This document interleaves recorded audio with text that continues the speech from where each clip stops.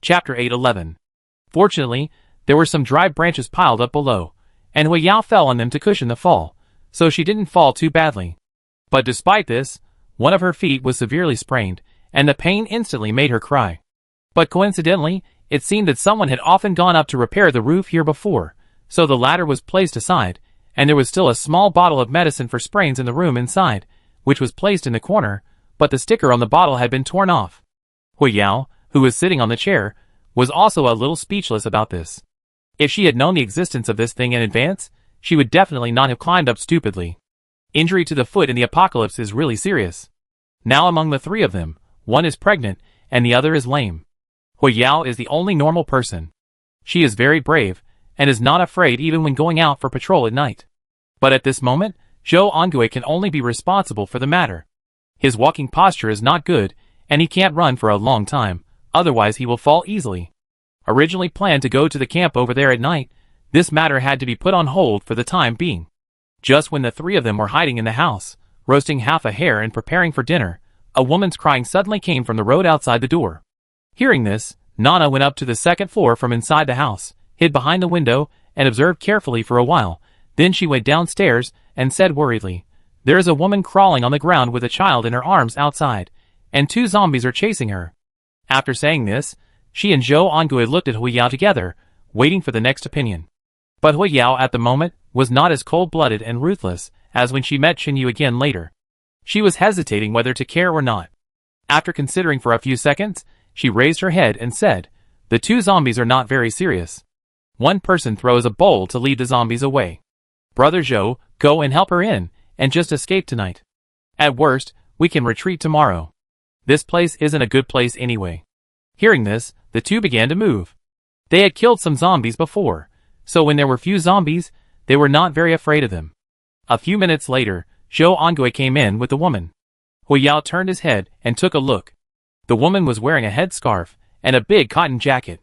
She seemed to be holding a child in her arms, but the child was wrapped so tightly that the baby's face could not be seen. The woman entered the house and saw several dried meats hanging on the wall. Her eyes immediately flashed with passion, but due to the dim light, no one else saw her thoughts. So Hui Yao and his men kept her overnight, and even gave her some wild rabbit meat to eat. The next morning, the woman said that she was going back to find her man, and would come back to thank them. Hui Yao shook his head, and said that they left in the afternoon, and there was no need to come to thank them. He would just help the poor people in the future. Then, the woman left with the child in her arms. When her figure disappeared on the road, Zhou Angui also turned back to the camp. Little did he know that the moment he turned around, the woman actually picked up the swaddling clothes in her arms with one hand, and ran quickly towards another path. At about 6 o'clock in the evening, Hui Yao was feeling uncomfortable in her stomach, so she planned to go to the toilet first, and then leave together. The injury on her foot made her feel like torture every second. But just as she pulled up her pants and took a wooden stick placed by the wall to stand up, there was a sudden roar of a car outside the camp, and it was getting closer and closer. After a while, several doors were shut, and then a woman's voice came from outside, which sounded very familiar. "Brothers, there are 2 women inside, with good looks and great bodies, first come first served." As soon as the voice fell, several men whistled, accompanied by some dirty words. Hui Yao lay behind the door nervously, listening carefully to the general situation outside. The next second, more than a dozen people rushed into the room. Nana stood up in horror with her backpack. "What are you doing?" "Hey, guess." The one walking in front was a short-haired young man with green hair. He glanced at Nana's thighs in a skirt and licked his lips, then rushed over to grab her arm and dragged her out. "Girl, follow me, you are lucky." Nana was dragged so hard that she couldn't walk steadily. She struggled desperately, but got a slap in the face, and a big palm print appeared on her cheek. Just then, the woman who appeared here yesterday came over. She stretched out a finger to lift Nana's chin, looked at the blood at the corner of her mouth, and then kicked the green-haired man next to her. "I'm pregnant, are you blind?" "But sister, you just said first come first served." The green-haired young man stood up, holding his belly, muttering reluctantly. Hearing this, the woman looked at Nana, but was frightened by her vicious eyes. "We saved you yesterday, but you are also a beast." When Nana finished speaking, it seemed that she deeply stimulated the woman, and then she turned her eyes, and said with a sinister smile, "Don't be anxious, Xiaolu. At worst, just make sure she is not pregnant." As soon as these words came out, Nana's eyes flashed with fear, and she tried to run away trembling, but she was quickly caught and pinned to the ground by 4 men.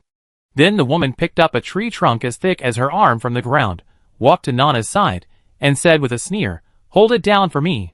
As soon as she finished speaking, she raised the tree trunk high and suddenly smashed it down on Nana's abdomen. A muffled groan sounded, and Nana screamed in pain. Her eyes widened instantly, but she was pinned down so tightly that she couldn't even move. Then, blood started flowing from Nana's thigh. This scene made Hui Yao in the toilet desperately cover his mouth, and his eyes were so angry that he wanted to skin the woman alive. But Hui Yao knew very well that she had an injured foot and had no weapons, so she would not be able to help even if she rushed out. When the woman laughed and raised the tree trunk again, an arrow shot out from the second-floor window and hit her temple on the spot. Plop! The woman's body fell to the ground, and the green-haired young man yelled crazily, "Hack him to death for me." Then a group of people rushed towards the house. At this time, Hui Yao became more and more anxious. Just as she was struggling with what to do, 2 people suddenly untied their belts while walking and prepared to come over to relieve themselves. Seeing this, Hui Yao quickly took the stick and moved towards the window behind, and climbed out of the window before the 2 people came in. She grabbed the windowsill with both hands, looked at the sticky septic tank under her feet, gritted her teeth, and jumped in directly. Chapter 8:12. Perhaps it was because of the rain some time ago, the septic tank was not very dry. The pungent smell made Hui Yao almost vomit the overnight meal. Fortunately, the breeding farm here is in the suburbs, with vegetable fields, and usually uses feces to water vegetables, so a piece of the stone slab behind was opened, which gave Hui Yao a chance to hide. Otherwise, with her current physical condition, she would be caught alive before running 100 meters. The strange noise coming from outside the toilet was heard by the 2 people, and they immediately ran out to shout, "There is movement here." 10 seconds later, several more people came to the back of the toilet, which was the location of the septic tank. At this time, Hui Yao was squatting in the septic tank. She could only hide under 2 boards, and watch the people walking back and forth above through a tiny gap. Because it was evening, people outside could hardly see. As the flashlight swayed, Hui Yao bit her relatively clean arm tightly, trying not to make any sound. "Well, go down and take a look." After the voice fell, another person said bitterly, "Brother, this is full of feces. How could anyone hide in it?" And the eldest sister also said some time ago that there was a woman with an injured foot here, and it was coated with medicine. Even if she is stupid, she should know that the wound cannot come into contact with feces, right? It will be infected. After this, the others thought for a while, and then one of the men nodded, "Well, that makes sense. Let's go see if that girl is dead. I still want to try it." Because the area behind was very smelly, everyone nearby left soon. Hui Yao hid in the cesspool, looking at the maggots crawling nearby. Her face was no longer bloody, and her shoulders were even shaking. At this moment, she regretted her actions last night very much. She didn't expect that just because she saved a woman, she would end up causing such a big disaster. Because Hui Yao was rescued by Qingyu, even though she had suffered a lot, she still couldn't bear to watch her mother being bitten to death by zombies. As time passed, Hui Yao's heart gradually became colder, and her eyes only showed the determination to seek revenge. Thanks to the red liquid applied yesterday, it looked like a serious injury to others, and by chance, the woman was misled. The smell in the septic tank was very unpleasant and pungent, but Hui Yao knew very well that she could not go out until the people outside left. If she was caught, then everyone would probably never see the light of day again. Hui Yao was not naive enough to think that if she was rescued once, she would be rescued a second time. At this moment, she was determined to survive in this doomsday by herself, and to live like a human being. About 10 minutes later, the sound of a car starting came from outside. Hui Yao did not dare to move. Her shoulders and neck were crawling with maggots, but fortunately, these maggots were not infected with the zombie virus, so as long as they did not touch her mouth and nose, there would not be much impact. She is also a woman. Before the end of the world, she would scream in fear at a cockroach, and would feel uncomfortable when she saw an earthworm. But now, Hui Yao exudes a resolute look, squatting in the septic tank without moving at all. It was not until another 10 minutes passed that she slowly crawled out. At this time, a large group of zombies came over. But they didn't notice Hui Yao at all, because she was very dirty, and they couldn't even bear to look at her. Just standing there, when the zombies passed by her, Hui Yao began to take off her clothes. She didn't panic, didn't cry, but just calmly threw the clothes into the septic tank. Then she pulled the weeds on the roadside, and began to wipe the remaining feces off her body. After a rough move, Hui Yao climbed in through the toilet window again. She was worried that there were still people hiding at the gate. But she was overthinking. The yard was empty, and the ground was in a mess. Under the moonlight, Hui Yao saw a lot of blood on the ground. Fortunately, the group of corpses just now was directly behind, and even if the front door was not closed, they did not notice it. Hui Yao limped towards the bloodstain and sat on the ground in grief. It was obvious that this was the blood that had just flowed out of Nana's body. With this kind of injury, the child would probably not be saved. Hui Yao raised his head and looked at it. His breathing stopped immediately, and his shoulders began to tremble slightly. Bang! Hui Yao picked up a tree trunk on the ground and smashed it hard at the woman's body. She didn't stop until her wrist felt painful. The body on the ground was no longer human. Then Hui Yao picked up a kitchen knife and cut the rope tied to the window railing. With a snap, a round, bloody object fell from the tree. Hui Yao didn't dare to look at it again. She held back her tears, turned her head to one side, picked up the head on the ground, and put it together with Zhou Ongui's neck area. After covering it with a sheet, Hui Yao found a stick again, looked back at the breeding farm, and then limped away. She didn't find a place to wash the filth on her body, but first found a zombie corpse outside, and smeared the blood and flesh on her body. Finally, Hui Yao used the moon to carefully check the wheel marks on the road. The three of them had been here for a long time, and no one had come. The previous rain had washed away the traces, so these were definitely left by those people. At around 10 o'clock in the evening, Hui Yao followed the wheel marks to a camp, which was the neighbor in the back mountain that she wanted to check before. It was just that those people took the road and took a long detour, and Hui Yao didn't find them until the end. Although she knew where the enemy was, Hui Yao didn't rush over. She knew that her own strength was not enough, but she might be able to use zombies, but there was no good way. Then Hui Yao found a stream, washed himself, and began to observe the zombies. I don't know if even God couldn't stand it, but the next day Hui Yao accidentally met a man who used animal meat to gather zombies in the woods. And this man later joined the Salvation sect and established the Corpse Herders Department. Although it wasn't long after the apocalypse broke out that some people realized that applying zombie meat could blend into the zombie group, no one had thought of gathering zombies yet. After all, if you don't pay attention, you might be torn to pieces by them. After learning some experience, Hui Yao also started to try on the third day. Nana's life or death is unknown at present. She has been captured for 2 days, so Hui Yao was a little anxious, which led to the failure of the method, and more than a dozen zombies were in a mess. In order to prevent them from running around, Hui Yao ran back and forth with half of the fish he caught, trying to control them. Chapter 8:13. But as she joined, the zombies also started running around, and soon they were everywhere. Worried that she would attract the attention of others if she scattered, Hui Yao thought quickly, rushed over with the iron rod she picked up, and killed the zombies one by one. However, because there were so many zombies, every time she attacked the zombie head, she would quickly look back to prevent being surrounded, and retreat while swinging the iron rod. Her ankle was barely healed, at least now Hui Yao could walk without the stick. When she finally killed the zombies, and sat on the ground gasping for breath, a middle-aged man walked out of the woods behind her. The sudden footsteps made Hui Yao nervously hold the iron rod and stand up, then slowly retreat. But soon many men appeared in the woods again, some of them holding rifles, and iron rods removed from the community fence. You are quite skilled. You can handle more than a dozen zombies. The man looked at Hui Yao, and said with approval. Although he looked very gentle, he had an invisible pressure on him, as if it was suffocating.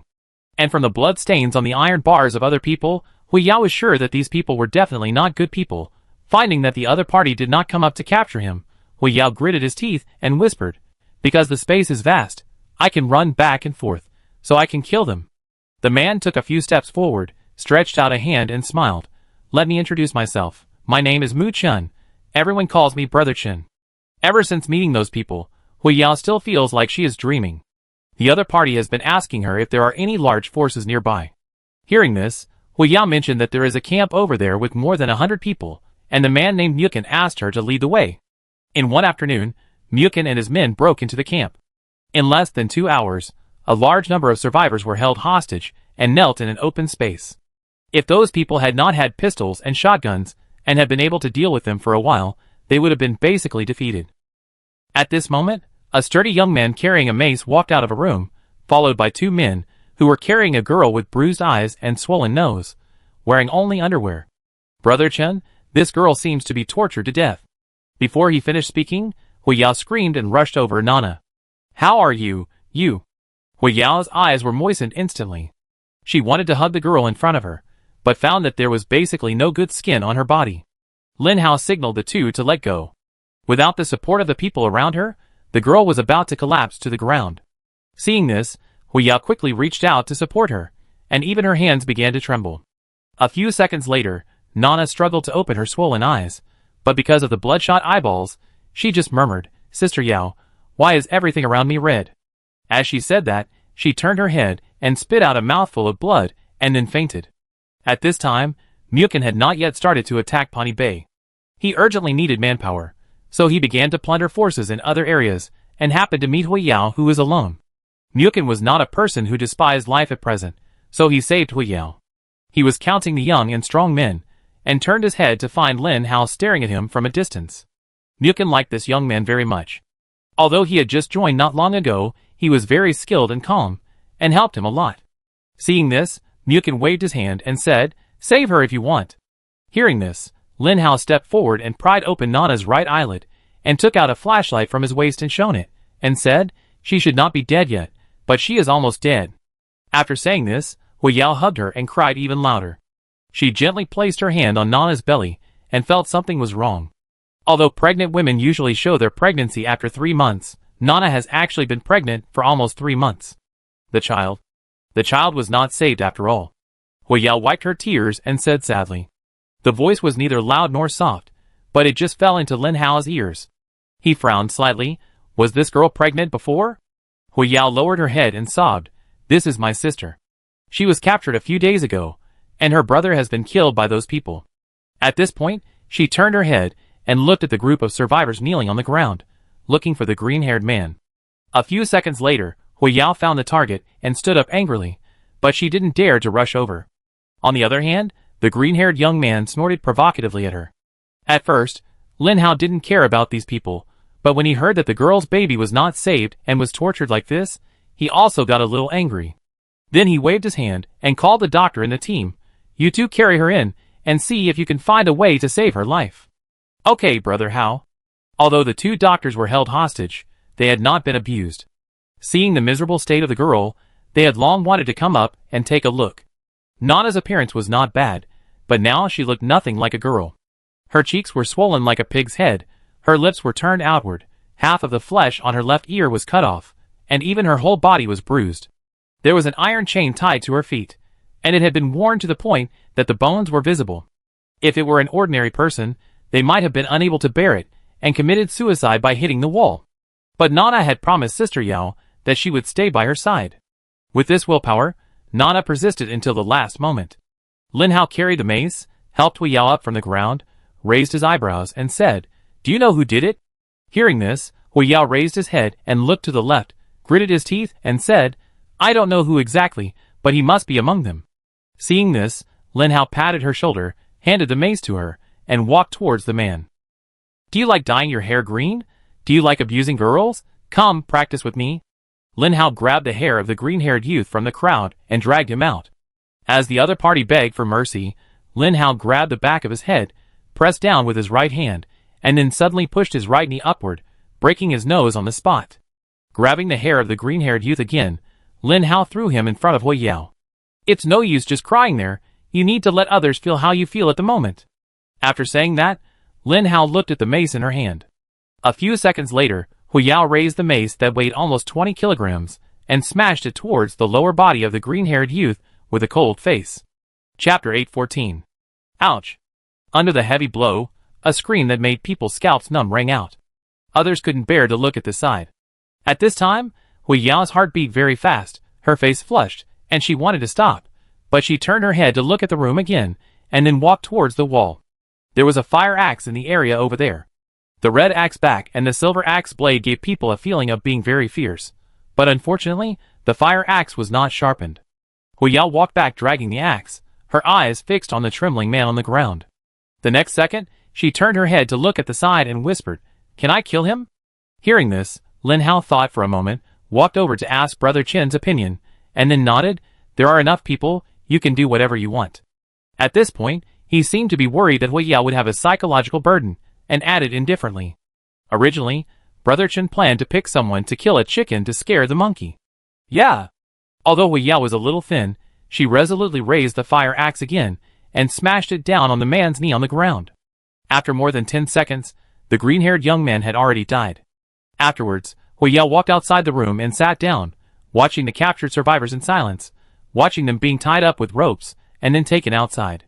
After about a few minutes, when the last man was taken away, the door of the room was opened, and one of the doctors came out. "How is she?" Huiyao was very nervous and stood up quickly to ask. The doctor shook his head and said softly, "She should be able to survive. We have treated some obvious wounds for her, but—" The doctor hesitated when he said this. Seeing this, Huiyao stepped forward and grabbed his arm, and said with a trembling voice, "Does her leg need to be amputated?" Hearing this, the doctor withdrew his hand and waved, "The foot is not a big deal, just rest for half a month. The main problem is that she may never be able to have children again in the future." After saying this, Huiyao trembled and took a step back again, but she soon thought clearly about the seriousness of the matter and continued to say firmly, "As long as she can stay alive, it's fine. Well, there are still a few wounds on her back. I need to sew them up again." After saying this, the doctor went back into the room. As the people around gradually dispersed, the man named Mukin also led his men to move supplies to the car. Huiyao hugged her arms. It was afternoon, the wind was still blowing, and the sun was not very strong, but she felt a little cold. Just as Lin Hao was about to leave, Huiyao looked at his back and shouted, "Why are you helping me?" When the voice sounded, Lin Hao stopped, he looked up, closed his eyes, and felt the scorching heat from the sun, then whispered, "If my sister saw it, she would definitely lend a hand. Can you tell me your name?" Lin Hao waved his hand with his back to her. "In the doomsday, you and I are just passers-by. If you meet a poor person in the future, try to help him." Huiyao was stunned, with mixed feelings in his heart. After what happened to that woman, Huiyao would never trust any survivors again. Of course, she would not say this. Soon everyone else left, and just when Brother Chen was about to ask his men to take Huiyao and the others away, he was stopped by Lin Hao. "These two people will only be a burden if they follow us. For the next activities, I suggest that it is best not to bring women. Consider these things after things stabilize." As a man, Lin Hao knew what Brother Chen was thinking. Hearing this, Mu Chen, who was sitting in the back seat of the car, thought for a moment, then nodded, "Okay, to avoid more trouble, we have to make a plan quickly. If someone gets to Pawnee Bay first, it will be difficult to deal with." As soon as the words fell, the convoy started, and the group of people left in a mighty manner. However, since they had captured dozens of men, the car was moving very slowly, and they were slowly escorted away. Huiyao looked at the abandoned old people, children and women, thought about it, and still didn't care about them. Although she hated the people in this camp, she knew in her heart that not everyone deserved to die, and it was because of the majesty of the man named Mukin that Huiyao killed the green-haired young man. At this moment, the hands and feet of the old, weak and sick people left behind were tied up. Those people did not untie the ropes when they left, and took away all the knives, not even leaving behind a glass bottle or porcelain. After taking a look at those people, Huiyao was about to turn around when he suddenly found many zombies at the gate. Their appearance made the women excited and wanted to run, but their speed was not as fast as the zombies. Then, some people began to look at Huiyao and begged in a trembling voice, "Save! Save us!" Huiyao just stood at the door, shook his head expressionlessly, then dragged the fire axe into the house and locked the door, and then pushed a bed in to block it. The words Lin Hao said before were completely forgotten by her. 10 seconds later, the first screams came from outside the house, as well as the crying of children and the curses of some elderly people. At this time, Huiyao was sitting on the ground against the wall. She hugged her legs and looked at Nana lying motionless on the bed, her eyes full of indifference. Although there were men and women, old and young in this camp, even if they had saved people before, these had nothing to do with Huiyao. Lao Zhou died tragically, Nana was abused, the child miscarried, and even could not have children in the future. These reasons alone were enough to make Huiyao hate these people. And those people actually wanted to ask her for help, which was ridiculous. If Huiyao had a gun next to her at the farm, she would have pulled the trigger without hesitation. Huiyao clenched her fists, and her nails left marks on her palms. Accompanied by the miserable sounds outside the house, she saw some blood on the ground next to her. After hesitating for a moment, Huiyao picked up the fire axe, grabbed the back of the axe with both hands, and began to grind it on the cement floor mixed with blood. Soon there was no movement outside, and gradually the first zombie came to knock on the door. It was not until it was almost dark that the zombies outside slowly dispersed and disappeared. At this time, Huiyao's stomach growled. She stood up with the help of the wall, walked to the bed, and looked at Nana, and found that she still had her eyes closed. Lowering her head to her heart, Hui Yao felt her weak heartbeat, and then she breathed a sigh of relief. Then she tore a section of the bottom edge of her t-shirt, and tied up her loose hair. Then she opened the door, and walked out alone, ready to find some food or water for Nana. There was a lot of mincemeat on the ground outside, but Hui Yao's footsteps were not affected at all. Chapter 8:15. Nana woke up weakly in the middle of the night, but she was in a very bad condition at this time. She could only say a few words before she had to rest. In this way, Hui Yao accompanied her to hide here temporarily. The zombies outside gradually wandered to other areas. Hui Yao also saw the opportunity to close the door again, and finally took the fire axe, and killed the remaining ones one by one. Just when they thought that no one would disturb them next, around 4 o'clock in the afternoon one day, an accident happened again. But this time Hui Yao was a little surprised, because the person who appeared was actually an acquaintance, and she had a very good relationship with him. Huan. At this moment, Hui Yao saw the figure walking in front of him, and he opened the door unconsciously, and even shouted subconsciously. When he heard the noise, Wei Huan turned his head and froze in place, then a happy expression appeared on his face. "Ah Yao, you are still alive." Speaking of this, a young woman walked towards the room. She was wearing a black short skirt, a denim jacket, and holding a gun that Hui Yao did not recognize. The two hugged, and then Wei Huan looked into the house and asked curiously, "Do you live here?" Hui Yao nodded and looked at the dozen men standing behind her former best friend. They were fully armed with bows and weapons, and everyone looked very serious. Seeing this, Hui Yao pulled Wei Huan to another place for a distance, then hesitated and whispered, "Who are those people?" Hearing this, Wei Huan pondered for a while, put his hand on Hui Yao's shoulder, and said earnestly, "Now the world has changed. We can't survive purely by our own strength. Even if you don't want to hurt others, if people find out that you have no teammates, they will attack you." Hui Yao was a little confused by these words. Although she was very happy to meet her former best friend again, Hui Yao did not blindly trust her. After all, everyone might be affected by the apocalypse. It was like Hui Yao didn't even dare to kill a chicken before, but after the apocalypse, she had already killed 2 people. After a few seconds of silence, Hui Yao looked at Wei Huan's face. Although it was a little vicissitudes, it still didn't change much. Compared with her, it was completely a world of difference. "Will you hurt me?" After saying this, Wei Huan widened her eyes and said, "We are lifelong best friends. Have you forgotten? Why would I hurt you?" Then she looked back and waved her hand. "Rest here, set up the tent first, and we will leave tomorrow." "Understood." More than a dozen men responded in unison, and then they got busy. Afterwards, Wei Huan pulled Hui Yao into the room. She first glanced at the miserable girl on the bed, and then whispered, "Just in time, as the saying goes, we share the joys and sorrows. Now that sisters have become successful, I must help you." Just like that, in Hui Yao's blank eyes, Wei Huan patiently said, "Actually, before the end of the world, I joined an organization called the Savior's Gate." After the voice fell, Hui Yao frowned slightly. Seeing this, Wei Huan shook his head. "Don't worry, this was not a bad organization in the past. Before the end of the world, everyone was often a good person, helping the homeless on the street to go home, and still saving those small animals within their ability. Anyway, all you need to know is that the people in our organization are spread all over the world in many industries, and they are more informed." Hearing this, Hui Yao thought of something. "So this is the reason. No wonder you asked me to drive to the suburbs for a few days." So, many people in our organization survived, and finally everyone began to accept many survivors who escaped. When he said this, Wei Huan's face flashed a trace of grief, and then slowly said, "It's just that some people were not satisfied later and chose to make trouble." "When did it happen?" Hui Yao asked. "Just a while ago." "What happened later?" Wei Huan was silent for a while, then spoke. "Later, the people of the Salvation sect won the struggle. They tortured and killed those who betrayed them. Secondly, many people changed their minds and no longer accepted survivors."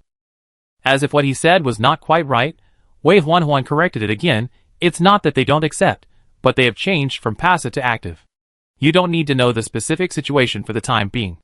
After hearing this, Hui Yao was still confused, because she could feel that her best friend was indeed a little different. Apart from other things, just giving orders to more than a dozen adult men was already very unusual. This is the end of the world.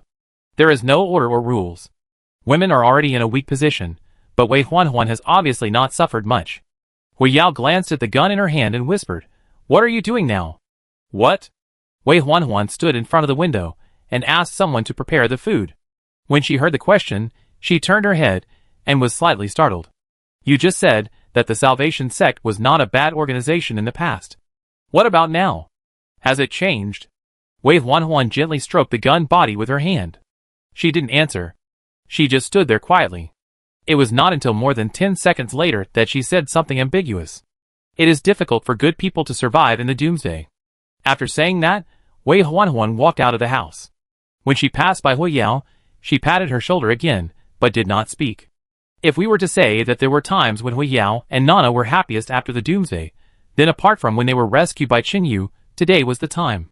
Wei Huanhuan was very strong. She drove a small truck with a lot of food and water in it. The other men didn't say anything either, just quietly doing their work. In the evening, the camp that had been attacked once again lit a bonfire. The gate was closed, the zombies were knocking on the door outside, but inside they were eating meat and drinking. Nana was seriously injured. She could only lie in bed to rest, unable to get out of bed. Huiyao brought a bowl of batter and fed Nana some, then she went back outside to sit cross-legged and chat with her bestie. But when she asked Wei Huanhuan more about the Savior Sect, the other party kept silent. Seeing this, she couldn't continue to pay attention, and began to eat the grilled steak in big mouthfuls, almost biting her fingers. But the more meat she ate, the sadder Huiyao felt. If only Lao Zhou were still alive. When she thought of the middle-aged man, Huiyao shed a few tears unconsciously. In the cage in the basement, many people survived thanks to Lao Zhou. Originally thought that he would not suffer any more in the future, but Lao Zhou died at the hands of those bad guys after all. Chapter 816. Who is Lao Zhou? Wei Huanhuan clinked the plastic bottle of wine with Huiyao and asked softly. A friend of mine was murdered a few days ago. Is the girl in the room the only one left by your side now? Yes. At the end, Huiyao drank the wine in one gulp, then smiled bitterly. Before the end of the world, I probably wouldn't drink a bottle of wine like this that costs a few dollars. At this moment, its taste makes me feel restless for a long time, which is really ironic. Hearing this, Wei Huanhuan handed a piece of roasted meat to his subordinates, clapped his hands and said, It's difficult now. We searched a lot of places to find this kind of wine. Unfortunately, the zombies greatly interfered with our search speed. You asked me what I do before. Now I can tell you, but the premise is that you agree to one condition of mine. Wei Huanhuan moved closer to Huiyao, put his arm around her shoulders and whispered. Huiyao did not directly refuse, nor did she agree. She pondered for a while, then turned her head and asked, What can I get if I agree to you? After losing so much, Huiyao began to consider more things. Hearing this, Wei Huanhuan pondered for a while, and then gave an answer: power, manpower, weapons, and even a good camp. Of course, that camp may not be handed over to you until a few months later. Feeling the heat brought by the flames, Huiyao's heart was also throbbing. Now she urgently needs these things. But Huiyao knew very well that if she wanted to gain a foothold in this doomsday, she would have to pay a lot of energy and effort. And it is very likely that she will not be able to build a camp until she dies of exhaustion. She is a woman, unlike the men in the apocalypse, and it is very likely that the other survivors joined just to get their eyes on her body. After thinking for about 5 minutes, Huiyao turned her head and looked at the dim room. Even if it was nothing else, she hoped that she could protect the people around her in the future. So Huiyao nodded. Okay, I agree. You haven't asked me what the specific matter is. Wei Huanhuan was a little surprised, but still asked hesitantly. I believe you. Huiyao stared at her bestie's eyes and whispered. Zombies appeared. Since we lost contact, everyone has experienced something, and perhaps blood has begun to stain our hands. But when I saw you before, I didn't feel the breath of killing from you, and your eyes are almost the same as before. I believe in my intuition. Hearing this, Wei Huanhuan hugged her with relief and said, At first, I was not very willing to go out to carry out this mission, but I was able to meet you again. It seems that this is the biggest gain. Then Wei Huanhuan sorted out his thoughts, avoided some key points, and told Huiyao about the matter. More than 10 minutes later, there was no one around, and those men went into the tent to rest. Huiyao was stunned and asked curiously, Looking for survivors? Developing side forces? And supporting contacts? Well, it can be simply understood this way, but we will not directly rob people. At this point, Wei Huanhuan twisted his neck and sighed. Don't worry about the specific method, just remember what I say next. I will leave one person behind. Don't worry. This person is mine and trustworthy. I will also give you a pistol and 5 rounds of ammunition. It's up to you to decide what you can do in the future. In addition, we will provide you with a walkie-talkie. After adding an antenna, its communication distance should be between 20 and 30 kilometers. This is to make it easier for us to find you." After the words fell, Wave 11 stood up and ran to the car. 10 seconds later, she returned with a pen and paper and a map. Then she sat cross-legged, circled a few areas on the map with a pen, and said in a deep voice, "If you want to become our side force, you can only establish forces in these areas." "So far?" Huiyao took her flashlight and shone it, very confused. "Why do you want to develop contacts in areas hundreds of kilometers away?" Hearing this, Wave 11 patiently explained, "Because it has not stabilized yet, don't ask about other things. We don't have time to control the peripheral forces this year, but we can't let those people stick together." At this point, she paused and said, "For you, this is a good thing with no harm. We will contact you in 6 months or even longer at the earliest. By then, you need to go to the place we agreed on, that is move." Huiyao analyzed it for a while, then nodded, "Okay, I promise you, but I won't kill people for you casually." Wei 11 laughed. "What are you talking about? How could we let you do these things?" Although she said so, Wei 11's expression was a little reluctant when she said this. Then she pursed her lips and said, "Io, you also know that weapons are important, so there is a small request." "What?" "You need to eat this." While speaking, Wei 11 took out a plastic bottle from her pocket. She shook it, and it seemed to contain some pills. At the same time, she also had a red capsule in her left hand. As if she was afraid that Huiyao would be suspicious, she quickly explained, "Don't worry, the medicine taken by people who join the Salvation sect for the first time is not very poisonous. Even if you betray later, the effect of the medicine will only torture you for 3 days at most. You will be unable to move, talk, or even eat for 3 days. You will just keep vomiting. But after that, you will be no different from a normal person, and it will not affect your normal life." Huiyao frowned slightly, took the bottle and looked at it for a few seconds, and said softly, "You are my best friend, I believe you. If it weren't for you, I would have died in the city."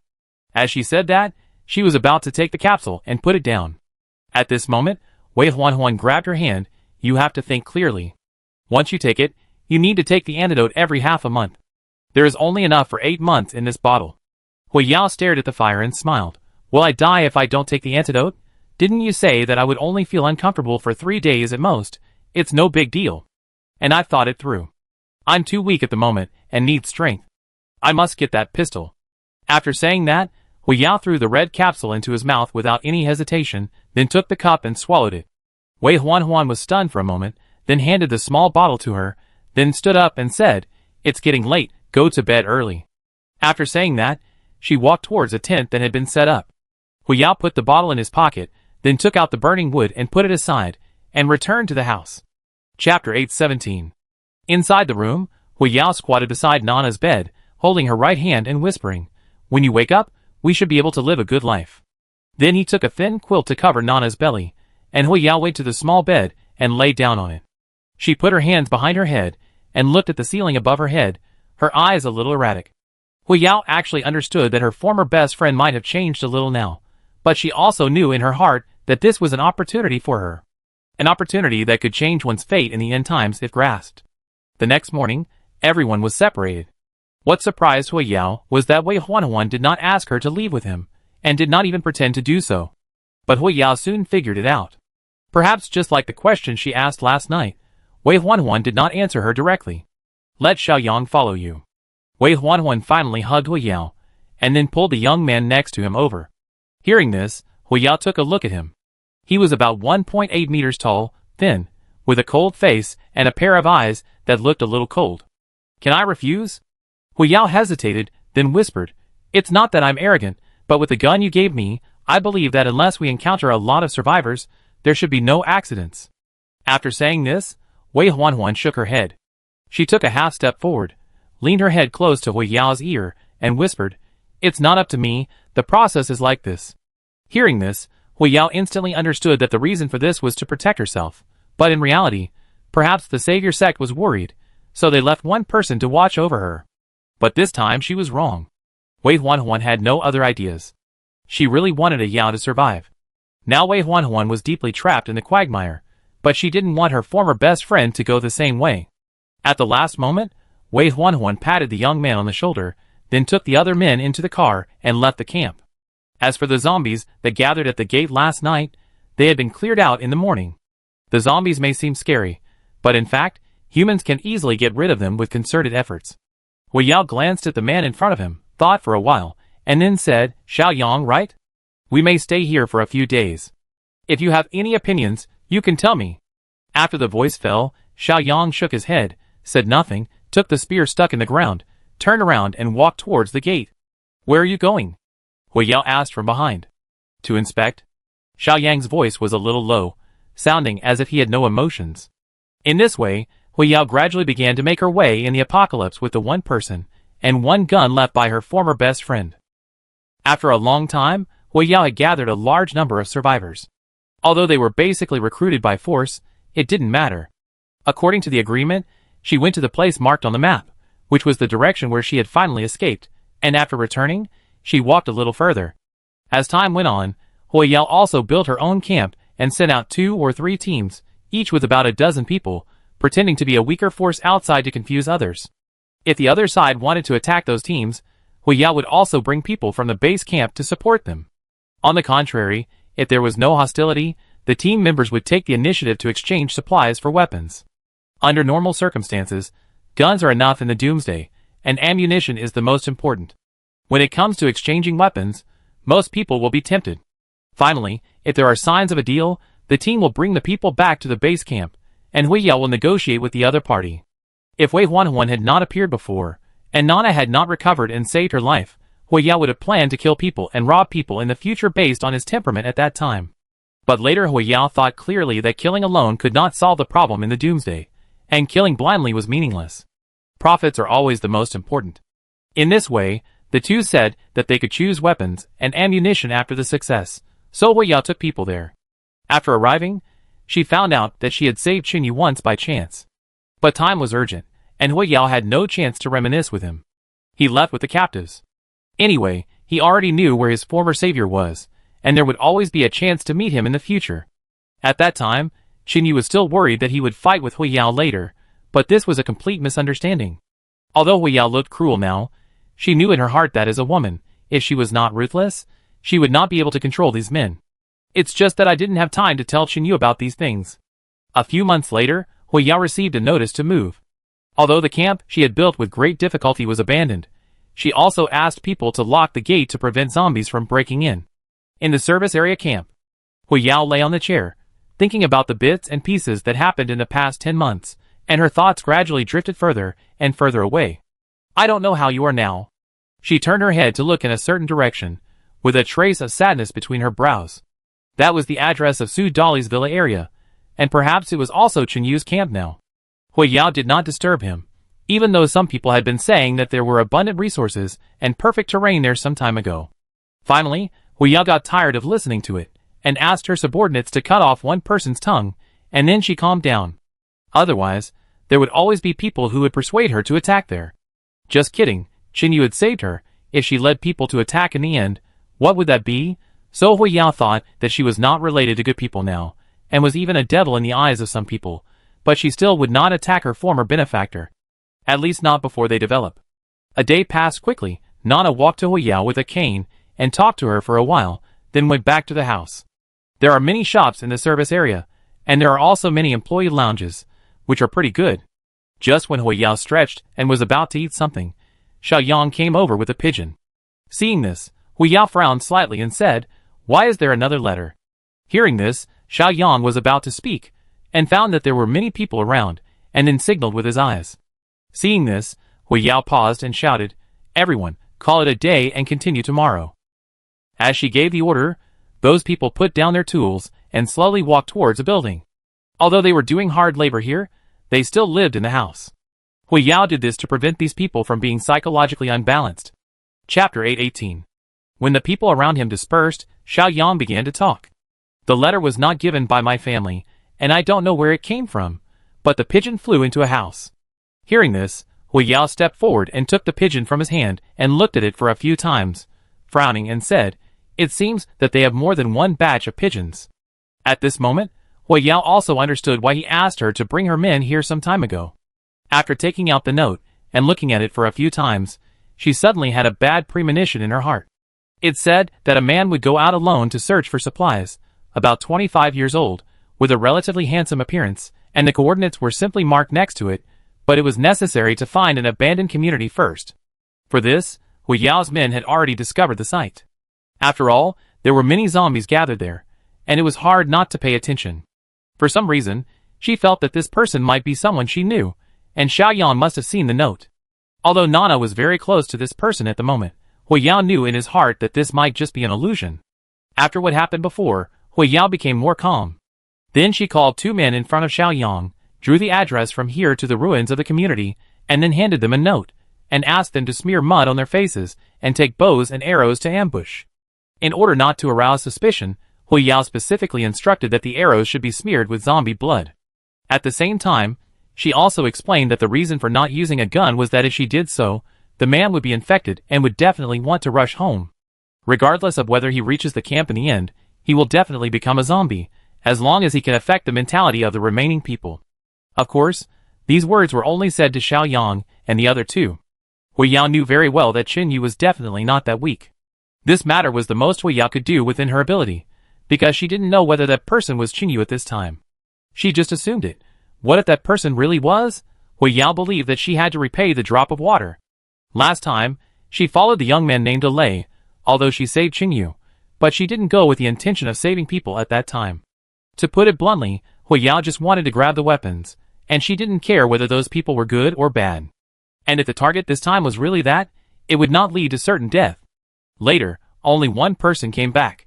Although Hu Yao was very angry, she was secretly happy in her heart, because from the simple description, she knew that it was Qin Yu.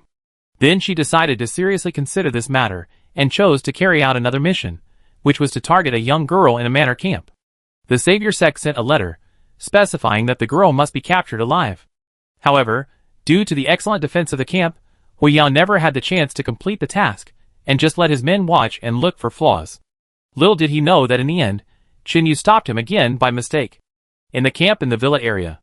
After Qin Yu and the other two buried the body, Song Chung prepared to go home to wash the pot ash on his body first, and he and Zhang Yin planned to go to the infirmary. On the way, Chen Yu and Zhang Yin walked and talked about the recent development plan. At this moment, Zhang Rui ran towards them again. "Brother Chen Yu, can I ask you a question?" Hearing this, he stopped and laughed. "You were calling me uncle just now. Why did you change back to brother?" Chen Yu is different from others. He doesn't care what the children call him. In the past, he never thought that there would be so many partners and friends around him, even Lin Yi's later appearance. Hearing this, Zhang Yin put his hand on his daughter's shoulder and explained with a smile. "This is what I said, because as more and more people come to our camp, there may be some children. They are not adults, and their minds may not be very mature. And you are almost the leader of this camp. If people know that Ruirui has a good relationship with you, there may be disadvantages. Are you worried that someone will threaten me with Shirui?" As he said, Qin Yu reached out and touched Zhang Rui's head, his eyes showing a trace of salinity. Zhang Yin shook his head. "With me here, no one can do this, but it would be bad if those children excluded Ruirui." "Okay, I get it. Let's call her that from now on, and call her uncle in front of other people." "Yeah." Zhang Rui rubbed Qin Yu's broad palm with her head and said, "If Jiang Lingling wants to do something bad one day, what will you do?" When these words came out, Zhang Yin was a little stunned for a moment. He didn't expect his daughter to ask this question. After going through so many things, Zhang Yin knew Qin Yu's character very well. He basically would not be merciful to his enemies. Even if those people woke up at the last moment and cried and wanted to change, Qin Yu would pull the trigger. Just when Zhang Yin was about to explain, Qin Yu squatted down seriously and said seriously, "If that day really comes, maybe I will be very sad, but someone has to do these things. If she wants to harm me or others, then I can't do anything. The best result is to expel her from the camp." After she finished speaking, Zhang Rui blinked her big eyes. Then she tilted her head and said, "You are an adult. Even if it is the end of the world, I don't think you are willing to take up arms against children. Am I right?" Qin Yu turned his head and glanced at Zhang Yin, who was also squatting, and then nodded. Seeing this, Zhang Rui said seriously, "In this case, you can train Yufeng. Some things are difficult for you adults to handle, but Yufeng is different. He definitely doesn't mind helping." At this moment, Zhang Rui's sophisticated tone surprised Chen Yu and Zhang Yin, because she didn't seem like a child of about 10 years old, but an adult. Qin Yu thought seriously for a moment, then looked into Zhang Rui's eyes, and said softly, Okay, brother Chinyu knows, I will consider this matter. Then he stood up, smiled, and touched Zhang Rui's head again, and smiled. Little Rui seems to have grown up and become much more sensible. Zhang Rui was very happy. She couldn't wait to run away, intending to tell Yufeng the good news. Looking at his daughter's back as she left, Zhang Yin smiled and said, Rui doesn't like people touching her head, but you and Dr. Shaolin are exceptions. Oh, why? Chinyu continued to walk towards the infirmary and asked curiously. Hearing this, Zhang Yin thought for a moment and explained, maybe it's because you and she saved us, father and daughter. In the infirmary, Lin Yi was very focused and busy for about half an hour, and finally pulled Chen Shi back from the brink of death. Chapter 819. She turned her head and shouted, Xiao Ning, go out and stop the generator. You won't need this thing next time. Her vital signs are stable, and she won't be in any trouble for the time being. Okay. Wu Rui, please help her clean the blood off her body. I go out and rest for a while. Remember not to use hot water, just use cold water.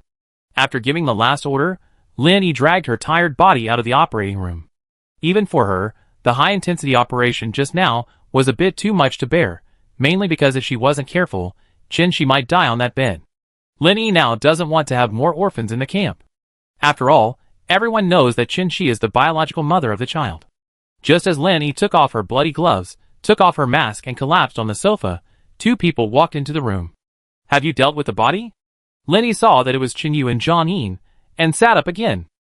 Chinyu nodded, walked behind her, gently massaged Lin Yi's shoulders, and whispered, Thank you for your hard work. Hearing this, Lin Yi reached back and held Chinyu's hand, shaking her head slightly. Fortunately, she managed to save her life. Did she? Zhang Yin asked as he sat on the small sofa. At this moment, the light above his head suddenly went out. Lin Yi took a look and said, the battery was connected to the socket just now, and it seems to have run out of power. Seeing this, she stood up and prepared to get a candle to light it, but Chinyu continued to hold her down on the sofa. I get it, just tell me where it is. It's in the cabinet on your left. After these words came out, Chinyu was slightly stunned, and his thoughts drifted back to a long time ago. Hey, why don't you move? Feeling that the hand on her shoulder did not move away, Lin Yi turned her head and blinked at the back, with a silly expression. Although a person had just died in the camp, and he was also a former teammate, Lin Yi did not feel too sad.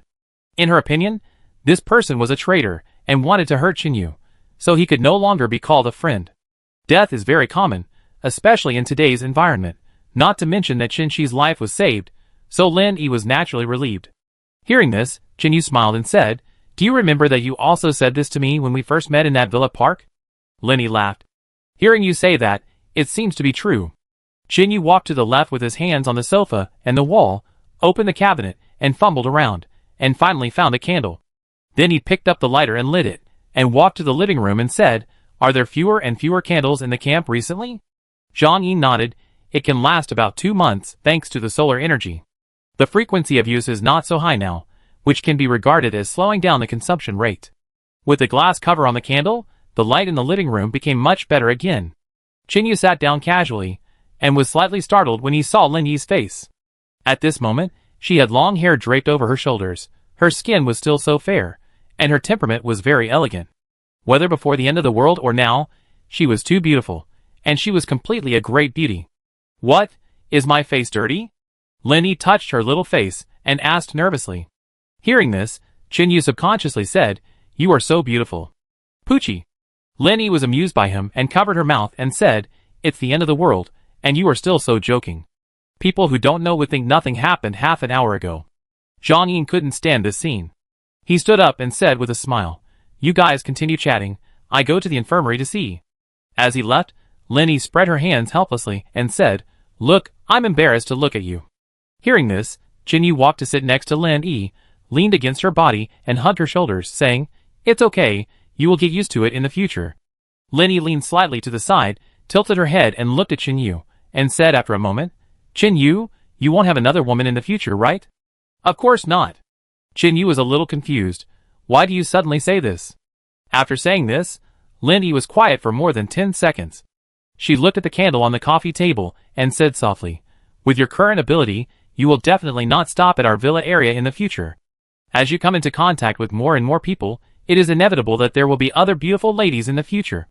Before she finished, Qin Yu held her hand and said firmly, "In my heart, you are the most beautiful woman in the world.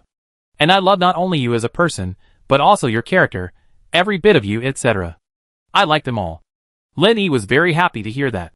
She leaned over and kissed Qin Yu on the side of his face. "I won't allow you to be so stubborn in the future. Let's discuss everything together, okay?" Qin Yu was slightly touched, and moved his right hand up to touch her hair, and nodded. "Okay, I promise you. You touched my wound. It hurts." After saying that, Qin Yu smiled awkwardly, retracted his right hand, and then whispered, "Let's talk about Qin Shi. How is she?" When it comes to business, Lin Yi also began to be serious. She is very lucky. The wound is only about a few millimeters away from the artery. It can be said that if Jiang Yuchen's hand shakes even a little, Qin Shi will not live for more than 5 minutes. Why do you say that? Is it really certain to die? If the carotid artery is broken, the amount of bleeding is very large, and blood transfusion is needed immediately for rescue, and the carotid artery must be sutured quickly, but there are still many such injured people who die from heavy bleeding. At this point, Lin Yi paused and spoke again. The pressure of the carotid artery is very high. Generally, when it ruptures, blood will spurt out, and the injured will die soon. Under normal circumstances, Qin Shi would not be able to insist on rushing back to the infirmary. I understand. Qin Yu nodded, and then he whispered, "It's not luck." Then he told Jiang Yuchen's previous actions. At that time, Jiang Yuchen seemed to have his mouth close to Qin Shi's ear, but because it was night, I couldn't see clearly whether he opened his mouth to speak. I will ask the details later. Well, if that's the case, then Jiang Yuchen saved the mother and daughter with his own life. After all, from our perspective at the time, we couldn't see this clearly. Lin Yi shook her head and said. At this moment, she turned her head and looked to the side. "Qin Yu, did you think of saving him at that time?" Hearing this, Qin Yu was silent for a while, and then replied, "I don't know who Jiang Yuchen's target is. It may be that I happened to be out that day, giving him the opportunity to report the news. Based on this, I am worried that if there are other people who go out alone in the future, they will also become his target." Chapter 820. What's more, if you are the target and something unexpected happens to you, I will definitely regret it. I can't bear the consequences of losing you now. When he said this, Qin Yu looked at the infirmary behind him. Through the light under the door, he whispered, "So no matter what, Jiang Yuchen can't stay, even if the knowledge in his mind is very important to us now." "What is it?" Lin Yi asked. Hearing this, Qin Yu told her what Xiao Jiao had said before. In summary, smokeless gunpowder is needed to make bullets, and Jiang Yuchen may be able to help. After listening to it, Lin Yi thought for a while, and said, "Can't we interrogate Lu Wenjing the same way as before?" Qin Yu shook his head and said, "Lu Wenjing is an enemy, and we can interrogate him by any means, but we generally won't do that, and Jiang Yuchen has lived with us for a while after all. Secondly, the previous Lu Wenjing laid a foreshadowing. He deliberately didn't tell us how to extract another material. If Xiao Jiao hadn't been steady, and didn't rashly conduct the experiment, it would have probably caused an explosion. Because of this, I decided not to place my hopes on Jiang Yuchen. If he does the same, it will be terrible." After saying this, Lin Yi also understood the seriousness of the matter. She leaned on Qin Yu's shoulder and said, "So from the moment we found out who the traitor was, there was only one way to deal with it, and that was death, right?" After saying this, Qin Yu was silent for a long time. Then he put his arm around Lin Yi's right shoulder and gave his answer. In fact, when he moved the blade downward, I did regret it a little, because he seemed to be ready to commit suicide. At this point, Qin Yu stood up and walked to the window. He looked at the moon outside and smiled bitterly. "It's funny to say that. The woman begged me before, but I didn't want to let her go at all. On the other hand, when Jiang Yuchen was ready to sacrifice his life, I didn't want to kill him anymore." There were footsteps behind him. Lin Yi walked behind Qin Yu and hugged him. She put her hands around Qin Yu's waist and murmured, "People are complicated, not to mention that with the current order, if you make a mistake, you may make mistakes at every step. You have done enough." Qin Yu turned around and gently hugged Lin Yi, feeling the soft body in his arms, and the faint fragrance. He didn't know why Lin Yi could still stay so clean in the doomsday. Her skin was as white as when they first met, and there was no peculiar smell on her body. So Qin Yu liked to hug her, even if he didn't say a word. The two stood in front of the French window for a long time without speaking. In the next week, Qin Yu restarted the training task of killing zombies, and asked everyone to practice separately. Starting from dealing with 3 zombies at the same time, it gradually increased to 10 zombies. In his spare time, he continued to plan the hydropower station with Song Chung, Xiao Jiao and others. After all, it would be much more convenient once electricity was developed, whether in the past or now. Apart from anything else, at least everyone did not need to risk being attacked by zombies to collect firewood in the woods. Although the wood blocks cut into pieces can be left to dry, it is still outside the camp, and there are dangers everywhere. With electricity, it will be much more convenient to heat food in the future. However, there are not many induction cookers and rice cookers in the villa area at present. Maybe there were some in the past, but because they were not used, only a small part was used. In 7 days, the riverside was surrounded by tree trunks again, and Zhang-Yin and Uncle What took a few people to dig mini pits outside the woods to prepare traps. Every few meters, there is a deep pit with a diameter of about 40 centimeters and a depth of about half a meter. As for what kind of sharp weapon to use, Chinyu thought of the iron nails in the well outside the wall before. It was easy to pull out with a claw hammer. Then Chinyu used the remaining wooden boards in the camp, cut them into the size of the pit, and hammered the nails in, about 10 centimeters apart, and nailed them diagonally. Then he piled them together, sprinkled water on them, and put them in an airtight basement to produce more rust. Although this method has a 100% mortality rate and is quite dangerous, Chinyu knows very well that this method is essential if he wants to reduce the chances of the camp being attacked in the future. If it were in the modern society, we could use monitoring, radar, and other tools to prevent the enemy from crossing the line. But nowadays, most people can only use these old methods. Then Xiao Jiao and Alei stayed in the arsenal every day and made a simple mine. As long as you step on it, it will trigger the fuse and ignite the gunpowder inside. In other words, unlike conventional mines, it will explode once it comes into contact. It's just that we haven't started testing yet, and haven't used it directly. Fortunately, there are empty cans everywhere, so it's not difficult to make these things. In this way, after a week, in addition to training, everyone also set up a cordon outside. About 2 kilometers from the campsite in the villa area, in the woods. At 2 o'clock in the afternoon, Chinyu pulled a cart and put the iron nails and wooden boards into the pit, using a wooden stick to knock the gaps so that they stuck inside. Then he put a very thin layer of paper shells on it, scattered the leaves, and finally threw some soil. Every time he finished a place, Chinyu would draw the address on the paper, and then he would rush to the next place again. At this moment, his 2 legs were tied with ropes at the ankles, and the length of the straight rope was just about half a meter. When walking a certain number of steps to reach the next trap, Chinyu would write it down on paper, so that it would be convenient for everyone to walk in this area in the future. Although he didn't need to do these tasks now, and there were plenty of people who could do them for him, Chinyu didn't want to stay out of it. He always felt that only if he did these things himself, he would feel at ease to leave for a while. In about a month, he would go to Shang Wenjing's camp for training. It didn't take long to know, so Chinyu planned to take Lin Yi with him, so that she could learn something. Given Lin Yi's personality, she must have taken care of Han Liyuan before. In this case, maybe one more quota can be added. As for the others, he didn't care so much. Almost 3 hours later, Chinyu finally walked through half of the woods outside the camp, and the other side was handed over to Dazhuang. Otherwise, he might not be able to finish it before dark. The last trap, the two just met. Dazhuang pulled the cart commonly seen on the construction site and said, "How is your side? There is only one left, how about you?" Chinyu picked up the board and squatted down. "I just finished it." "Then tell them to go back first." Dazhuang nodded, took out the walkie-talkie and pressed it. "Lacheng Xiaokong, you two notify the others and return to the camp." Chapter 821. Okay. A few seconds later, there was a noise coming from the intercom, followed by a reply. Then Dazhuang squatted in front of Chinyu, watching him place the last wooden board. Dong dong dong.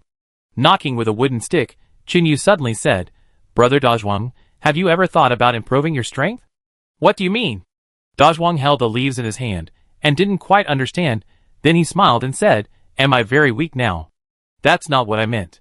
Chinyu shook his head slightly, and put the paper shell on it. "Haha, I'm just kidding you." Dazhuang laughed, gently scattered the leaves, and whispered, "My archery level is now one of the best in the country. Although it's a bit arrogant to say this, if I don't have a gun, I will be the first person to kill at a long distance in the end of the world." "You are just telling the truth." Chinyu knew very well that Dazhuang was actually quite powerful, so he would not think about learning those close combat techniques, not to mention that he had learned a lot from Xiao Jiao before.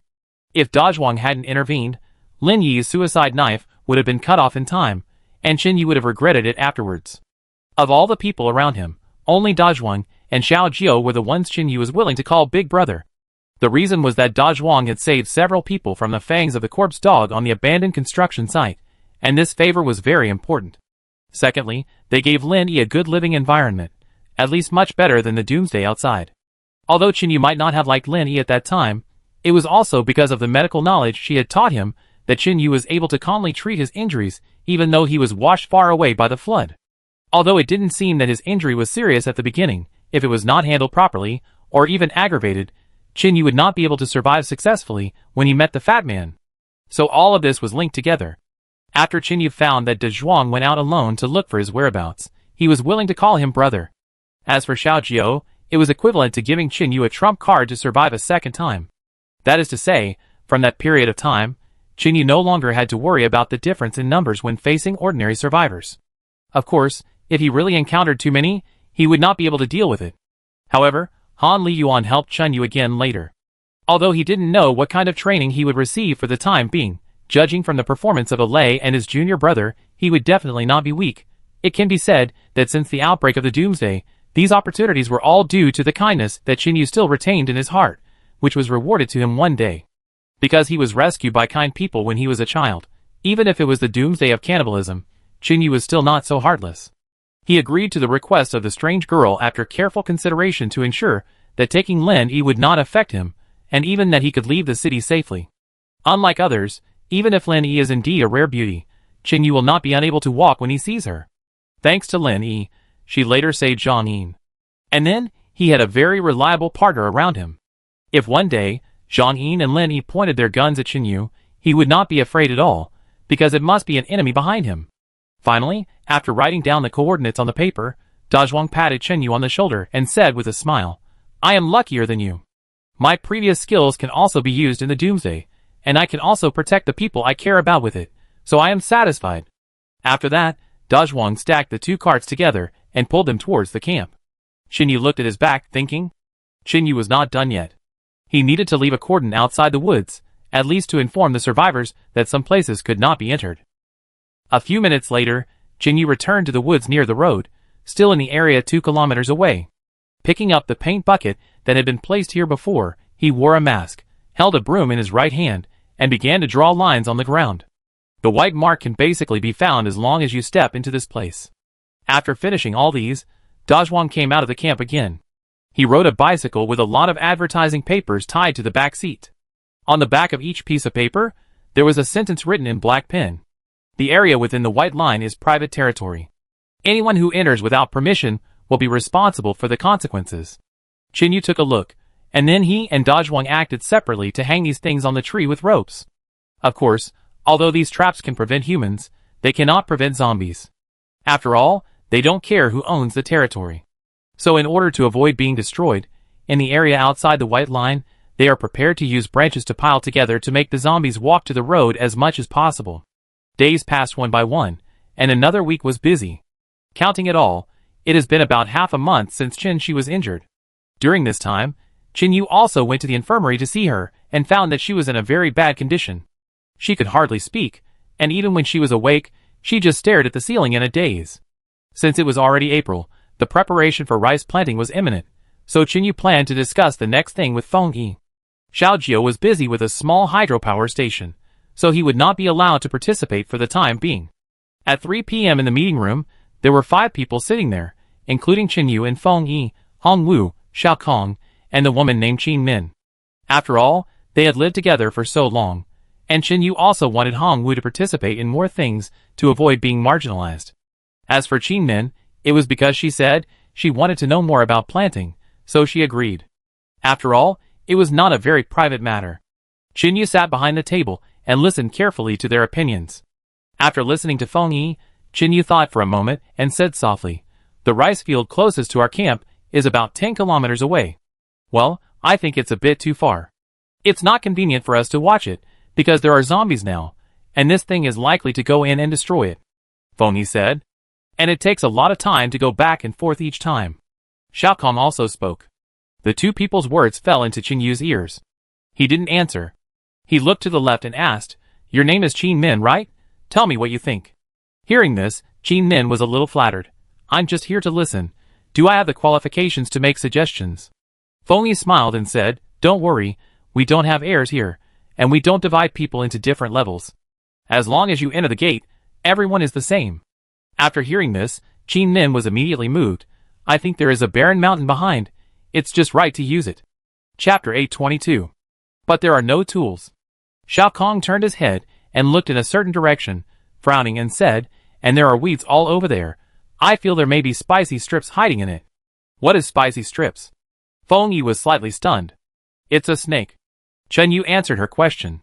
Hearing that there might be such a thing, Feng Yi's scalp tingled. This thing can't be ignored. Xiao Lin also said that nowadays, you can't inject serum after being bitten by a poisonous snake. You have to be more stable. Qin Yu nodded. Well, now that the weather is getting hot, snakes may come out. The previous rice fields were too far away, and the current environment is not suitable for planting there. And there is another problem, that is, I went there some time ago, and saw that the land there also needs to be reclaimed. Instead of that, it is better to choose the address at the foot of the barren mountain behind, only 200 or 300 meters away from the camp. How about lighting a fire and burning the grass? Xiao Kong scratched his head. Anyway, it won't burn the woods near our camp. I think it should be okay.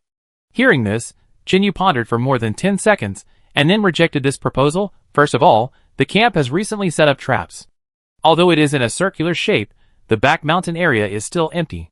As for the reason, I believe you also know. Speaking of this, the other 3 people except Qin Min are very clear, and Hong Wu directly said, I agree with your choice. Animals also need a place to survive. Leaving a forest may be able to respond to emergencies and critical moments in the future. This is exactly what I will worry about in the future.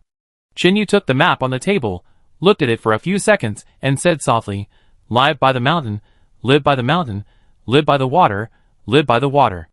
If we humans want to survive, we naturally cannot kill all other creatures. There is no weather forecast at present, and we cannot predict whether there will be a sudden strong wind. Although we can wait for a sunny day to light the fire, what if it is windy? Feng Yi lifted the shoulder-length hair beside her ear and agreed. Yes. Once the fire is out of control, the consequences will be extremely serious. Do we have a lawn-mower in our camp? The kind that starts with gasoline. Qin Yu suddenly thought of something, and turned his head to ask. After saying this, Feng Yi thought seriously for a moment, and then replied, I'm not sure. I rarely count supplies recently. The number of times everyone goes out to search is gradually decreasing. There may have been some in the past, so I have to go and take inventory. After saying this, she looked at her watch, stood up and said, Time waits for no one, I go now. Okay, thank you for your trouble. Seeing this, Qin Min also stood up, hesitated for a moment, and said, How about I help you, so that we can go faster? Hearing this, Feng Yi did not agree first, but looked at Qin Yu. When he nodded slightly, she agreed, Okay, let's go. After the 2 of them left, Qin Yu thought for a while, and said softly, Hong Wu, Xiao Kong, you 2 go over there, and take a look around the barren mountain to see how far it is from the river, so that it will be convenient to divert water later. Although Qin Yu did not know how to plant, he had seen many rice fields when he was traveling outside. Although many of them were abandoned, there was still a lot of water in them, and there was a ditch nearby. It's obvious that this is for water diversion. Hong Wu and Xiao Kong stood up and walked out of the meeting room. Qin Yu sat on the chair and continued to think for a few minutes before he prepared to find Chen Shi. He still had a lot to ask. About 2 minutes later, Qin Yu came to the door of a villa and knocked gently. Soon the door was opened, and the speed was so fast that he was a little surprised. Jiang Lingling stood in front of Qin Yu, waved at him, then turned half of her body and pointed to the bedroom on the left-hand side.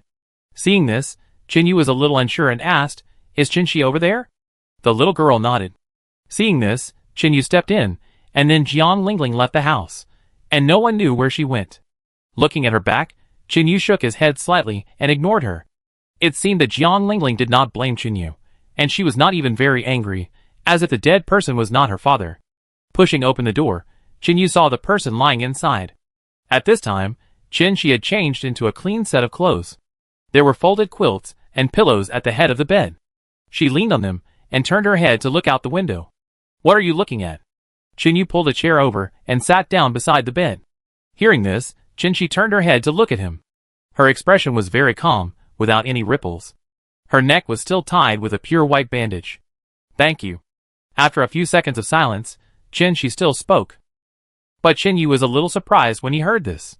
He glanced at the incubator on the bedside table and said softly, I thought you would blame me, After all, I didn't stop it at that time. Qin moved his gaze to the window again and murmured, Yu Chen is also suffering. I hope you don't blame him. After saying this, Qin frowned slightly and said nothing. Then the voice sounded again. It seems that he has been poisoned. He needs to take medicine every once in a while. In the next period of time, he will either continue to help the savior sect or wait for death to come. What did he say to you in the end? Qin couldn't help his curiosity and chose to ask. At this moment, Qin suddenly grabbed the bed sheet with her left hand and touched her neck with her right hand, her face still a little painful. Does it hurt? Qin asked. Seeing her nod, Qin stood up and walked outside. I go call Yi. Hearing this, Qin shook her head. It's okay. Dr. Lin told me that I will be fine after these few days. Hearing this, Qin paused and sat back in the chair. He hesitated, but still chose to help pour a glass of water and handed it to her. Don't think too much. I just can't bear to see you so uncomfortable.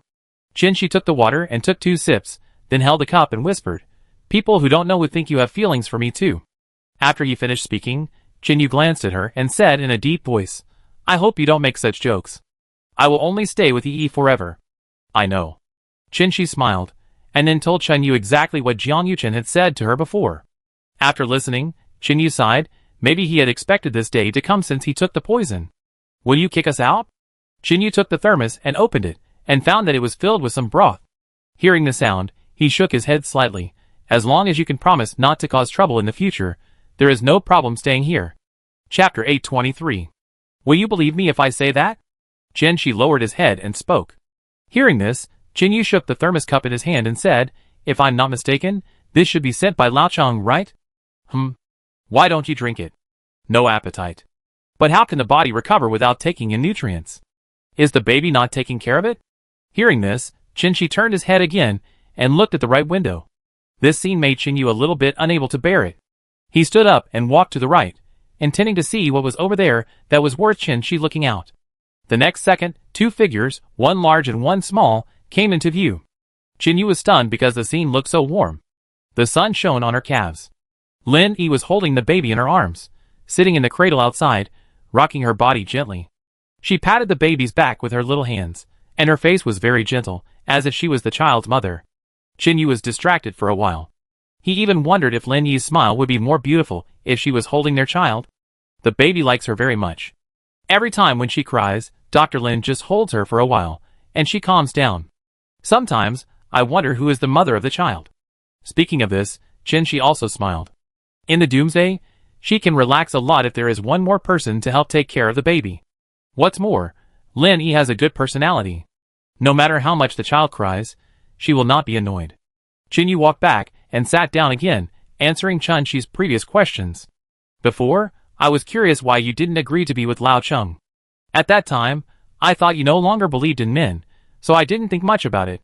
After all, in my opinion, women don't have to rely on men to survive, even if the world ends. Now I understand that you knew that if you did that, it would hurt the old city. Qin put the cup away and whispered, Do you think the people in Xingqing are good? When Qin heard the name, he was a little unresponsive, and then he thought for a few seconds before remembering that this was the real name of the old city. Hearing this, Qin thought about this question seriously, and then gave an answer. He may not be that good, but at least he is definitely not bad. Recalling the first time he saw this man, Qin said calmly, In fact, most of us are not very good. There will always be other shortcomings. Lao Cheng may have liked to joke in the past, but I see that there has never been a woman around him. What's that saying? Isn't it better to be alone than to be with someone who is not good enough? After the voice fell, Qin looked up at Qin and said word by word, But you are very good. Hearing this, Qin felt a headache. If I die in the future, can you raise the baby for me? Before he could continue, Qin added another sentence. After this, Qin wanted to refuse and let her take care of it herself, but when he looked at her bloodshot eyes, he hesitated. After a few seconds, he nodded, Except for me and Yi, everyone else is willing to take care of every child in the camp. For everyone, in this cruel doomsday, children represent hope. That's good. Qin turned his head to look at the thermos cup and said, Can you tell Lao Cheng? I want to drink fish soup. Hearing this, Qin was stunned for a moment, then stood up and said with a smile, Okay, I tell you right away. Behind a certain villa. Pa! The ladle in Lao Cheng's hand fell to the ground, and he nodded excitedly. Well, I go catch fish right now. You help me light the fire first. Don't let it go out. After saying that, Lao Cheng went straight into the house, took the fishing rod and hoe, and ran to the lakeside. Chin Yu laughed, sat on a small bench, and helped him light the fire. Holding a fan in his hand, Chin Yu thought about the next arrangements. Rice is definitely the top priority at the moment, and it concerns everyone. It can be said that once the harvest is abundant, the quality of life in the camp will be even better. The fragrant rice is completely different from the broth. Although some rice can be found occasionally, because the quantity is small, everyone spontaneously leaves it for the wounded. This is also a point of relief for Chin Yu. At least no one will think of snatching this thing. At this time, the porridge cooked on the stove in the old city is also porridge, but there is very little rice, and it looks very thin. As for the hydropower station, it will take longer, and we need to find an excavator next, otherwise it will be very tiring to rely on manpower. Thinking of this, Chin Yu's expression became solemn again. After staying in the apocalypse for so long, it is unlikely that there is no excavator. After all, even guns can be found. But one thing Chin Yu couldn't understand was that the tracks of those excavators were all destroyed. He didn't know who did it, but no one could drive away. After waiting for more than 10 minutes by the stove, the porridge was ready, but Lao Cheng still didn't come back. Seeing this, Chin Yu scooped out the porridge and put it aside with a bowl, letting it cool slowly, and then walked towards the lake. A few minutes later, Chin Yu saw Lao Cheng squatting on the shore, with a worried look on his face. Isn't it difficult to fish? As soon as Chin Yu approached, he heard a splash from the bucket. He looked down and saw a palm-sized carp swimming in it. Isn't this a catch? Chin Yu squatted down, picked up the fish, looked at it, and then threw it into the bucket. Hearing this, Lao Cheng explained, "Just now, I tied the fish hook and ran to ask Dr. Shaolin what kind of fish stew is suitable for Chin Shi to drink. She told me that carp soup is generally for healthy people, while Christian carp soup is suitable for weak and injured people who need to recover, and... At this point, Lao Cheng blushed rarely. "Ah?" Chin Yu looked at the float and asked in confusion. Then Lao Cheng blushed and continued in a low voice. Dr. Shaolin said that Christian carp soup can also regulate the problem of insufficient milk secretion, which is very suitable for pregnant women after childbirth. Chin Yu pretended not to hear the last words. He scratched his head and said embarrassedly, "Well, he does know a lot. I go find some fishing rods and try to catch more Christian carp. I feel she has been weak recently." After that, Chin Yu walked towards other houses and asked every household. Half an hour later, the two of them caught half a bucket of fish and returned to the stove. As for the carp and others, they were put back into the lake. There is enough food at present, so there is no need to catch too many fish to eat. Then Chin Yu picked out a few Christian carp and took them back to his house, preparing to make some soup for Lin Yi to drink in the evening so that she could replenish her body. Chapter 824. At about 6 o'clock in the evening, Lin Yi locked the infirmary and went home. As soon as she entered the door, she smelled a fragrance, and then changed her shoes and ran to the backyard. "Ah, there's something delicious." Lin Yi's expression was a little excited, and she stood on tiptoe to look at the stove. "You seem a little tired recently, so I make some Christian carp soup to nourish you." Chin Yu blew a few breaths at the fire, then raised his head and smiled. Hearing this, Lin Yi put her hands behind her back, slowly moved towards him, tilted her head and smiled. "You didn't hear what Lao Cheng said?" "No way." Chin Yu quickly denied it. "Puff." Lin Yi laughed, took the small stool next to him and put it next to him, then sat down and took Chin Yu's arm, saying, "Actually, I'm not tired, just tired in my heart." Chin Yu turned his head to look at the beauty leaning on his shoulder. His heart moved slightly, and whispered, "There are quite a few doctors in the camp now. As long as there is no particularly serious injury, you should not need to watch over it. Would you like to accompany me for a walk outside after a while? For example, it's good to practice more." Speaking of this, Chin Yu retracted his gaze, looked at the burning wood in the stove, and added, "Knowledge is not learned in vain, and the same goes for skills. After this training, I should be able to take you to find your family." Lin Yi rubbed her little face on his shoulder, yawned, and said, "I will listen to you." He. Chin Yu tilted his head and rubbed her head twice, and said gently, "I just don't know where to start looking. I hope to get some clues." Then Chin Yu paused, turned his head and looked up at the sky, muttering, "I really hope that we can live day by day, develop slowly, and then no one will come to attack us. Hey, if we have a missile, can we walk sideways in this doomsday?"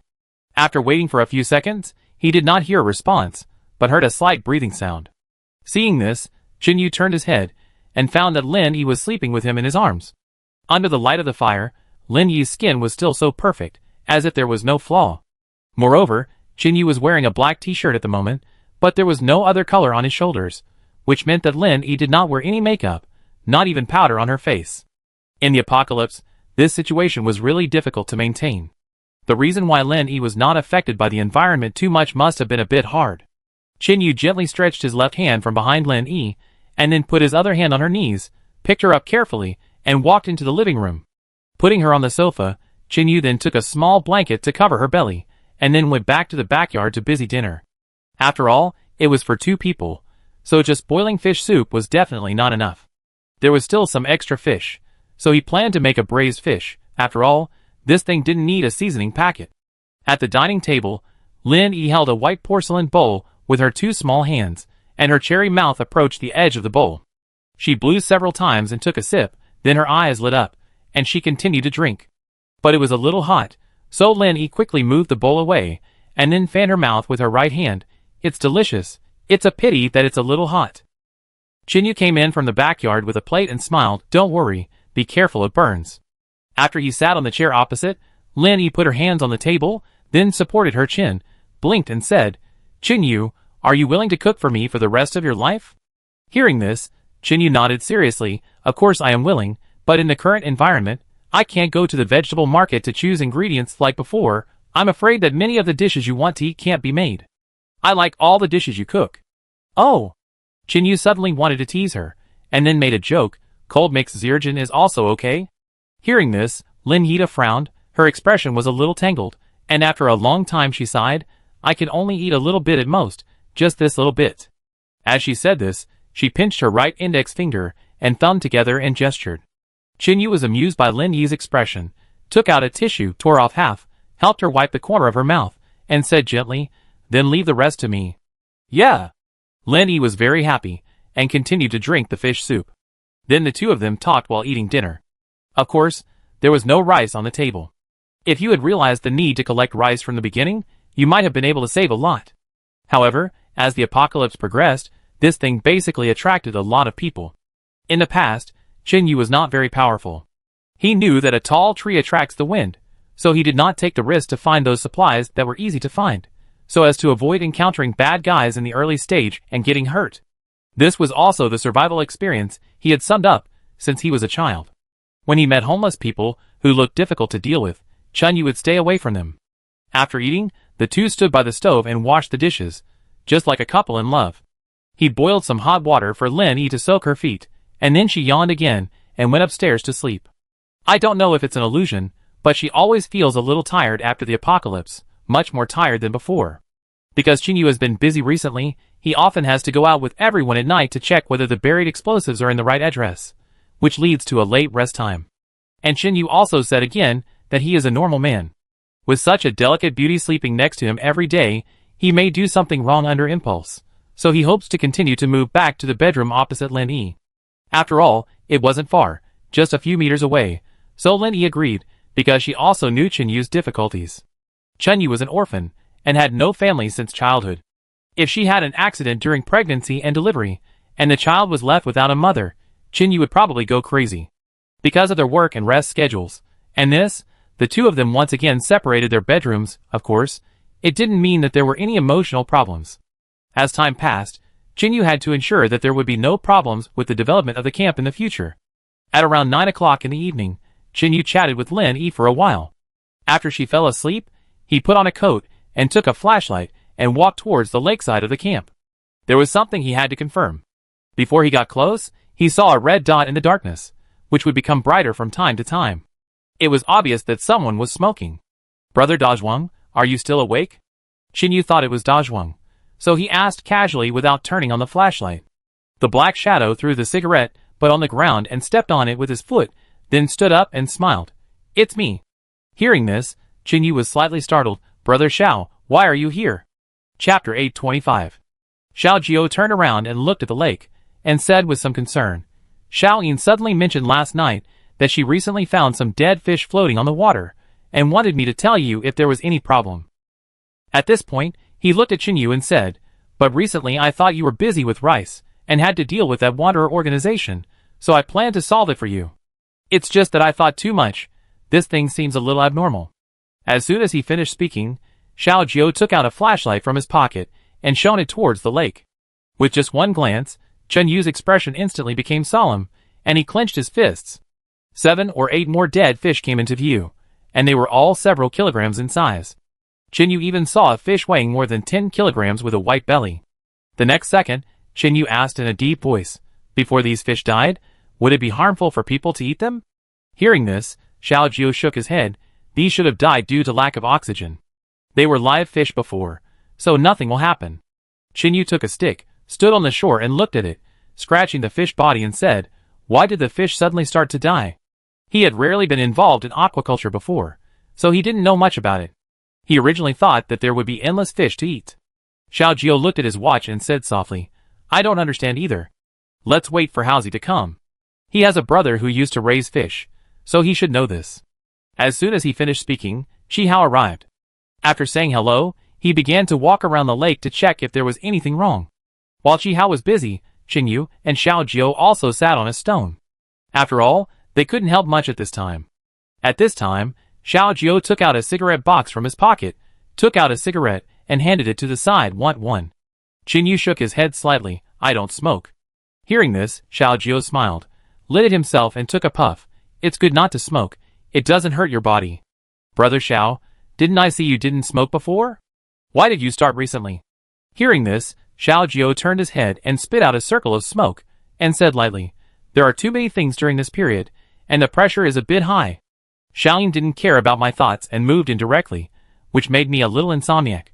Hearing that he still suffers from insomnia in the apocalypse, Chen Yu would have thought he was bragging if he wasn't like that himself. After a moment of silence, Chen Yu said, "Actually, if Xiaoyin really likes you, it's okay for you two to be together. I don't think she will fall in love with another man again." Xiao Jiao touched his head.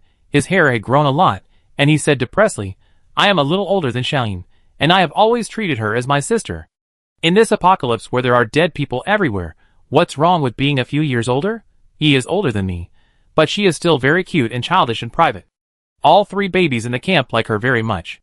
On the contrary, I look more stable than my peers." Xiao Jiao was silent for a long time before speaking. "I am afraid that I can't protect her well. This Salvation Sect is not an ordinary organization at all." Then he turned his head to the left and whispered, "If a crisis comes one day, and I die unfortunately, at least Xiaoyin won't be too sad. If something happens to you now, will she come out quickly?" Chen Yu disagreed with this statement. He said seriously, "Xiaoyin is very beautiful, and she is comparable to Yi, but she is more lively. Have you ever thought about her feelings?" "What?" Xiao Jiao was a little confused. "She is such a beautiful young girl. She will always be afraid and helpless in the end of the world. Do you think no one will target her? After all, there is no law above everyone's head at present. But doesn't Xiaoyin live in this camp? I believe no one can hurt her." After hearing this, Chen Yu finally understood why Xiao Jiao had been reluctant to live with Xiaoyin.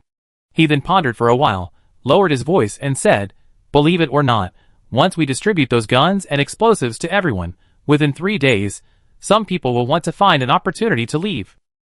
The reason why many people stay here is not just because of how safe life is and how good the environment is, but also because our weapons are much stronger than most people outside."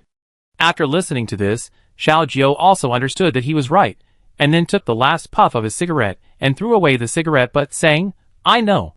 Chen Yu stood up from the stone, put his hands in his pockets and said, "Don't worry, if the sky falls, we will carry it together. Tomorrow I will go to meet the Wanderer again. After all, half a month has passed. We can't break our promise on the deal. Do you want Uncle Wa to go with you? It's okay. Let him stay and recover. I will try to pay attention to whether there are people who know Chinese medicine outside and try to cure his hidden injuries. After all, it's a pity to lose such a general. Then who do you plan to take with you?" Hearing this, Chen Yu pondered for a moment and said softly, "You phone." Xiao Jiao was a little surprised, but he didn't say much. Although he didn't have much impression of the child, at least he was pretty good. "How is Xiao Hu recently? It seems that he rarely appears." "He is practicing archery with the brothers in Dazhuang. Since the prosthesis was installed, he has become more diligent than before." "That's good." Chen Yu nodded and continued to look at the lake in the distance, waiting for Chi Hao to finish the inspection. Although it is called a lake, Chen Yu actually thinks this should be considered a larger fish pond. After listening to Chi Hao's story, the 3 of them understood the reason. You mean, because the temperature rose too quickly, there were too many fish in it, and the water didn't circulate well, so it was lack of oxygen, right? Chinyu said, turning his head and looking at Xiaojiu. It seemed that he had guessed right before. But just knowing the cause of death is useless. We also need to know why this happened, so we need to call Qihao over. Qihao nodded solemnly. Actually, I don't know the details, but it's best to find a way to reduce the number of fish in it, and secondly, it's better to build a shed. Chinyu whispered, if these things are handed over to you, can you solve them? It's not that Chinyu wants to be a hands-off boss, but there are too many things to do in April. The barren hills need weeding, and the fields should be plowed. He has seen this on TV before, but there are no big buffaloes now. After all, horses can be surrounded and bitten to death when they run fast when encountering zombies, not to mention cows. Secondly, rice needs to be germinated, etc. Because the last time they met with the Wanderers organization, it was Chinyu and Lin Yi. Only one of them can go the second time. Lin Yi can't leave recently, so he has to go. Chapter 826. Qihao thought for a moment, and said it was okay, just give him a few days. Many things are inconvenient in the doomsday. In the past, there were many ways to solve the lack of oxygen in the fish pond, but now it is not easy. Then Chinyu and Xiaojiu fished out the dead fish and dug a pit to bury them, but also left a small part for other use. After all, the drawings that old man Ji had last time were quite useful. It depends on when they can be used. After finishing the work, I returned home, and it was already 11 o'clock in the evening. Chinyu checked the materials that had been loaded into the car to ensure that there would be no accidents in tomorrow's transaction. This time, he planned to bring only 10 medium-sized explosives to those people. Each tube was about the weight of an adult's arm, and the lethality was not small. Of course, Chinyu did not let Xiaojiu add sugar in it. After all, potassium nitrate in this thing, plus gunpowder, put together, the power is quite terrifying. Normally made explosives are actually enough. Chinyu is reluctant to take out the powerful ones for exchange, and still plans to keep them for self-protection. In addition, he also prepared 200 special arrows, with mysterious objects wrapped in paper tied to the arrowheads. This is also Chinyu's sincerity. Rifles and pistols cannot be handed over, but shotguns and explosives can be handed over. After washing his feet downstairs, Chinyu went upstairs, and saw that Lin Yi's bedroom door was ajar. He smiled bitterly, and pushed the door open and walked in. In the moonlight, Lin Yi was sleeping soundly in pajamas, and holding a toy doll. His long legs were exposed outside, and clamped the quilt, without any scruples. Feeling the wind, Chinyu walked over and closed the window a little, then put Lin Yi's exposed legs under the quilt, and then returned to his own bedroom. The next morning, at the dining table, Lin Yi looked at the food in front of her. Her face was very tangled. Chinyu stood behind her, combing her hair with a comb, and chuckled. What, can't you eat any more? Lin Yi was silent for a moment, then nodded. Well, to be honest, I've been eating this kind of food for too long. I feel like I'm going to fall down. Hearing this, Chinyu sat on her left side, put his hand on Lin Yi's knee, and then said seriously, just hold on a little longer, everyone is working hard to improve their lives. Let's go out and see if we can find some more flour and rice. Lin Yi shook her head slightly, looked at him and said, these are not easy to preserve, and there will be a day when they will be eaten up. Unless we can find a grain depot, it is still necessary to achieve self-production and self-supplementation in the camp. You have to be careful too. If it doesn't work, let Brother Xiao take someone there. Hearing this, Chinyu smiled and said, if there is an accident this time, wouldn't it also hurt others? But Lin Yi wanted to say something else. Don't worry, I won't die so easily. After saying that, Chinyu kissed Lin Yi on the forehead, then stood up and left. Remember to finish the meat, don't waste it. The location of the camp gate. At 8 o'clock in the morning, Chinyu watched Zhang Yin get off the truck, then walked towards him, and asked, by the way, is the diesel running out? Zhang Yin touched the fuel tank and nodded.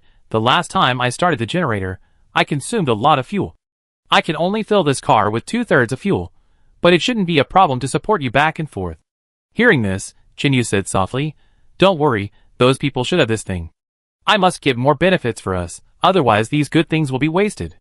As soon as he finished speaking, he stretched out his left hand and patted the car. At this time, Yufeng also ran over with a small bag on his back. He received a notice yesterday that he would go out with them the next day. Chinyu looked at him and nodded slightly, indicating that he should get on the car first. Zhang Yin suddenly walked to Chinyu's side and said in a low voice, Xiao Yu, tell me the truth, Is this trip not just for delivering things? Of course. Chinyu walked to the back of the car, looked at the large bow and arrow that had been made inside, and pursed his lips. This thing can't be given away for free. You won't mess up, will you? From your description, the vagrant and the scavenger may not be good people. Chinyu was silent for a few seconds, then turned and looked at the direction of the gate, with a sharp look in his eyes, and said coldly, I don't care whether they are good people or not, as long as they are not in the same group. After saying that, he walked to the other side of the truck.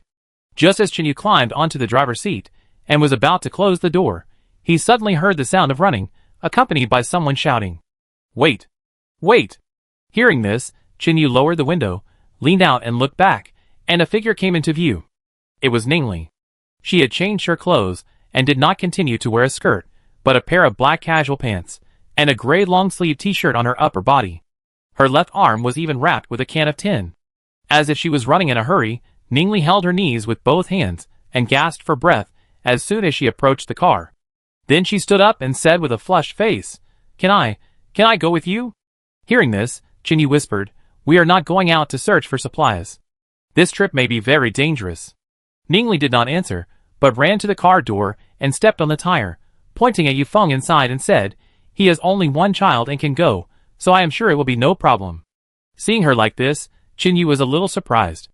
After all, in the Doomsday, people basically don't think about going out, let alone actively fighting for it.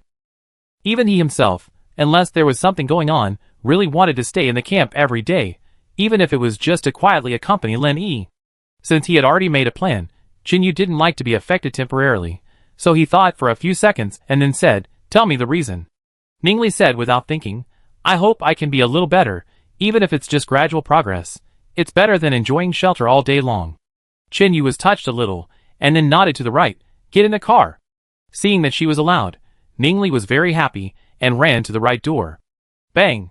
When the door closed, Chinyu signaled to Zhang Yin, who ran over to open the door, and then drove the medium-sized truck away from the camp.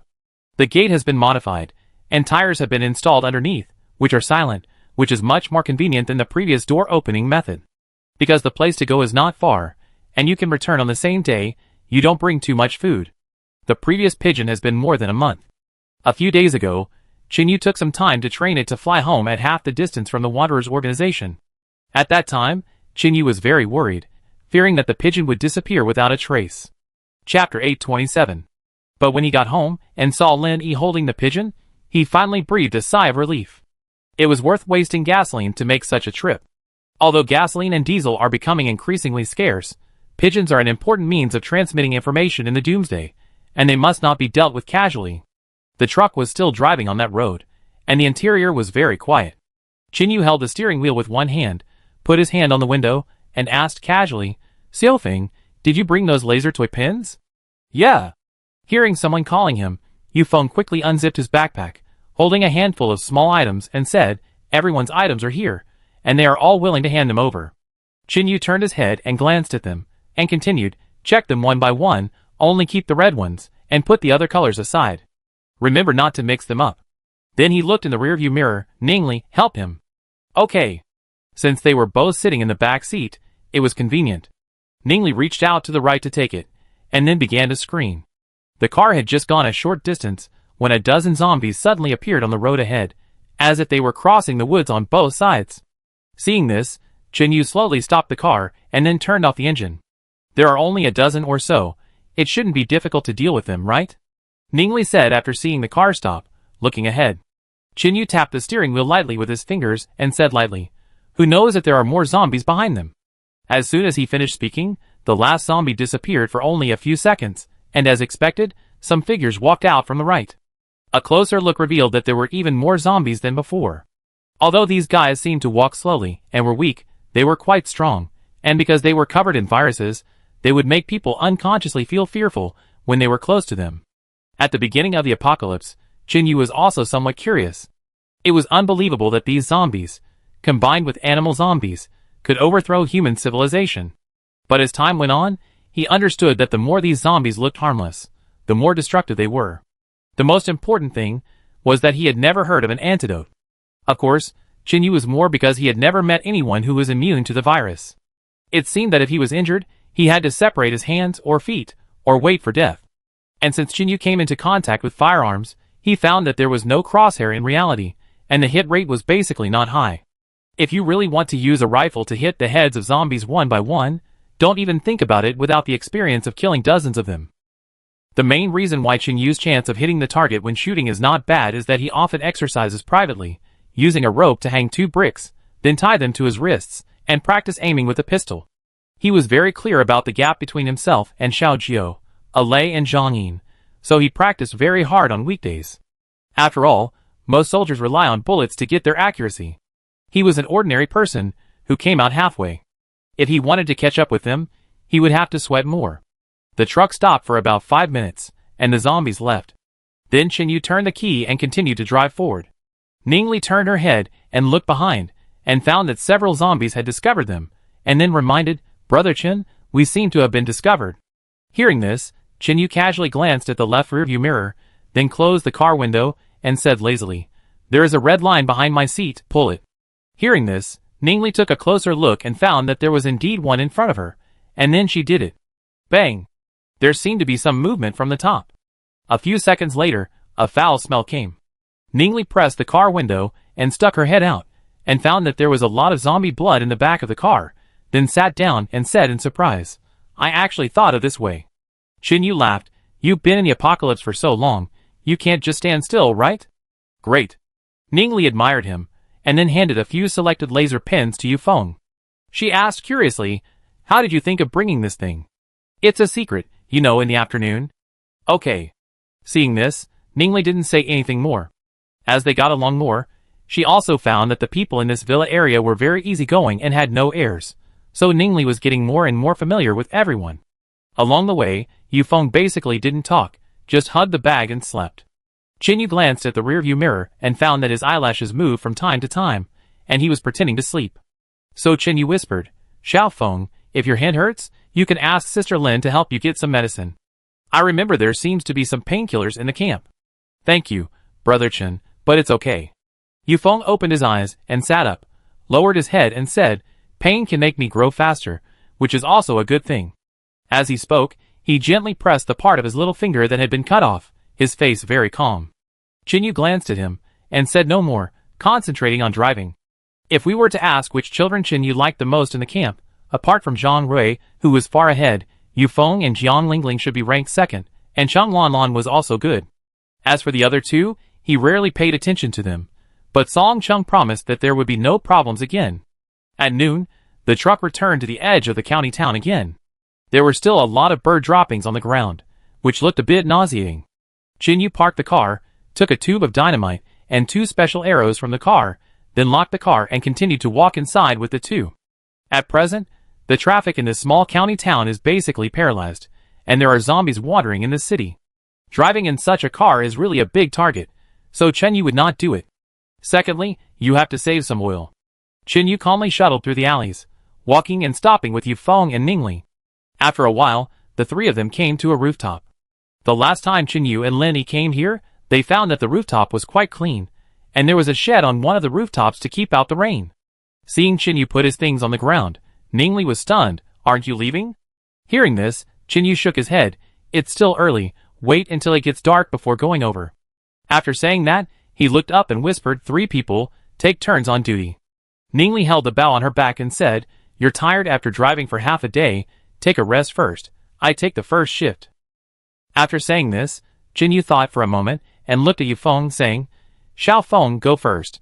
"Okay." Yufeng had no objection, and walked towards the door with the slingshot. He stacked a few bricks, and then sat down next to the door. Since he was only in his teens, he did not use a bow and arrow, and the slingshot was the most suitable for him. Chapter 828. Time passed by.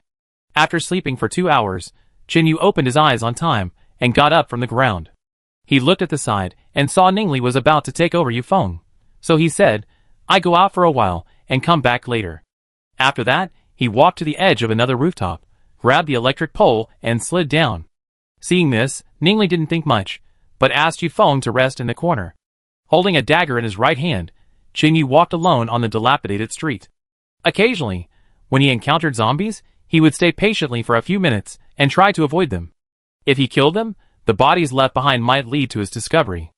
After all, Chinyu didn't know who else was in the city. About 10 minutes later, Chinyu walked to an abandoned shop on the side of the road. When he appeared again, he had changed his appearance. He was wearing the zombie skin brought from the camp, and even a wig on his head. From a distance, he looked no different from a zombie. Many cars on the street were severely decayed, and many plants began to grow wildly. The city was completely different now.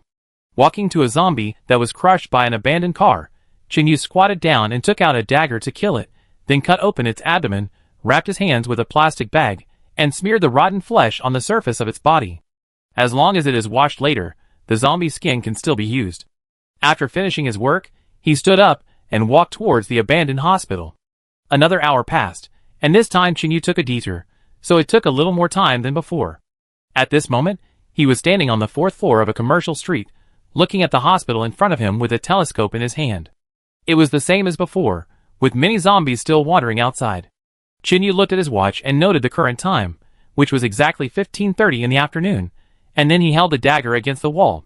When the zombies wandered to the side street, he left a mark with the knife, and then continued to look at his watch and memorize the time difference. In this way, Chinyu stood in the abandoned house for almost an hour until his stomach started to growl. After searching around, Chinyu found a pencil, then picked up a very dirty t-shirt from the ground and turned the other side over. After drawing a few simple line graphs, Chinyu left this place and went to the street behind the hospital. Because he had prepared zombie skins, he was not affected by the zombies along the way, but for safety reasons, he slowed down a bit. Just when Chinyu was about to reach his destination, a 5-story residential building, an accident happened. A young girl ran out from the corner of the street in front of him in an instant. Her expression was still panic, her hands were tied, and a towel was stuffed in her mouth. Her pants seemed to be torn by something, half of her thigh was exposed, and her t-shirt seemed to be torn, so she covered her chest with her hands. A few seconds later, the girl tripped over something on the ground and fell directly to the ground. The next second, 3 shirtless men ran out from behind her and dragged her back. This place is more than 100 meters away from the hospital, and there are a lot of zombies wandering on the next street.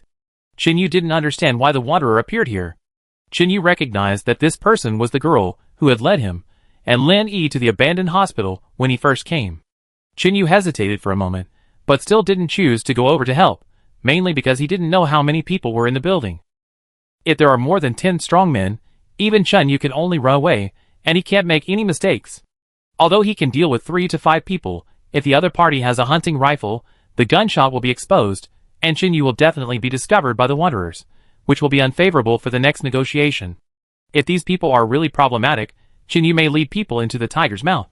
So for the sake of the plan, Chinyu had to continue to mix in the group of corpses, and watch that the building did not move. Because he was not familiar with this place, and secondly, he did not completely believe what the wanderer said. What's more, there is a scavenger organization, and no accidents can happen.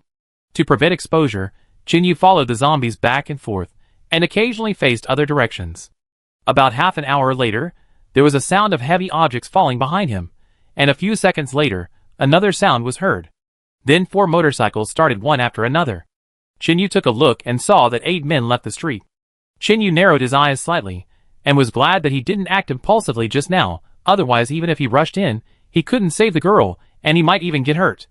Their appearance also attracted the attention of many zombies, but most of them walked towards the 2 naked female corpses on the ground.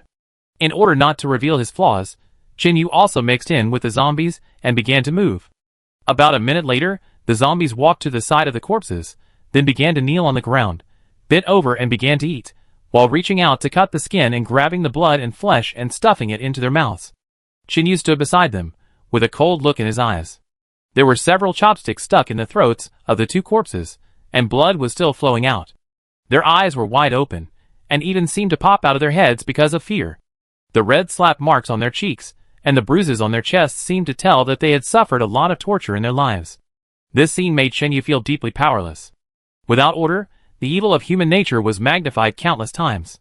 In the doomsday, the status of ugly women may not be as high as food, and they were killed in the blink of an eye. Because the scene of zombies eating was too bloody, Chinyu finally couldn't bear to watch it and chose to leave. However, the license plate numbers of the 4 motorcycles were already deeply engraved in his mind. After remembering the location and burying the explosives, Chinyu returned to the rooftop. Almost 3 hours had passed. He nodded to Ningli, and took over the duty. Seeing Qinyu's silence, Ningli was curious but did not ask. Since it was still early, she also wanted to continue to rest for a while, and replenish her energy. Qinyu sat on the ground and began to check the pistol. Nowadays, every time he goes out, he can carry fewer and fewer bullets. Even Qinyu only brought about 4 bullets. In the situation just now, Qinyu had no way to save them without being exposed. It can be said that from the moment he was caught, death seemed to be a foregone conclusion. At this moment, he seemed to begin to understand why the Dean urgently needed weapons. But there was no way. Qinyu needed to be responsible for himself. He had to make sure that when he left the camp alive, he could bring people back alive. Because of Qinyu's experience, he knew that human nature could not stand the test. Chapter 829. Perhaps the two sides were still talking in a friendly manner the last second, but when the weapons were handed over to each other, it was uncertain. Although Qinyu had never experienced the situation of thieves eating thieves, he would still be prepared in advance. As night fell, Qinyu woke up Yufeng and Ningli, and then talked about the next plan. Ningli, since you joined temporarily, you will follow me in. Xiaofeng, take those laser pointers and prepare to aim at the first window on the right-hand side of the second floor behind the hospital. Remember, hold them down with bricks to prevent them from being shaken by the wind. Because they were in the area behind the hospital, the direction was also changed. About what time? Do you have to keep aiming? Yufeng asked. Hearing this, Qinyu frowned slightly, and then said, about 10 minutes, if we don't come out, you will start those laser pointers one by one, and use the telescope to let them hit the heart of those people. As he said, Qinyu handed him the only telescope, and reminded him, this thing is very important, be careful not to break it. Understood. At this moment, Qinyu stood up and walked down the rooftop. A few minutes later, he came up again with a shoelace in his hand. I took it from the corpse, it was not affected. You can use it to tie the telescope and hang it around your neck. Yufeng is still a child after all, so Qinyu can't have too high expectations for him, but he has to train him. It's impossible for him to follow him around as a babysitter, right? And telescopes are also a relatively scarce resource in the Doomsday, so they must be cherished. Seeing Yufeng squatting on the ground and failing to tie him up, Ningli went over to help. Let me do it. Then Qinyu told the two of them some precautions again, then checked their watches and started to act. Of course, they did not separate at the beginning, and they would split up when they arrived at the hospital. An hour later, the three of them arrived at their destination. Qinyu handed the t-shirt to Yufeng, pointed him in the direction, and then put on the zombie's skin and hood for him. As long as they did not go to other areas of the hospital, there were not so many zombies, so they would not be used.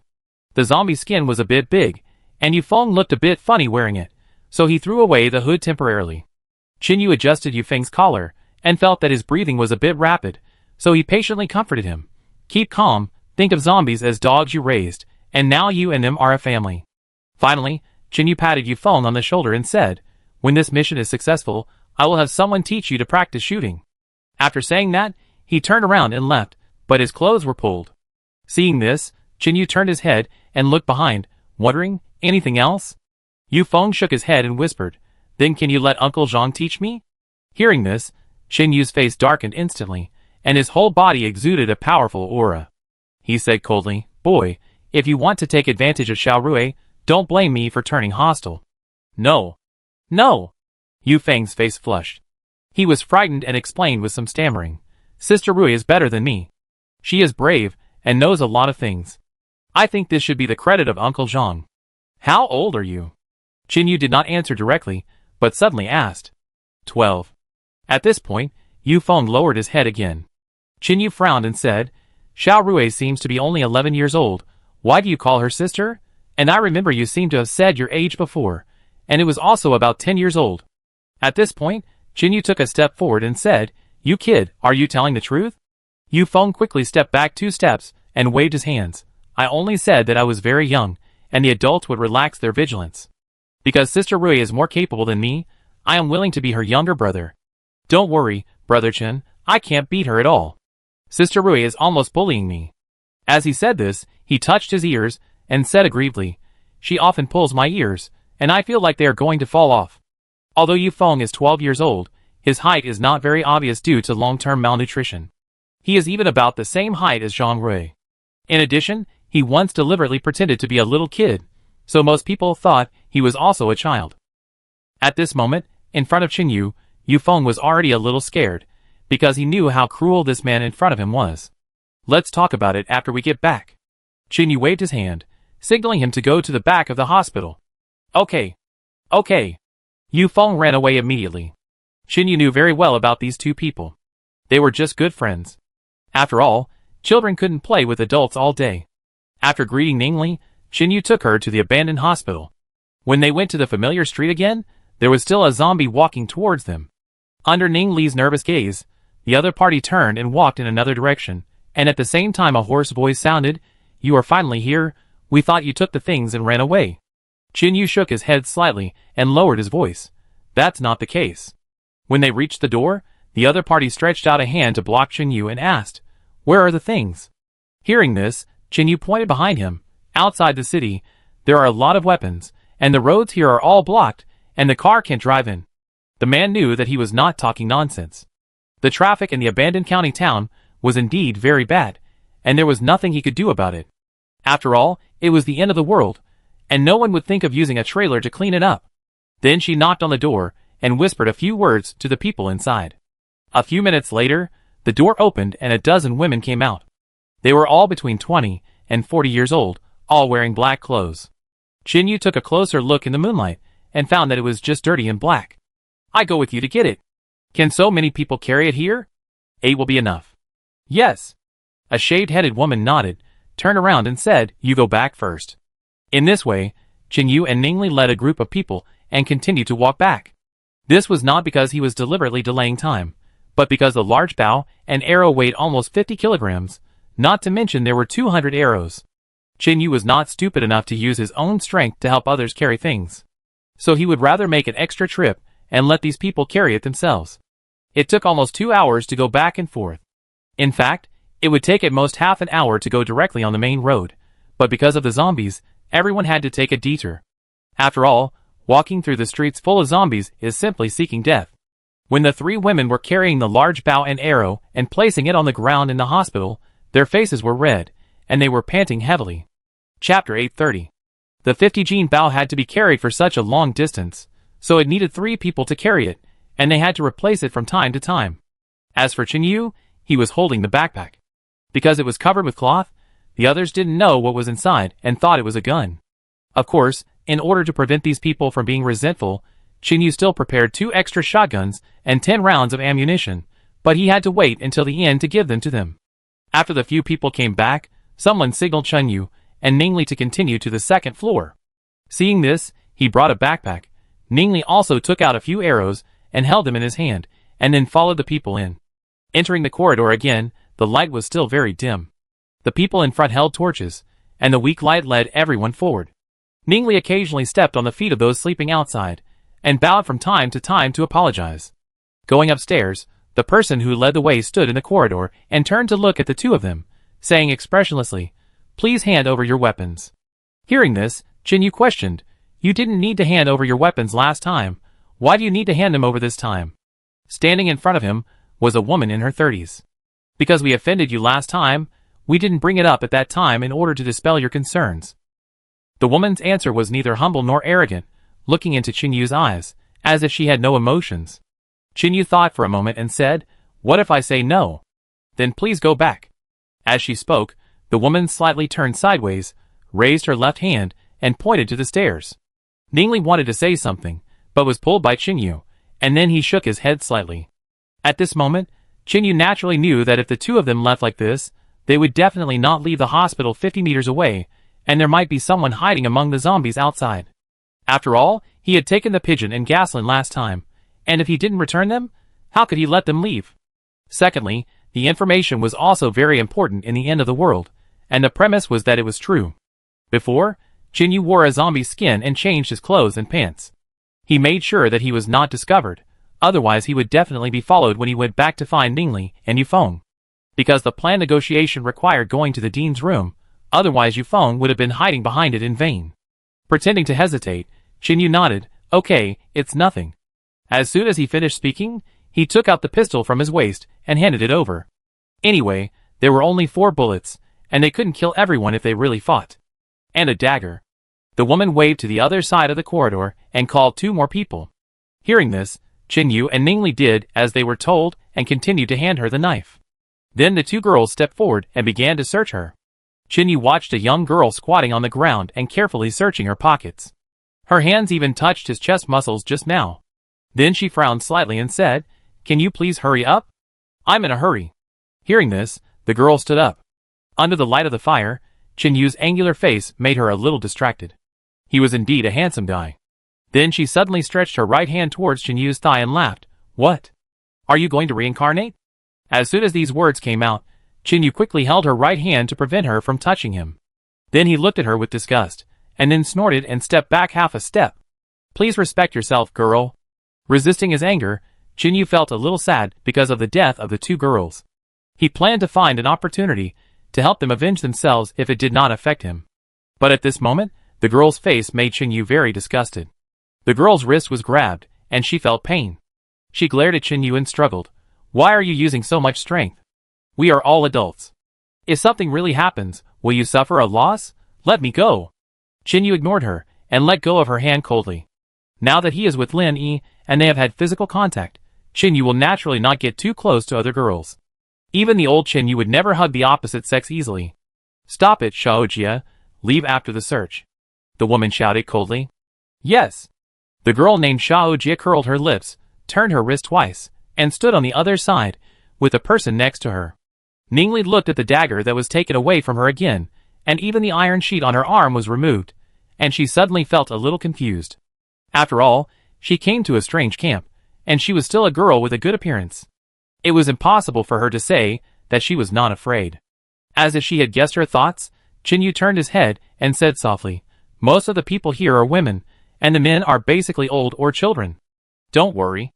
After a few minutes passed, after confirming that Chinyu and Ningli had no weapons, the woman turned around and knocked on the door. "Come in." A familiar voice appeared. This time, the man did not enter, but opened the door and went downstairs, yawning as he walked. A candle was lit in the room, and a young girl with a stick was standing in the corner. The old woman was still sitting behind the table, wearing the same glasses as last time, and seemed to be busy with something. But what was different was that she was wearing a hat today. Chinyu walked to the sofa and sat down, and said calmly, "You don't seem to be surprised at my appearance. Aren't you afraid that I will disappear from now on?" Hearing this, the old woman put her glasses away, stood up, and said gently, "Young friend, you are joking. I know you are not that kind of person." "Oh." Chinyu raised his eyebrows. "Really?" Seeing the young man staring at her sharply, the old woman was surprised for a few seconds, and then smiled calmly. "As the leader of a camp, you will naturally understand the current world situation. Allies are much more important than enemies." Chinyu listened quietly without saying anything. He did not ask the other party how he knew that he was lying last time. In his opinion, this person also led many people to survive, so he must have some skills.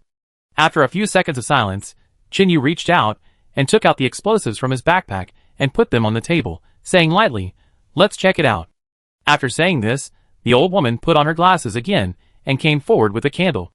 She stood beside the coffee table and looked at him for a few seconds, then smiled and said, "Little friend, what do you mean?" Chinyu raised his head and looked at her, saying, "It's just what you think." After saying this, the old woman put away her smile and said lightly, "I didn't say that the weapons would contain explosives." "Yes, but you didn't specify that the guns can't include shotguns." After saying that, Chinyu placed two short shotguns on the coffee table, crossed his legs and said, "It's already come to this, let's be frank." Hearing this, the old woman stared at him intently, then took off her hat, revealing the earphones she was wearing for a walkie-talkie. Chapter 831. "Everyone, please leave." For words came out of the old woman's mouth, and there was a burst of scattered footsteps outside the door, and even the girl in the house walked out. But when she turned around, Chinyu saw the pistol on her waist. Heh. Chinyu reached out and touched his nose, thankful that he had made arrangements in advance, otherwise it would be difficult to leave here today. These people, last time, were probably half true and half false. Ningli also saw the man's gun and was stunned. She heard a lot of information about this place from Chinyu on the way, and thought it was really just some poor women who survived together. Chinyu said softly, "I don't believe that he can lead a group of girls to live until now without a gun, but I am still a little surprised to see a pistol at this time." Hearing this, the old woman did not answer him directly, but said, "You know there are tigers in the mountain, but you still go to the tiger mountain?" "I don't know." Qin Yu looked at her with an indifferent expression, then followed her gaze, and curled his lips. Your details are too poor. As he said, Qin Yu stood up and walked to the window, and closed the curtains casually. When those people followed us out of the city, they checked the supplies, including this backpack. But just now outside the door, your people asked us to search our bodies and hand over our weapons. But there are guns in here, and if you are careful, you can find the barrels. After speaking, Qin Yu leaned on the table and sneered. In the end, the woman just took a casual look and didn't take the gun. Guess why? Then Ningli took the shotgun and opened the magazine. Looking at the empty inside, the old woman immediately understood that it was not loaded. Then Qin Yu continued, I showed them these hunting rifles in front of them. There were no bullets in them. I guess someone reported it later and exchanged information. Because they knew the guns were not a threat, they let us bring them in. The old woman hesitated for a moment, then opened the door and shouted, Xiao Jia, come here. Half a minute later, the girl continued to walk into the house, and glared at Qin Yu fiercely. But Qin Yu pretended not to see it, and ignored her. Seeing this, Xiao Jia followed the instructions, checked the hunting rifle, nodded and said, These are fine, and the bullets are normal. Sorry, I have to confirm it clearly. To prevent Qin Yu from thinking too much, the old woman said to him, No problem. Qin Yu shook his head and continued, Providing you with hunting rifles is indeed a loophole for me, but the problem is that the guns are too important, and I certainly can't provide them casually. Currently, Qin Yu's camp also has good rifles and pistols. Although there are not many bullets, it would be fine even if a few guns were handed over, but he didn't know whether these people had bullets. It's like the big machine gun that was left to rot. It was captured before. Although I don't know where those people got these weapons from, the bullets are really few. But I don't need it, and I can't give it to others for the time being. What if the other party happens to use it? Wouldn't it be like shooting myself in the foot? As Qin Yu finished speaking, the old woman also understood that it was useless to say more. Then she asked, Two friends, I don't know your names yet. Is this important? Qin Yu pretended to look around the house, and took the opportunity to look back at the window, hoping that the laser would not shine through the curtains, because it was not time to break up. He then continued, Anyway, once we leave, we will not interfere with each other, and will not contact each other for a short time. You can take weapons and explosives to deal with the scavengers, and then wait for the letter to send support. Hey, do you have to be so arrogant? Xiao Jia couldn't stand it anymore and yelled. Shut up. The old woman turned her head and shouted. Since we are friends, it should be polite to tell each other your name, right? The old woman did not get angry, and said calmly, Just because we are several dozen years apart in age, can we only be nodding acquaintances? Hearing this, Qin Yu pondered for a few seconds, and whispered his name, and Ningli followed closely to introduce it. You means island. I like this name. The old woman smiled slightly. My name is Yi Shulan. Except for the dean, everyone calls me Atlan. Sorry, I couldn't show my true face before. As she said this, in the shocked eyes of Qin Yu and Ningli, she stretched out her hand, and pulled at the back of her head, and actually tore off a piece of skin. At this moment, even Qin Yu showed a solemn expression. What is this? He had seen this kind of thing on TV before, but Qin Yu had never come into contact with it in real life, and was completely unfamiliar with it. Hearing this, Yi Shulan threw the item in her hand over and said, Simulated human skin. When the doomsday broke out, I happened to be a staff member in a crew. At that time, there was chaos everywhere, and I took a few of them by chance and escaped. I know very well that I can't live peacefully, so showing weakness is the best way. Feeling the cool touch in his hand, Qin Yu reacted and looked at her word by word and said, So that's it? The reason why you chose to show up at that time was probably because you calculated that it would be noon when we returned to the hospital. Although the sun was not very strong at that time, there was still light. You were sitting by the window, and because of the backlight, others couldn't see the details of your face at all. At this point, Qin Yu walked towards her, looking at the young woman in front of him, who was probably in her 40s, and said in a deep voice, But what's wrong with your voice? It sounds exactly like an old man.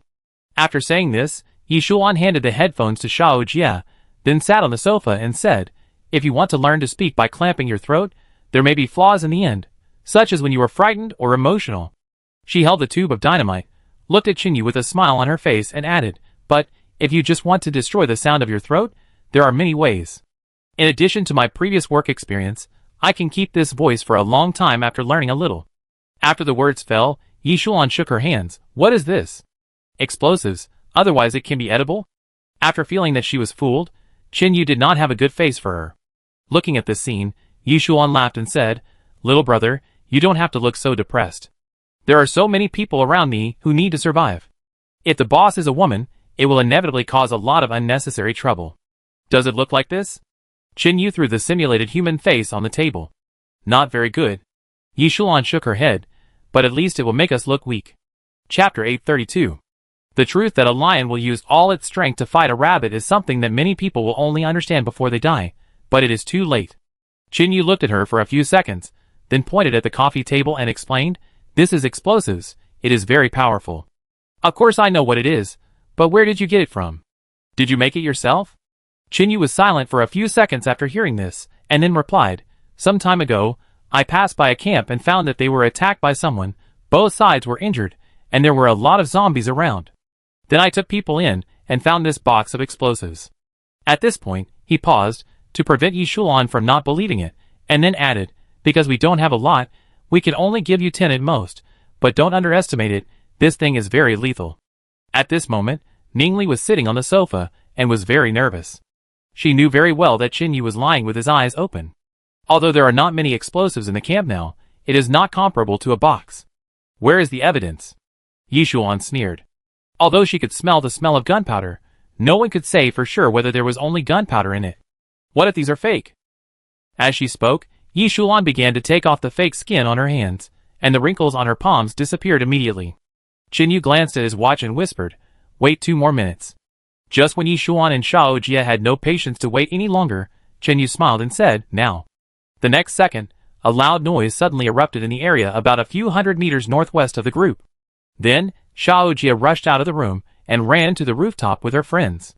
Chinyu just stood in front of Yishuan, looking at her calmly.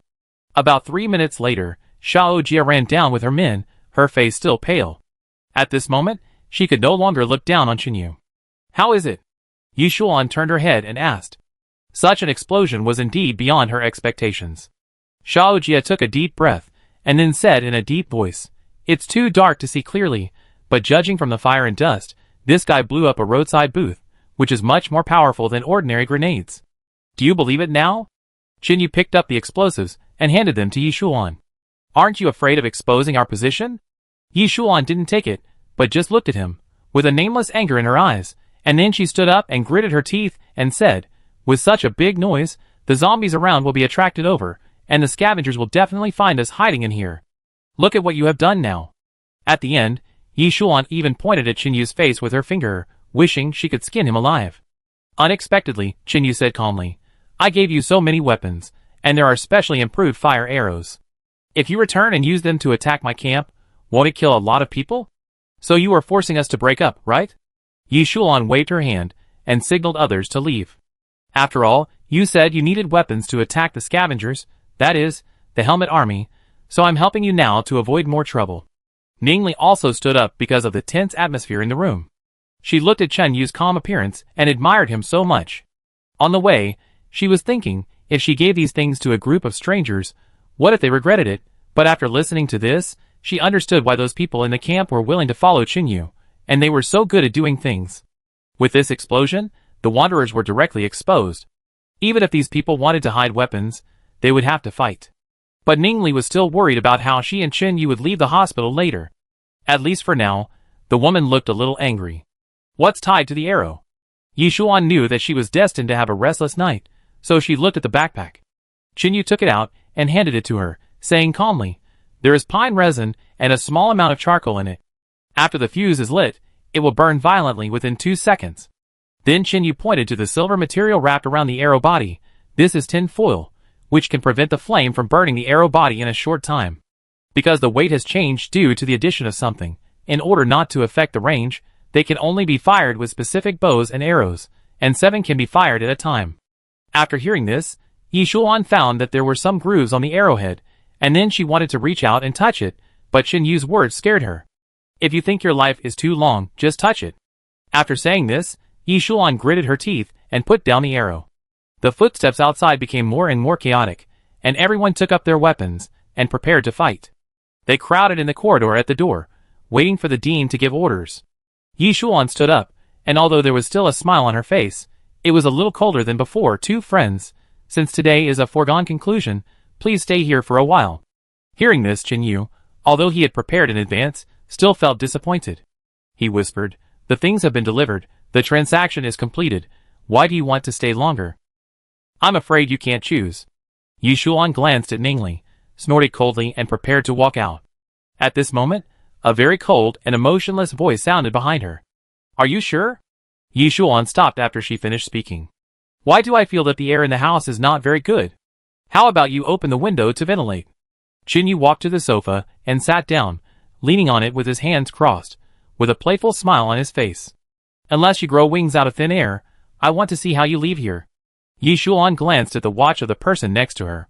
Anyway, those people couldn't come over in a short time, so she nodded to Xiao Jia. Seeing the instructions, Xiao Jia turned around, walked over, opened the curtains, pushed open the window, and then faced everyone. The people in the room looked at each other, confused. "Nothing? Hee. Yi Shuan laughed. "I visit your camp after I've dealt with the scavengers."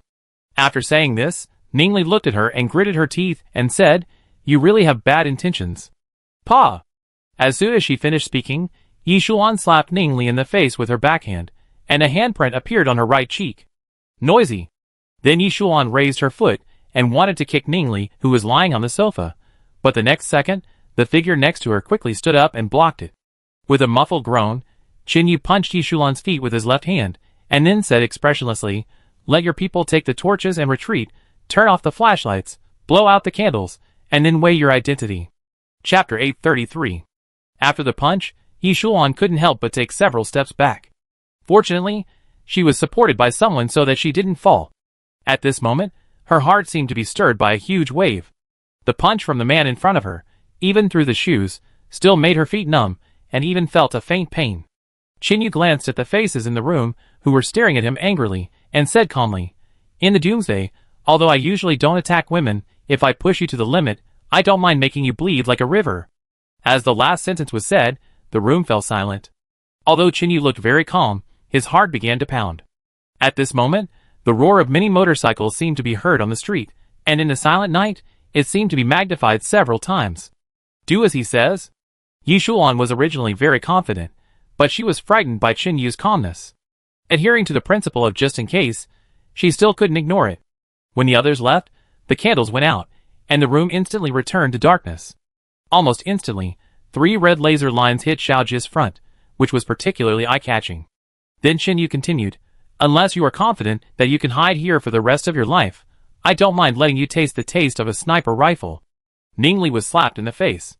She covered her right face, but she was unusually calm, because she knew that she must not do anything reckless at this time. Ningli was naturally unaware of Qin Yu's actions, and now she also understood the role of those laser toy pins. At this moment, she knew why she brought this thing out. In a way, the red laser is indeed like the infrared aiming in the movie. Of course, if you look closely, you may find some flaws. But Qin Yu is very clear about one fact, that is, most people are in contact with firearms for the first time in the Doomsday, let alone sniper rifles. Sure enough, the girl named Xiaojia subconsciously stood still and did not move, and her legs began to tremble. Having seen too much killing, she did not doubt the truth at all. Seeing that Yi Shuan didn't say anything, Qin Yu didn't have much confidence, and then he pulled Ningli and walked out. "I'm leaving now. Let's see who dares to stop me." When they reached the door, several women were still blocking outside. Just when Qin Yu was about to grab the weapon and hold Yi Shuan hostage behind him, she chose to step back. "Let them go." As the people dispersed, Qin Yu stopped and turned his head to ask, "Where are our weapons?" Hearing this, Yi Shuan took advantage of the night to look at him, then turned her head and gave a few instructions. Half a minute later, the woman from before appeared with a pistol and a dagger. Qin Yu took it, checked it, and put it in his pocket, smiling, "It's a pleasure to cooperate, but it's blocked now, you have to take us out safely." 10 minutes later. On a deserted street, Qin Yu and Ningli climbed out of the sewer. Xiaojia looked at them with extreme resentment, and then prepared to close the lid. "Wait. What else are you going to do?" Xiaojia wore a zombie mask and gritted her teeth. Qin Yu ignored her and said 4 license plate numbers. "What the hell?" Xiaojia was slightly stunned. "The people on these 4 motorcycles killed 2 of your partners, and one of them had 2 moles on his right chest." Xiaojia's eyes were erratic, and she instantly thought that these were the 2 teammates who had been missing for a week. She looked up at Qin Yu, said something in a low voice, and then closed the lid. Thank you. Chin Yu shook his head slightly, looked around, and took a look at the hand-drawn map given by those people. The zombies around were far away. In the moonlight, Chin Yu found that they seemed to be blocked by the barbed wire, and could not come over here. So Chin Yu took Ningli to the evacuation point. About a few dozen meters away, he whispered, "Sorry, I made you suffer." Ningli shook her head slightly. "It's okay, it's nothing. Did you know that these people were problematic from the beginning?" Hearing this, Chin Yu walked to a wall, his knees against the wall, his hands crossed, and motioned her to climb up first. After Ningli climbed over the wall, Chin Yu took a running start and climbed over it just as neatly. Then Chin Yu explained. He had revealed that the man was not a doctor before, so I guessed that they had never touched a sniper rifle. "Neither had I," Ningli whispered. After walking for a few more minutes, the two encountered a dozen zombies and hid behind a trash can. Then Ningli turned her head and looked behind her, and continued, "I think from the current point of view, we should be at a loss, because carrier pigeons are equivalent to disposable after all. But at a critical moment, they may be able to save lives." Chin Yu pondered for a moment and gave an answer. Because this time Chin Yu temporarily planned to let the wanderers fight with the scavengers, he did not confirm it until the truck was about to reach the county town, so the subsequent plan was temporarily changed. The tube of explosives was also prepared in advance. At first, he planned to hide it on his body, and fight to the death with those people when they fell out. From the beginning, Chin Yu did think about taking the pigeon and not going back. After all, there was a trap buried outside the camp. Even if someone wanted to attack, it would definitely not be that easy. However, just as the woman said, Chin Yu also knew that it was better to have more allies than more enemies in the apocalypse. And after what happened before, Chin Yu didn't want to face those who secretly wanted to attack again. After all, no one was a very powerful person, they just survived together in the apocalypse. The previous community was broken up, and everyone finally gathered together again, but even so, some people died. Chin Yu paused, patiently waiting for the zombies on the street ahead to go away, and then said, "At present, we need to spend 2 very important months, which is related to whether we can grow rice and build a small hydropower station. At this critical juncture, it is really not appropriate to fight with other survivors." Hearing this, Ningli understood everything. So, instead of a deal, it is actually equivalent to giving these people good things so that they will not come to trouble us, right? Although Chin Yu didn't want to admit it, he nodded. There is no harm in taking a step back occasionally. Secondly, in order to prevent those people from counterattacking us, I decided to make a small explosion temporarily to let the two groups fight first. No matter what the final result is, either the Wanderers or the Scavengers will suffer heavy losses, and it will take at least half a year to recover. Speaking of this, Chin Yu's eyes revealed a firmness. By then, the Savior sect should also appear again. In order to survive, the nearby forces must work together. Chapter 834. The explosions were getting smaller and smaller, but occasionally there would be loud explosions. The zombies outside gradually walked away, and Chin Yu walked out with Ningli. He stood on the street, looked up at the moon, and murmured, "It seems that tonight is destined to be a sleepless night." After receiving Yufeng, the three began to run out of the city. Even in the middle of the night, they did not stop to rest. When they arrived near the truck, there were indeed not too many zombies gathered this time, only about 7 or 8. Chin Yu whistled, drew out his dagger, and rushed forward with Ningli. After killing 4 of them, Chin Yu grabbed Ningli and quickly retreated. Then he pushed Yufeng and said in a deep voice, "The rest is up to you." "So many?" Yufeng was startled, holding the knife in his hand and hesitating. "I don't think I can beat them." Chin Yu ignored him, but took Ningli back a few steps and hid behind an abandoned car. Seeing this, Yufeng gritted his teeth, glanced at the bus parked in the middle of the road, and ran straight to the door. Killing them one by one would definitely not work. He could only use himself to attract the zombies, and try to make them line up in a straight line. Because Yufeng was not like an adult, who could grab the zombies by their collars to kill them. Once they rushed up at the same time, the weight of the zombies alone would be enough to hold him down. If there was no gun to help, he would definitely die. Chin Yu stood behind the abandoned car, calmly watching him move around in the bus, and at the same time tied his seat belt to the aisle seat to stop the zombies from attacking. Seeing this, Chin Yu nodded with some relief. At least this kid knew how to use the tools around him to help. After all, there were 4 zombies, and they were infected by adults. Most people couldn't kill them at the same time, let alone a 12-year-old child. The reason for doing this was that Chin Yu wanted to see his potential and his determination to change. Once he was equipped with a gun, Chin Yu had to ensure that there would be no potential danger. Fortunately, there were no zombies here, Otherwise Yufeng would definitely not be able to enter like this. Using the escape hammer, Yufeng desperately smashed the window, but the glass did not move at all. Qinyu frowned slightly and shouted coldly, "Smash the corner." With this reminder, Yufeng also reacted and followed suit.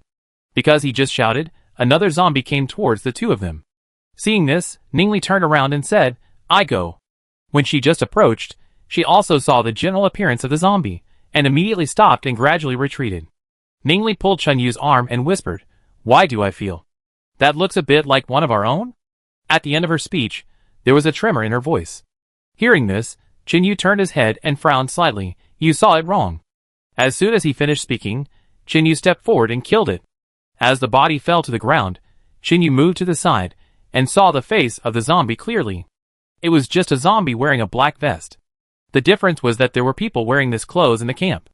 Walking back to Ningli, Qinyu continued to look at the bus and whispered, "You seem to be afraid of seeing acquaintances turn into zombies and appear in front of you. Why?" Ningli was silent and did not answer him. "Forget it.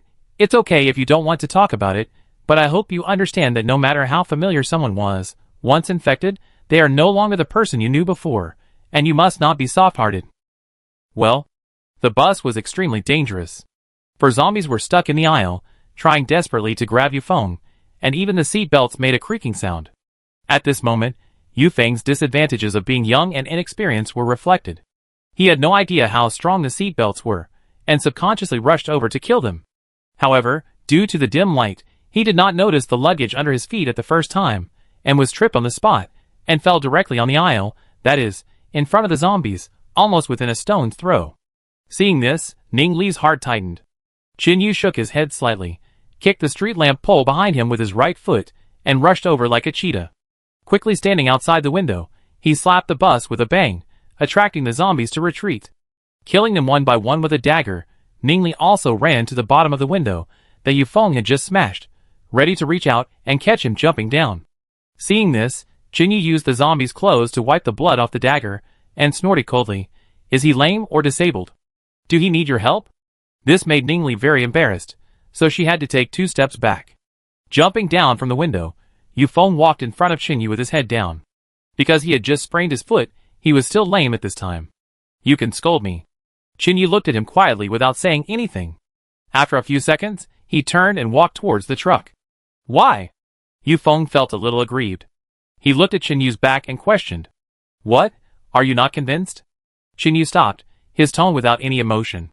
Yufeng gritted his teeth, shed a tear, and said, "When we were training in the camp before, it was daytime, and as long as the terrain was open and I had an iron rod in my hand, I could kill no less than 6 zombies. It's night now, I'm not familiar with the surrounding environment, and I'm completely at a disadvantage." When saying the last sentence, Yufeng shouted it out in a roaring tone. He couldn't figure it out. Although he couldn't compare to the adults in the camp, which of those children was as capable as him. If all the children were thrown into the city, or even in the wild, then Yufeng was sure that he would be the only one who could survive. He was confident that he would win even against Zhang Rui. Qinyu sighed with disappointment, and then walked towards the truck.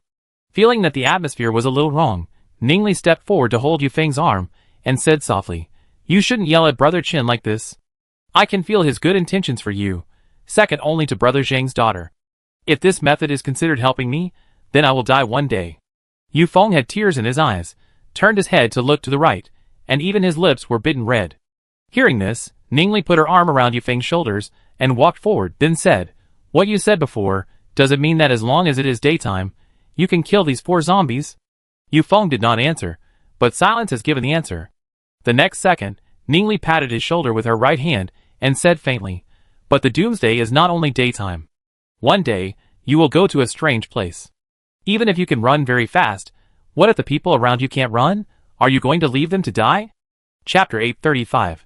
These words hit Yufeng's heart like a heavy hammer, making him unable to calm down for a long time. Recalling the scene of Rui Jia standing in front of him with her hands on her waist, warning him seriously to cherish this opportunity, Yufeng's eyes moistened. Since his family died, he wandered alone in this apocalypse, and even had his little finger chopped off. It can be said that Yufeng has not felt the warmth from humanity for a long time. The former nameless aunt and Wang Tianhai both pulled him back from the edge of sin. And everyone in the camp is doing well. Yufeng turned his head and wiped away his tears with his arm, and continued to look to the left, his eyes revealing a firmness. "Sister Ning, can you help me drag out those bodies?" Hearing this, although Ningli had no strength because she didn't eat much, she still nodded happily. Then the two of them stood on the street and got busy quickly. Chinyu sat in the driver's seat, looking at the two of them expressionlessly, but if you look closely, you will find that a smile appeared on the corner of his mouth again. About 10 minutes later, Yufeng, with the help of Ningli, attracted 5 zombies again. Because the number was greater than that, Ningli wore a zombie skin and took the opportunity to sneak attack one. This time, when Yufeng led the zombies into the bus, he quickly scanned under the seats and above his head to ensure that he would not be disturbed. He stood on the seat, looking at the fluttering zombies, holding a dagger, taking a deep breath, and then killing them one by one. Time passed by, and after Yufeng completed the test, he jumped out of the window again. Although Yufeng's heartbeat was very fast, his face was very excited. The two returned to the truck, but found that Chinyu was still resting with his eyes closed, and had no intention of leaving. Seeing this, Ningli thought it was difficult to walk at night, so she didn't say much, and then got into the back seat and leaned against the window to sleep. Because they were in the car, there were zombies wandering around, which could scare away the survivors, so no one was on guard tonight. After all, no one would be stupid enough to come out to search for supplies in the middle of the night, and secondly, approach the truck surrounded by zombies. The next morning, just after 6 in the morning, Chinyu woke up on time. He took the water bottle and drank 2 sips, then found 2 pieces of dried meat and started chewing. Every time he chewed, it felt like chewing wax, and he didn't feel the joy of eating at all. "Did you wake up so early?" Ningli rubbed her eyes with the back of her hand, muttering a little confusedly, "It's raining outside." Chinyu didn't say anything, but handed the bag of food to the back. "There's less and less food to eat." Chinyu chewed the dried meat in his hand, turned his head, and looked out the window and whispered, "We got through the first year smoothly, but I don't know what to do in the second year. I believe in you, and you will definitely lead everyone to live a good life." Ningli waved her hand and said confidently, "I don't even believe in myself." Chinyu smiled slightly and said lightly, "You too, eat quickly, and we will go back and give you a big gift after eating." Hearing this, Ningli was stunned. "What do you mean, we are not leaving today?" Chinyu shook his head slightly. "We have come so far to come here, and we can't just go back like this. Originally, I planned to let the Wanderers lend us dozens of survivors first, so that we can deal with the enemy later." Speaking of this, Chinyu paused, "But because it temporarily promoted their fight with the scavengers, we had to change to another method." "What?" Chinyu pushed open the door and got out of the car, saying, "Cut the grass at its roots." He first twisted his neck, then opened the car, took out the oil barrel and oil pump placed inside, and began to pump out some of the remaining oil. As time goes by, the frequency of using medium-sized trucks is getting less and less, because there are abandoned cars on many roads, and trucks make relatively loud noises when driving. The supplies that can be found are getting fewer and fewer, and basically a van is enough. Last night, when Chinyu and Ningli were sent out by the vagrants, they accidentally found another road that led to the abandoned hospital, which was only a dozen meters away. Although it was blocked by 2 cars, it was almost easy to crash through with the impact of the truck. So at that moment, Chinyu decided that he couldn't just leave like that. At least, he had to make sure that one of the Wanderers or the scavengers was killed. These missions were also a disguised training for Chinyu. After pumping diesel, Chinyu put the oil barrel next to the wall, then walked back and said to the two of them, "Ningli, you are the zombie skin and go find the area with many zombies nearby and write down the location. Xiaofeng, go find some glass bottles, and use them to attract the attention of the zombies, and lead them over here." "Okay." The two nodded, and turned around to act on their own, without asking Chinyu what he was going to do.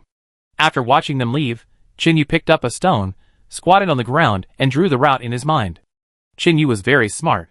Although his memory was not as good as Lin Yi's, he still did not forget the road he had just walked last night. Although he was walking in an alley, the nearby streets were deeply engraved in his mind. After reconfirming the route, Chinyu got up and went to an abandoned hardware store on the side of the road, found a screwdriver, and then began to dismantle the doors. Put 2 doors at the rear of the truck so that zombies can walk in from the ground. Then Chinyu crawled under the truck, searched for a while, and took out the 2 alarm clocks hidden under it. He just sat at the rear of the truck, waiting for Ningli and Yufeng. Although it was dangerous to attract the zombies, Ningli was wearing zombie skin, and Yufeng was thin, so unless they were surrounded, nothing would happen. Secondly, Chinyu also wanted to practice with them more and strive to make some progress. After waiting for about 10 minutes, the first zombie appeared in front of Chenyu. This was also the first time Chenyu saw humans wearing zombie skins up close, and guided them to walk. When he got closer, Chenyu set the alarm countdown, and then threw it into the carriage. Then he ran back and hid with the oil drum. Ningli deliberately did not move after approaching the rear of the carriage, pretending to be pushed to the side by the zombies behind her. Ding-ling-ling. The alarm rang, and the zombies began to enter in order. They waited slowly until the last zombie walked in, and the alarm still did not stop. Then Chenyu ran over and quickly closed the carriage with Ningli. He first locked the back, then turned his head and ordered, "Go find some clothes and cut the body with a knife." "Okay." Chenyu continued to stand here and deal with the zombies attracted by the sound. Chapter 836. A few minutes later, Chenyu used the strips of cloth to tie up the compartment and then unlocked it. The alarm inside had stopped, and the zombies gradually returned to silence. "How many are there?" Ningli asked quietly beside him. "About 30 to 50. Chenyu turned his head and looked around, then waved to Yufeng, picked up the oil barrel, and then the three of them got in the car. Starting the truck, Chenyu drove out of the city. The road here was blocked, so he had to take a detour. He didn't know how to drive a truck before, but after practicing a few times, Chenyu became familiar with it.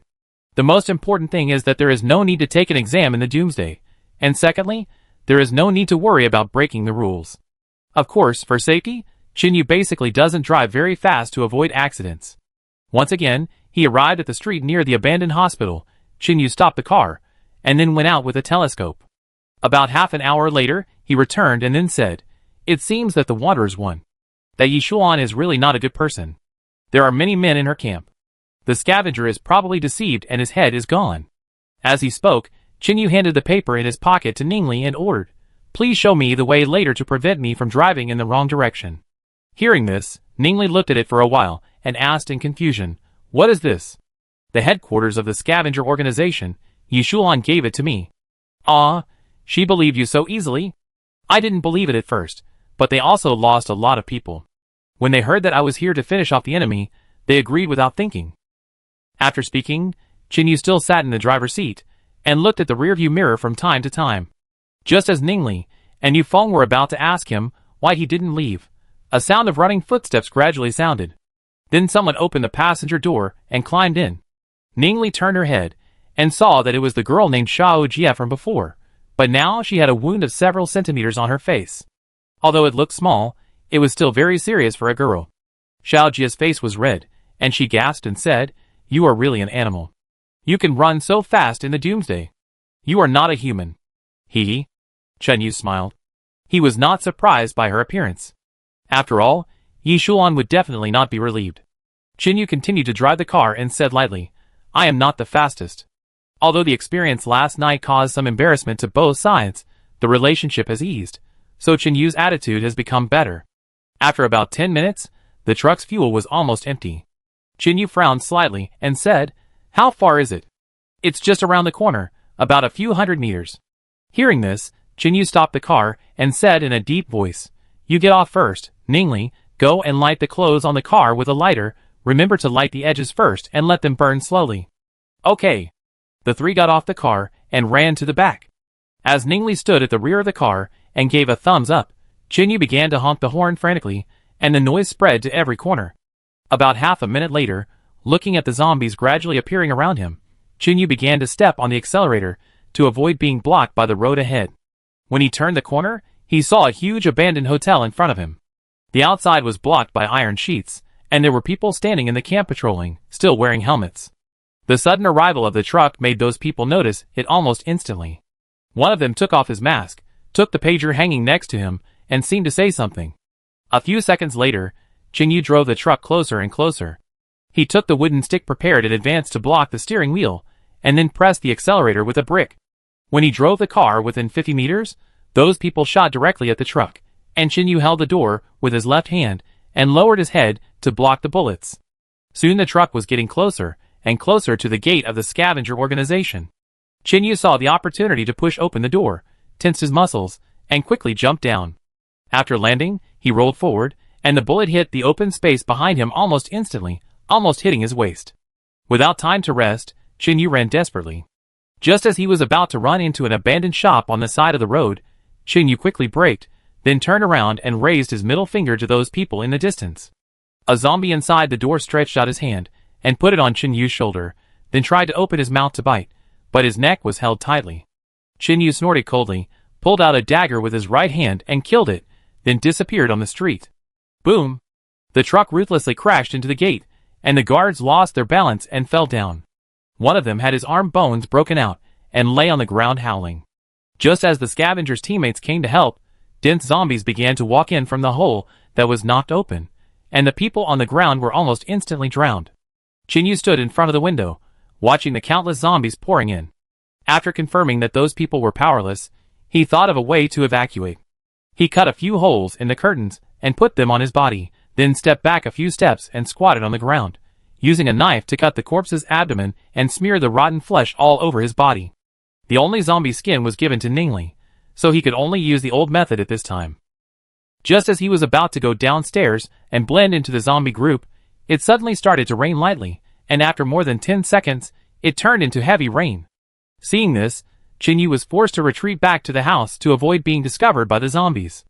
It was around noon when Qin Yu rushed back to the abandoned hospital covered in blood. Unlike before, the yard was now full of corpses, most of which were covered with white cloth. Qin Yu's figure climbing over the wall startled everyone, and Ningli thought he was injured and ran towards him nervously. "I'm fine." Qin Yu shook his head slightly, pulled off the curtains on his body, and threw them away, then walked towards Yi Shulan.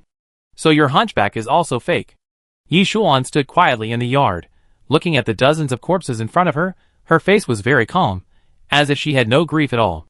After hearing Qin Yu's voice, she spoke after a few seconds. "If possible, I hope to pretend forever." Qin Yu understood that Yi Shulan was reminding him in disguise, or blaming him. "If you think you are developing faster than those people, then you can indeed be an ostrich. When you encounter danger, you just need to bury your head in the sand." Yi Shulan was silent, then turned her head to look at him, and said with a somewhat relieved expression, "Yes, this battle is inevitable after all." At this moment, Qin Yu found that Yi Shulan's arm was bandaged, as if she was injured. After thinking for a moment, he waved to Ningli, "Come here." Chapter 837. What's wrong? Ningli trotted over and stood beside Qin Yu. "Slap her." "Ah?" Ningli was slightly stunned. Not only her, but all the women in the yard were stunned at this time. Some of the wounded stood up and looked at them angrily. "Hey, what do you mean? Are you crossing the river and destroying the bridge?" Xiao Jia shouted at Qin Yu angrily. Hearing this, Qin Yu turned around and looked at her, and said lightly, "Why, my people have to take a slap for nothing?" Ningli did not move, but the others gritted their teeth and took a half step inside. Qin Yu shook his head slightly and said softly, "Your weapons and ammunition are basically used up at this time. Although there are more than 100 people left, most of them are old, weak, sick and disabled. The number of young people in this courtyard is only in their early 50s, and half of them are injured. In other words, there are more than 20 people who can fight. Whether you believe it or not, it is no problem for me and my teammates outside to kill you at the moment." At this point, Qin Yu glanced at them coldly. Although there were a few more men in the Wanderers organization, most of them were injured at this time, so Qin Yu planned to vent Ning Li's anger. Yi Shulan stared at Qin Yu with extreme resentment, knowing that she had no more cards at this time, so she had to grit her teeth and close her eyes. "I hope you won't regret your actions today." Qin Yu ignored her, but nodded slightly at Ningli. Seeing this, Ningli hesitated for a while and whispered, "She is still injured, so let's forget it. That slap is okay, I just treat it as a fall and my face hit the ground." This scene also made others feel relieved. After all, he was their dean. Being slapped in broad daylight was like having shit on his face. The next second, Qin Yu kicked Yi Shulan in the stomach without any warning, causing her to step back several steps and then kneel on the ground in pain, holding her stomach. Then Qin Yu said expressionlessly, "If she doesn't want to, I do it for her." "You?" The others were angry and wanted to rush up directly. Qin Yu quickly pulled out his pistol and aimed at Yi Shulan's head, shouting coldly, "Try to move again?" At this moment, the others realized that this young man seemed to have a pistol on him all the time. Although there were not many bullets, it was definitely not difficult to kill their dean. Listen to him." Yi Shulan panted heavily, sweating from the pain. She raised her right hand and signaled everyone not to act rashly. Afterwards, with Xiaojia's help, Yi Shulan stood up from the ground, gritted her teeth, and looked at Qin Yu and said, "I really didn't expect that you would even hit a woman." Qin Yu curled his lips. "It's already this late. Why are we still dividing this? Aren't we all survivors? Besides, I never show mercy to my enemies, no matter how pitiful they are. He took a few steps forward, scaring the others to become nervous again. Don't worry, if I really want to kill your dean, I won't waste my time.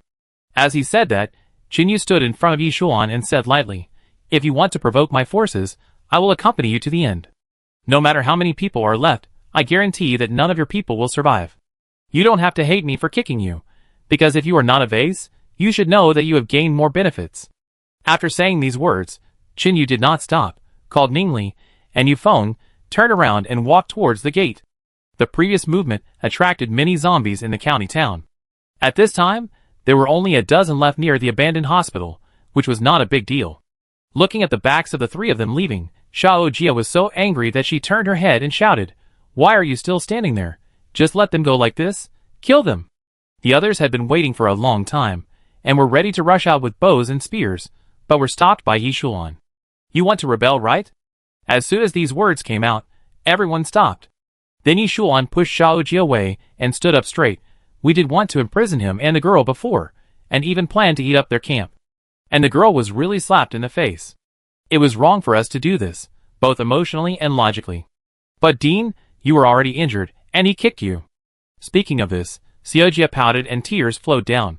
Hearing this, Yi Shuan turned her head and wiped her tears, and said, if he really wanted to hurt me, he would never kick me in cloth shoes. Didn't you notice that he changed his shoes? If it was sneakers, I would definitely not be able to stand up so easily. Secondly, they did not ask to divide up the scavenger supplies. Maybe this is also a gift for us.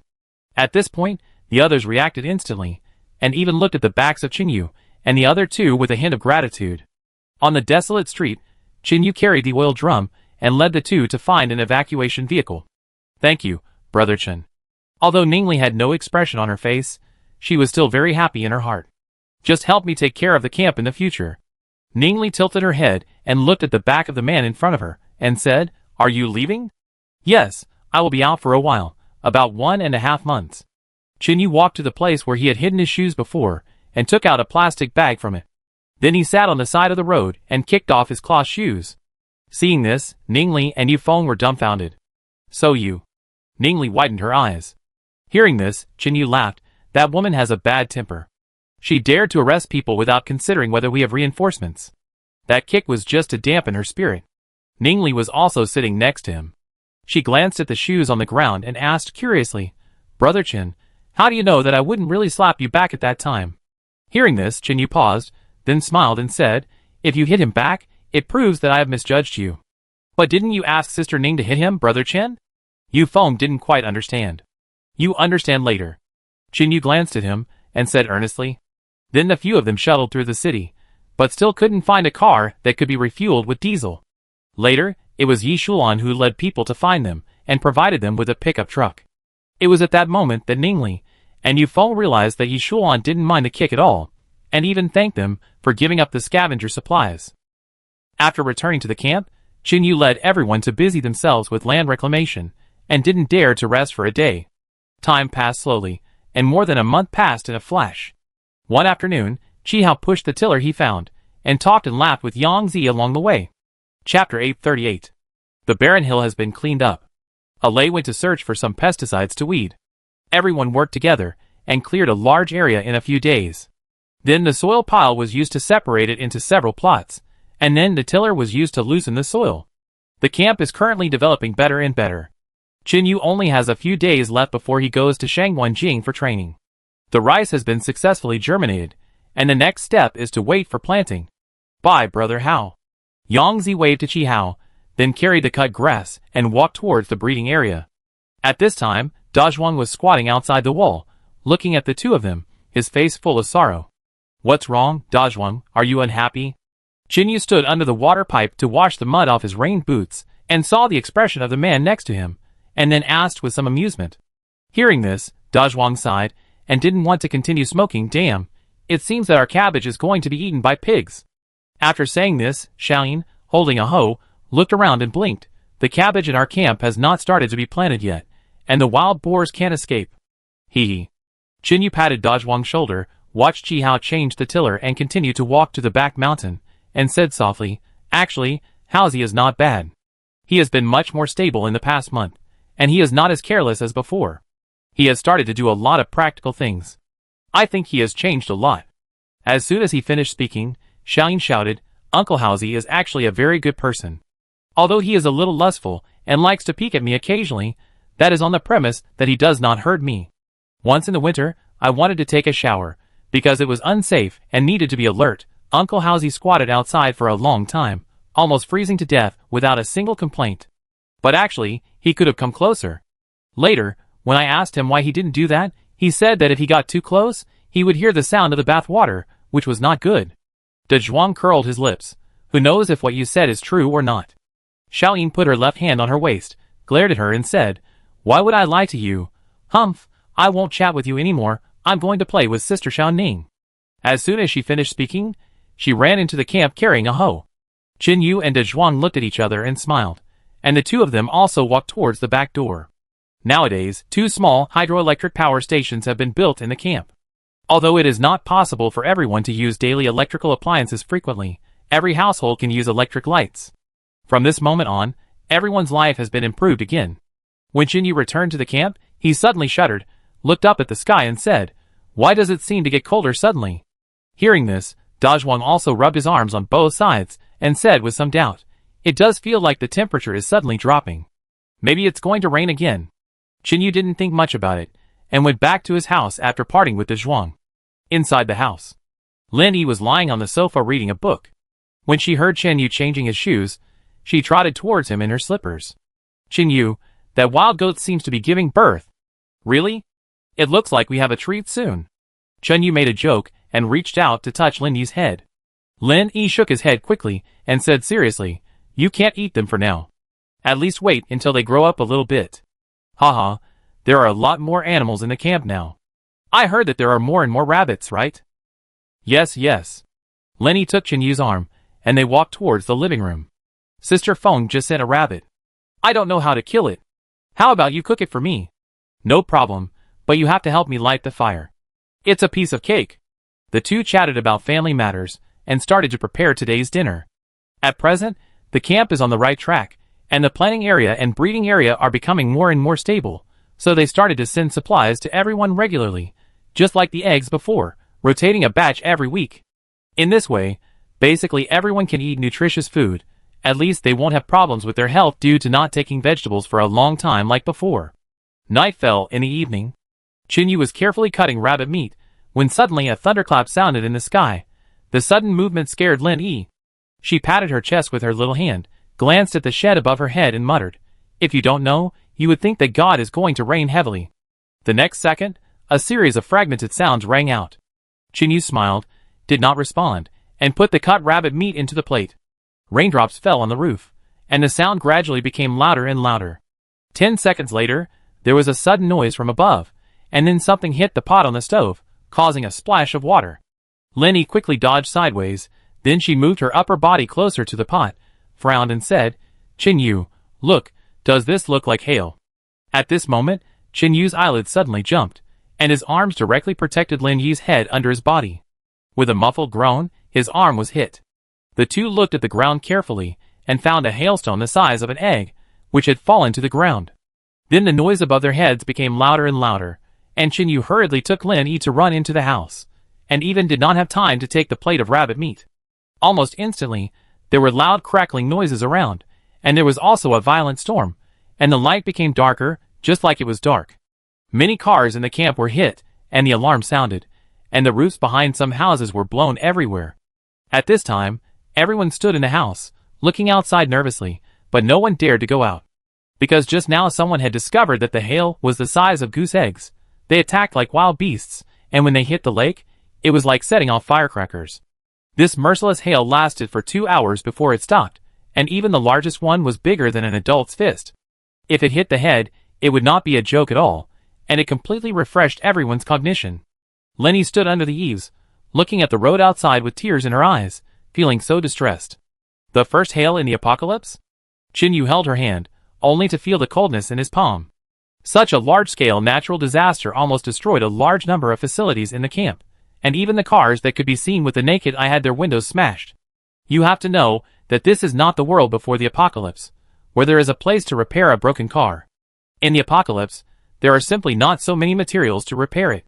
At this moment, Lin Yi thought of something, and her face changed color instantly. No, our breeding area. As soon as she finished speaking, she dragged Qinyu to a certain direction in the camp. Not only them, almost everyone ran towards that direction. More than a minute later, everyone looked at the mess in front of them, and their moods were all suppressed to the extreme, and the girls were even more in tears. Chapter 839. It's like going back to the days before liberation again. Wu Rui looked at the fallen roofs with a flashlight, choking with sobs. Feng Yi hugged her shoulders, and sighed, with a worried look on her face. At this moment, one of the ruins seemed to shake suddenly, and Qinyu caught this faint detail instantly. Then he waved and shouted, "Hurry, maybe we can still save it." As soon as he finished speaking, he ran towards the breeding area first. Seeing this, the others followed closely, and worked together to clean up the ruins. About half an hour later, everyone was sweating all over. Although it was already night, no one stopped to rest. Fortunately, only 2 dogs and a few rabbits were killed. The other animals hid well. Qinyu counted the number, and found that the loss was not serious, and then he breathed a sigh of relief. Linny led the pregnant wild goat, and said with some fear, "This goat seems to have a lame front leg. Will it affect the baby in its belly?" Hearing this, the old man walked over with a flashlight.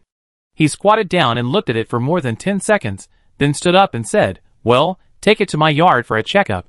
It should be able to be cured. But it may not be able to walk that far." Hearing this, Wang Tianhai raised his hand and shouted, "I get the cart." After saying this, he was about to run, but a thin figure was faster than Wang Tianhai. "Uncle Wang, take a rest." Seeing Yufeng running, Wang Tianhai's eyes were slightly moist, and then he smiled and nodded, "Oh, I know." Just when everyone was in a better mood, Feng Yi and Alei appeared quietly.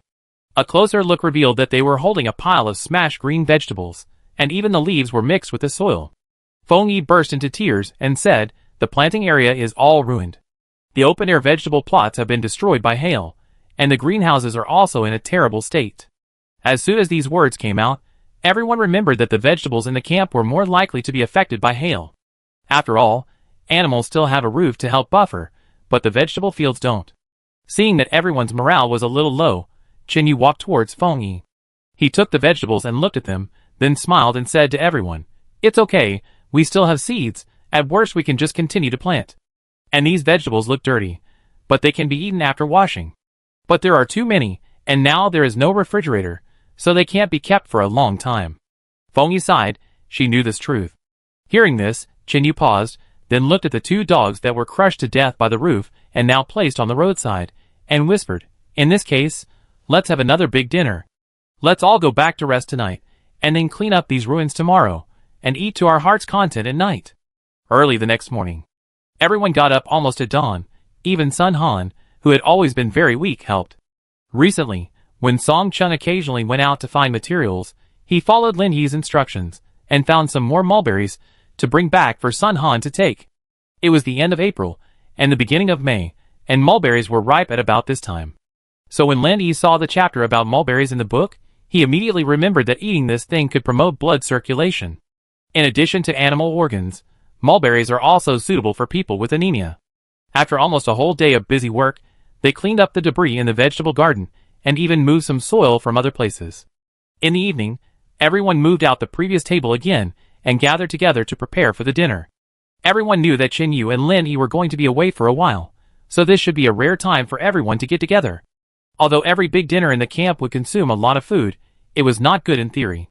But everyone liked the dinner atmosphere in the camp, because no one could say for sure whether the teammates who had dinner together last time would be gone next time. At this moment, everyone stood in a circle with wine glasses in their hands, and even Qinyu poured a glass to celebrate the successful germination of rice. Even though they had just been hit by a huge hailstorm, everyone was not discouraged, because they all understood that, in a way, such a large hailstorm could further reduce the number of zombies outside.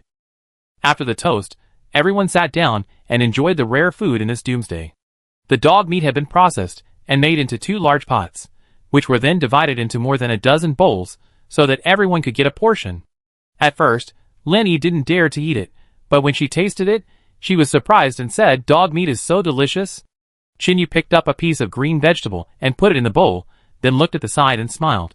Although I don't like dog meat, I heard that the meat is really delicious. Hey, why don't you eat it? Lenny saw that Chinyu had never picked up dog meat, so she took the initiative to choose a piece for him. You try it too. Hearing this, Chinyu looked at the delicious dog meat in front of him, was silent for a moment, and then whispered, although I don't reject eating dog meat, as long as I am not starving to death, I don't want to try it. Hearing this, Lin Yi's heart moved slightly, and then she picked up the piece of meat and put it in her bowl, saying softly, It's okay, if you don't like it, don't eat it. Chinyu turned his head to look at her, reached out, and touched Lin Yi's hair, and whispered, When I was a child, I lived on the streets. Although I was often chased by stray dogs, I was saved by a Labrador once. It was raised by a security guard in a certain community. That day, when I went to pick up plastic bottles, a stray big black dog rushed out to chase me. It was because of the help of the old man's dog that I didn't get bitten. But unfortunately, the Labrador died of its injuries. After saying that, Lin Yi bit her lip lightly, then picked up the piece of meat and stretched it to the right. Sister Yangzi, help me eat it. Put it in the bowl. At this time, Yangzi was wearing disposable gloves and was chewing on the rabbit head, and then she pointed her chin at the bowl in front of her. Then Lin Yi looked to the left again and said firmly, In that case, I won't eat dog meat anymore. Chinyu blinked and asked curiously, Why? I didn't ask others not to eat it either. Lin Yi moved the stool to the side, then smiled and said with a slightly red cheek, This is just my own decision. Really? Yeah. Chapter 840. If we weren't together, would you try it? Hearing this, Lin Yi smelled the fragrant meat aroma and nodded, her expression very cute. Then why don't you want to eat it now? Lin Yi tilted her head and looked at Chinyu for a long time, then stretched out her little hand and patted his shoulder, smiling. Maybe it's because you are now my dearest husband. As soon as these words came out, the conversations of the crowd instantly quieted down, and everyone looked at Lin Yi. As the person involved, she was even more shy and lowered her head to pretend to eat the food in the bowl, and her neck and ears instantly turned red. 3 days later, at 10 o'clock in the morning. At the camp gate, Chinyu carried 2 bags of luggage into an SUV, including clothes for changing and some food, and of course, water. After all, it was almost 200 kilometers to Shang Wenjing's place. There were too many zombies in the Doomsday, and it was definitely impossible to get there in one day unless you took the highway. At this time, Lin Yi stood by the car and whispered to the girls, and finally hugged each other. Finally, Lin Yi looked at Feng Yi and smiled. Sister Feng, don't cry, I'm not coming back. We have lived together for so long, and today is the first time we are separated. It's okay for me to be sad. Feng Yi sniffed and said with red eyes. Following that, Feng Yi looked at Chinyu and said seriously, I will leave Sister Lin to you, and you must bring her back intact. Definitely. Chinyu nodded solemnly. He knew the relationship between Lin Yi and Feng Yi very well. After all, it was with her protection that Lin Yi, Zhang Yin, and Xiao Shi lived in that community. Although they couldn't do without the help of Dazhuang's sister in the end, it was also thanks to Feng Yi's mediation. Alei walked to Chinyu, looked at him and whispered, Are you sure you don't need me to take you there? After that, Xiao Jiao and Zhang Yin also came up, their brows slightly frowned, and it seemed that they wanted to say the same thing as Alei. Chinyu hugged the 3 of them, then took 2 steps back and said, Only when the young eagle leaves the shelter can it fly better in the sky. Come on, I'm rooting for you. Xiao Jiao clenched his fist and bumped it with Chinyu, and then the 2 touched shoulders. Zhang Yin finally spoke, pointing to the bird cage on the car, and said seriously, If anything happens, remember to let us know. If nothing else, we can still solve a lot of problems for you. Thank you, it's thoughtful. We still have to talk about this. Zhang Yin waved his hand. Suddenly, a figure rushed over and hugged Chinyu's waist, then sobbed and said, Brother Chinyu, I will miss you and Sister Lin. Chinyu touched Zhang Rui's head, then squatted down and held her shoulders, and said gently, Listen to your father. I have also discussed with Teacher Lily recently. I will reduce the number of homework in the future, and try to let you practice more. As soon as these words came out, Zhang Rui suddenly felt wronged again, hugging Chinyu's shoulders, and refusing to let go. In her cognition, she and her father had been following Chinyu from the beginning, so that they could live steadily until now. Although she was also very sad when Chinyu fell off the bridge a year ago, she held back her tears. After being together for so long, Zhang Rui really didn't want to part. Chinyu gently patted Zhang Rui's shoulder, and then continued to coax her, saying that he was just going out for further studies and would be back in a while. Lenny had already gotten into the car, leaning against the window, and telling Xiao Ning and Wu Rui something, mostly about precautions for treating wounds. Old Bai and Jean Linfu also stood by and listened carefully. Although they didn't need it much at the moment, they didn't give up the opportunity to learn. In the last few minutes, Jin Yu said something to De Zhuang and Yang Zi, then said goodbye to everyone and prepared to get in the car. At this moment, a white puppy ran over, barking non-stop. Hearing the familiar voice, Lenny pushed open the car door in surprise and walked out. Then she squatted on the ground, picked up the dog, and poked its head with her finger, scolding, "You little guy, the door was closed, and you still ran out. You deserve to be beaten." After the voice fell, Lin Yi gently patted Xiaobai's, but with her little hand. At this time, Xiaobai was very lively, and kept rubbing his head against her palm. Seeing this, Lin Yi suddenly felt a little bit sorry, and then she turned her head to look at Qin Yu, looking eager. Seeing this, Qin Yu smiled and said, "Take it with you. It's just right for you to stay with it for a while, and it can protect you in the future." Lin Yi stood up with Xiaobai in her arms, and said happily, "This dog seems to be a Samoyed. I only recognized it when it was 3 months old. It's really getting cuter the more I look at it. I guess it will run faster than me when it encounters danger in the future." As soon as these words came out, Xiaobai seemed to understand and howled a few times. The two got into the car, Qin Yu waved to everyone, and then drove the fully fueled SUV towards the gate. In the camp, De Zhuang looked at the rear of the car, sighed and said, "With the last gasoline and the only intact car, we can only go out on foot to search for supplies." Hearing this, Xiao Jiu put his hands in his pockets and said, "It's not a big problem. If it doesn't work, we can drive without a windshield. Let's go. We be busy next. Do you know how to grow rice? You have to ask Sister Feng." The car was about to drive out of the bridge. Qin Yu stretched out his left hand from the window and raised his thumb again, then stepped on the accelerator and drove straight forward. Panyawan Camp, 6 p.m. In a dilapidated house in the slums, an oil lamp was lit, and several people were sitting around a simple table. The man sitting under the window, holding a wrinkled cigarette in his hand, looked out the window with a melancholy look. There were subtle conversations in the house, and from time to time one of the girls would look at the man. A few minutes later, Li Yao closed the notebook in front of her and whispered, "Sister Qian, I have remembered these, and will pass them on to others next." "Well, then I'm relieved." He Qian tidied the hair by her ears, then stood up from the stool. "Then Ah Hao, and I will go back first and wait for your good news." After that, she called Lin Hao, and the two left the slum. At this time, Li Yao was still sitting there without moving, staring at their backs. Of course, if you insist, she was actually looking at He Qian alone. Feeling someone pulling the corner of her clothes, Li Yao turned her head to the left and frowned slightly. "Is there something wrong?" Hearing this, Fang Xian couldn't suppress her excitement. She put one hand to her mouth, and then whispered to Li Yao's ear, "Sister Yao Yao, are our good days coming soon?" Chapter 841. Li Yao did not answer. She stood up and said to the people next to her, "Please send us out first." The two men standing in the corner nodded, opened the door and walked out. "Let's go, let's leave here first." Li Yao took Fang Xian's hand and nodded to the man she met last time in the room, as a farewell. After leaving the slums, Li Yao sent the two men away, saying that she wanted to go to the beach. Since coming to Pawnee Bay here, Li Yao can't remember how many days it has been. She feels that it is 5 months, or half a year, or even a year. Here, except for those in the high-end area, people basically cannot use electronic devices, so Li Yao has no idea how many days have passed. But fortunately, Lin Hao knew the date she registered when she entered Pawnee Bay, and he only needed to take a look later to find out.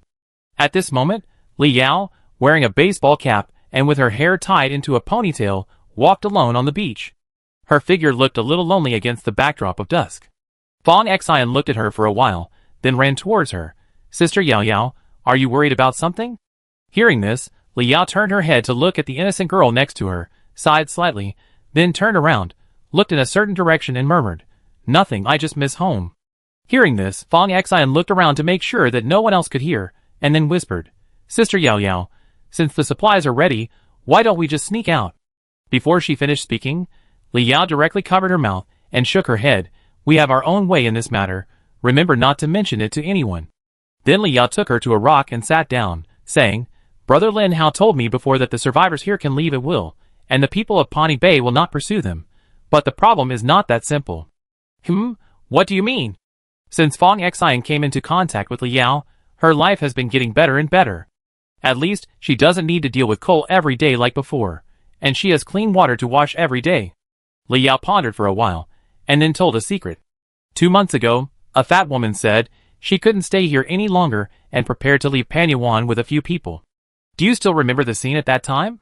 Fong Xian thought carefully for a few minutes and then said, when they left, Panyawan gave everyone a watch, and they didn't need to redeem points, which was really good. Do you think the people in Panyawan are very good? Li Yao was silent for a moment, and suddenly said something shocking. Do you think that those people are leaving and can get a batch of supplies, which is simply a great thing? Isn't it? Fong Xian grabbed the sand at her feet and threw it towards the beach, as if she didn't understand the meaning of her words. After the voice fell, Li Yao stared at the sea level and said expressionlessly, "What if I told you that the 5 of them disappeared after leaving Pawnee Bay?" Then, under Fong Xian's puzzled eyes, Li Yao slowly continued. "The fat woman and I had a conflict. Although she was cured at that time, she was already disfigured. Afterwards, I felt a little sorry for her, so I asked Lin Hao to help get a compass, and planned to borrow the staff to give it to her. It took me half a month to find out about this. It turns out that Lin Hao put a tracker in it, like this." After saying that, Li Yao took out his hand from his pocket and placed it in front of Fong Xian. What came into view were 2 capsule-shaped electronic devices, one of which was still flashing a faint red light. Seeing this, Fong Xian pinched them with her fingers and asked curiously, "Is this the legendary locator?" "Yes." Li Yao nodded and continued, "According to Lin Hao, this kind of locator seems to have only one working properly, and the other one is actually auxiliary to ensure that it will not fail. When using them, they need to be used together, and within a distance of 50 meters. That is to say, if 2 people carry trackers at the same time, one of them will think his is a fake." "I don't quite understand." Fong Xian blinked. Seeing this, Li Yao remained patient and explained, "In simple terms, the auxiliary tracker is also good, but someone needs to be within a kilometer to activate it with a special instrument." As soon as this was said, Fong Xian understood instantly and said in surprise, "I understand. If someone thinks his tracker is fake, then he won't worry about exposing his tracks, but he will still be discovered in the end? That's about it." Li Yao said with a serious expression, "The compass in the fat woman's bag is real, but her teammate put a fake one in his bag." Just then, a man's voice suddenly appeared behind the 2 girls, and Fong Xian jumped up from the stone in a flash. Their signal disappeared without any warning. Li Yao turned around and nodded slightly at Lin Hao. "You're here. Where's Sister Qian? Why didn't she follow you?" Hearing this, Lin Hao ignored Fong Xian's resentful look, squatted on the stone, and then took out a cigarette box from his pocket. Li Yao originally thought that he would still hold the wrinkled cigarette, but suddenly found that it seemed to have become new. The next second, Lin Hao took out a lighter, lowered his head to light it, and took a deep puff. "Damn, I'm dying of suffocation." Seeing this, Li Yao frowned slightly and said, "If Sister Shaolin knew that you failed to quit smoking, she would definitely be disappointed." As soon as the voice fell, Lin Hao turned his head and blew a smoke ring to the right, which immediately made Fong Xian wave her little hand, blushing and holding her breath, and walked away. "If I don't do this well, I might have to move to another place. What's the point of quitting smoking? If I don't even have a cigarette to smoke before I die, how miserable it would be." While talking, Lin Hao had already finished most of the cigarette in his hand. The time was up. The solar street lights on the beach lit up, and there was some light around. Li Yao sat next to him, turned her head and looked at him for a while, and whispered, "Can you take off the blindfold and let me see?" Hearing this, Lin Hao curled his lips, and then took off the belt with his left hand. Looking at the shocking scar, Li Yao felt very uncomfortable, but she still said with some heartache, "It must have been painful at that time. In fact, if there was no eye patch, I should have been able to see that you looked very similar to Sister Xiaolin at first glance." Lin Hao continued to wear it, and did not tell her that his eyes were not blind. Not only her, but no one else in the world knew it except Lin Hao himself. The reason for this is that Lin Hao needs to quickly gain Nyukin's trust, and going through fire and water for the other party, even seriously injured and disabled, will gain more trust. Chapter 842. With power, Lin Hao can find his sister faster. After all, money has no meaning now. But Lin Hao had nothing but money before. It's all in the past. Lin Hao shook his head, and took out the second cigarette to light. Li Yao stretched out her hand to block it and whispered, "Can you not smoke? I don't like the smell of cigarettes." But at this time, Lin Hao couldn't listen. He said self-deprecatingly, It's the end of the world. Men only have those hobbies. If you don't even smoke, are you still a man? As he said this, he lowered his head and prepared to continue pressing the lighter, but when he heard Li Yao's next sentence, he stopped. Sister Xiaolin and I once knew a man who didn't smoke, didn't like drinking, and didn't play around. Hearing this, Lin Hao looked at the beach in front of him and the sound of the seawater splashing, put away the lighter, and asked curiously, "Oh, it sounds pretty good, huh?" Hearing this, Li Yao corrected him seriously. He is really good, not just in terms of sound. Who knows? I haven't seen him. Lin Hao didn't care. Li Yao pointed at herself and asked Lin Hao, "Do you think I'm pretty?" After saying this, Lin Hao got off the stone and stood in front of her. He looked at Li Yao's face and figure in the light of the street lamp. After a long time, he nodded and said, "Pretty, of course not as good as my sister, but also a rare beauty. If Brother Chen hadn't had health problems recently, you probably wouldn't have escaped." Li Yao did not show any emotion, but said calmly, "I was wearing a bath towel, and my thighs were almost half exposed, but when I appeared in front of him, he turned around almost instantly, leaving his back to me." Lin Hao widened his eyes and asked in confusion, "Is that guy really a man?" In fact, Lin Hao's reaction was so big mainly because the world has changed now. In the Doomsday, it can be said that those things are everywhere. Even in the Pawnee Bay camp, such places exist openly. Li Yao laughed at herself. In fact, I was ready to give myself to him at that time. Hearing this, Lin Hao seemed to have grasped the key point. He frowned and said, "What is the relationship between that man and my sister?" "Don't worry, they were not together at that time, otherwise I would never deliberately test him. You answer me first." Lin Hao waved his hand. Li Yao paused, and then said truthfully, "Maybe now, they are really together, which is good. Sister Xiaolin deserves it, and Qin Yu is also worthy of it." At this time, Lin Hao became more and more curious about the name Li Yao said, but he had no way to leave. Once Mu Chen found out that he ran away, he would definitely find out soon. In addition, the development of Pawnee Bay was not weak, and the tracker was very easy to use. Alas, I hope Xiaoyi can be happy every day. As a brother, although Lin Hao subconsciously disliked Qin Yu, he could do nothing about it. He couldn't fly over so far away. Seeing that time was getting late, Lin Hao took Li Yao and Fong Xian back to his villa and invited them to dinner. After all, compared to the food that other people eat, Lin Hao's food can be described as a full banquet. At the table, Lin Hao watched the two of them eat rice in big mouthfuls, and continued to bring up the previous topic. Those few people seemed to disappear in an instant, and the people I sent out looked around but couldn't find them. At this point, Lin Hao nodded slightly to the person next to him and said, "Crazy, you come and explain to them." Hearing this, Crazy took a napkin and wiped his mouth, then said, "There were no zombies where the signal disappeared last, the footprints on the ground were complete and not messy, and there were no signs of fighting around. We found a car that was burned to a shell 300 meters away. The serial number on the frame confirmed that it was driven out of Pawnee Bay." After Fong Xian finished eating, he took a sip from the water cup and asked, could they abandon the car and plan to walk? Lin Hao was resting his left leg on the chair next to him, enjoying the massage from Shishua. He closed his eyes and said lazily, "There are zombies everywhere, and maybe there are people. Will you get out of the car and walk?" Hearing this, Li Yao said softly, "Those who can be here should be people you trust, so just speak frankly. If there is really something, Xin, as the descendant of a traditional Chinese medicine family, must be very important." At this point, Li Yao also turned his head to look at the girl sitting on the right, and said with a somewhat complaining tone, "You told me that your father used to be a traditional Chinese medicine doctor, and so did your grandfather and great-grandfather. Why didn't you tell me?" Fong Xian blushed slightly, stuck out her tongue and smiled.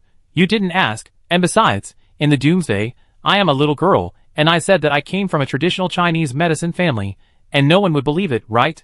And if I'm caught by bad guys, they lock me up, control my personal freedom, and ask me to treat this and that all day long. I might as well die by hitting my head against the wall." Lin Hao squinted at her, curled his lips and said, "If you want to kill someone, there should be many ways, right?"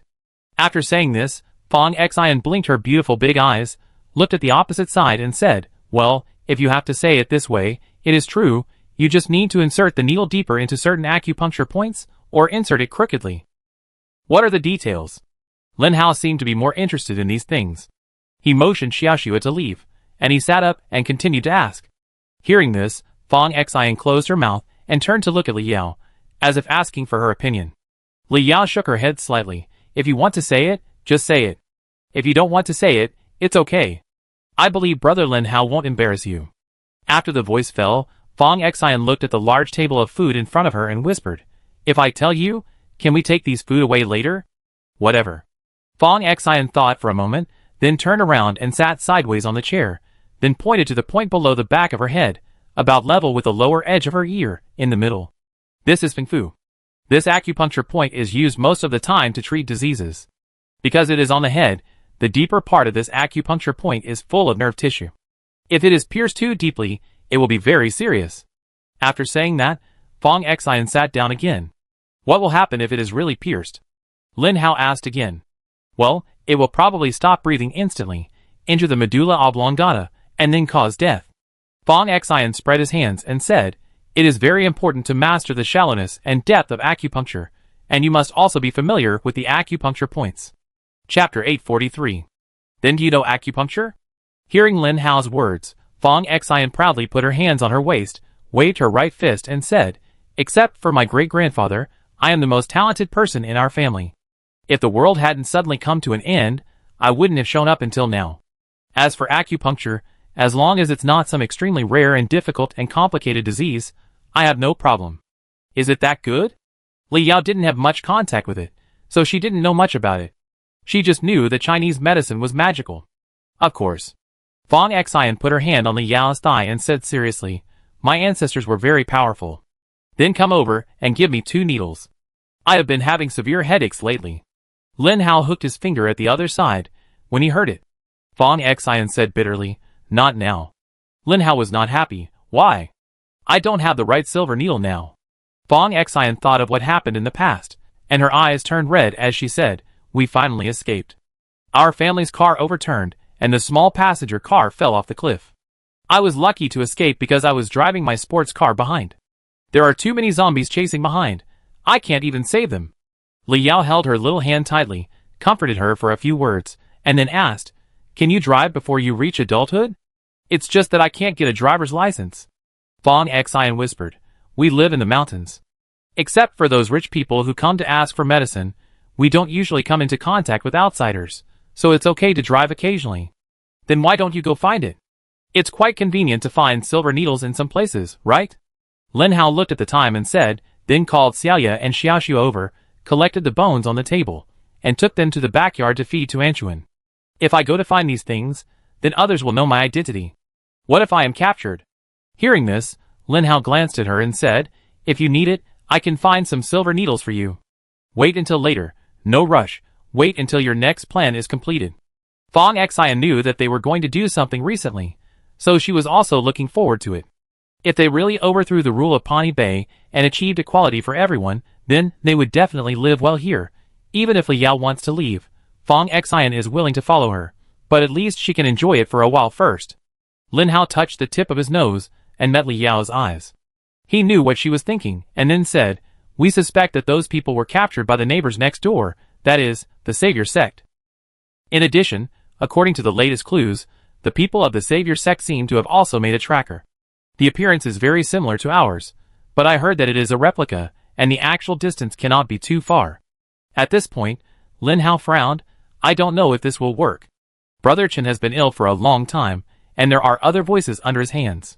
If Mukin really wants to use me to find those who betrayed, then Pani Bei will definitely be completely changed this time."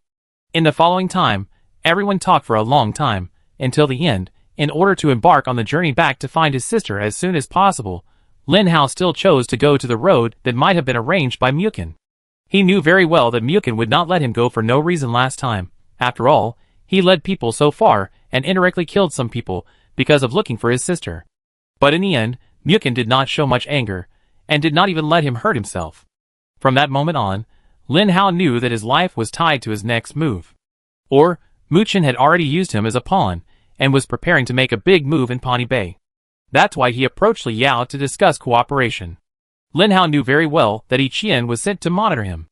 At around 10 o'clock in the evening, Li Yao and Fong Xian left Lin Hao's villa with their packing boxes.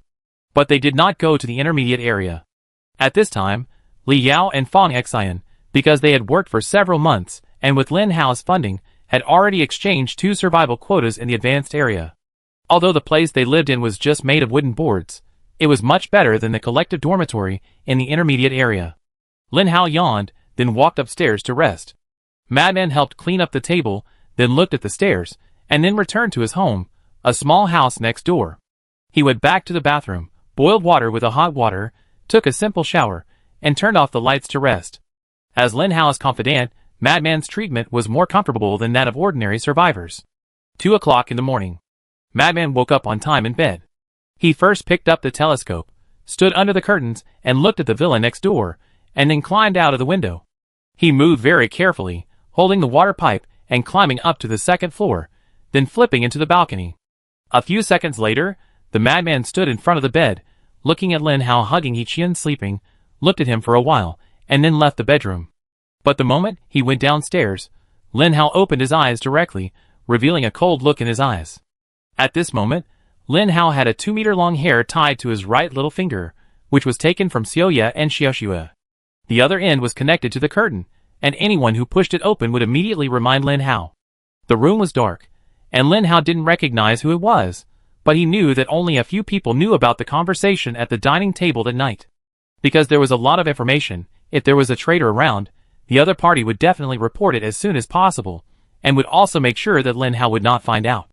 He had locked the bedroom door, so it was impossible for someone to come in through that side, so the balcony was the best way. Secondly, Lin Hao tied Tuan Tuan down in advance, so it would not bark if an acquaintance came over, so he could filter out the people who were his own. Although Xiaoya and Xiaoxue lived downstairs, they did not have the ability to climb with bare hands. Lin Hao guessed who it was almost instantly, but he did not act rashly, and continued to sleep. There was no way. Even though Lin Hao said that he could not leave Pawnee Bay like this, he actually knew that this reason was far-fetched. At most, he could drive a distance away, and then find another car. Li Yao's skills could also come in handy. But Lin Hao felt that the development of Pawnee Bay was really good, and it was definitely one of the best in the Doomsday. There are enough weapons, enough food, stable electricity, and at least 1,000 survivors. With this level of power, it can be said that they are no longer afraid of any zombie threats, even if the zombie tide comes. So Lin Hao needs to take over Pawnee Bay. He wants to give his sister a good life. Although it is not as good as before, at least she can't live in the wild all day long because some minions are hiding everywhere. Chapter 844. On the desolate road, an SUV was driving, not very fast. According to the note he left last time, Chinyu later optimized the route again, which was about half the distance. As for the other half, since he had never been to the manor, it was unknown, and he could only drive according to the map. At this time, the two had been walking for more than 3 hours, and they had lunch in the car. When they passed an abandoned village earlier, they encountered a group of zombies migrating, so Chinyu had to park the car on the side of the road, get off the car, and quickly cover the car body with several zombie skins prepared in advance with Lin Yi, and then hide inside. They had a chance to continue their journey only after the zombies had passed. Unfortunately, the zombies were not very clean, so the car was very dirty when touched. At about 3 p.m., Chinyu and Lin Yi drove to a stone bridge. At this time, there were at least several large rocks in front of them, lying on the road. Lin Yi felt that the car had stopped, and then took off the blindfold, rubbed his eyes, and said, "Are we there yet? How can it be so fast?" Chinyu smiled helplessly, and carried Xiao Bai, who was resting on the armrest, to the back seat. It is probably because of the heavy hail a few days ago, as well as the wind and thunder, that some fallen rocks may have rolled down. Hearing this, Lin Yi reached out, and took out a telescope from the bag behind her, looking at the area a few dozen meters ahead. After a few seconds, she shook her head slightly and said, "It's a bit narrow, I guess we can't get through." "Let me see." Chinyu didn't make a decision, but took the telescope. After roughly judging the width of the car, and the gap between the two boulders, Chinyu nodded and said, "It seems we can only take a detour." Look at the big map. Is there any other way to go there nearby, the kind that can converge together?" "Okay." After saying that, Lin Yi took out the map and looked at it carefully. After about half a minute, she turned her head to the left and said, "Let's go back, turn right at the second intersection, and then go 7 kilometers to the next turning intersection." After understanding, Chinyu began to turn around on the spot, and the two chickens in the car started to cry again.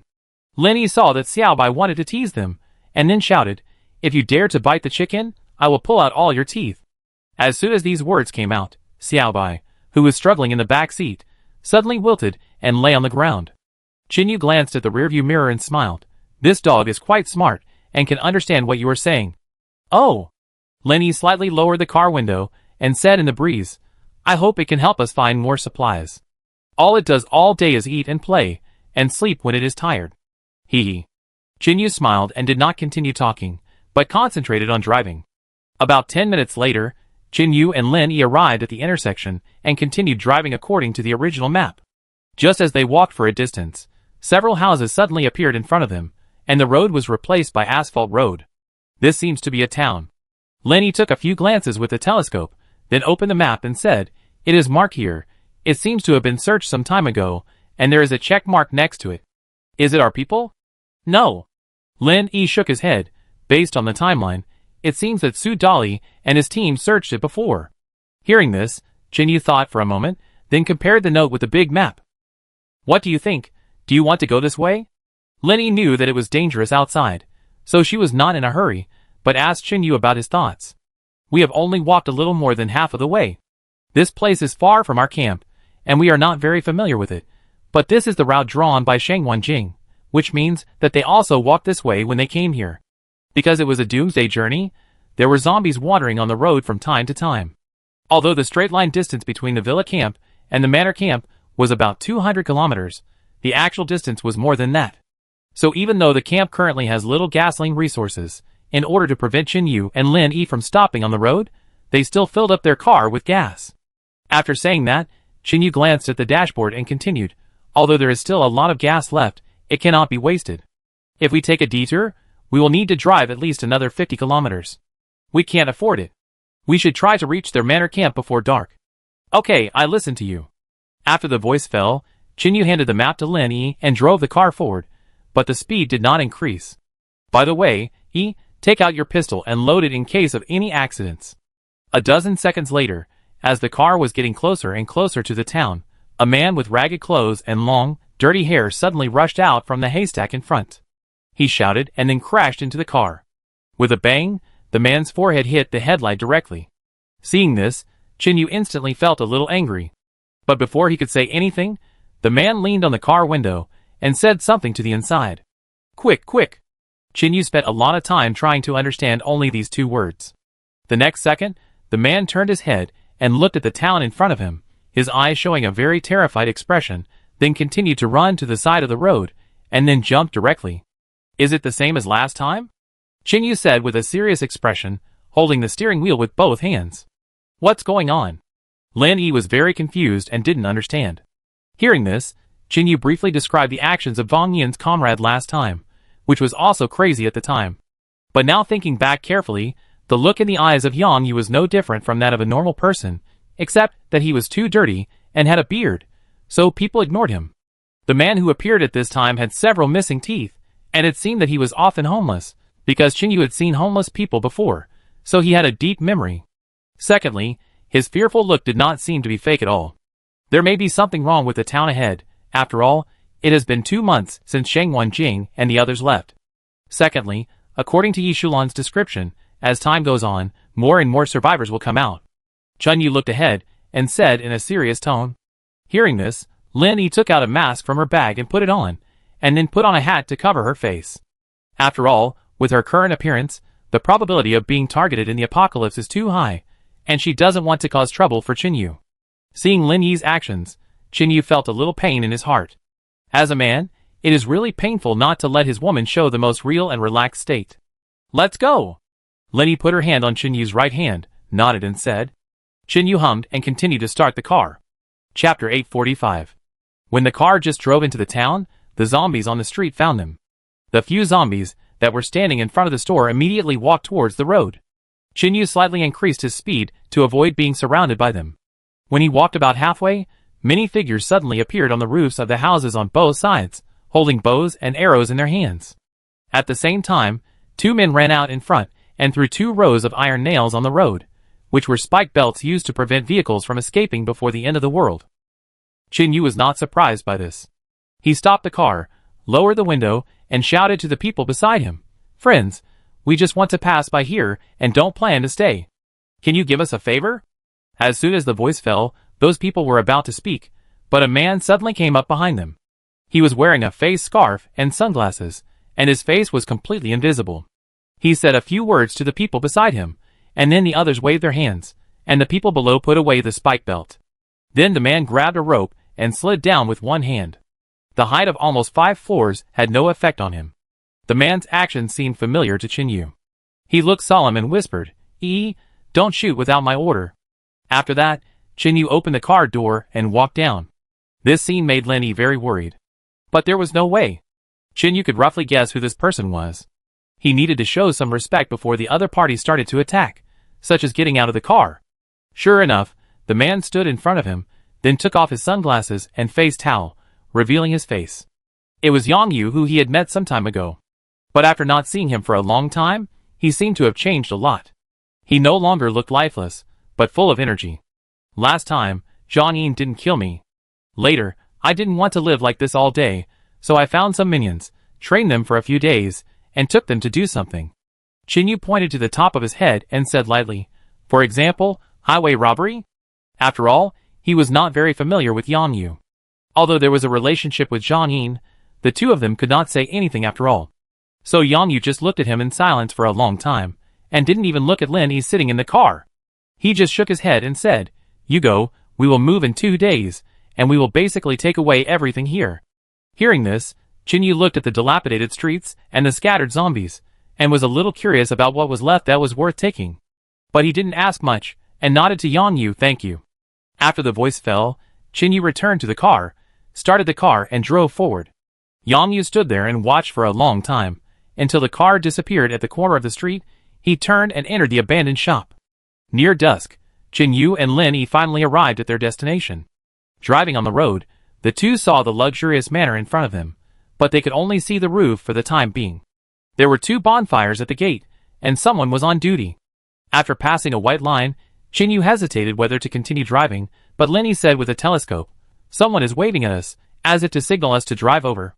Hearing this, Chinyu turned his head to look at the left rearview mirror, and found that there was a person hiding in the bushes, holding a walkie-talkie and saying something. It seems that because of this, the people at the gate did not launch an attack. Soon they arrived at the gate, and the people above also came down and walked out of the small door. The person on duty was someone I had met last time and had dinner with in the camp, but Chinyu didn't know his name.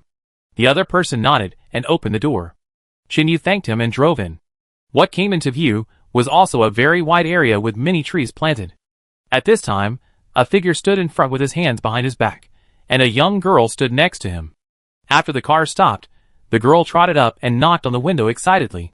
Lin Yi clicked the button and smiled. "Hello, Ling, long time no see." Ling was also very happy, and opened the car door to pull her out. "Come on, I take you to see the room." "Slow down, I take off my seat belt." Lin Yi also liked this girl very much, but she didn't lead directly. Instead, she held Xiaobai and looked at Chinyu. After the latter nodded slightly, she followed Ling boldly. Chinyu looked around and found that the camp here was also well built, with solar panels and vegetable fields everywhere. Many people were talking and laughing, with smiles on their faces. Opening the car door, Chinyu walked toward Shang Wenjing. "I don't have anything to give as a gift, just a small gift, I hope you like it." Hearing this, Shang Wenjing, who was originally a little reluctant to train Chinyu, felt a little relieved at this moment, and then he waved to the side, and then Long Jie came over. "Hi brother, long time no see." "Long time no see." Chinyu smiled and shook hands with the other party, then walked towards the trunk. As those items were carried out, even Shang Wenjing was a little surprised. There were 2 chickens, 1 male and 1 female, for adult rabbits, and 2 piglets. These goods basically filled the back seat and the trunk, and there were even some supplies tied to the roof. "Thank you, these are exactly what we need." Shang Wenjing walked a little closer, and expressed his gratitude when he looked at the goods on the ground. Hearing this, Chinyu smiled and said softly, "It is better to teach a man to fish than to give him a fish. I still understand this principle. Last time I heard you say that there were no farmed animals in the camp, so I asked everyone and brought a batch over. I can raise them, but not for long." Long Jie held the chicken and rabbit and said, "Then you talk to the instructor first, I will take people to find a place to put these things." After that, Long Jie turned and left, and called 2 more people to carry them.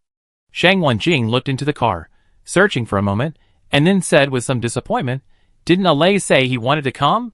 Hearing this, Qin Yu explained, "He wanted to come, saying that he hoped to reminisce with the master, but you also know that after I leave, the camp needs more people to guard it, so I rejected Alay's request." When Qin Yu said this, he lied. Alay didn't ask to come here at that time, and he just said he would send them off. Perhaps Alay still couldn't let go of some things and needed time to change, so Qin Yu said some good things for him without thinking. Sure enough, when he heard this, Shang Wanjing's face looked much better. He nodded and turned away. "It's just that we're about to have dinner. Let's go together." "It's okay, I'm not hungry."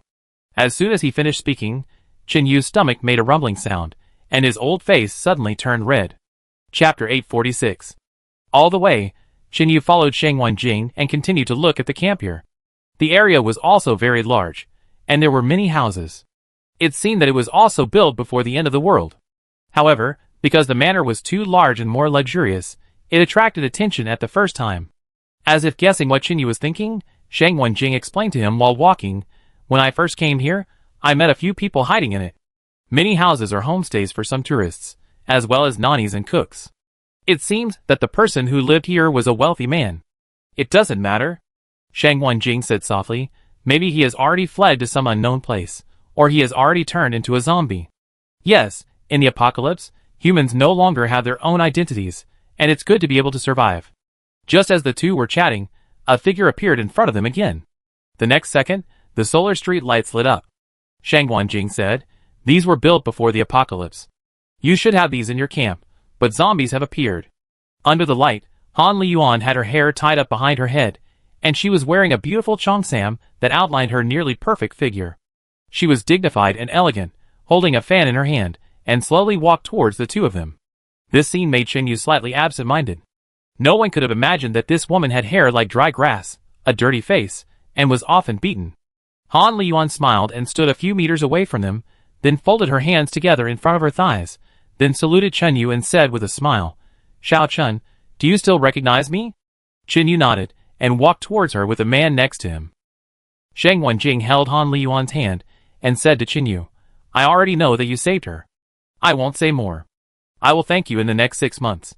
Hearing this, Qin Yu was stunned. Does the training take so long? He thought that he could go home in a month at most. "How long is it?" Shang Wanjing raised his eyebrows. With a hint of disdain in his tone, "This is the training subject that I racked my brains and worked hard to come up with. 6 months of special training is enough for you to catch up with the level of normal people who train for 3 to 5 years. At this point, Shang Wanjing added with a serious expression, "Of course, it will be more tiring and harder than ordinary people. But if you can stick to it, maybe you can catch up with Alay and Xiao Jia, because even they have never received this level of training. It's scary just to hear it." Qin Yu hesitated. "Will I die on the way?" Hearing this, Shang Wanjing turned his head and glanced at Han Liyuan. Her eyes were also full of worry. After a moment, Shang Wanjing said truthfully, "The process of stimulating human potential and tempering blood is extremely dangerous. If you are not careful, it is common to become disabled, and of course you will die if you don't pay attention." After this, Qin Yu fell silent. He just stood there quietly for a long time without speaking. He turned his head to the right front, where Lin Yi and Ling were squatting on the ground, playing with Xiao Bai happily. Lin Yi's joyful laughter reached Qin Yu's ears, making him feel happy involuntarily. Shang Wanjing whispered, "I can subtract a few subjects, which should ensure that you will not die." Before he finished speaking, he was interrupted by Qin Yu. He turned his head, his eyes showed a firmness, and said seriously, "It's okay, just do as you prepared. Brother Xiao told me before that there will be accidents during Special Forces training, and I need strength now. I need to make myself stronger, so that I can lead the people around me to live safely. I can choose not to use these powers, but I can't live without them." Han Liyuan bit her lip, looked at him and said, "But Xiao Chun, you are already very powerful now." "Not enough, Sister Han." Since this training was fought for by the other party, Qin Yu was willing to call her sister. After all, not everyone can have such an opportunity. What's more, in the Doomsday, many people find it difficult to even survive, so how can they have any chance to grow? Hearing that the name she was called had changed, Han Liyuan's eyes were a little moist, and she nodded seriously, "Don't worry, with Brother Jing's strength, I will definitely let you go further in the future." At this time, Shang Wanjing also took 2 steps forward. He put his hand on Qin Yu's shoulder, and said in a firm tone, "A person is really strong only when he is strong inside. Don't worry, I will never let you really go to die. Han Liyuan turned her head and wiped her tears, pretending to be angry, and said, Xiao Chen is my lifesaver. If he has an accident, I will be the first to disagree. Haha, I will do it, don't worry. Shang Wanjing turned around and hugged her waist, then walked towards the manor. Brother Chen Yu, there are a lot of delicious food tonight. After the voice fell, Chen Yu, Lin Yi and a Ling walked into the manor together. There were also electric lights inside, but they were not original bulbs, but were hung on the wall with wires. But the room was still brightly lit, without any difference. At this time, the hall was full of tables, and many people were busy walking back and forth.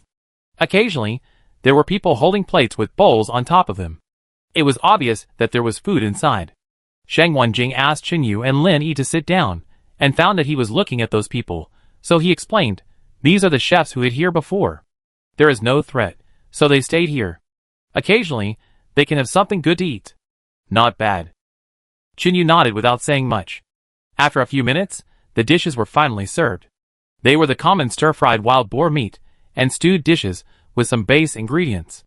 They looked rich and varied. It seemed that besides not raising animals, they also planted crops. Unlike the animals that Chen Yu and his team raised in the camp, most of these were obtained by hunting temporarily, or were smoked meat in advance. Others also came to the manor hall one by one.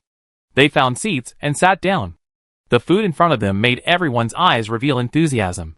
As Shang Wanjing started eating, everyone started eating. After about an hour, everyone started to leave after having enough food and drink. Chen Yu was still talking to Shang Wanjing, and Long Jia was sitting next to him, but he was just listening to his senior brother's story. When he heard that Alei was seriously injured when he was fighting against 27 people, Long Jia immediately muttered, if senior brother just ran away, the only one who could catch him in this world is master. Chapter 847. You talk too much. If I get trapped one day, will you just run away? Long Dai took a sip of beer and said lightly. Hearing this, Long Jia smiled and said, of course not. As a younger brother, when the crisis comes, I will definitely block the danger for my sister. Hearing the word old again, Long Dai raised his eyebrows and raised his hand to slap him. But Long Jia reacted in advance and slipped to the other side. I can't hit you. As soon as he finished speaking, a slap came from behind. Bang! A Ling put her left hand on her waist and gave Long Jia a chestnut on the head with her right hand. Don't block the way. Long Jia looked back and didn't dare to get angry with this little ancestor. After all, he had to ask her for treatment if he was injured. Then he went out in a bad mood. While Chen Yu was talking, he looked at a Ling and found that she was walking towards the corner. Lin Yi finished eating half an hour ago and then left the table, and then Long Jia sat over. At this time, she was holding some bones and feeding Xiaobai. Xiaobai is getting bigger and bigger, and can already eat bones. After all, he eats less in the doomsday, and he can't always go out to find dog food. 10 seconds later, a Ling said something to Lin Yi, and then turned and walked up the central staircase. Then Lin Yi walked towards Chen Yu, and whispered a few words in his ear. Hearing this, Chen Yu nodded, you go and arrange it, I have no objection. After the voice fell, Lin Yi reminded, drink less, I don't want a drunk sleeping next to me. Don't worry, I know. Chen Yu smiled and replied. After she left, Shang Wanjing picked up some white wine, poured some, and then drank it in one gulp, and then said, because I don't know if you will like the room we arranged, I plan to wait until you come to choose the bedroom. Hearing this, Chen Yu also said with some guilt, I didn't discuss it with you in advance and brought one more person without authorization. I'm sorry. Shang Wanjing didn't react much, and said calmly, after all, the training will take a long time. If you come here by yourself, I'm a little worried. What are you worried about? Chen Yu was a little confused. Just then, Han Liyuan came over with half a box of wine. She put it on the ground and took 2 bottles for the 2 of them, and said with a smile, Brother Jing means, what if you fall in love with the girls here? Then Han Liyuan looked to the right and said, Brother Jing, you are overthinking. Xiao Chen is the most loyal man I have ever seen. Other women can't even touch him. Sister Han is joking. Chen Yu's face was a little red at this time. He had drunk 2 glasses of white wine from 3 bottles of beer. This was also the most he had ever drunk. Because he had to ask Shang Wanjing for something later, he didn't refuse to drink today. Han Liyuan asked him to drink less, and then went to Long Dai. Chen Yu felt that there were fewer and fewer people, and it seemed that there were only a few of them in the hall. Then he thought for a while, and then said, can I make one more request? Shang Wanjing picked up a piece of meat and put it in his mouth, chewing and saying, "I know what it is. It's nothing more than training your woman, am I right? Well, I hope she can learn something too." Hearing this, Shang Wanjing nodded without thinking, of course. Xia Yuan will also receive training, and Long Dai will follow her throughout the process. Come with me. Chun Yu was stunned and hesitated. How is that possible? Shang Wanjing bit the bottle cap with his teeth and poured it into the cup. As women, they don't need to receive too much strength training. Secondly, the limit that their bodies can withstand is different from that of men. It will be much easier. Most of them are guns, bows and arrows, etc. Qin Yu was relieved when he heard this, and he didn't say anything more. He glanced at the empty bottle on the ground and said, "Drink less, I'm afraid you won't be able to get up tomorrow." Shang Wanjing shook his head. "The last bottle? This amount of alcohol is a piece of cake for us. But I see that a lay rarely drinks. That's because he has too many things to worry about all day. If one day you are like us, not accepting survivors, and not afraid of any survivors, then he will start drinking." It was not until after 11 o'clock in the evening that Qin Yu found the room arranged for them according to Han Liyuan's instructions. Pushing the door open, there was a faint light in the room, as if Lin Yi had left a candle specially for Qin Yu to walk better. The bedroom was very large, almost a 3-bedroom and 1 living room structure. It was hard to imagine that this was just a bedroom. Qin Yu had never experienced the life of the rich, so he was a little curious about it. This was his first time to enter the manor to check the internal environment. However, because he drank a little too much, Qin Yu found the toilet and walked in immediately. After more than 2 minutes, he washed his face. What surprised Qin Yu was that the faucet here was not affected by the doomsday. You know, the villa camp has only recently resumed water supply to each household. It seems that this manor is also developing well. Qin Yu walked towards the bedroom and found that Lin Yi was already asleep. She curled up in the quilt like a kitten, with only her peerless face exposed. This scene made Qin Yu a little moved. He walked over, bent down and kissed her, causing Lin Yi to frown slightly. Her little hand subconsciously waved and almost hit Qin Yu in the face. Then Qin Yu stood up, smelled the smell of alcohol on his body, and then walked towards the living room and slept directly on the sofa. But Lin Yi woke up once at night and found that there was no one around, so she came out to take a look, called Qin Yu into the bedroom, and still let him sleep on the bed. Although she said that she would dislike Qin Yu when he was drunk, in the second half of the night, Lin Yi still hugged him and refused to let go. At about 7 o'clock the next morning, Qin Yu woke up. Just as he was sitting on the bed in a daze, Lin Yi appeared with ginger soup. "Don't drink so much in the future, promise me." Lin Yi sat on the bed in pajamas, looking at Qin Yu with some heartache. "Haha, next time no one persuades me to drink." Qin Yu quickly finished the ginger soup, then kissed her on the face, and then quickly left the room. "I'm leaving first." Lin Yi touched her slightly red cheeks and smiled unconsciously. She stood up and walked to the balcony, looking at the scenery outside and breathing the fresh air here. Unlike the villa area, although it is in an environment full of zombies, the air here is not very smelly. Although it is also very good over there, there will be a bad smell occasionally. It seems that I have to plant more trees in the camp after returning. Lin Yi leaned on the railing, holding her chin with her hand and talking to herself. Chapter 848. Qin Yu went to the bathroom and washed up, just in time to smell some meat outside. When he walked out of the first floor of the manor, he noticed that the house next door was serving breakfast. When he was hesitating whether to go over, Han Liyuan had already come over with a wooden board with 2 small bowls on it. "Are you up so early? Why don't you accompany your little wife to sleep a little longer?" Han Liyuan has really changed a lot now. She can joke with Qin Yu naturally. Hearing this, Qin Yu picked up the bowl and drank the meat soup and smiled. "I came here for business, not for fun."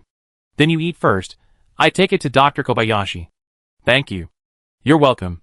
She used to take care of me. We're all family." Han Liyuan smiled and walked into the manor. Qin Yu found that the food here tasted really good, and there were even chopped green onions. 2 minutes later, he returned the bowl, and then walked towards the back mountain area according to the location Guan Jing said last night. This used to be a scenic spot, and the back was also very open. After a while, Qin Yu saw a few young people standing in the open space in front of him chatting, which surprised him a little, as he thought he was alone. At this moment, a figure suddenly stood up from the bushes on the right.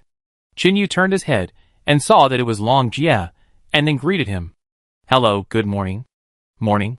Long Jie was wearing a black vest, his muscles were tight, and his skin was bronze. He looked like he had explosive power.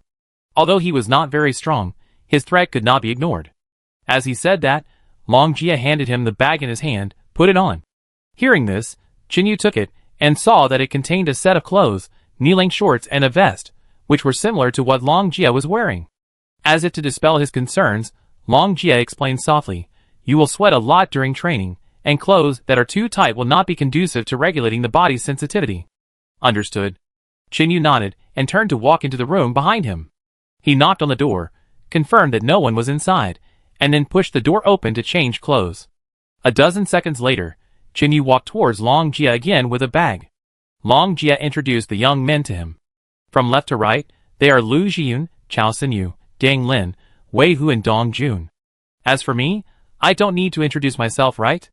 Chinyu nodded slightly, then looked at everyone and smiled. "Hello everyone, my name is Chinyu. Please take care of me from now on." The 5 people were very nice, and didn't put on airs, saying that these were all trivial matters. Long Jia then continued, "Because it took a lot of time to build the facilities this time, we might as well train our own people, which is just a side job." "That's great, I like everyone to grow together." Chinyu was also looking forward to this. Hearing that a few more people had been added, he did not have any other thoughts. After all, the other party had given him enough face by training him. After waiting for about 5 minutes, Shang Wanjing appeared in everyone's sight. He still had white hair, a long white shirt, steady steps, and exuded an unknown aura. At a glance, he gave Chinyu the feeling that this guy must have been a ruthless man who could survive on the battlefield by stepping on the corpses of enemies. "Everyone is here. It's 8:30 in the morning. I don't have much to say. I test your foundation." Shang Wanjing stood in front of the 7 people and said calmly, "Start with running." Hearing this, not only Chinyu, but everyone else also breathed a sigh of relief. Only Long Jia showed a smirk. If these guys really think it's just a simple run, then it's too easy. Sure enough, when Shang Wanjing saw that they didn't care much, a smile appeared on the corner of his mouth, and then clapped his hands. The next second, someone came over with a cart full of red bricks, and there were 6 backpacks next to it. Each of these bricks weighs about 2.5 to 2.6 kilograms. Some are incomplete, so the weight is not important. Each person picks 7 bricks and puts them in the bag, then carries them on their backs. After that, everyone started walking towards the cart. Only Long Jia still stood there, with an expression of watching a good show on his face. "Aren't you going?" Chinyu asked. Long Jia waved his hand. "This is just your business. I'm just here to be a sparring partner. It's still early. It's my turn to play in 3 months. I came here today just to watch the show and take you home." Chinyu was a little confused, but he also realized that Alay had said that his junior brother was really strong in close combat. Alay was the eldest senior brother because he was versatile and proficient in various skills, just like Xiaojiu, a special forces soldier. A few minutes later, the 6 people stood upright in front of Shang Wanjing with their bags on their backs, feeling the heavy weight behind them. Except for Chinyu, their faces were a little solemn. At least Chinyu had done weight training before, and the weight was about the same at that time, but the place where he ran was not like a normal track, but half of it, so he could run so many laps. Seeing that they were ready, Shang Wanjing turned around and pointed to the back mountain area and said, "The distance from here to the top of the mountain takes about 50 minutes to walk, and about 20 minutes to run." Dang Lin smiled and said, "Instructor, don't worry, we will definitely run in 20 minutes. As he said that, he poked the bag on his back with his elbow, not minding it at all. After all, Shang Wanjing would assign some tasks to them whenever he had something to do, and they were already used to it. Hearing this, Chinyu turned his head and saw that the young man who was speaking had a short haircut and a large tattoo on his arm. He was about 30 years old. Shang Wanjing touched his nose and then said calmly, "When did I say 20 minutes was enough? Then this?" Dang Lin was stunned and felt the seriousness of the matter. The next second, Shang Wanjing pursed his lips and sneered, "Carrying 35 kilograms of weight, running mountaineering project, start now. Everyone, I give you 4 hours, run in 17 minutes. By the way, you have to carry your backpack when you go down the mountain, otherwise you have to do 1,000 push-ups." "How many?" Chinyu's eyes widened. 1,000 push-ups, is that something a human can do? After he finished speaking, Long Jia, who was watching the fun, curled his lips and said, "When my senior brother and I were punished before, we started with 1,000 at a time." Chinyu began to regret that he agreed so readily yesterday, but now the arrow was on the string, he could only persevere, and then looked at Shang Wanjing's raised hand and prepared to start. Chapter 849. As Shang Wanjing put down his right hand, everyone started running forward from the path, and Long Jia also pressed the intercom and said something. You can start timing. After running a few hundred meters, Chen Yu was about to turn right, but his arm was grabbed by someone. Looking back, it was the man called Dong Jun before. He shook his head slightly and said, "Not this way." After the voice fell, Dong Jun pointed to the back of the person in front. Chen Yu looked and realized that they were actually running to the left. Then Dong Jun continued to explain, "We have to go to the foot of the mountain first, and then run to the top of the mountain, so that the total time will be right. Otherwise, it will take about 10 minutes to get up from here." Hearing this, Chen Yu nodded solemnly. "Okay, I understand, thank you." After saying that, he dragged his backpack with both hands behind him, and continued to run, keeping up with the pace of others. At the starting point, Long Jia walked toward Shang Wanjing and said, "Instructor, will they have any accidents?" Shang Wanjing had a table brought over, then sat down and started making tea. He said expressionlessly, "How can you know your limit if you don't try hard?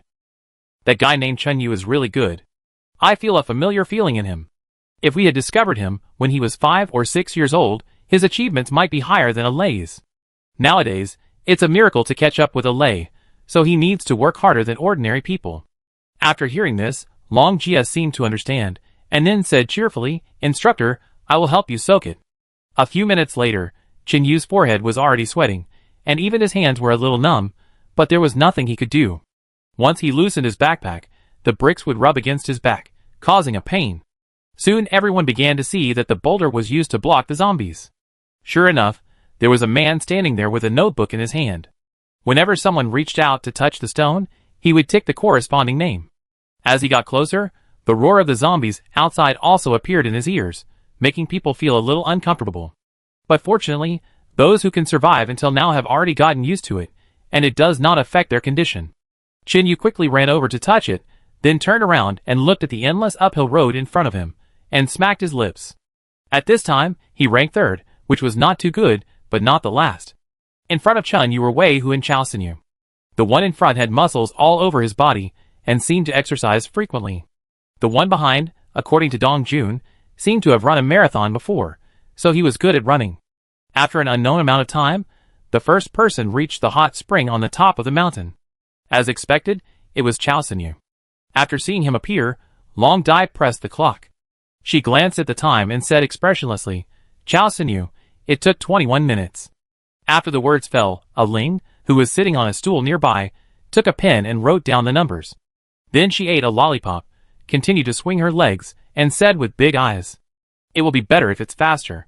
The rest of the people arrived one after another, and Long Dai also pressed other clocks and reported the time. Wei Hu, 21 minutes and 37 seconds. Chen Yu, 22 minutes and 13 seconds. The last person to come up was Dong Jun, who took 27 minutes, and was mocked by the girl A Ling again. The way up the mountain is different from the way down the mountain. It is on another road and is well built. It is not a staircase but a highway. It was used to attract tourists before the end of the world. When Chen Yu returned to the starting point, Long Jia asked him with a smile, "How is it? Can you still bear it?" Hearing this, Chen Yu nodded. Although his breathing was a little rapid and his face was flushed, he pretended to be relaxed and said, "It's nothing. Even if there are 2 more bricks, there is no pressure." After saying this, Shang Guanjing closed his eyes, and lay on the chair and said, "Shao Jia, give him 3 more bricks." "Ah?" Chen Yu immediately made a bitter face, "I'm kidding, forget it." But Long Jia didn't care, holding 3 bricks and walked towards him, unzipped it, and put it in, then patted Chen Yu on the shoulder and said cheerfully, "Pay attention to the rhythm. In fact, you can run under 17 minutes normally, but you spent too much energy in the first part of the road." Chen Yu didn't want to talk to him at this time. He weighed the backpack and said helplessly, "Carrying 50 kilograms of weight, and still running up the mountain, you are really not afraid that I will die here?" Shang Wanjing basked in the sun and said, "I won't die. Besides, a Ling is on the top of the mountain. If anything happens, she can get there in time. There are walkie-talkies every kilometer on each road." After listening, Chen Yu gritted his teeth and said, "You are so cruel." Hearing this, Shang Wanjing opened his eyes and sat up. He looked at the young man in front of him and said calmly, "In modern warfare, individual combat does not require much physical strength, but now the order has collapsed. Many times, a good body can often turn the tide of the battle. This is not 5 kilometers. Although your load exceeds 20 kilograms, it will not kill you. Everyone stood at the starting point without moving, listening to his lecture quietly. When Dong Jun finally came back, Shang Wanjing spoke again. In the next period of time, 4 times a day, 2 times in the morning, you can rest for 5 minutes after each time, and the rest of the time is to do push-ups and planks. Speaking of this, Shang Wanjing stood with his hands behind his back and said, the simplest training is often the most difficult. Xiao Jia, get ready to time them later. Okay. After saying that, Shang Wanjing was about to leave. Qinyu looked at him and said, can I ask what your limit is? Hearing this, Shang Wanjing pondered for a while, and whispered, how old are you now? I don't remember, probably 25. Qinyu recalled and said, when I was 30 years old and struggling abroad, I was besieged by other killer organizations because I did something big. In order to survive, I ran for an hour with a machine gun weighing 60 kilograms, and killed those 20 people afterwards. Sometimes in a critical moment you either fight or die. You are younger now than I was then, and each of the 5 of them is at least 3 years older than you. I can feel your potential. Even when facing dozens or hundreds of enemies, as long as the people behind you need you to stand up, you will still have the determination to fight to the death. After saying that, Shang Wanjing left without looking back. Qinyu held the strap of his backpack and fell into deep thought. Chapter 850. After the break, everyone put on their backpacks and prepared to run to the top of the mountain again. Long Jia nodded at the 6 people and pressed the intercom. Start. 3 days passed, and Qinyu almost fell asleep as soon as he touched the pillow when he returned to the bedroom every day. Because he sweated a lot during training recently, he smelled a lot every time he got home. Qinyu didn't want to stink this little cutie Lin Yi, and she and Han Liyuan also started training, so they rested in separate bedrooms now. The person on the top of the mountain was replaced by Slav, who rotated with Long Eye every few days. After all, with him, a Ling would not be in danger easily, even if the top of the mountain was safe. At present, a Ling's level of treating wounds is not worse than Lin Yi in the Doomsday, and it is also very important for the manor camp. Of course, if the power is completely restored and a large number of hospital facilities are restarted, Lin Yi will truly show her strength. After 3 full days, Qinyu struggled to run into 19 minutes. He usually had to do push-ups and the like. It can be said that he was basically tortured to the point of not looking like a human. Fortunately, there was plenty of food here, and there were chefs to prepare the food, so there were no major problems. But someone dropped out first, and that was Dong Jun. He said that he was not really a young man at the moment, and he could not fight for it anymore, so he would just spend his days with his wife and children. Then another 4 days passed, and after a week, only 4 of the original 6 people remained. They were Chen Yu, Wei Hu, Ding Lin, and Chao Sinyu. On the 8th day, the first person finally ran under 17 minutes. Because this is not just a simple weight-bearing mountain climbing, it also involves other basic training, which consumes a lot of physical energy. The first person to finish was completely beyond Longdi's expectations, because it was Chen Yu. Although he was sweating profusely, his clothes were stuck together, and he even fell down as soon as he reached the top of the mountain. He was indeed the fastest at the moment. And Long Nai also pressed the clock immediately, and then his tone was a little more admiring, and he said in a concentrated voice, Chen Yu, it took 16 minutes and 51 seconds. Chao Sinyu came in second, also exhausted, but he looked at Chen Yu with a little surprise. Chao Sinyu, 16 minutes and 53 seconds. Wei Hu showed up just after the report. Wei Hu, 16 minutes and 59 seconds. As for the remaining Ding Lin, he didn't show up for a long time, so he must have given up. Chen Yu was lying on the ground at this time, and he didn't want to get up even if the sky fell. If it wasn't for the pain in his back, he would have wanted to lie down directly. There was a sound of footsteps, and a Ling ran over with medicine for abrasions. She squatted beside Chen Yu's shoulder and stretched a finger towards his nose. Looks like he's not dead yet. Then a Ling patted her chest, poked Chen Yu's shoulder twice, and said, Hey, I have to apply medicine to you. This is what Sister Lin told me. You have to bear with it. A few seconds later, there was a pain in the back. Long Dai and another girl were also helping Chao Sinyu and Wei Hu. They also took a few breaths of cold air. An hour later, the 5 people came down from the mountain. As expected, Shang Wanjing and Long Jia were still there, and Lin Yi was also waiting here. When seeing Chen Yu appear, Lin Yi immediately walked up to support him, his eyes full of heartache. For 8 days, Chen Yu's skin color basically darkened, but his muscles looked stronger. Similar to Long Jia, Chen Yu's skin color also turned bronze at this time. Although he didn't look as strong as Wei Hu, People could feel the hidden power under his muscles trembling. At this moment, Long Jia stopped laughing and looked at the three people with a little more admiration in his eyes. With this level of training, to run under 17 minutes, you have to fight for your life. You know, even Long Jia ran for 2 days before he ran under 16 minutes, but he had a good foundation. Shang Wanjing said something to Ding Lin, and then the latter left. Although his figure was a little lonely, his expression was very relieved. Finally, he didn't have to stay here any longer, and Ding Lin felt much more relaxed. You go back and rest first. After 3 days, we will proceed to the next subject. Shang Wanjing looked at their embarrassed appearance and said, "Can I ask what it is?"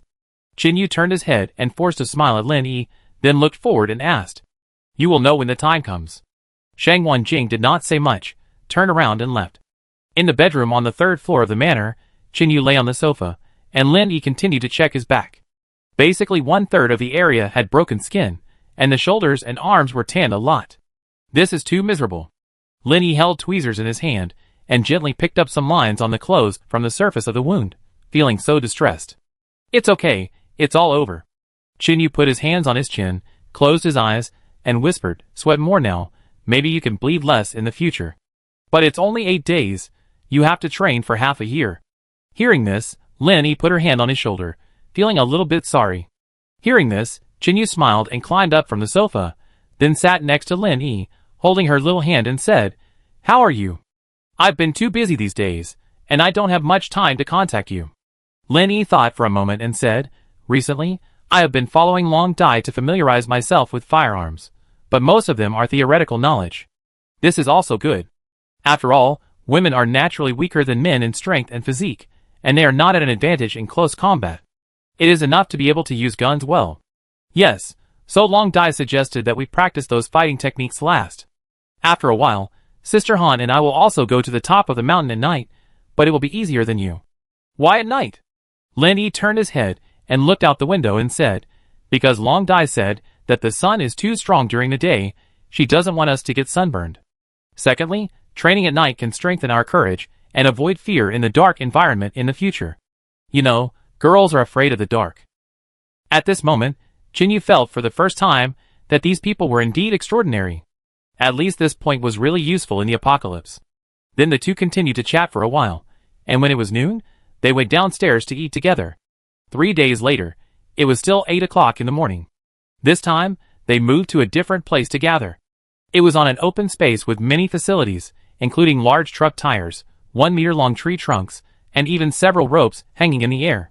Shang Wanjing did not show up today, but Long Jia did it for him. He briefly said some precautions, and asked Qin Yu and the other two to go forward for training. Chapter 851. For minutes later, the three of them finished all the tasks, but their faces were red with exhaustion. Originally they thought it was not very difficult, but when they touched it, they found that it was actually very different from the normal situation. First of all, the big tire was very heavy, and it took a lot of effort to lift and flip it. Secondly, the tree trunk was also very thick and heavy. They needed to carry it on their shoulders, and do 10 squats. Every time, Qin Yu's forehead would be bulging with veins and his face would be red. This level of training was a complete exhaustion of the three people's physical strength, and even their appetites increased a lot. 20 days passed just like that. The first month was basically a repeated exercise of the body, and the push-ups became more and more proficient. Qin Yu now has a small-scale transformation. His body has become much stronger again, and he can do 600 push-ups at a time. But what is more surprising is that Chao Xinyu withdrew 10 days ago, and now only Wei Hu is left with Qin Yu. 2 days later, in the open area in front of the manor, at 4 o'clock in the afternoon. At this time, Qin Yu and Wei Hu were together, shirtless, with their legs on the steps, a bucket on their backs, and began to do timed push-ups. In other words, it was no longer counted by the number of push-ups, but by the number of hours. Sitting under the shade of the tree were 2 girls, one big and one small, Lin Yi and a Ling. Obviously, the age difference between the two was quite large, but they could still play together, which was really unpredictable. "Sister Lin, who do you think will win?" A Ling stroked the little rabbit on her lap with her little hand, turned her head and blinked. "I don't know." At this time, Lin Yi was reading a book given by Shang Wanjing, which described how to kill quickly and effectively. "I think Qin Yu is about to win." A Ling propped her chin up and looked at it for a while, and said. Hearing this, Lin Yi became interested. She closed the book and asked curiously, "You can see this? Although I also hope that Qin Yu will win, Wei who won the past few days. Qin Yu is making rapid progress. Look, he could only do push-ups for 2 hours before, but now it's almost 3 hours, and the sweat on the ground is almost like a river. The most important thing is that I feel like the bucket on Wei whose back is about to fall off." After saying this, Lin Yi looked at the open space in front of the two of them. Although it was cloudy, the temperature was still very high, and just sitting for a while would make you sweat all over. Then Lin Yi looked at his watch and continued to read the book in his hand. In the past month, Qin Yu has been training almost to his death, and Lin Yi also knows that he can't persuade him to stop now, so what he can do now is to accompany him to improve together. About 3 hours and 20 minutes later, there was a splash in front of them. The big and the small looked up and found that the ground was covered with water stains. Wei Hu sat on the ground and panted and said, "I lost." At this moment, Qin Yu also straightened his arms with a painful expression, then he stood up and said tiredly, "If it was 1 second slower, we would have tied." As he spoke, Qin Yu stretched out a hand to Wei Hu, who grabbed it and climbed up from the ground. "Haha, is this true?" Of course. Qin Yu's expression was very serious, not like he was joking. After such a long period of training, the relationship between the two has improved a little, and they can be called friends. Suddenly, a figure walked out of the manor gate. He glanced outside and said, "Tomorrow we will train your body's reaction ability. That's all for today." Hearing this, Qin Yu made an okay gesture, said goodbye to Wei Hu, and then walked towards Lin Yi. Lin Yi looked at him coming, stood up and smiled, "Are you done?" "Well, I'm going to take a shower." Hearing this, Lin Yi glanced at Qin Yu's 8-pack abs, suddenly took 2 steps forward, reached out and touched it a few times, and said with a slightly red cheek, "It feels good." Qin Yu's heart moved, and he held Lin Yi's flawless white hand, then gently pulled it into his arms, and then leaned close to her ear and whispered, I beat Wei Hu, is there any reward?" At this moment, Lin Yi's face was so red, especially the breath from her ears made her feel itchy. She tried to break free, but Qin Yu held her tightly. Although she was sweaty, Lin Yi didn't mind at all. Instead, her heart was beating like a deer. After hearing what Qin Yu said, she turned her head and looked at a Ling. She found that this guy was staring at them with big eyes and an innocent face, and she became more shy. After thinking about it, Lin Yi chose to look up, then stood on tiptoes, kissed Qin Yu's lips quickly, and then said with a red face, "Is that enough?" "Hee, I want more here." Qin Yu tapped his left cheek with his finger. Seeing his rogue look, Lin Yi sighed, rolled her eyes at him, and stood on tiptoe again. After the second kiss, she stretched out her little hand to pinch the flesh on Qin Yu's waist and twisted it hard, but Qin Yu didn't react at all, still looking at her with a smile. Seeing this, Lin Yi muttered, "A month of training has made your skin thick. Let me go quickly. A Ling has been staring at me. It's so embarrassing." Hearing this, Qin Yu laughed and let go of Lin Yi, waved to a Ling, and then walked towards the bathroom in the camp. Although he could take a shower in the bedroom, Qin Yu didn't want to climb the stairs at this time, so he just found a place with cold water to take a shower. After he left, a Ling stood up holding the little rabbit, walked towards Lin Yi, and asked seriously, "Sister Lin, what does it feel like to kiss?" Lin Yi pursed her lips, her face was full of blushes. She hugged the Ling's shoulders and walked towards the manor, changing the subject. "Don't ask, kid, why don't I tell you the key points of surgical knowledge?"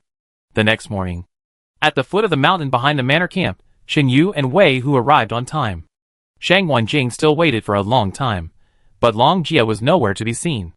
But what surprised them was that a Ling and Lin Yi were both there, and there was a big box at their feet. Seeing this, Qin Yu frowned. Normally, Lin Yi would not come during training, but why did she come today? And what was strange was that a Ling was also there, and she changed into a white long skirt. Could it be? Qin Yu suddenly thought of something. He glanced at Wei Hu next to him, and found that the latter's eyes also revealed a solemn look. Lin Yi and a Ling have a common identity, that is, doctors in the doomsday. What kind of situation requires these two people to be present at the same time? Thinking of this, Qin Yu looked at the area more than 10 meters ahead. There seemed to be a huge wooden frame covered with black cloth.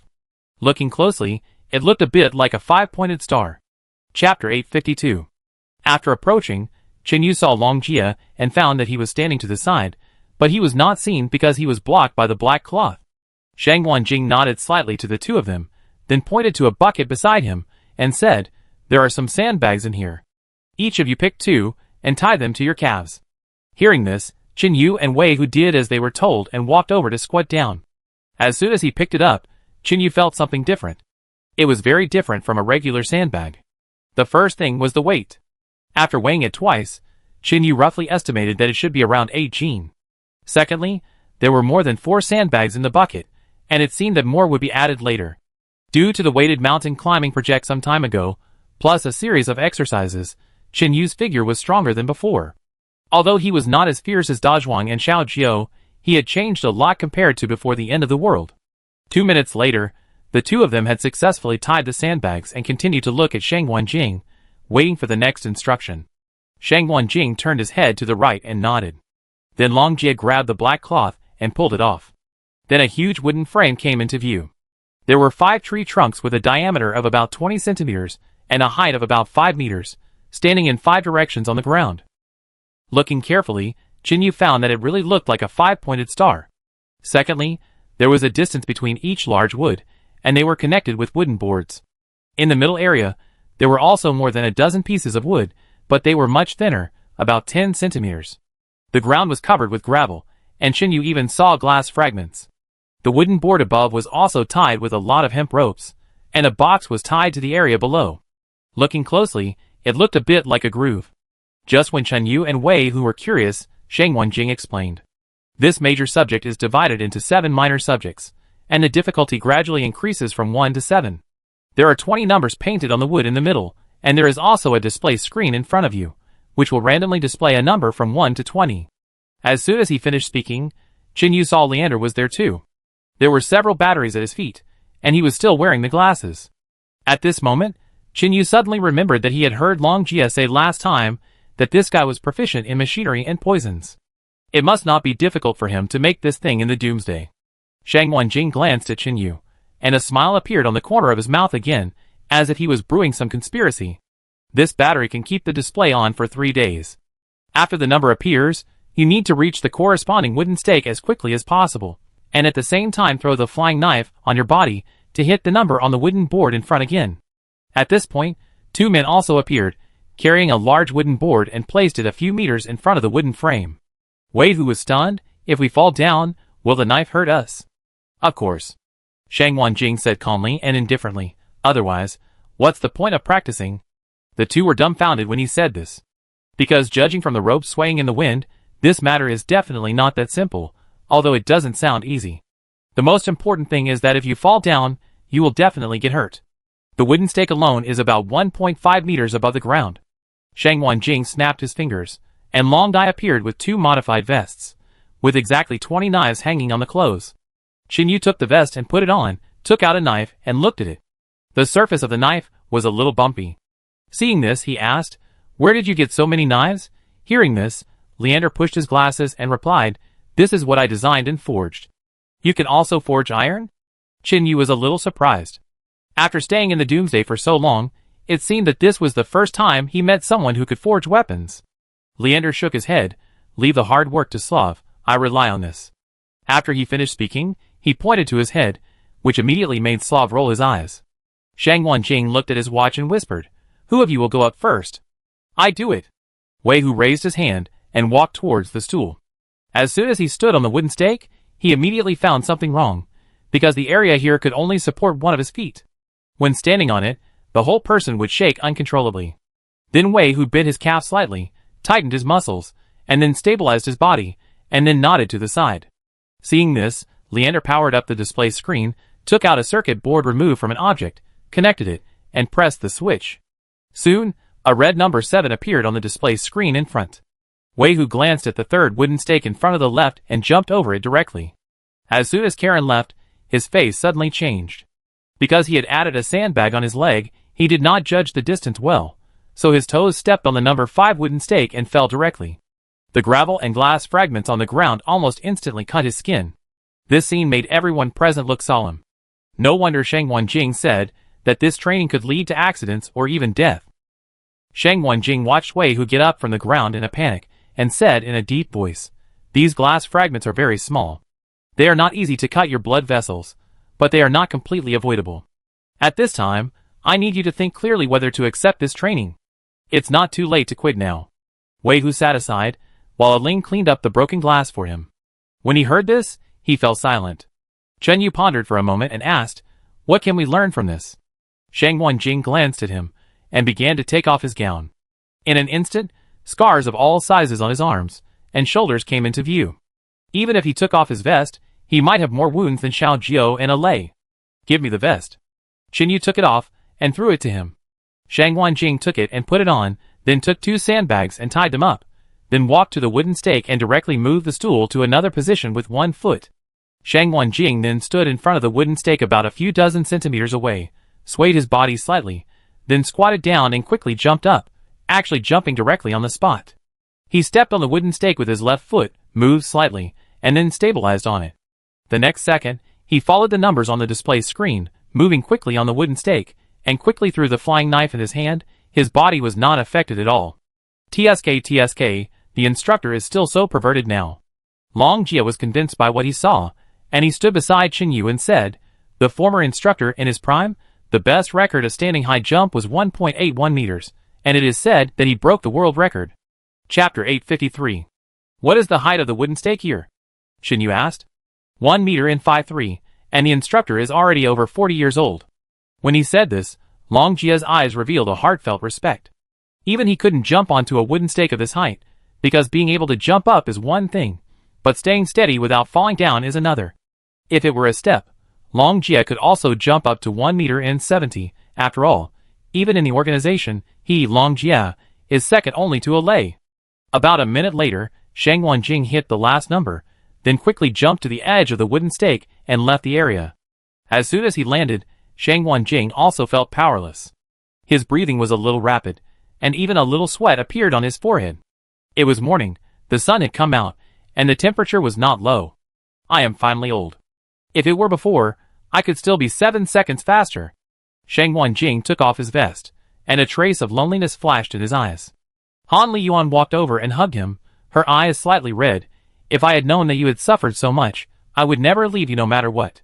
Shang Wanjing had many scars on his arms and shoulders, so he always wore long gowns, and rarely took them off even in the hottest weather. "It's okay." He patted Han Liyuan on the shoulder, then gently pushed her away.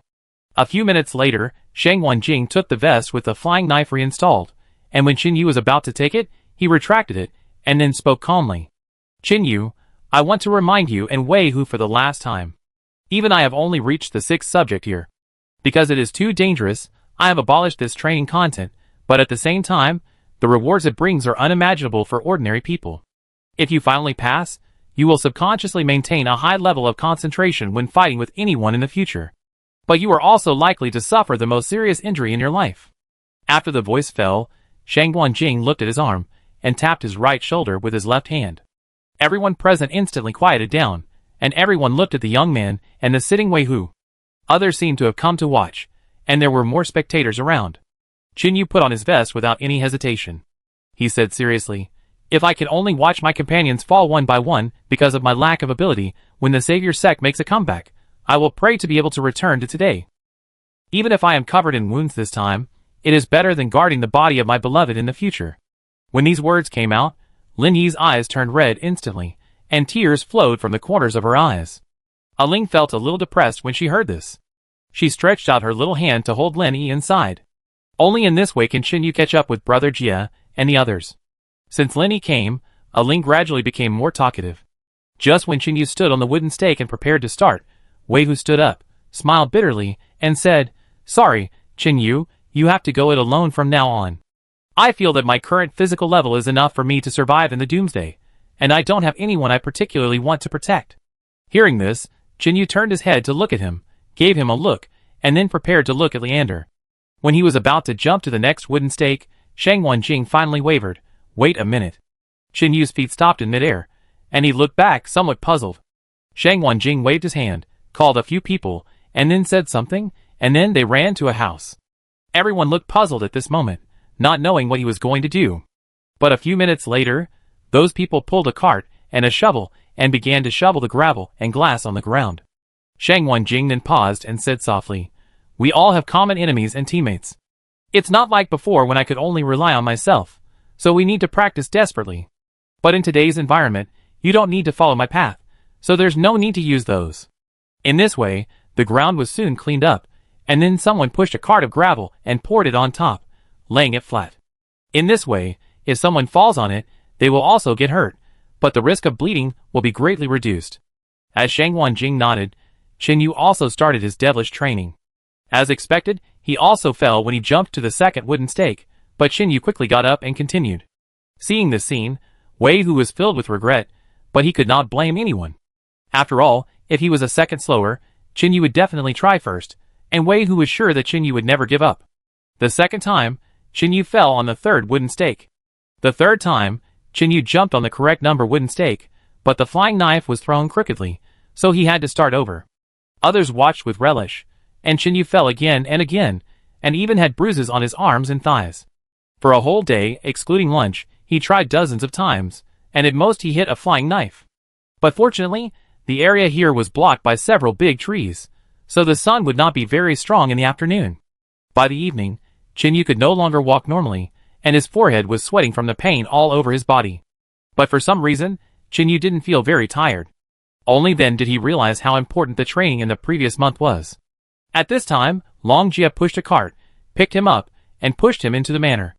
Except for bathing and sleeping, the sandbags must be tied to the legs all the time. In this way, after the first day, Qin Yu rested for 3 days before continuing. One afternoon 2 months later, still next to the wooden frame, the figure of a young man flashed on the wooden stakes, without any sign of stopping. As the flying knives on the vest decreased, more marks appeared on the opposite wooden board. When the last number appeared, Qin Yu jumped over 3 wooden stakes at once, then stood on one foot steadily on it, and threw it quickly with his right hand. After 2 full months, Qin Yu finally passed the training here for the first time. At this time, the difficulty has already increased to the third small subject, which means that he has to practice at night and in the rain. It has been 3 months since he came here from the villa area. It is very hot every day. Even Shang Wenjing directly said that Qin Yu is not allowed to continue training from 12 noon to 3 p.m. lest he get heat stroke and have an accident. And Lin Yi and Han Liyuan have experienced these 3 months, and they have also ushered in a transformation. Even Lin Yi can install guns with her eyes closed, and she has also learned to identify more plants. Of course, these are all taught by Alice. Chapter 854. During these 2 months, Qin Yu did not practice all day long. He would usually practice with Lin Yi and Han Liyuan. The 3 of them took their notebooks and began to learn more knowledge from Slav, Leander, and Alice. However, as time went on, Han Liyuan said that she could not bear it anymore and gradually reduced some of the content. On the other hand, Lin Yi had been walking side by side with Qin Yu. However, after 3 months, her skin was not as white as before, which made people envious. After all, she had been in the apocalypse for a long time, and there was no way to take good care of it. So over time, Lin Yi's skin color gradually became more like that of a normal person, but it was still much whiter than other women. And as she exercised, her spirit became better and better, and her temperament gradually changed. Next, Shang Wanjing increased the difficulty of the wooden stake training, specifically letting Qin Yu feel what the limit was. First, in the 4th small subject, when Qin Yu stood on the wooden stake and moved, someone in the distance would start shooting arrows. Of course, the arrowheads were removed, and the front part was tied with clothes, so that it would not cause too much damage. But despite this, the arrows still caused pain when they hit his body, so Qin Yu started to have bruises again. I don't know where Shang Wanjing got so many medicines, but he could cure him again and again. Trying to dodge the arrows and jump to the next stake at the same time was a great test of Qin Yu's coordination ability. Once, in order to avoid being hit, he twisted his waist in midair and jumped over the arrow. The 5th small subject, the ropes were also used. The grooves at the bottom of them were filled with wood, and then 3 embroidery needles were stuck in each. 7 hemp ropes were controlled by a box, also designed by Leander, which would randomly draw one rope and make it swing towards the middle area of the wooden stake. If you are not careful, you will be stabbed by the needles. Soon it was the 4th month, and Qin Yu did not expect that this training would take so long. The previous 2 trainings lasted only 1 month. As a result, the next 3 months were not over, but Qin Yu did not gain nothing. He had successfully tried the 6th small subject, which was to electrify the rope. Of course, it won't kill him, but once he's hit, he fall. The harder he trains, the more Qin Yu realizes how difficult it is for Shang Wanjing, because according to Long Jia, the ground where he trained was really full of glass fragments, and once he fell, he would have several cuts all over his body. At this time, the stones in Qinyu's training ground had sunk into the soil on the ground, for no other reason, simply because he fell too many times. It was the 4.5 months since Qinyu and Lin Yi arrived at the manor. On this day, Qinyu was running from the foot of the mountain to the top of the mountain with 4 sandbags tied to his legs and a 40-pound bag on his back. At this time, his hair had been shaved into a buzz cut, his body was full of strong muscles, and under his black vest, he looked like a volcano about to erupt.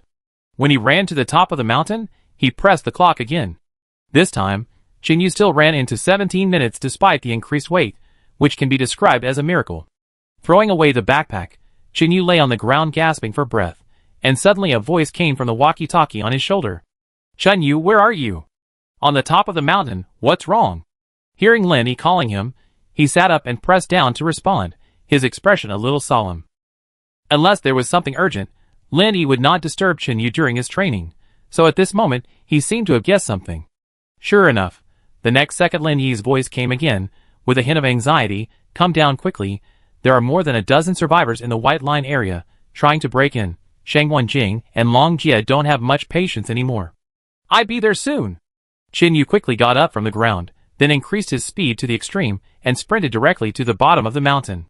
During the past 4 months, there were also a few survivors who crossed the cordon, but without exception, they were all killed by Shang Wenjing's men. They really didn't joke around. Those who crossed the line would be killed without mercy, and they would never say a word.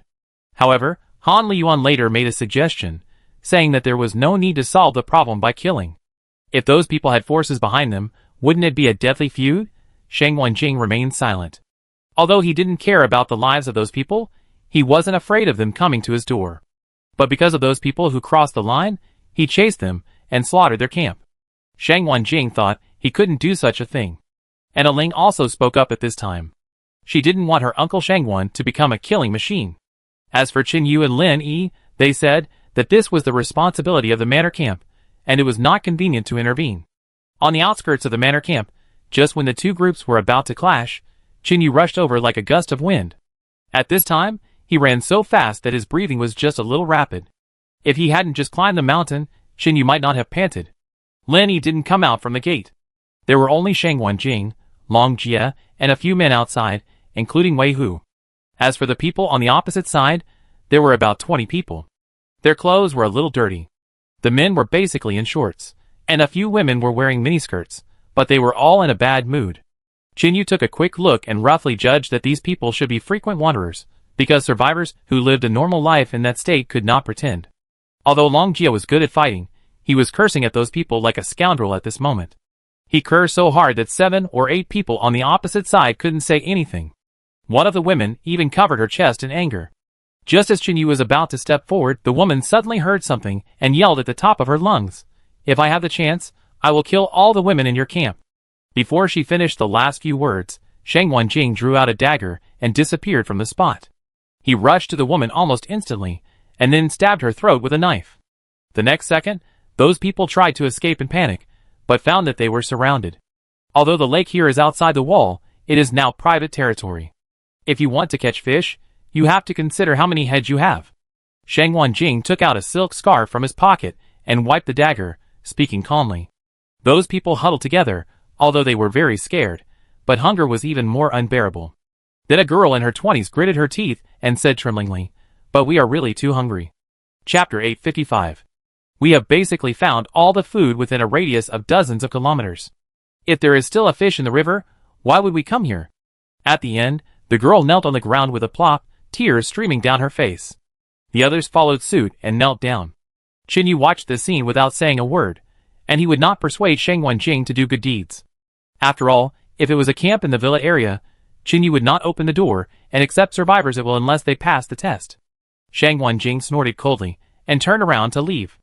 After being betrayed by his own people last time, and having so many people killed, he would never trust any strangers at this moment.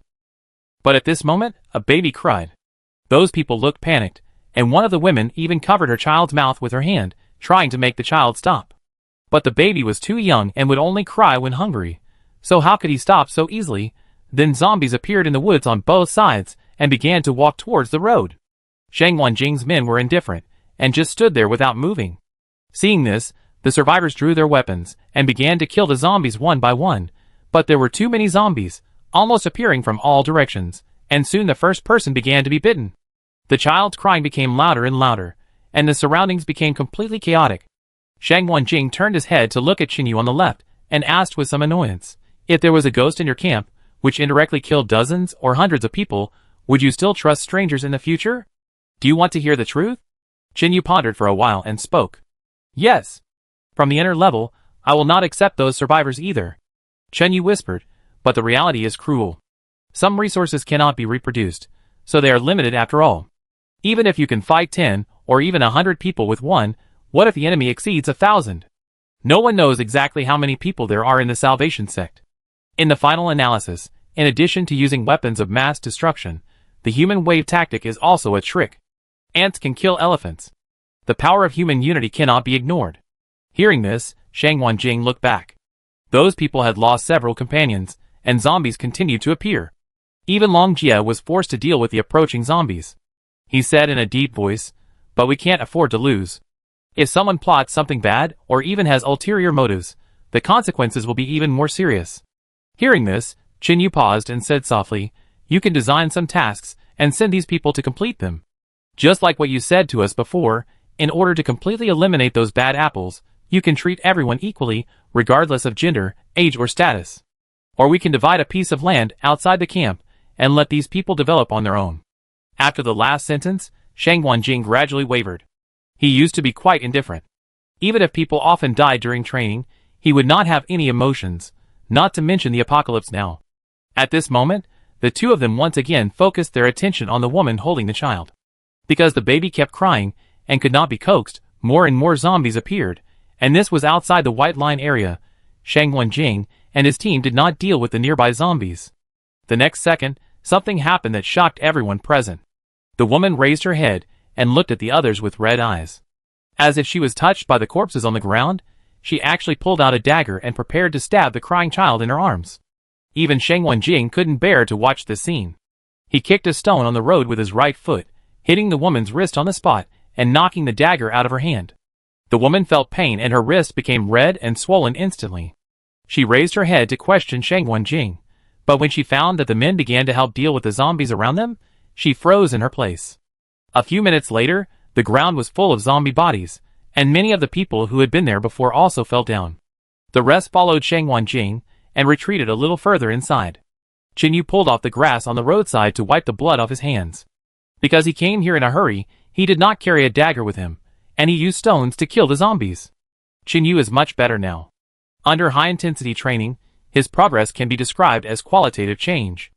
Even if 5 zombies rushed up together, Qinyu could easily deal with them with stones. Since it is already September, the weather is so hot that everyone is covered in sweat after a little activity. Shang Wanjing and Qinyu are fine.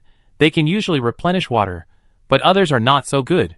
So at this moment, some people began to suffer from heat stroke, and even had to kneel on the ground with their heads down, and it was difficult to move. Seeing this, Long Jia asked Shang Wanjing for permission, and after getting permission, he called 2 people to go to the camp to get some water. After roughly counting the remaining people, Shang Wanjing looked up at the scorching sun above his head, and then said lightly, "You are currently 11 people. If you want to survive, you must first let me see your value. Secondly, you need to prove to me that you won't betray me in the future." Standing in the shade under the tree, Long Jia and his men soon took the well water they had just taken out and wrapped it in thick cotton clothes to prevent the water from being affected by the climate. After all, this was a luxurious large manor in the past, and 3 wells were dug. Compared with the camp in the villa area, except that it is difficult to raise animals, and there is no river at the door, it is basically a good area. After a few minutes, as the water was poured over their heads, those people gradually returned to normal. Then Shang Wanjing and Qinyu came over. They had already discussed a method, and were ready to execute it. It was at this time that Shang Wanjing understood why Qinyu was still the boss of the camp even though he was not very powerful. Of course, Qinyu's shortcomings have been caught up now. As long as he undergoes close combat training, he will no longer have obvious shortcomings. After a few simple words, Shang Wanjing led the people back. Soon they arrived at the door, and everyone stopped. Shang Wanjing turned around and looked at those people, stretched out his hand and whispered, "Except for her and the child, everyone else is divided into 5 groups, 2 people in each group, line up. Hearing this, those people didn't understand, but they had to do it in order to get food, and they also hoped to live in it. At present, there are more and more survivors outside. In the past, you couldn't meet a living person for 10 days or half a month, but now there will be fights at any time.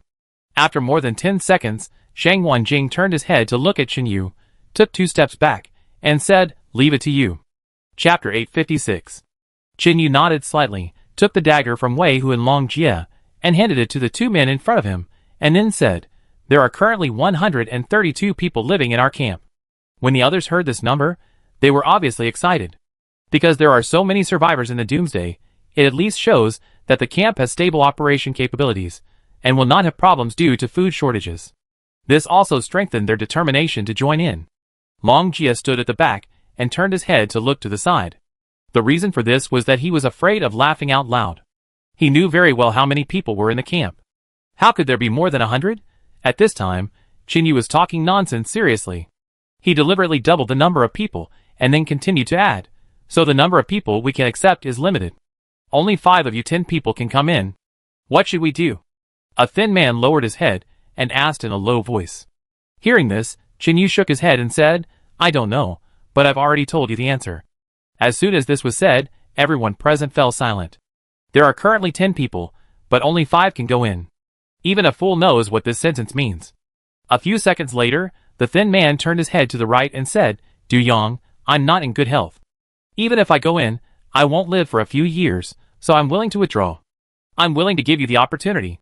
As he said this, he slightly turned sideways, holding the dagger in his right hand, and put it behind his back, and pointed to the door with his left hand. "Thank you, Brother Ping." Du Yang was very happy. He patted the thin man's shoulder, and walked forward. At this moment, the man's eyes flashed with a gleam of light, and his right hand slowly raised. Others wanted to remind him, but when they saw Shang Wanjing's figure, they suddenly hesitated. They were a little unsure whether they would break the rules, and be killed if they told the news. After all, this man looked like a ruthless person who would kill without blinking an eye. As soon as Du Yang turned his back, he felt a sharp pain in his waist. He turned his head, and saw only Brother Ping's vicious eyes. At the same time, the other party pulled out a knife, and stabbed him in the heart again. After several consecutive stabs, the ground was already full of blood. The thin man pulled out the knife, and threw it on the ground, panting, and said, "Is this okay?" Qinyu smiled slightly, motioned for someone to open the door, and nodded, "Of course, please come in, and someone will take you to arrange accommodation next." As the man walked in, the others stood there, looking at each other. The door opened, and the living environment inside came into view. Everyone was very moved, and there was even a big white dog running around. Soon the door continued to close, and Qinyu picked up the 2 knives and handed them to another team. Of course, he did not wipe off the blood on the knives. This time, after a few minutes of silence, they directly started fighting, using all kinds of ruthless moves. Until the end, both of them were seriously injured at the same time, and they didn't stand up in the end, and died just like that. Long Jie called 2 people forward, dragged their bodies to the side, and stabbed their heads again to prevent corpse transformation. Shang Wanjing stood beside Qinyu and said calmly, "Did you see it? This is one of the reasons why I don't want to accept any survivors. At some point, teammates are simply a joke." Hearing this, Qinyu smiled and said softly, "Don't worry, keep watching." Qinyu knew that human nature could not stand the test, but at the same time, he also understood that not everyone would be like this. The third team was a man and a woman, both in their early 20s, and they seemed to be college students before the end of the world. The cruel doomsday made them skinny, and looked listless. Qinyu estimated that these people must have been hungry for several days, so they broke in here regardless of the danger. There are 7 people left, and except for the one who has already entered, there are only 4 vacancies. At this moment, the 2 of them did not move, holding the dagger in their hands, standing there without saying a word. At this time, as expected, other people began to speak. "Xiao Huan, do you know who stole your underwear last month?" "I tell you, it was a Guang." Then another person suddenly said, "It's nonsense, it was clearly a Guang who stole Xiao Huan's food, I saw it with my own eyes." At this moment, those people started talking at once, but without exception, they were all trying to fan the flames. The girl turned her head, and glanced at the boy next to her, hesitated, then threw away the knife and stood aside. "I voluntarily give up." "Reason?" Qinyu still had a smile on his face, and asked lightly. "If I give up now, I can still have a healthy body. If I fight and get bloody later, if it causes sequelae, it will be a big loss. After he finished speaking, Shang Wanjing glanced at her and found that she was the girl who said that she was too hungry. The surroundings became quiet. Others did not expect Xiao Huan to give up on her own initiative. But in this case, one more person would be needed, so they fixed their eyes on the boy again and continued to talk around him. As a result, Guang just pushed them away with disgust, and then walked to the girl. He said seriously, "Sister Huan, I just want to help you wash clothes. I am really not a pervert." "Then you don't have to be sneaky, right?" Xiao Huan glared at him, and took 2 steps to the right. "You want to give up too?" Qinyu looked at the boy. Hearing this, Guang was about to nod, but looking at the faces of those people, he suddenly felt disgusted and shouted, "Of course not, but I want to stay here for a while. Can I go in later?" "No problem." Qinyu took back the knives of the 2 of them, and handed them to the 4th team. At this moment, the remaining 4 people began to insult Guang, questioning whether he was a man, and actually enjoyed the quota provided by Xiao Huan after he automatically withdrew. But these people forgot one thing. They were expecting Guang to leave, so that they could enter the gate directly. The last 10 minutes passed. There was another body on the ground. The 3 of them entered the camp with smiles on their faces, not caring about their former teammates behind them. The woman holding the child suddenly walked forward a few steps, then bowed to Shang Wanjing and Qinyu, and whispered, "Thank you for the water you provided just now, but can you give me a little more? I want to make milk powder for the child." "Where did you get the milk powder?" Shang Wanjing frowned slightly. "I hid it outside." The woman looked at the child in her arms, her eyes showing a trace of love, and continued, "Because she walked too far this time, the baby cried." Chapter 857. Hearing this, Shang Wanjing turned around and called a subordinate, whispering a few words. A few minutes later, a man ran over with 3 large plastic bottles, each of which was a 2-liter beverage bottle filled with well water and tied with a rope. The woman bowed her head slightly and asked for help to hang it around her neck. Shang Wanjing hesitated for a moment, walked up to Long Jia and said, "Give me the lighter."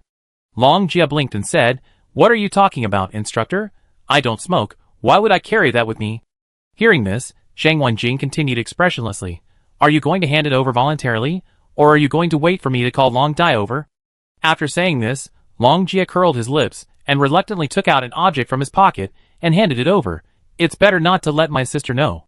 Seeing this scene, Qinyu turned his head and whispered, "Wei Hu, Long Jia is obviously very skilled.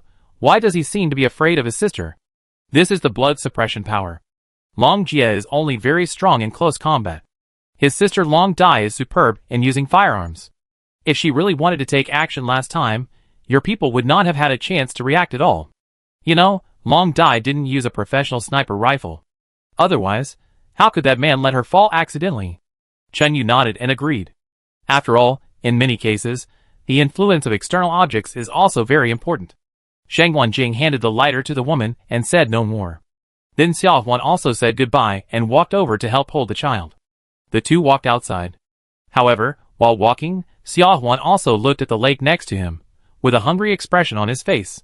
At this moment, Qinyu suddenly shouted, "Wait!" The 2 turned around, looking puzzled. Qinyu asked, "If he hadn't stopped you earlier, would you really stab your child to death?" As he spoke, Qinyu pointed at Shang Wanjing. The woman said in surprise, "Of course not, this is my own flesh and blood, why would you be so cruel?" "Then what do you mean by your action just now?" Hearing this, the woman explained, "I was going to cut my wrists and use my own blood to lure the zombies away. After all, if it drags on, more and more people will die. It's probably because of the angle of view. You mistakenly thought I wanted to stab the child." After that, the 2 continued to leave. Afterwards, Guang looked at their backs reluctantly, hesitated for a moment, and chose to follow them. Qinyu was not surprised at all by his actions, but Shang Wanjing fell into deep thought. In the camp, the 4 people stood in the open space, poking their palms expectantly. Although no one took them to find a place to stay, no one spoke first. Shang Wanjing took the intercom from Lin Yi, adjusted the frequency and said, "Long Dai, come here." A few minutes later, Long Dai appeared in front of everyone. After the hot weather, she also put on shorts. Even Lin Yi changed into a skirt that reached her knees. Her flawless white legs made people stare at her. "Xiao Bai!" Lin Yi called out and left with the dog. She didn't like to stay here. The eyes of those strangers made her feel sick. Qinyu narrowed his eyes slightly, looked at those people, and then nodded slightly to Shang Wenjing. Then Long Dai stood in front of Shang Wenjing, and after listening to what he said, she turned around and walked into the camp. To be precise, she walked towards the secret passage. After Long Dai left, Shang Wenjing said something to Long Jie, and then said, although you have come in, you need to prove that you will not be a drag when you encounter problems. So next, you need to follow him out for a while, and those who come back at night will be considered to have completely integrated into the camp.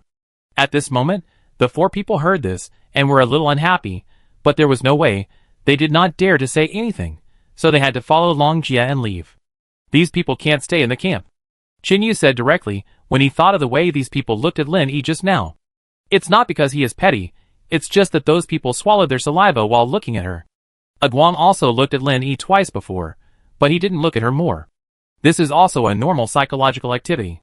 After all, Lin Yi is so beautiful, and it's the environment of the Doomsday, so it's normal for other men to be attracted, so Chen Yu is used to it. As long as they didn't have a disgusting expression, Chen Yu didn't bother to care, because he couldn't care. Shang Wenjing nodded slightly and said, of course I won't keep them, but if we just let them go, it will be troublesome in the future. It's better to create some value before we die. Chen Yu hummed, did Long Dai go to find the 3 people outside? Almost. Shang Wenjing gestured to people to close the door, and continued, Long Dai will follow them for 3 days. If she survives, it's not impossible to bring her back to the camp. After all, after what happened just now, her character has been successfully verified. At least those 3 didn't attack her own people. It's a pity that the 2 men didn't do it in the end. The main reason is that there are enough places. Qin Yu curled his lips. He didn't expect that the girl named Xiao Huan would give up on her own initiative. It's nothing more than spending a little more effort. Shang Wenjing looked at Qin Yu for a few times, and then said, I originally thought that I could finish your training within half a year, but now I want to try to train you more. Oh! Qin Yu was a little interested. Why? Did you abuse me and develop feelings for me? This period of time can be said to be more tiring than all the hardships Qin Yu had experienced before. If Xiao Jiu's training camp had allowed Qin Yu to persevere, then this time, he basically risked his life to do it. But at the same time, Qin Yu obviously felt that he was very different. Now, even if 7 or 8 strongmen rushed up together, Qin Yu was confident that he could beat them within a minute. If it were a fatal blow, the time would be even shorter, because a fatal blow would deter others. That was a difference in strength. Even if they knew nothing, when both sides punched each other, Qin Yu believed that the one who would suffer would be the other person. After all the suffering was not in vain. Hee. Shang Wenjing smiled and walked towards the manor, saying lightly, I think you are more suitable to lead the team than me. Then when will I start the 7th small subject? It's too early. I will let Xiojia be your sparring partner in a while. When you can beat him, you will be truly qualified. After all, even I have never tried that subject. Hearing this, Qin Yu was stunned and said, if I remember correctly, you once said that in terms of close combat, even a lay can't beat Long Jie, right? Yeah. Then Qin Yu walked beside him and said depressedly, then I am asking for trouble. Chapter 858. But who would use only one trump card in actual combat? Shang Wenjing waved at a Ling, then turned his head and said, if it really comes to a life and death moment, a lay has at least a dozen ways to kill Xiao Jie. And Xiao Jie can only win if he is in close combat. Do you understand now? After the words fell, Qin Yu thought clearly in an instant, then nodded, and after saying goodbye to Shang Wenjing, he continued to run towards the wooden stake, ready to fight for another dozen rounds. What's wrong, Uncle Shangwan? A Ling was wearing a sun hat, and holding a slingshot-like thing in her hand as she walked towards him. But if you look closely, you will find that this thing is somewhat similar to a crossbow, but there is a wooden frame underneath. How have you been practicing recently? Shang Wenjing took the item from her hand, looked at it, and continued, in the future, when there are not many bullets, firearms will become more and more important, and most of the time you can only use cold weapons. As he said this, Shang Wenjing held the wooden frame below with his left hand, pulled the rubber bands on both sides back with his right hand, and used a small piece of wood to clamp it. This is a special design by Long Dai for a Ling and Lin Yi. Han Liyuan also has one. Unlike regular slingshots, it can be used with one hand and is easy to carry. It is not as eye-catching as a crossbow. After practicing, you can hold this special slingshot in your right hand and a dagger in your left hand, which is equivalent to adding a self-defense skill. The most important thing is that it can be used as a normal slingshot at ordinary times. As long as you press the switch, the wooden piece above will be triggered to fall down, and the rubber band will quickly bounce back. Fortunately, Sister Lin and I can hit the bottle cap within a dozen meters.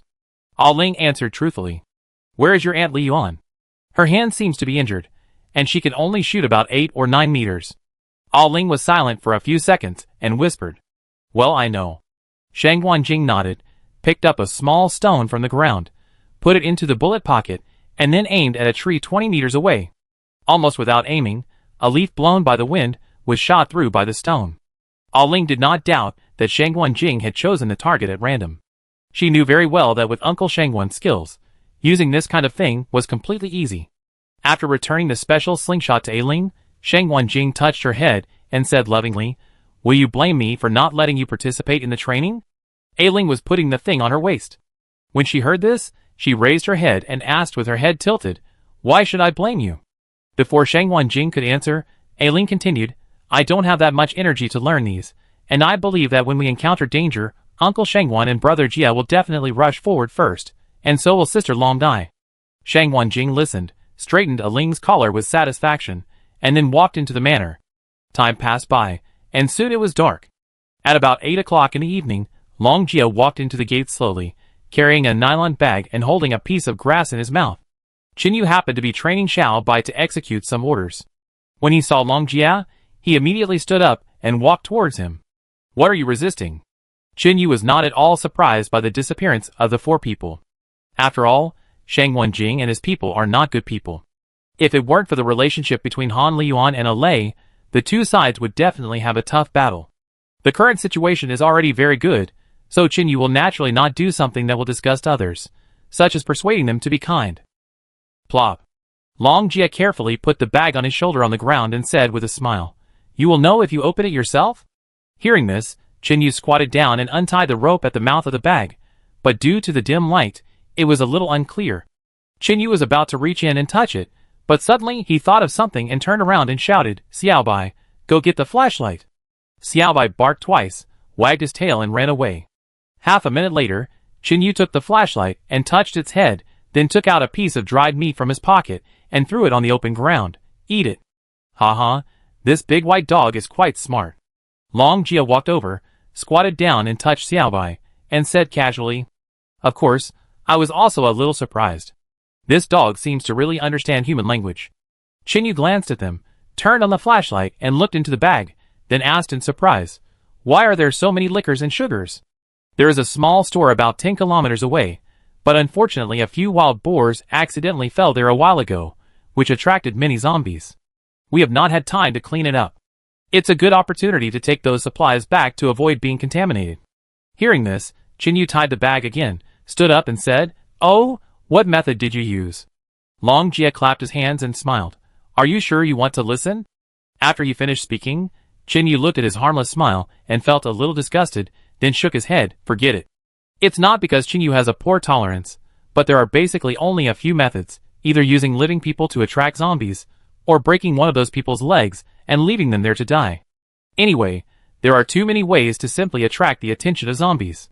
After dinner, Qin Yu went upstairs to the bedroom. The sound of water in the bathroom was intermittent, as if someone was taking a shower. Qin Yu did not stay, but went to his bedroom, then moved a chair to the balcony, looking at the moon thoughtfully.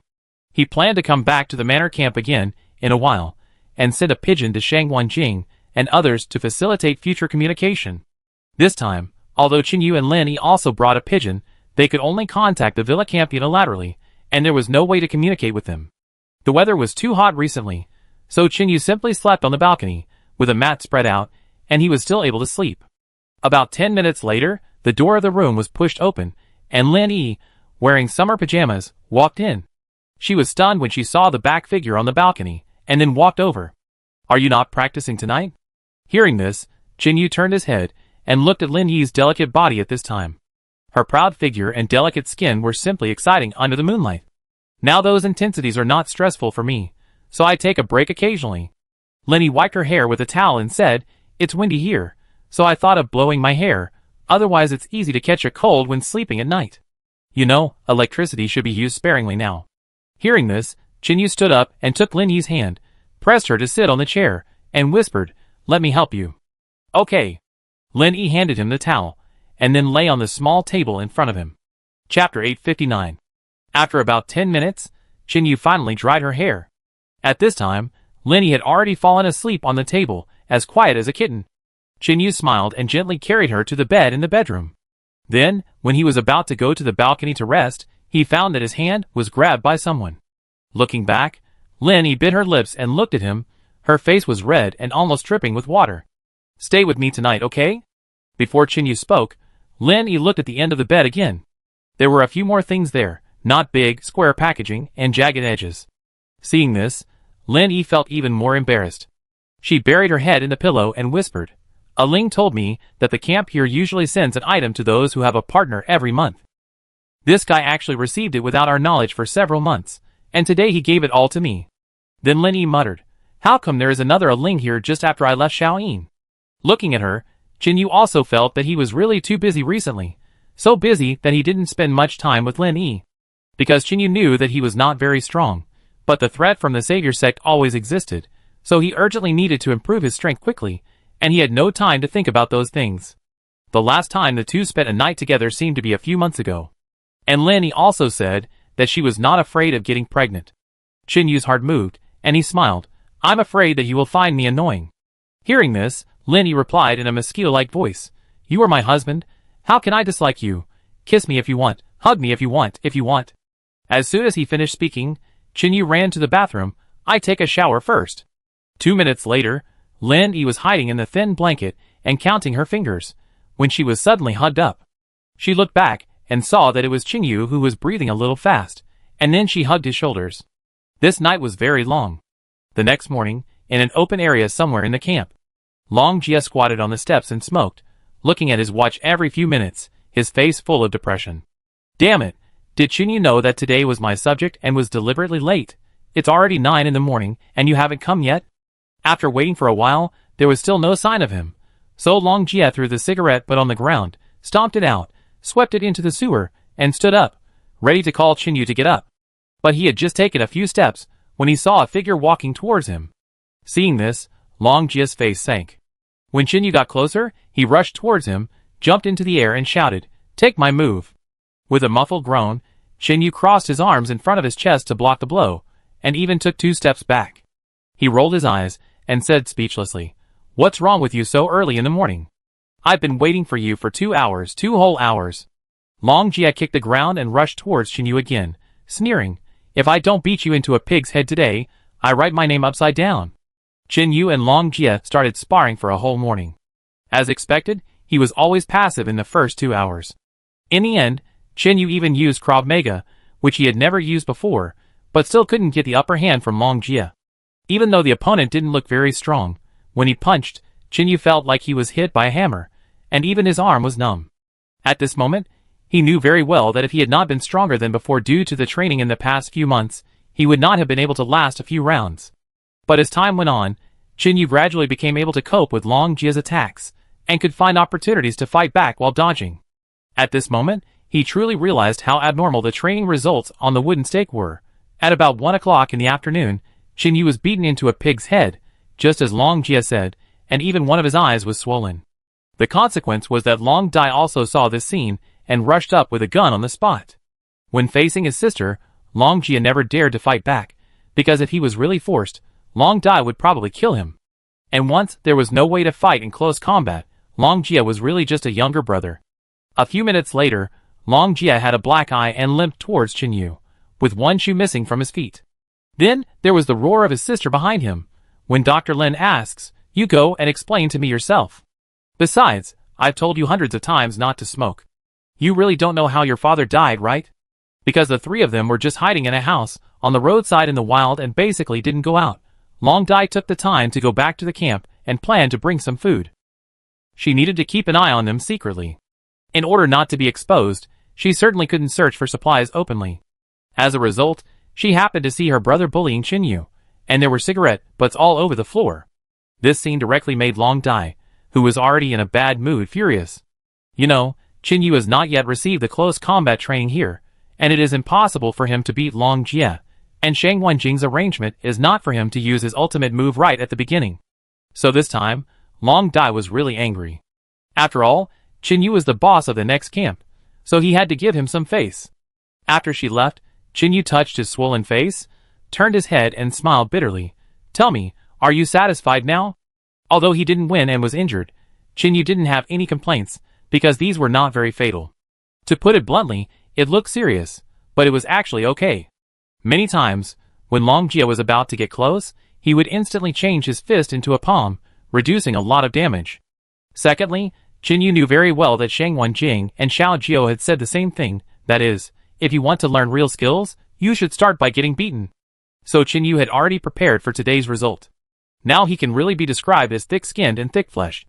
After all, he had fallen from the wooden stake hundreds of times before, and he had long been numb. At this moment, Long Jia's face was also full of wounds. He said depressedly, "You don't understand, my sister can't bear to see me smoking, because our father's lighter fell while driving, and he bent down to pick it up, and then a car accident occurred, causing the mother in the passenger seat to be directly pierced by a steel pipe and died on the spot. Since then, my sister hates people smoking in front of her the most. Haven't you noticed that there is not even a cigarette but in our camp? And the reason why my sister is very good to Dr. Xiao Lin is because she heard from Lin Yi that you never smoke, so when she saw your appearance today, she directly vented her anger for you." Hiss. Chapter 860. Long Jia bit his tongue because he talked too much. Seeing this, Chinyu smiled and walked towards him. The two supported each other, and walked towards the infirmary in the manor. Knocked on the door gently, and a voice came from inside. "Come in." Chinyu entered first, and then the figure sitting on the chair stood up instantly, and the book in her hand fell to the ground. Lin Yi widened her eyes and said, "Why are you like this?" After the voice fell, Long Jia also walked out from behind him, and then greeted Lin Yi. "I'm sorry, Dr. Lin, I didn't know the severity of the situation." Hearing this, Lin Yi glanced at Long Jia, and found that he was also covered in wounds. Then he breathed a sigh of relief. "It seems that you two are training, that's good." Chinyu smiled and didn't explain.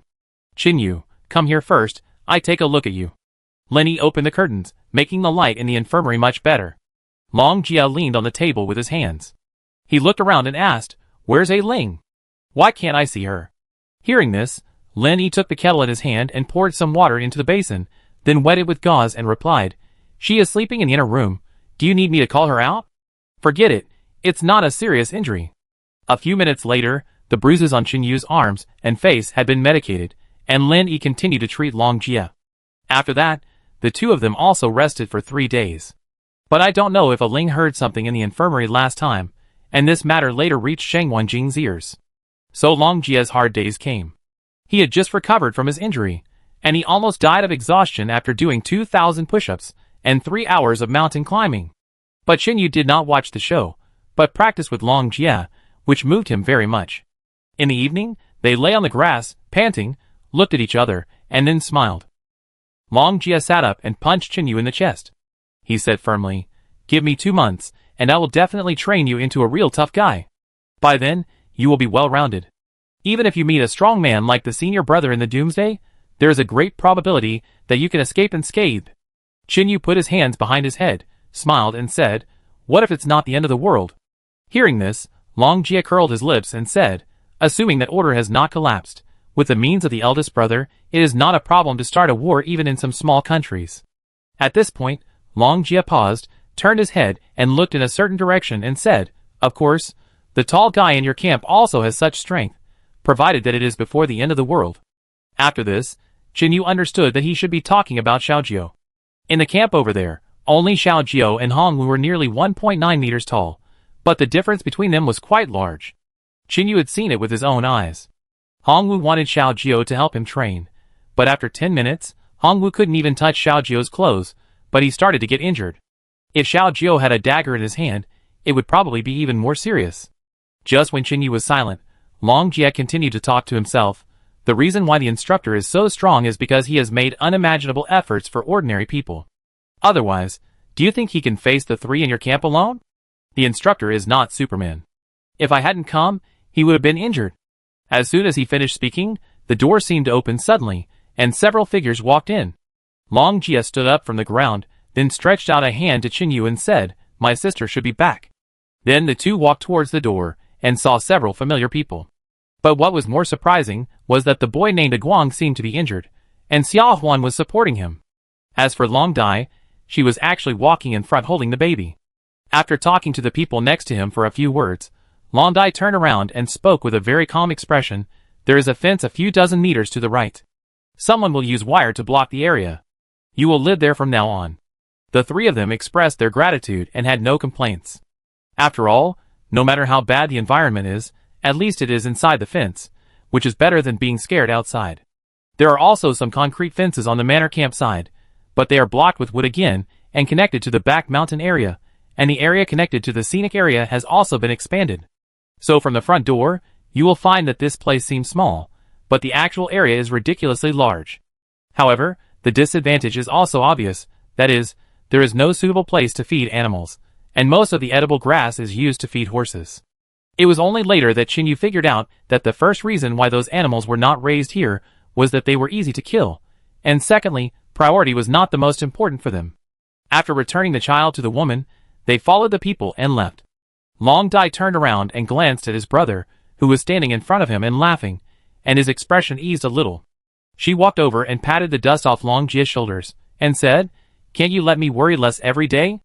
At this moment, because it was dark, and he couldn't see the road clearly, a Guang accidentally kicked the steps and fell down. Seeing this, Long Jia blinked and said, "I helped them." He ran away. Long Dai looked at her brother's back and sighed, "I don't know when he will grow up." Hearing this, Chinyu whispered, "Maybe he will wait until he meets the woman he loves."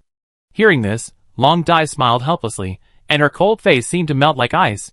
It would be great if he could really meet them. Then the two talked for a while, and then separated. Long Dai was going to report to Shang Wenjing about the past few days, and Chinyu was going to see the situation of the animals. Since he was brought here some time ago, Chinyu has been doing his best to help take care of them according to what he learned in his own camp. In addition to the daily training content, he would also take time to take a look to avoid the situation of raising animals to death again. Those rabbits reproduced really fast. In less than 5 months, there were dozens more rabbits. Although some of them were not raised, the number was still soaring. Shang Wenjing's people had tried to catch wild rabbits before, but they could only catch male ones most of the time. It was a waste of time, so they simply didn't bother to raise them. The hens had also started laying eggs, and Chinyu taught them how to select eggs that could be hatched, which would be used to hatch chicks later. The only pity was that a piglet died. Fortunately, it was isolated early, and did not infect another pig. In the end, they even used horses to pull a cart for a long distance, and found a place to bury the dead pig. Chapter 861. The next day, Shang Wenjing had someone put a sheet of iron nails in that area to keep out the rain. From that moment on, Xiao Huan and the others understood that as long as they didn't cause any trouble in the future, they should be able to stay here for a long time. As time passed, Chinyu continued to practice with Long Jia. In addition, he still didn't let go of the previous training content. As Chinyu and Lin Yi gradually grew up, her brother Lin Hao also underwent earth-shaking changes. Inside the Panyuan camp, some houses collapsed at this moment, and there was even smoke. The ground was covered with human flesh and blood, and even the soil was dyed red. The once harmonious Panyuan camp had almost become a ruin in just half a year. Dense zombies walked like robots in areas other than the advanced area. They had no target, just wandering around nearby, but they would never leave. In the ruins of a collapsed roof, a sudden dust trembled. Then a hand pushed open the wooden board above his head, and climbed out from inside with a dusty face. The man tried to move the debris beside him, trying to find a handy weapon, but found that he had no strength at all. He turned his head and realized that there was a wound of more than 30 centimeters on his arm, which was shocking and unbearable to look at. Lin Hao smiled bitterly, chose to pick up a stool, and then sat on it. He held a bracelet in his left hand, although it was covered with a lot of dust, but it was still held in Lin Hao's hand. "I didn't expect you to be so cruel." Lin Hao looked at the bracelet he had snatched from Ichien, and a trace of hostility flashed in his eyes.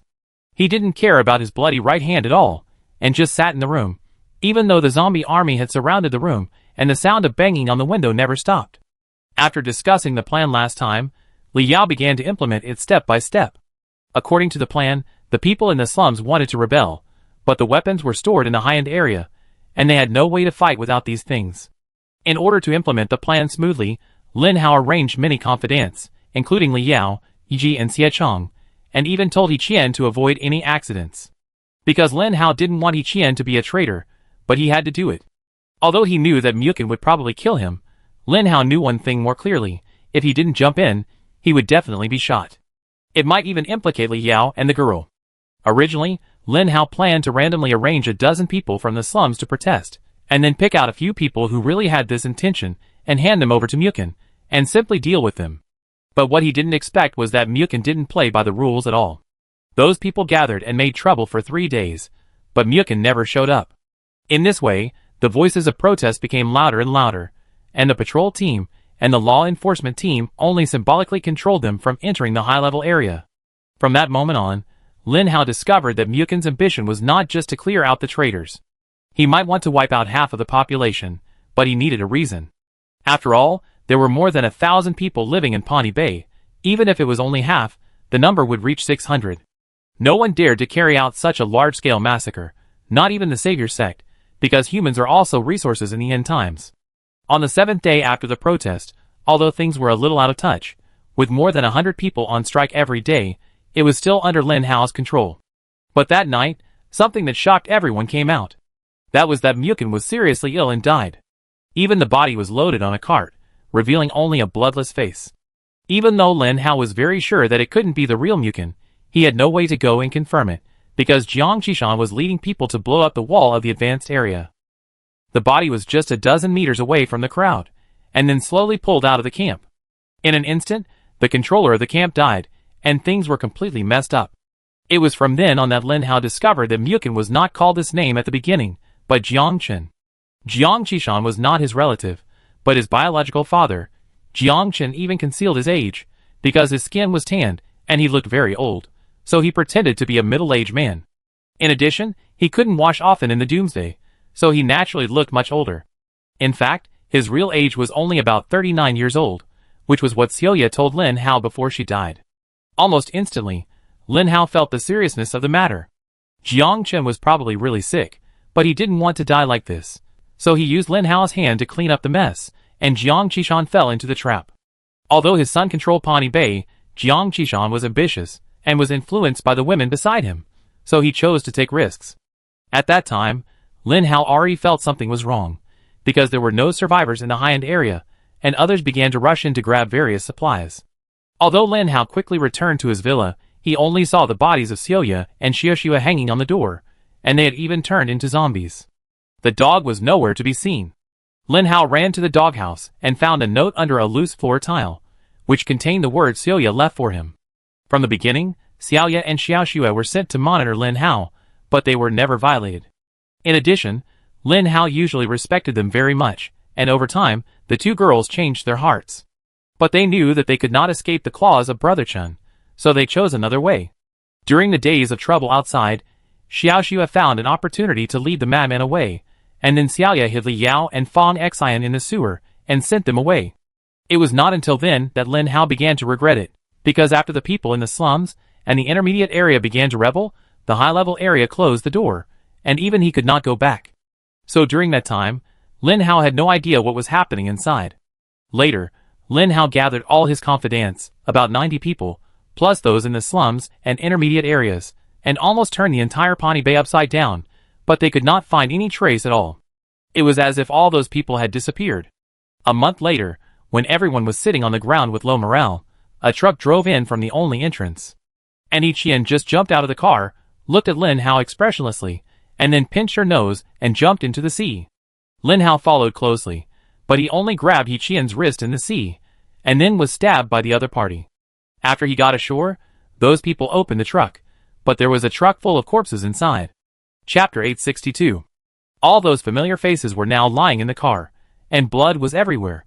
The bodies all had fatal wounds on the sides of their heads, which meant that they had been stabbed after death, so they did not become zombies. There were densely packed bullet shells outside the car, as if they were telling the dying struggle of the people inside the car. Everyone stood outside the car in a daze, and suddenly Lin Hao saw a ring finger that made him feel familiar. Then he climbed into the car, picked it up from the bloodstain, wiped it with his clothes, and recognized a ring on it. It was the one that Yi always liked to wear on her hand. Before he could speak, there was a noise above his head. He looked up and saw several drones hovering in the air, and their cameras were spinning around. Lin Hao's eyelids jumped, and he saw the objects hanging under the drones, which were round and dark in appearance. This is... Before he could speak, gunshots suddenly rang out on the roof of a villa in the high-end area, followed by several bullets flying at high speed. Plop! The bullet broke the rope, and more than a dozen grenades fell to the ground. Just as everyone was about to run, a voice suddenly rang out from the loudspeaker next to them. It was Jiang Chen, who had disappeared for a long time. "Xiao Hao, I want to see how many people you can save." After the voice fell, Jiang Chen held the sniper rifle and pulled the trigger, instantly detonating the grenade on the ground. A wave of heat rushed into the sky, and the few people who were close were directly torn into pieces. This is not an ordinary grenade, it is also improved later, and more nails are added inside. Lin Hao reacted much faster than the people around him. He almost immediately got under the car, but even so, he felt pain in his back, as if he had been cut by shrapnel. The explosion gradually disappeared, and the surroundings fell into a purgatory on Earth. Many survivors were missing arms and legs, and could only lie on the ground and roll around, trying to make themselves less painful. Then Lin Hao gritted his teeth and called the rest of the people, and began to chase the gunshots. In a month, Lin Hao and his team killed about 40 people, all of whom were from the previous law enforcement team and patrol team. But more than 100 people were killed. 2 months later, there were only a few people left around Lin Hao, and Jiang Chen disappeared somewhere, as if he had disappeared from Pawnee Bay. But fortunately, Pawnee Bay had been developed for so long and had a lot of food, and for some reason, Jiang Chen did not destroy the supplies when he led his men to retreat. But Lin Hao soon figured it out, because Pawnee Bay had a good terrain, easy to defend and difficult to attack. Except for the Salvation Gate, this was the only place that was most suitable for survival and development within 100 miles. In the last battle, Jiang Qishan had his legs broken by the madman and thrown into the sea to feed the fish, and Lin Hao successfully shot him in the arm. But just when he thought he had won completely and was about to kill the madman, a noise suddenly appeared in the distance, and it was getting closer and closer. Looking back, an armed helicopter was hovering in the air, and Jiang Chen was sitting on the edge of the cabin, wearing sunglasses on his face, holding a machine gun in front of him, and started shooting directly at the people below. Later, at a critical moment, several of Lin Hao's confidants rushed up and used their bodies to block some of the bullets for him. Now Lin Hao finally understood that Jiang Chen had the ability to easily take over Pawnee Bay, because the Savior Sect seemed to be controlled by him. He had heard that the Savior Sect had already targeted the helicopter, but now Jiang Chen appeared on it. Even a fool could understand what was going on. From the beginning, Jiang Chen was playing with Lin Hao and others. He could have killed these people directly, but he deliberately kept them. For a whole 6 months, Jiang Chen would send people to launch attacks every once in a while, as if it was just a fun in the end of the world. After sitting in the house for half an hour, Lin Hao picked up a stick as a handrail and prepared to climb out from the roof. During this period of time, he was directly trapped in Pawnee Bay. All the people around him died. The other missing people were probably dead long ago. If he had not been trained by the white-haired man before, he would not have been able to hold on for so long. The food had been eaten 7 days ago, and due to the hot weather, a lot of it was spoiled. Now Lin Hao has become a prisoner. Although Pawnee Bay is not easy to be attacked, there is no way to escape. When he sat on the roof, hundreds of zombies below waved their arms and tried to pull him down. Lin Hao's face was almost bloodless, his lips were pale, and even his wounds had begun to fester. In a trance, there seemed to be several explosions in the distance, and the zombies gradually leapt below. At this time, Lin Hao had little strength left, so he could only lie on the roof to rest and try to recover more strength. But the scorching sun above his head had no mercy, and was still desperately squeezing the water out of his body. About a few minutes later, a dozen fully armed men came over. Ji lowered her head and dared not look at the people on the roof. She held an umbrella in her left hand and followed Jiang Chen. Spread the things. With Jiang Chen's order, the others deployed the traps prepared in advance, and the open space under the roof was paved tightly.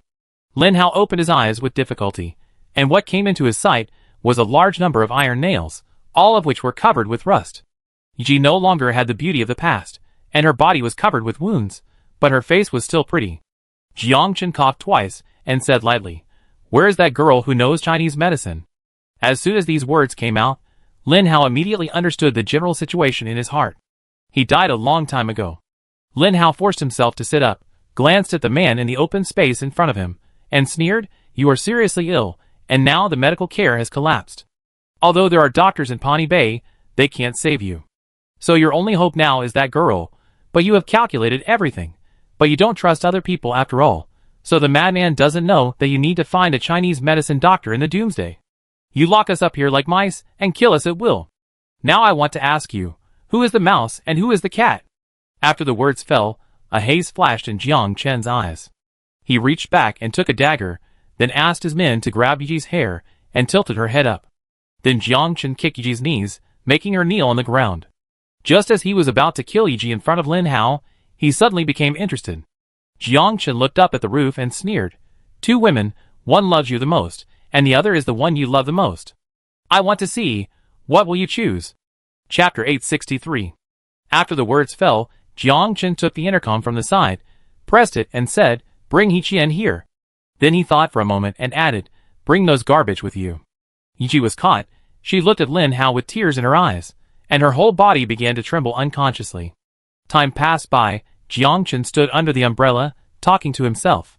I thought that as more and more survivors were received, I would have a chance to study the real immortality, but more than a year later, I actually came up with something like this.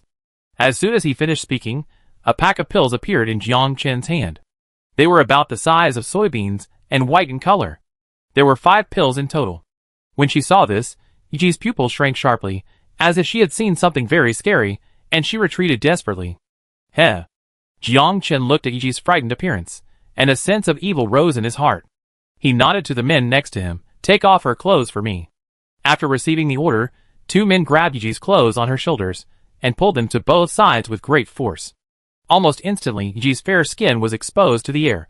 She broke free and curled up on the ground, trying not to embarrass herself too much. This scene made Lin Hao's eyes blaze with anger, but he was powerless. Because he only realized today that Jiang Chen was not an ordinary person, even if he was sick. Jiang Chen looked at Lin Hao indifferently and said lightly, you don't have to stare at me like this. Even if you are given a chance, do you really think you can kill me? After saying that, Jiang Chen suddenly kicked Yiji in the stomach on the ground with such force that he kicked her several meters away. The exposed skin rubbed against the hard concrete floor, leaving a shocking bloody trail. Yiji couldn't bear this kick, and coupled with the abuse during this period, blood flowed from the corner of her mouth, twitched a few times, and then she was motionless. Xiaoya. Lin Hao roared with red eyes, but there was no response. This kind of force is absolutely impossible for an ordinary person to do, not to mention that Jiang Chen is sick, and under the influence, he can actually kick an adult woman away. It was 1 o'clock in the afternoon, and the sun was very scorching. Lin Hao knew that if Yiji was exposed to the sun for a few hours, she would definitely die. Then he looked at Jiang Chen on the ground and gritted his teeth and said, don't fall into my hands if you dare. Jiang Chen snorted coldly and asked his men to bring a chair over, and someone continued to hold an umbrella next to him. You don't have to hate me so much. Although Yiji is beautiful, I am not interested in her. As for the others, they naturally dare not touch her hair without my permission. Although no one has touched her, it's the end of the world, so let everyone feast their eyes on her, right? Then, without waiting for Lin Hao to speak, Jiang Chen leaned back on the chair with his legs crossed, and said calmly, after all, you have been with me for such a long time, and this woman admires you so much, maybe she can be useful. Today, I saw that it was true, haha. Lin Hao tore off a piece of t-shirt, wrapped his arm, and then asked with a gloomy face, who are you? As if to prevent Jiang Chen from talking nonsense, Lin Hao gritted his teeth and added, a man in his 40s, in the doomsday, can actually develop 2 major forces by himself, and each of them has thousands of people. If you don't see it with your own eyes, no one will believe it. After the voice fell, Jiang Chen closed his eyes and rubbed his temples. Then, the moment he opened his eyes, his momentum soared, and even the men holding umbrellas beside him trembled. Who said I'm alone? He looked at his watch and said lightly, since it will take some time for Yiqian and others to come, it's okay to tell you. Maybe you will hand over the girl when you are in a good mood? Many people only know that the zombie outbreak was very sudden, but they don't know where the virus came from. Today I'm in a good mood, so I won't hide it. A few years ago, there was an organization founded by a large number of top rich people. They were keen on studying how to make humans age slower, and even make cells younger. As long as you have enough money, even if you are 50 years old, your body functions can return to that of an 18-year-old. The biggest worry of these people every day is how to spend money and live longer. After all, when you die, you can't take a penny with you. At this point, Jiang Chen sneered, but these rubbish are not satisfied at all, and they still want to study immortality, and finally come up with this kind of weird beast. Just then, a zombie staggered over from the right. One of his men drew out a dagger and threw it directly, hitting it instantly. This scene made Lin Hao more convinced that these people were not simple. They could hit the zombie's head accurately at a distance of almost 30 meters. After the corpse fell to the ground, Jiang Chen calmed down and continued. From the first time I saw you, I recognized that you were very abnormal. Let me guess, you should have received temporary training from someone, right? It's a pity that the time is too short. You haven't even learned 1/10 of his skills, but you have that feeling. When these words came out, Lin Hao's eyelids twitched and his heart beat faster instantly. Before he could speak, Jiang Chen said to himself, if I were to guess again, that guy should like to wear a long gown and have white hair, right? Do you know him? Although Lin Hao was very uncomfortable in the sun, he didn't fall directly because of his strong body and regular exercise. More than just knowing him. Jiang Chen stood up, lifted his shirt from the back, and said calmly, the wounds on my body are all caused by him. Lin Hao narrowed his eyes slightly, and 2 huge scars of more than 20 centimeters in length came into view. In less than 20 years, he made Blood Wolf the second in the world. To be honest, this guy is a ruthless person. He has saved me almost 10 years of road by his own efforts. When I took over Death God, this organization was only established about 40 years ago, and there were a lot of financial groups behind it to support it. After the words fell, Jiang Chen walked out of the shadow area under the umbrella, looked up and looked at Lin Hao, and smiled. I forgot to tell you that the Death God is the world's #1 killer organization. Yes, it's such a coincidence that you just learned skills from Sheng Wanjing, who is ranked 2nd, and then followed me, who is ranked 1st. It was destined from the beginning that you will never be able to beat me in this life. Chapter 864. After the zombies were created, those people felt that they had made trouble and began to desperately research the antidote. But as time went on, the people in the R&D center began to understand that there was no solution.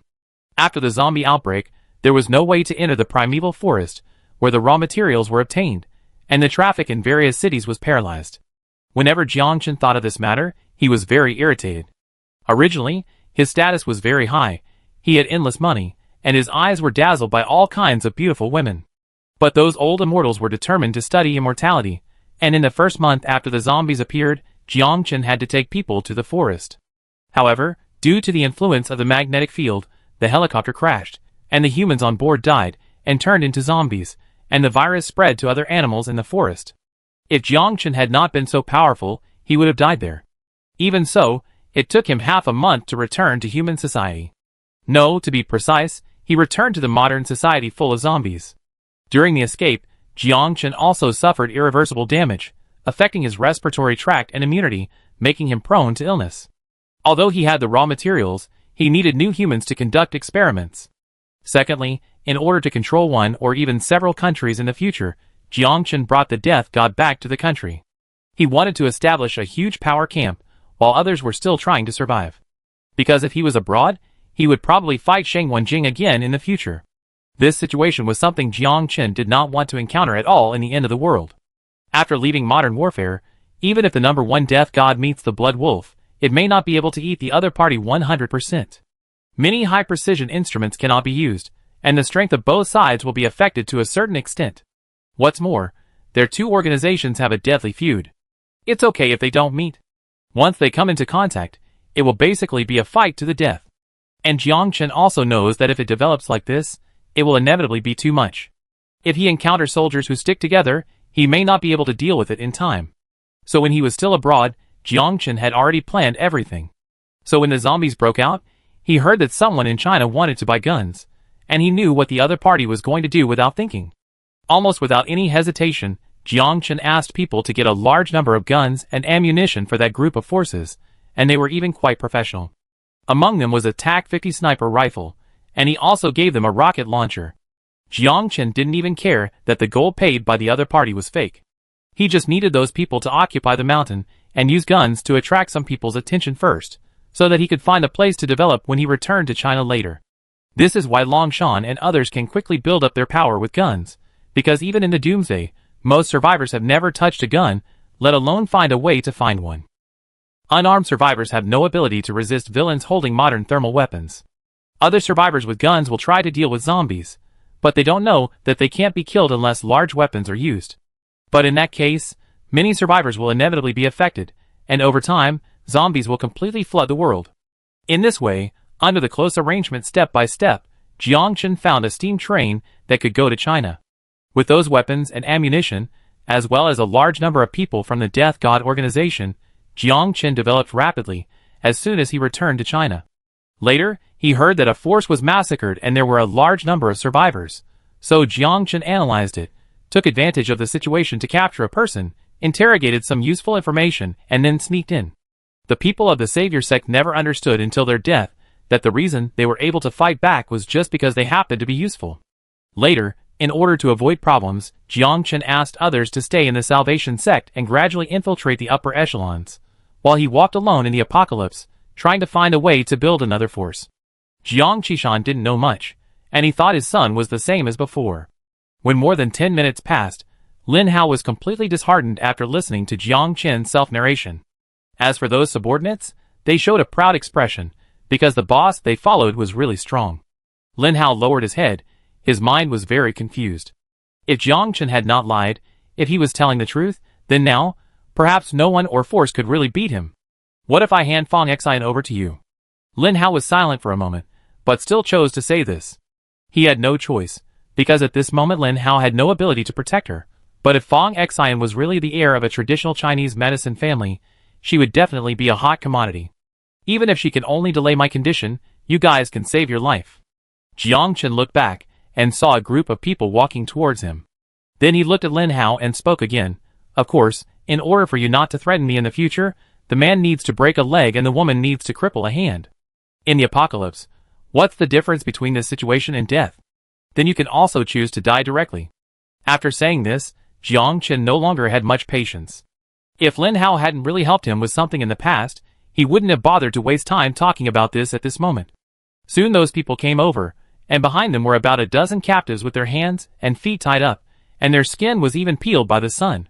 Most of them were people who had lived in Pawnee Bay before, but most of them had come into contact with Lin Hao. One of them was leading a wild dog with a muzzle, but he still looked very fierce, like a mad dog. Before Lin Hao could figure out what Jiang Chen was going to do, he suddenly saw someone take out a glass bottle from his pocket and pour it on those people. Even Yi Qian stood there with a calm face, and did not move even though some blood and flesh were poured on her legs. Jiang Chen nodded slightly, and led some of his men back a few meters. Then with a smile on his face, he said something that made people's scalps numb. This mad dog is sick, and has been hungry for several days. Once it is released, it will definitely bite desperately. After the bait was released, Jiang Chen did not even give Lin Hao time to speak, and directly asked people to loosen the dog's muzzle. Almost instantly, this thin mad dog rushed towards the survivors. The screams were deafening, but because their legs were tied together, those people could not run away at all, and were even forced to squeeze together. Although this mad dog was scary, it did not eat the survivors, but ate the flesh and blood, so many people were indirectly bitten. Chapter 865. A few minutes later, the survivors protected their faces, but their arms and other parts were bitten to varying degrees. Even Yi Qian's pants were bitten to pieces by the mad dog. Despite this, Jiang Chen still did not let anyone interfere. He only let people shoot after all the survivors were bitten, and used the gunshots to scare away the mad dog. Afterwards, Jiang Chen looked at his watch and said calmly, "You have 5 minutes to retreat before the zombies come over." After saying that, he led all his men to leave the area, and continued to retreat to the only entrance of Pawnee Bay. Lin Hao grabbed the edge of the roof with one hand, and tried to jump down, but the ground was covered with rusty nails. With his current physical strength, he couldn't jump too far. In the Doomsday, no one dared to touch such items directly. The danger of tetanus was basically known to everyone. At this moment, Ji moved a finger, and then she struggled to get up from the ground, covered her chest with her left hand to prevent exposure, and limped towards Lin Hao. "How are you?" Lin Hao looked at her pitiful figure, and asked in a low voice.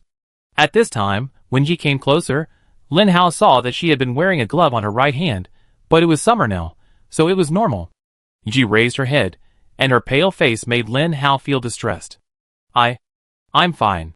I haven't heard Ji's voice for a long time. Now she speaks again, and it is very different from before. Without continuing the conversation, Ji squatted on the ground and moved the nails on the ground with force. "Be careful, there are barbs on it," Lin Hao subconsciously warned, but Ji didn't care, even though her right hand was scratched. After clearing an area, Ji said with a dim look in her eyes, "It's too late." As soon as she finished speaking, she bit the glove on her right hand with her teeth and pulled it off, and then a nail piercing through the palm appeared in front of everyone. It's obvious that it can't be a normal nail.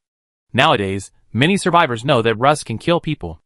After all, if the zombie virus bites your hand, you may still survive by cutting off your arm. But once tetanus is infected, no one dares to gamble, and its mortality rate is very high, not to mention the doomsday world today. Lin Hao jumped to the ground, staggered and almost fell. Yi hurried forward and supported him in time. At close range, Lin Hao found that Yi's mental state was also very bad. It seems that although Jiang Chen did not let those men touch her, the abuse and torture did not stop. Lin Hao currently only had his left hand that could move. He took off his t-shirt with great effort and put it on Yi. Then he took her right hand and looked at it for a few more times. Then Lin Hao turned around and pulled her towards the high-end area. Let's go in. Although Yi's ring finger was chopped off and a big iron nail was stuck in her palm, it shouldn't be fatal in a short time as long as it is not pulled out rashly. What about Sister Qian? Yi looked back and asked in a low voice. It's none of my business. Lin Hao's eyes revealed a rage. If he was not seriously injured at the moment, he would really want to kill He Qian with a knife. For such a traitor, there is no sympathy at all. Lin Hao had suspected He Qian at first, but she was too perfect. Lin Hao really couldn't be cruel to the woman he once loved deeply, but He Qian took advantage of the chaos outside to sell Xiaoya and Xiaoxue. Lin Hao's mobile phone was already usable before, although there was no network, but it could record. Through the video, the person who finally led people into Lin Hao's villa was not an outsider, but He Qian. After she left, Xiaoya and Xiaoxue were killed and their bodies were hung at the gate. But the others seemed to be in a miserable state too. Yi coughed a few times, spoke again, and stopped. Hearing this, Lin Hao's expression was uncertain. He turned around, looked at the survivors who stood up with each other, and said helplessly, I can't guarantee that you will survive. I believe everyone should know about rabies in the doomsday.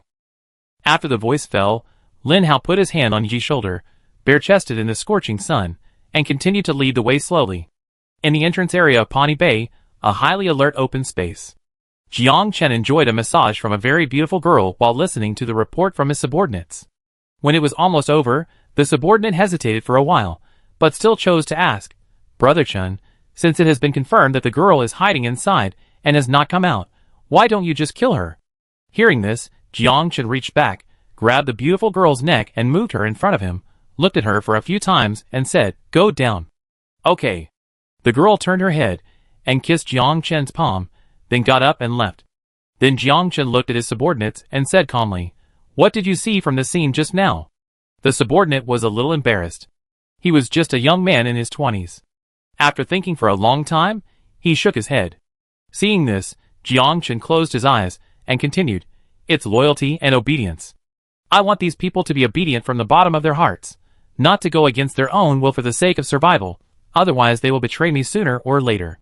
Because in this end of the world where people eat each other, I can give them a better living environment, so no matter how beautiful a woman is, once she starts to persuade herself, she will eventually climb into my bed willingly. At the end, Jiang Chen stood up and walked to the shore. He looked at the surging sea water below and said, Violence can only make a person submit to you. If they have the chance to bite back, they will want to suck your blood clean. Then Jiang Chen looked at his men standing next to him and said, Why do you think I chose to use force to suppress those survivors who were making trouble in the past? I need them to stir up trouble one day in the future, so that I can integrate the two forces together. I understand. The subordinate nodded and whispered, Brother Chen wants to wait until the girl can't stand hiding in the sewers, and then take the initiative to come out, and finally let her stay with you sincerely, right? After all, she is a doctor. If she really has some other little thoughts, I won't even know how I died.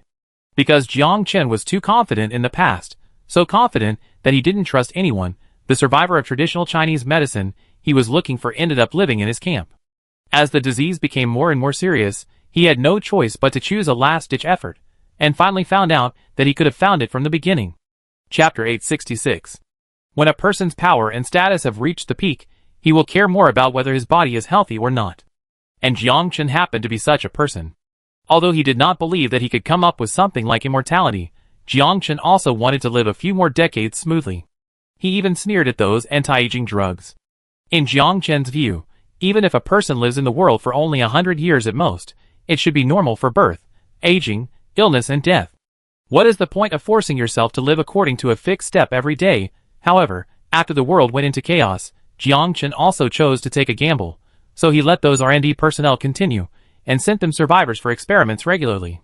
The Savior Gate was just a cover set up by Jiang Chen. The living environment here is good, and they will not bully survivors at will, nor will they attack those forces. What Pani Bay does is similar to the Savior Gate, but they are more friendly to disabled or vulnerable survivors. Even if you do nothing, you can receive living supplies every once in a while. Although the place they live in is dirty and messy, and the food they eat is not good, at least those people don't have to worry about being harmed by others, let alone the sudden appearance of zombies. The two forces, separated by 100 miles, basically take care of the survivors nearby. Young and strong men will be targeted by the Salvation Gate first. As for the old, weak, sick and disabled, some children, and young and beautiful women, they will come to Pani Bay under the guidance of some people. In this way, no other forces outside can pose a threat to these two camps. Jiang Chen is not in good health now, so he no longer targets those women, but concentrates on recuperating, and announces to the public that his condition is getting worse and worse. What he didn't expect was that there are still people who still conceal their identities under such circumstances, such as Fong Xian. Obviously, as long as she finds Jiang Chen, she can live a comfortable life above thousands of people. If it weren't for this time that Lin Hao and his father led people to rebel, Jiang Chen really wouldn't have found out. The subordinates were silent for a long time, and then hesitantly asked, "Brother Chen, but what does this have to do with the action just now?" Hearing this, Jiang Chen turned his head and glanced at him, saying lightly, "You have been with me for so long, haven't you learned anything else?"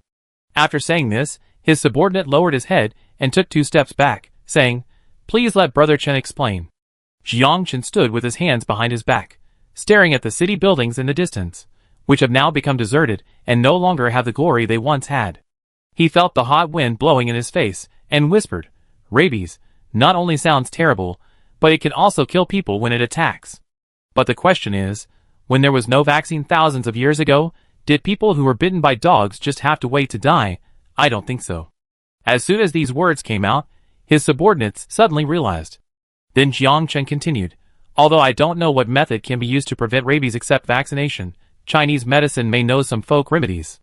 As long as those people are not all dead after a period of time, I will know who is the successor of Chinese medicine, which can also prevent Lin Hao from deliberately using a fake survivor to deceive me."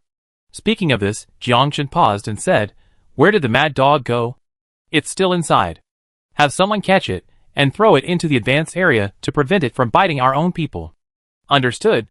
The subordinates bowed and turned to leave. Afterwards, Jiang Chen continued to wave his hands and ordered other subordinates, "For the next period of time, work in 3 shifts throughout the day, keep an eye on the advanced area, and shoot down even a bird passing by." "Got it." The response sounded, and the others dispersed in a well-trained manner. Just like that, Jiang Chen looked up at the scorching sun above his head, squinted his eyes slightly and snorted, "One has tetanus, and a group has rabies. Lin Hao, I hope you can really bring me some surprises." After walking for about half an hour, Lin Hao and the others were already sweating profusely. He didn't know whether Fong Xian and Li Yao were still alive. The only thing he could be sure of was that they probably didn't escape either. But Pani Bay was so big that it was a daydream to find the whereabouts of 2 people with only a dozen people. Back to the previous villa, although it was not affected, the yard was full of weeds.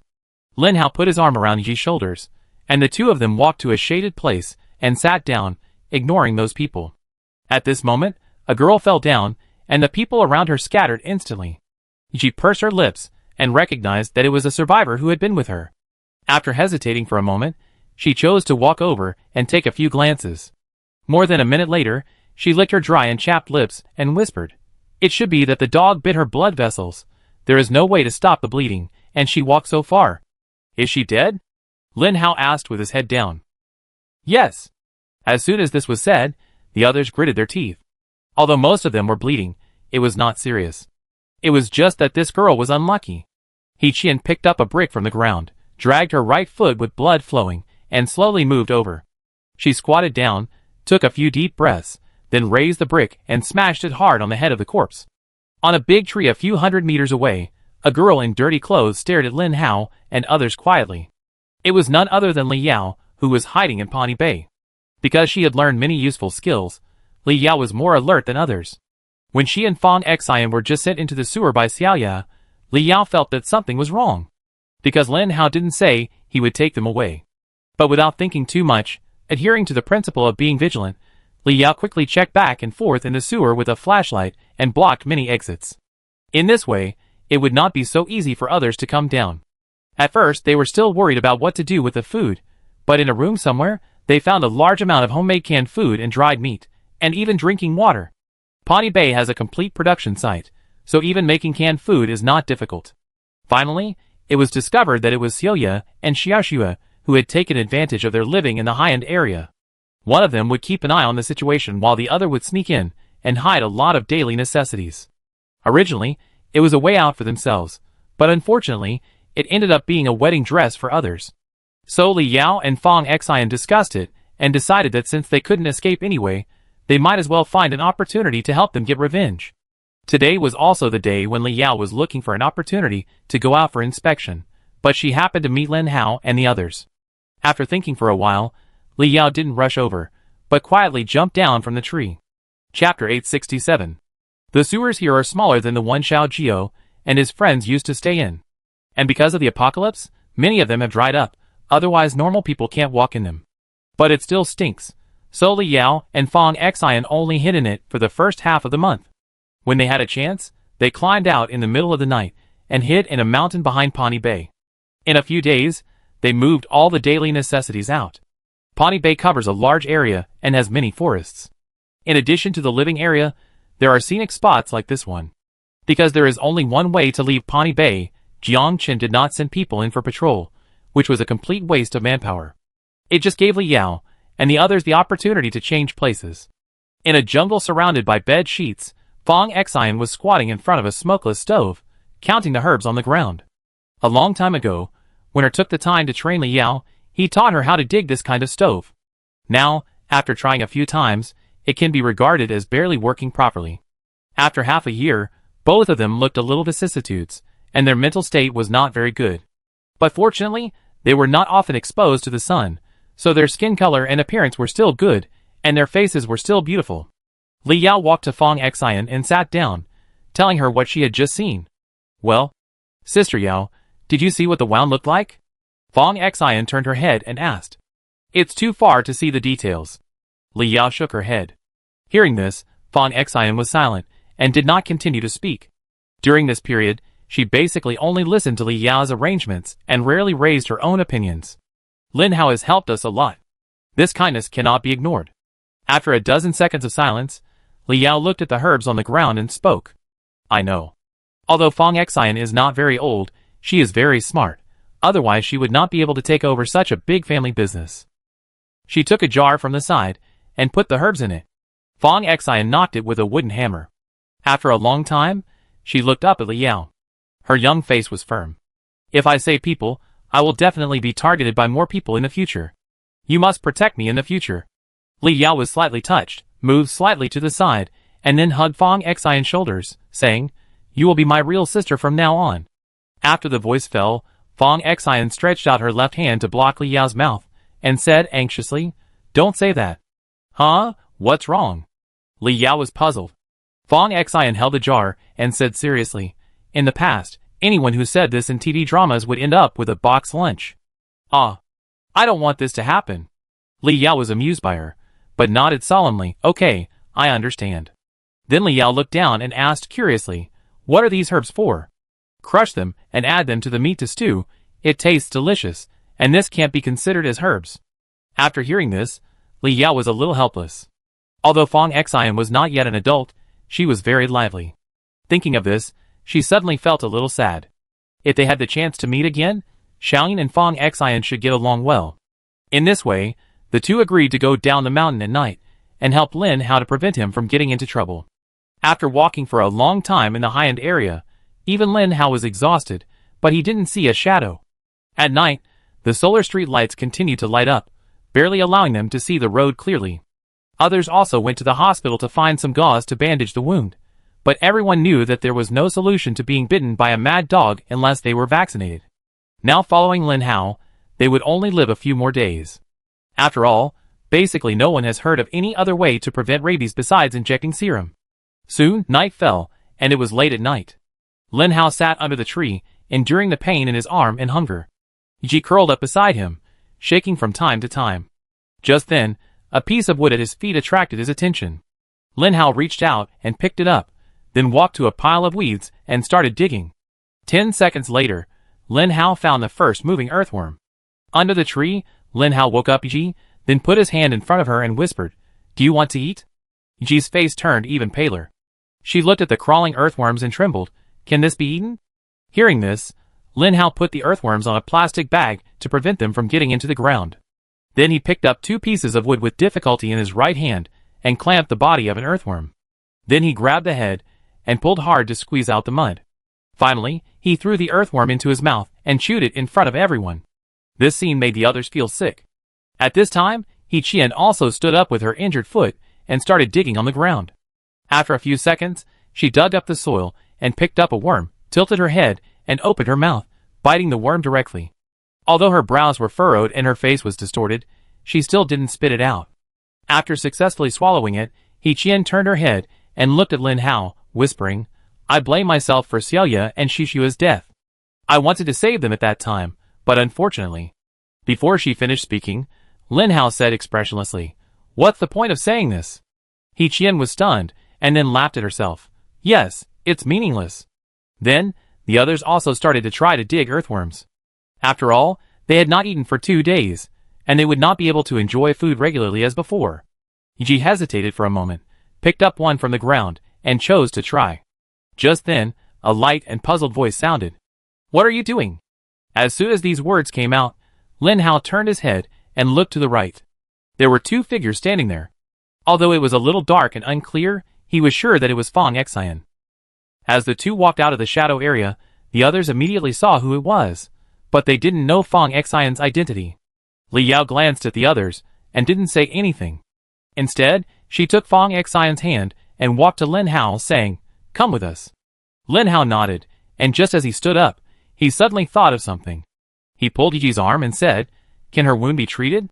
Hearing this, Fang Xian put her hands behind her back, took 2 steps forward, took Yi's right hand and looked at it for a few times, then turned her head and said, "Sister Xiaoyao, please use the flashlight to help me. Do you still have batteries?" Lin Hao frowned slightly. "There is a solar panel, which is barely enough," Li Yao said softly, shying the flashlight over. Fang Xian looked at it for a while, then shrugged. "It's just tetanus, I can treat it." Chapter 868. As soon as these words came out, the scene instantly became quiet, and some people even showed shocked eyes, looking at the girl in unison. Li Yao held the dagger in her hand, and said softly, "Xiao Xian, think carefully, this is tetanus. I heard before that once infected, the mortality rate is very high." After the voice fell, Fang Xian walked back and took Li Yao's arm, and said seriously, "It just so happens that I learned this 2 years ago, and I also successfully cured a patient. I remember it vividly. Traditional Chinese medicine is very powerful, and what I learned is not the same as what you know."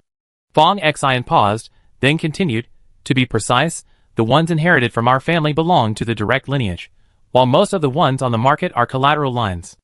At this moment, everyone else knelt down, and even knelt on the ground and kowtowed. "Brother Hao, we don't want to die." Someone sobbed. "Hey, what's wrong with him?" Fang Xian was a little scared, and carefully hid behind Li Yao, then looked at Lin Hao and asked, "Why did you suddenly kneel down?" Hearing this, Lin Hao took a few deep breaths and told what happened during the day. When he finished speaking, he found that Fang Xian had no expression. He was stunned for a moment, and then said, "Could it be that you can also treat this?" Fang Xian did not answer directly, but said cautiously, "Chinese medicine has been passed down for thousands of years, and it is far more mysterious than you think. After all, many injuries and diseases did not appear in modern times." In the villa where Lin Hao used to live, the yard was now full of people. Fang Xian sat at a table, and Li Yao stood beside her with an oil lamp and a dagger, watching her check the wounds of those people. About half an hour later, Fang Xian rubbed her temples and murmured, "This is not easy to deal with." "What's wrong?" Lin Hao asked as he sat on the steps. Li Yao lowered her head and said something to Fang Xian, who then stood up and walked towards him. "Let me help you deal with your wound first. You can also deal with external injuries." Lin Hao was stunned and untied the bandage on his arm. Hearing this, Fang Xian shook his head. "I can mix some herbs, and it's not difficult to sew the wound, but I can't do major surgery. Fortunately, there were needles and thread in Lin Hao's villa. Although they were not disinfected, he could not care so much at this time. After all, in Fong Xian's words, at most, he could get some herbs to prevent infection. A few minutes later, Lin Hao's right arm had been treated. After finishing these, Fong Xian clapped her hands and said, "Tetanus can be cured, and rabies is actually not bad, but it is not 100% curable, and I don't have many herbs at present." As she said, Fong Xian waved to Li Yao, "Sister Xiaoyao, please bring the box over." Li Yao nodded. When the box was opened, Fong Xian took out a glass container under the illumination of a flashlight. The bottle contained a dried insect. Lin Hao took a closer look and found that it did not look like an insect, but a shed shell. Then, in the puzzled eyes of others, Fong Xian explained, "This is a cicada molt. I collected some in the woods some time ago. I didn't expect it to come in handy." "How much is here?" Lin Hao asked. "Only about 30 grams, not enough to treat tetanus." "Then you still say you can cure it?" After this, a man said something depressed. Hearing this, Fong Xian paused and turned back and said, "Then why don't you come?" The man smiled awkwardly and took 2 steps back. "Let me see." Lin Hao stretched out his left hand. Seeing this, Fong Xian unscrewed the lid and poured out one. Lin Hao took it and looked at it for a moment, recalled something, and whispered, "Xiaoya also picked up this kind of thing in August last year. At that time, there was a full bottle. I asked her why she took it, but she didn't tell me." Hearing the name, Fong Xian stood up and looked around, curiously asking, "Where is Sister Xiaoya? Why isn't she here? Sister Xiaoyao and I have to thank her in person. If it weren't for her help, we wouldn't be able to hide so well." After the words fell, He Qian felt a pain in her heart, and lowered her head, and dared not speak. Lin Hao was silent for a few seconds and replied, "She's dead." "Ah?" Li Yao and Fong Xian didn't hear clearly, and then asked excitedly, "How could it be?" Then, Lin Hao simply told the previous events. After listening, Fong Xian turned around and looked at the corner, where a person was standing, and it was He Qian. Then Fong Xian gritted her teeth and said with a sullen face, "Even if you kill me, I will never help you cure your illness, so just give up on this idea." "Got it." He Qian turned her back to the crowd, shed a few tears, and limped out of the yard. Lin Hao looked at her back for a long time without saying a word. After searching in Xiaoya and Shishua's room for a long time, Li Yao took out a large glass bottle under the bed. The things inside were indeed similar to those of Fong Xian, but the color was slightly different. In the courtyard, Fong Xian checked for a while and nodded. Cicada sloughs can generally be stored for about 2 years, and they are still usable. These should be enough to treat one person. In addition, I need rice wine. I don't have this, but I have some rice wine in my private collection. Someone in Pawnee Bay brewed it before, and I saved some. Hearing this, Fong Xian thought for a moment, looked at the glass bottle on the table, and said, "It's not impossible to use rice wine, but in this case, the dosage of cicada sloughs must be increased. At present, the total here should be about 70 grams. My suggestion is that it is best to increase the dosage of cicada molt to 80 grams. Hearing this, Lin Hao said, "Can this thing still be caught?" "Not catch, but find." Fong Xian shook her head and wanted to say directly that of course it couldn't be done, but seeing Yi's thin body and pitiful appearance, she was a little shaken. At this moment, Fong Xian suddenly thought of something and asked curiously, "That sister, raise your head so I can take a look." Hearing this, Ji did as she was told. With the light shining on her, Fong Xian was surprised and said, "It's you. Are you familiar with each other?" Li Yao was curious and asked. Fong Xian shook her head, but soon nodded. "When I first came here, a man flirted with me and wanted me to sleep with him. Fortunately, this sister passed by with many men, and then she heard about it and had someone beat up the man." After the voice fell, Ji also remembered it. She smiled bitterly and said, "I just thought that since you didn't want to, I helped you. To be honest, you should thank Brother Hao. He gave me the identity and status, otherwise I couldn't save you." "I don't care." Fong Xian walked over and took Yi's hand and said, "If it were you, I would definitely do my best to help. Let me take out the nails on your hand first, just bear with it." Chapter 869. The wound on Yi's right hand was caused by a 4 cm long iron nail, which was basically firmly stuck in the flesh. Although the blood had long dried up, the edge of the wound also began to swell. "When did you get hurt?" Fong Xian asked, grabbing her wrist. "In the morning, half an hour before I went to see Brother Hao." Strange. This kind of wound is very painful. You should have fainted from the pain. Hearing this, Yi's eyes flashed with a trace of grief, and she whispered, they gave me anesthesia. Hearing this, Fong Xian suddenly realized and said, no wonder the nail avoided the finger bone and passed through the gap, so the wound did not deteriorate so quickly. Lin Hao said, you can see this? Fong Xian shook his head, I guessed, because the pain in the two situations should be different. Let's not talk about this for now, Brother Lin. I need pliers and a hammer. I have them in my room. As he said that, Lin Hao wanted to stand up from the ground, but Li Yao walked into the house first. You take a break, I get it. After more than a minute, Yi put her hand on a few bricks, with the injured part of the nail hanging in the air. Fong Xian used a thinly sharpened chopstick to press against the nail, and then looked at Yi and said solemnly, it may hurt. It's okay. Pain has become commonplace for me during this period. After all, even a finger was cut off, so what's the big deal? After this, everyone was silent. Fong Xian nodded slightly, holding the chopsticks with his left hand, holding the small hammer in his right hand, and said, I count to 3, you get ready. 3. 2. After the words fell, Fong Xian suddenly knocked down with her right hand, and the iron nail stuck on the edge of the finger bone sank a little, and the chopsticks even poked the skin on the back of Yi's hand a little, and blood appeared instantly. Unlike usual, Fong Xian at this time was completely like a different person. She turned Yi's hand over in an orderly manner, then used pliers to clamp the nail and pulled it out quickly. Then blood flowed all over Yi's hand, and she was sweating from the pain, and even her eyes became blurred. But Yi was very strong. She didn't scream. She kept biting her lips tightly, and didn't struggle even when she bit them and bled. She quickly cleaned the wound, then scooped out the herbs prepared in advance, and applied them to the 2 wounds, and then Fong Xian began to bandage them. This scene made everyone a little confused. Li Yao held a bowl of herbs and said, don't you disinfect the wound? The nails are all rusty. Hearing this, Fong Xian shook his head while busying himself and said, of course not. A small and deep wound like this, pierced by a rusty nail, and not treated in time, infection is inevitable. After that, she looked to the right and asked, have you finished grinding the cicada shells? A man in his 30s wiped the sweat from his forehead and replied, do you think this is good enough? Fong Xian took it, looked at it with a flashlight, and shook her head, it's not enough, forget it, I do it myself. By the way, Sister Xiaoyao, go and see if there are any extra gauze, and bring some white wine. Okay. Then Fong Xian began to grind the cicada shells, and suddenly thought of something, turned around and said, who is free, please help me build a fire. After this, the others looked at each other, and no one moved. Seeing this, Fong Xian said with some regret, I don't know much about rabies. Although it usually takes a few days to attack, if you think it takes too long, just leave it there and watch. Anyway, I'm not in a hurry.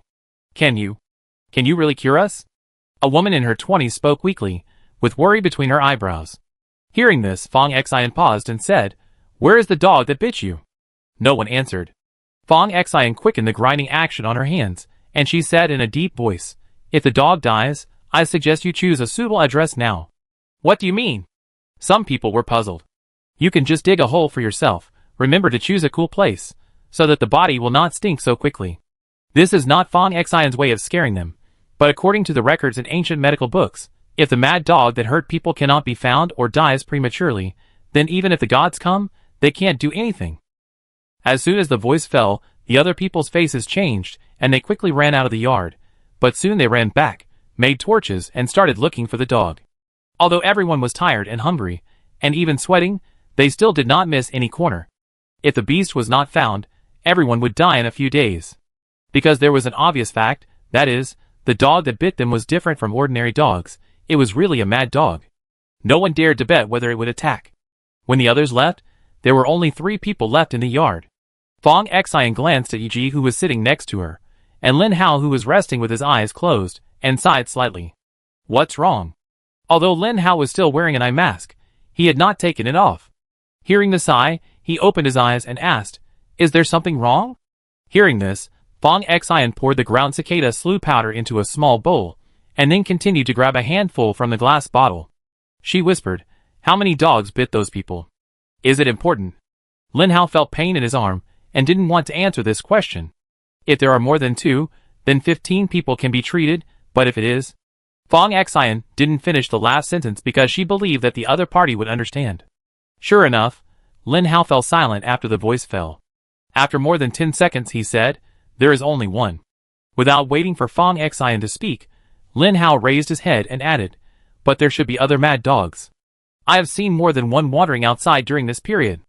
It's no use." Fang Xian shook her head and said, "You have to bite the dog that hurts them."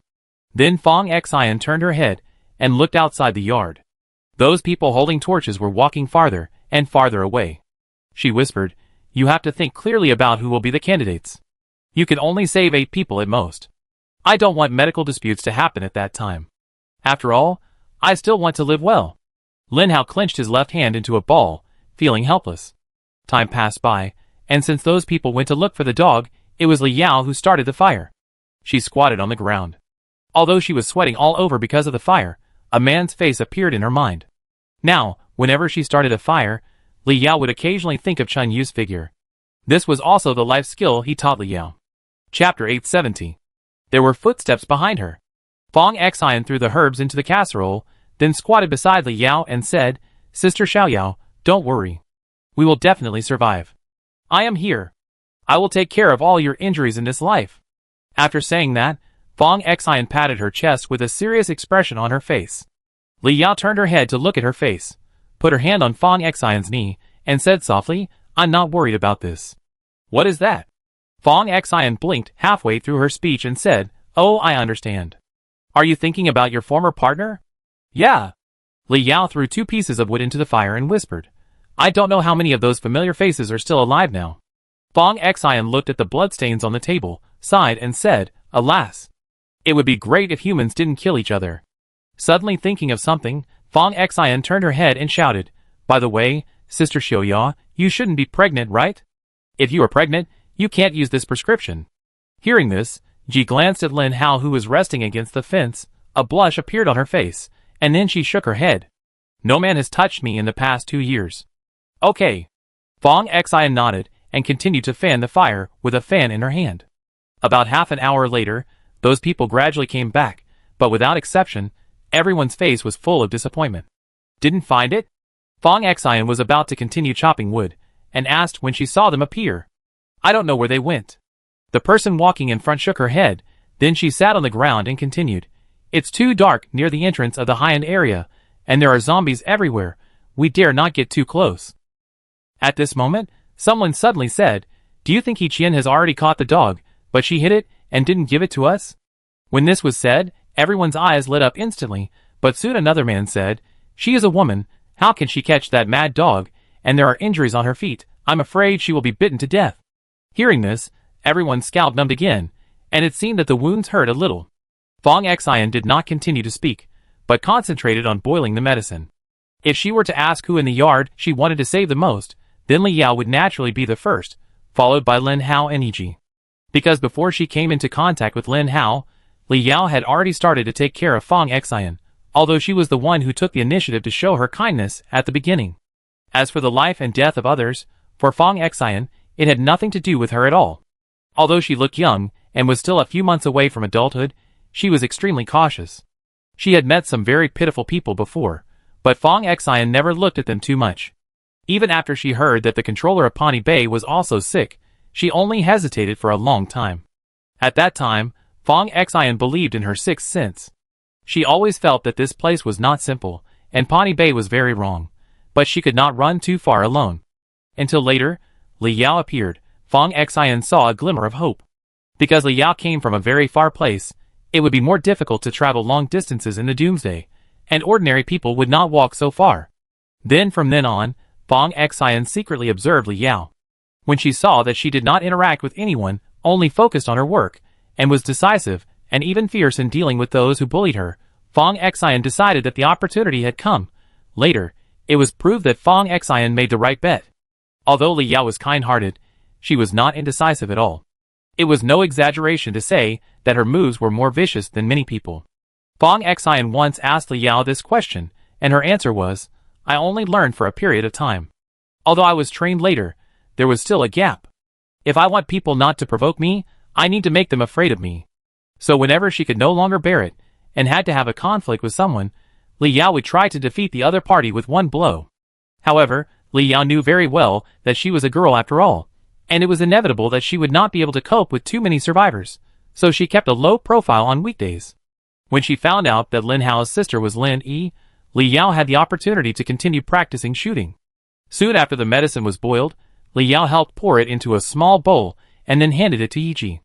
Fong Xian looked at her watch and muttered, "It's 4 o'clock in the morning now. Sister Xiaoya, after you finish drinking, go upstairs and find a room to sleep. Remember not to open the window. You can cover yourself with a blanket, but not a quilt. I will come to check on you in about 10 hours.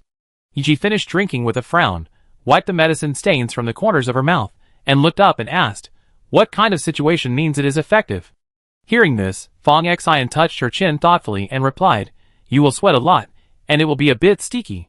I will know the details after I see it, but everyone's situation is different, and the effect may not be the same. Anyway, I will keep an eye on it." Lin Hao got up and helped Yi, and took her upstairs to find a bedroom. Although it was messy, it was better than sleeping on the grass outside. A few minutes later, Lin Hao returned to the yard. Seeing the people in a state of dejection, he paused and said, "I have something to tell you." No one paid attention. After all, Lin Hao was no longer the second in command of Pawnee Bay. Everyone was a prisoner, so there was no need to say nice things. Lin Hao was not surprised by this. He took out a toothpick from his pocket and said in a deep voice, 14 of you were bitten by a dog, but at most 7 people can be treated." Hearing this, Fong Xian turned her head and looked to the side. She had clearly said 8 just now, but 1 more or 1 less didn't matter. Fong Xian was not sure it would be 100% effective. After all, she had never tried that method before. If the world hadn't ended, Fong Xian probably wouldn't have remembered what she had seen. As Lin Hao spoke, everyone began to look at him in astonishment, and some even looked at Fong Xian's position and said viciously, "I think she is just making fun of us, this guy is a liar." As soon as the words fell, the man who said this rushed out, holding a wooden stick in his hand, and was about to hit Fong Xian. Fong Xian was startled, and curled up with her hands over her head.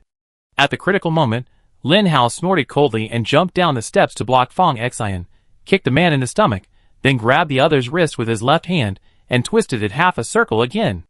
As the man screamed, Lin Hao's right knee suddenly hit his stomach, causing him to kneel on the ground. Li Yao was out getting wood, so she couldn't rush over immediately. When she saw Lin Hao subduing the man, she instantly became angry.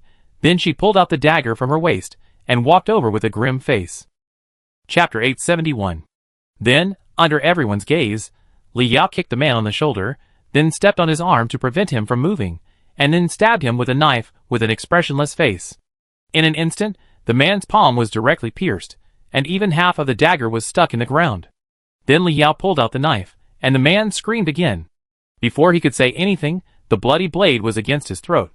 Li Yao's face was frosty, and he shouted coldly, "How dare you do this to her?"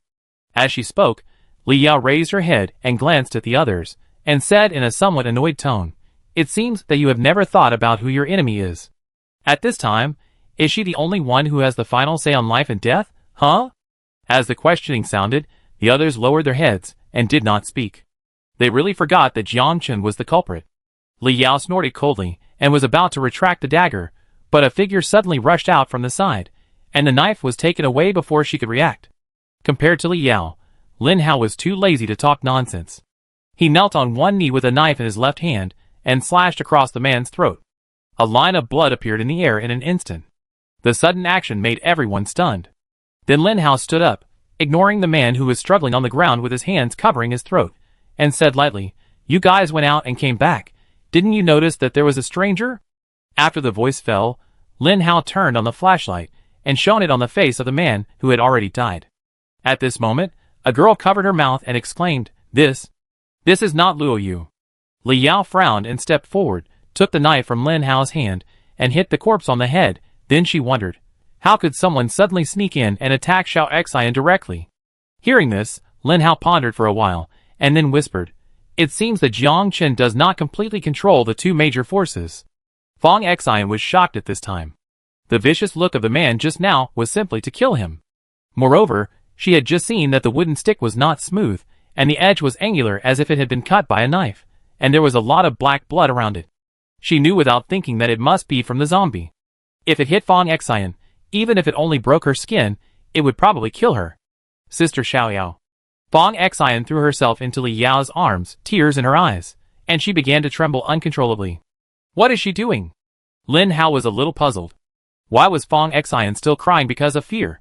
Besides, the stick didn't touch her. Seeing this, Li Yao patted Fong Xian on the shoulder and explained, although Xiao Xian is very capable, someone once tried to knock her out and did something bad. I happened to catch up and failed. Since then, she has had some psychological trauma and is very afraid of people approaching with sticks. Hearing this, Lin Hao remembered something and said, no wonder you told me that you accidentally killed someone some time ago and asked me to help you deal with it. So this is it? Well, Li Yao comforted Fong Xian, wiped her tears, and then said seriously, Xiao Xian is a big girl now. Don't cry easily in the future. If you cry, people will think you are easy to bully. Fong Xian pouted, her eyes slightly red, but she nodded obediently. Okay. What did you mean by that just now? Li Yao continued to look at Lin Hao and asked. Lin Hao paused and explained, I guess someone doesn't want Jiang Chen to cure his illness. Maybe we can cooperate with him. Then why not keep him? Wouldn't it be a pity to kill him? What if you can get some useful information? After saying this, Lin Hao shook his head. This person is too weak. I guess he was just sent here casually. Think about it. When the mission fails, the other party will definitely send someone else. At that time, once he is captured, there will be more information that can be asked. I understand. Li Yao also thought that what he said made sense, and then continued to walk back with Fong Xian. A conflict caused those people to disperse, and even began to investigate. Just now, in order to save Fong Xian, Lin Hao casually threw away the toothpick. Now that it fell on the ground, he was too lazy to pick it up, and was ready to go back to the house to get it. But as soon as Lin Hao turned around, he felt a little dizzy, and his left hand subconsciously held the railing. What's wrong with you? Li Yao walked towards him, helped Lin Hao sit on the steps, and asked with concern. I've been trapped for too long recently, so I'm a little weak. Jiang Chen's plan is really cruel. I have to rest for a long time.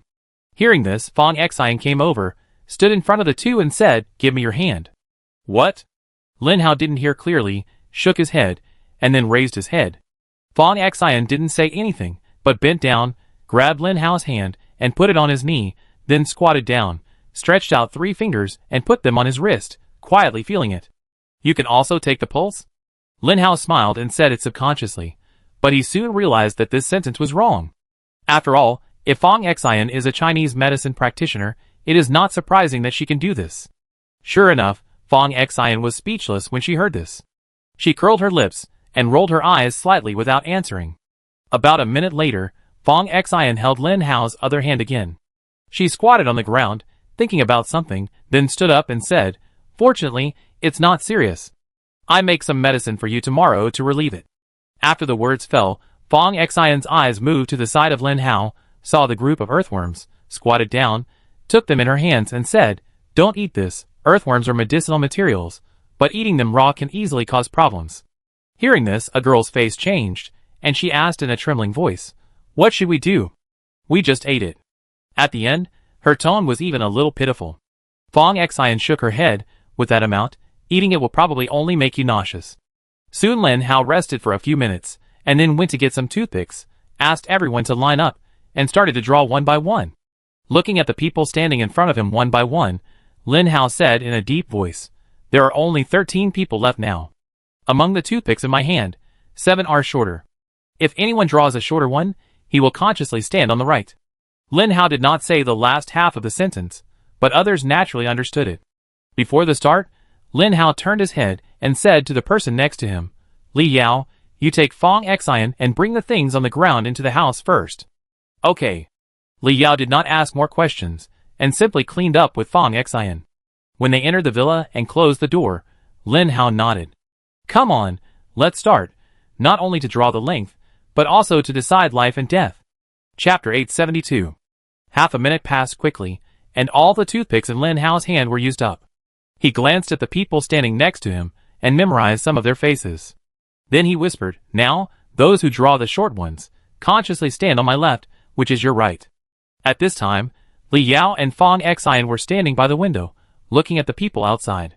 Suddenly feeling a little curious, Fong Xian turned her head and whispered, Sister Xiaoyao, why doesn't Brother Lin Hao let people draw the long ones? After all, if I draw a long one, Can't I just break it with my hands? Don't worry, Lin Hao should have arranged the toothpicks in order, and he must know who draws the short one. Besides, Lin Hao is not a person with strong limbs and a simple mind, otherwise he wouldn't have such a smart sister. Oh! Fong Xian nodded as if she understood. As Lin Hao finished speaking, those people began to move, and as expected, all 13 people stood on the right. You are obviously a long toothpick, I just saw it.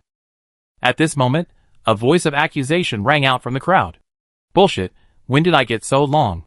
Soon, things started to get chaotic, and several people even started fighting. In the chaos, the three girls walked to the side together, and when Lin Hao wasn't paying attention, they threw the toothpicks directly on the ground. At this time, Lin Hao just stood there quietly, not caring, as if he had already expected these people to fight. There was nothing he could do about it. Just now, Lin Hao was almost exhausted from saving Fong Xian, and after subduing the man, he was even more tired. Although Li Yao is also here and her skills are not bad, she is a girl after all. If those girls pretend to be pitiful and try to trick Li Yao into letting down her guard, it will be bad. Little did he know that this was just Lin Hao's imagination. If he had really seen the methods that Li Yao used to use in the intermediate zone, he would not think so at all. And now Lin Hao knows that he does not have much strength. These people were just bitten by a dog and did not lose their ability to move. If they are pushed to the limit, they may jump over the wall. At that time, even if Li Yao goes all out, she may only be able to protect Fong Xian. If that happens, Ji and Lin Hao will never have a good ending. After all, when people face life and death, they are likely to lose their minds. About 10 minutes later, those people seemed to be tired of fighting and began to stand aside. Except for the three girls, everyone was bruised and swollen. Lin Hao paused and said, "Are you done?" No one spoke, but they all disliked each other. One of the girls looked at her arm wound, which was wrapped in gauze but still stained red, and said, "Why can't you save each of us? Why do you have to use a small toothpick to decide our life and death?" Once this was said, others began to echo, and even had a tendency to rush towards Lin Hao. However, due to his sturdy figure and 8-pack abs, no one dared to act without authorization. Following the gazes of some people, Lin Hao was also glad that he had not stopped working out all the time. Fortunately, he looked really intimidating. I said, "Your life and death is not something that Fong Xian can decide." Lin Hao's right hand began to hurt again.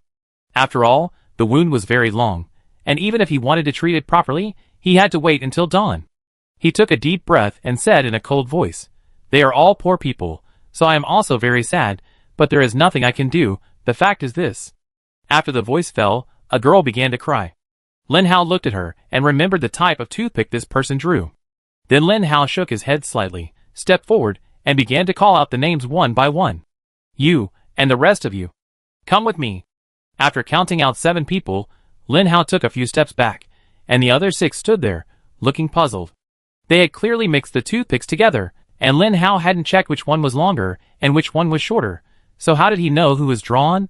At this moment, the crying girl reacted, pointed her finger forward, and said with resentment, "From the time of the draw, you had already determined who would live. It was completely an inside story." Then 2 strong men took half a step forward, both revealing sinister eyes, and one of them said, "How dare you tease us? Half a year ago, we were afraid of you, but now it's like this, and you're still making fun of us?" As they spoke, they began to pick up the bricks on the ground, and some even picked up the stick. At the same time, the people beside Lin Hao slowly retreated half a meter. But there was one exception. "We are the ones who drew the short lottery, but you deliberately sneaked in. It's simply slandering us." As soon as the voice fell, the girl who spoke first on the opposite side got angry, and threw the stone in her hand directly. It hit the other party's forehead with a snap, and blood immediately flowed down. Chaos broke out again, and 6 people holding various weapons began to attack. It was not known if it was a coincidence, but the 5 strongest men among the survivors did not draw the lottery.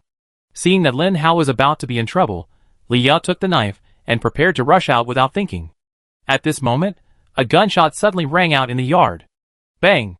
Although it was more than 4 o'clock in the morning, the light was much better. Everyone turned their heads and found that Yiqian was standing at the door of the villa, holding a rope in her hand, and the mad dog was following her. The only difference from before was that Yiqian had a few more scars on her body.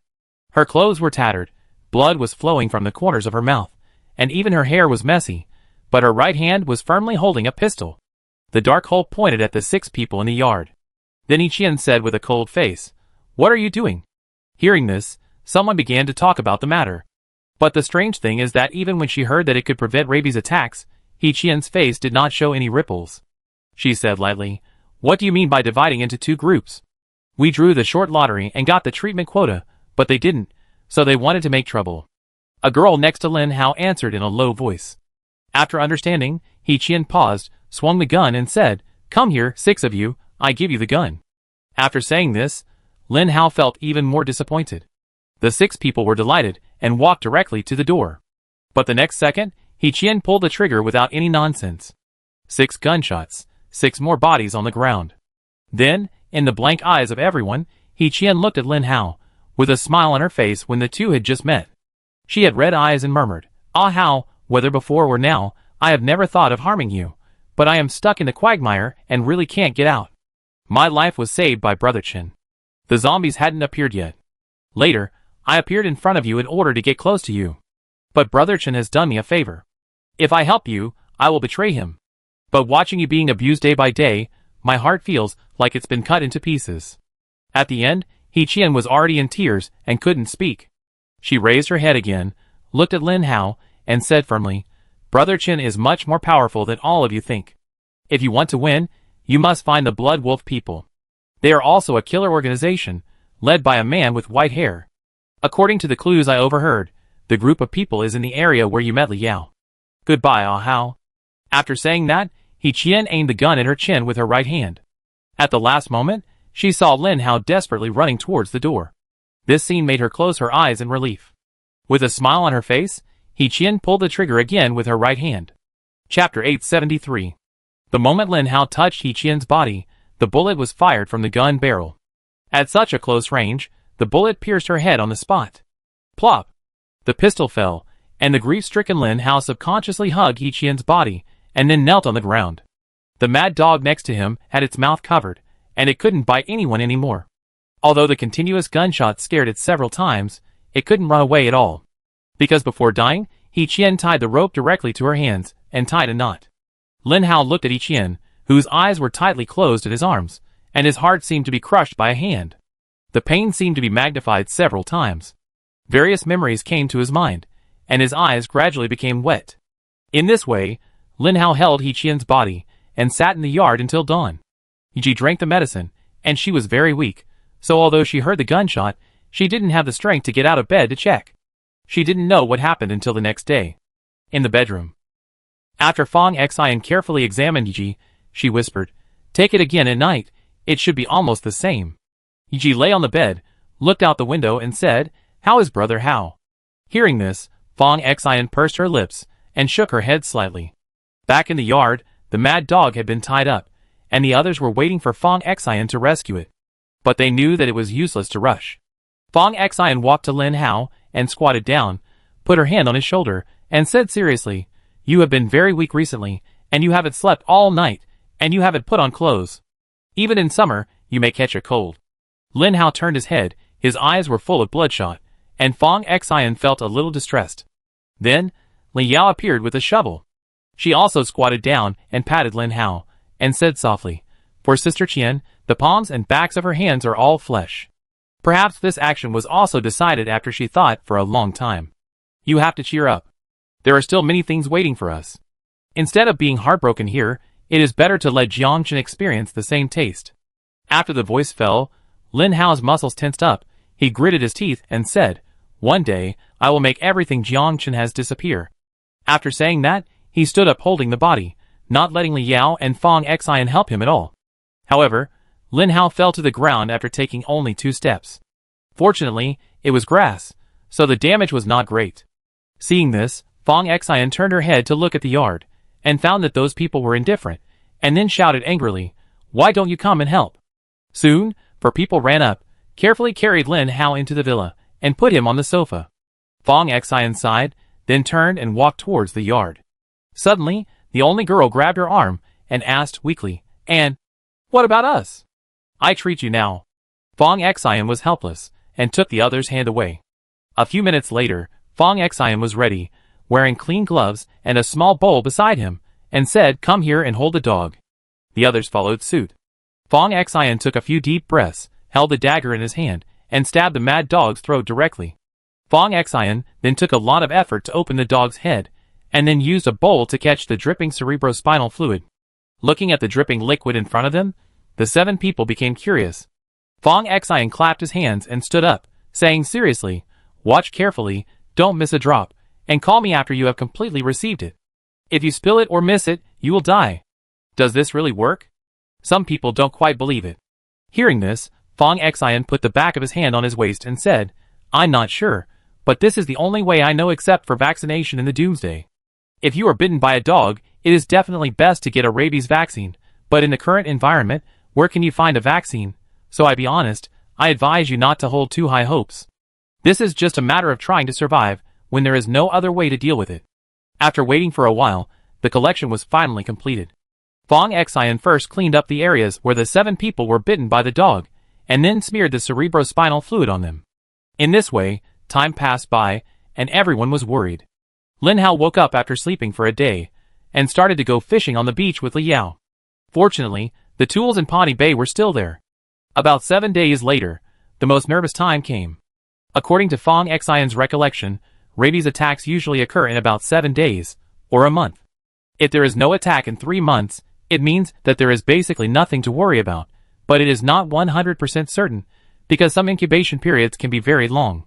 So in the world before the end of the world, if you are bitten by a dog, you must get an injection, and you must not have any fluke mentality, but how to get an injection in the end of the world, the current environment does not have the conditions, which makes Fong Xian very nervous. She is worried that this method will not work. At this moment, everyone in the yard didn't even dare to speak. It was about 2 o'clock in the afternoon, and suddenly someone began to vomit, accompanied by a very impatient mood. Lin Hao held a knife in his left hand, and stood calmly in the yard. Soon, more than 10 minutes passed, and the 2 people suddenly became very abnormal, their arms waved unconsciously, and they also made strange roars. The other 5 people were fine, they quickly retreated to the side, looking at the 2 people with horror. At this time, Fong Xian stretched out a finger and poked Lin Hao's waist, and said solemnly, "They should have an attack." After the words fell, Lin Hao nodded, stepped forward with a heavy heart, and sent the 2 of them on their way. This is the end of the world. Once rabies attacks, death is certain. Unless time goes back, there is no hope of recovery. Instead of suffering, it is better to give them a quick death. Looking at the 2 corpses, Fong Xian walked to Lin Hao, and said in a low voice, "I told you before that I could save 8 people, but you later said that there were 7 places. Did you want to save them for the sister named Yiqian?" Hearing this, Lin Hao stopped dragging the corpse and nodded gently. "Yeah." Hearing this, Fong Xian sighed, looked at the grass and whispered, "There is not enough cerebrospinal fluid, there are too many people. According to the records, the wounds should be applied several times, but the last 2 were applied with less." At this time, the 4 men and 1 woman knelt on the ground and kowed out to Fong Xian again, but their mood was very different now. The sudden action scared Fong Xian. She hid behind Lin Hao, stretched out her head and said, "Please, can you not kneel down when you encounter something?" Chapter 874. A girl had her arms hanging in front of her chest. She raised her head and said with tears on her face, "The feeling of coming back from the dead is so wonderful." Hearing this, Fong Xian opened her mouth to say that it might not be a real cure, but after hesitating for a moment, she still chose not to pour cold water on these people. Fong Xian would have to wait until 3 months to know whether it was effective or not, but by then, no one would know how many people present could survive. At the entrance of Pawnee Bay, 3 o'clock in the afternoon, Jiang Chen was maintaining the sniper rifle when he suddenly thought of something. He put down the parts in his hand and waved to the figure in the distance, "Come here, Brother Chen." A subordinate came forward and knelt on one knee beside Jiang Chen. "Where is Ding Han?" Hearing this, the subordinate replied, "Master Han is training us. He should be back in 10 minutes. Well, ask him to come over later." Jiang Chen's face was calm, and he continued to wipe the sniper rifle. The subordinate nodded and took a look at the gun in Brother Chen's hand when he stood up, and a touch of heat appeared in his eyes. The sight of this gun is dark brown, but the gun body is dark green, and it is about 1.1 meters long, and there is a stand on the table. Even if they don't know much about guns, the subordinates can recognize what it is. It is the internationally famous AWM sniper rifle. Just placing it there makes people feel a little palpitating.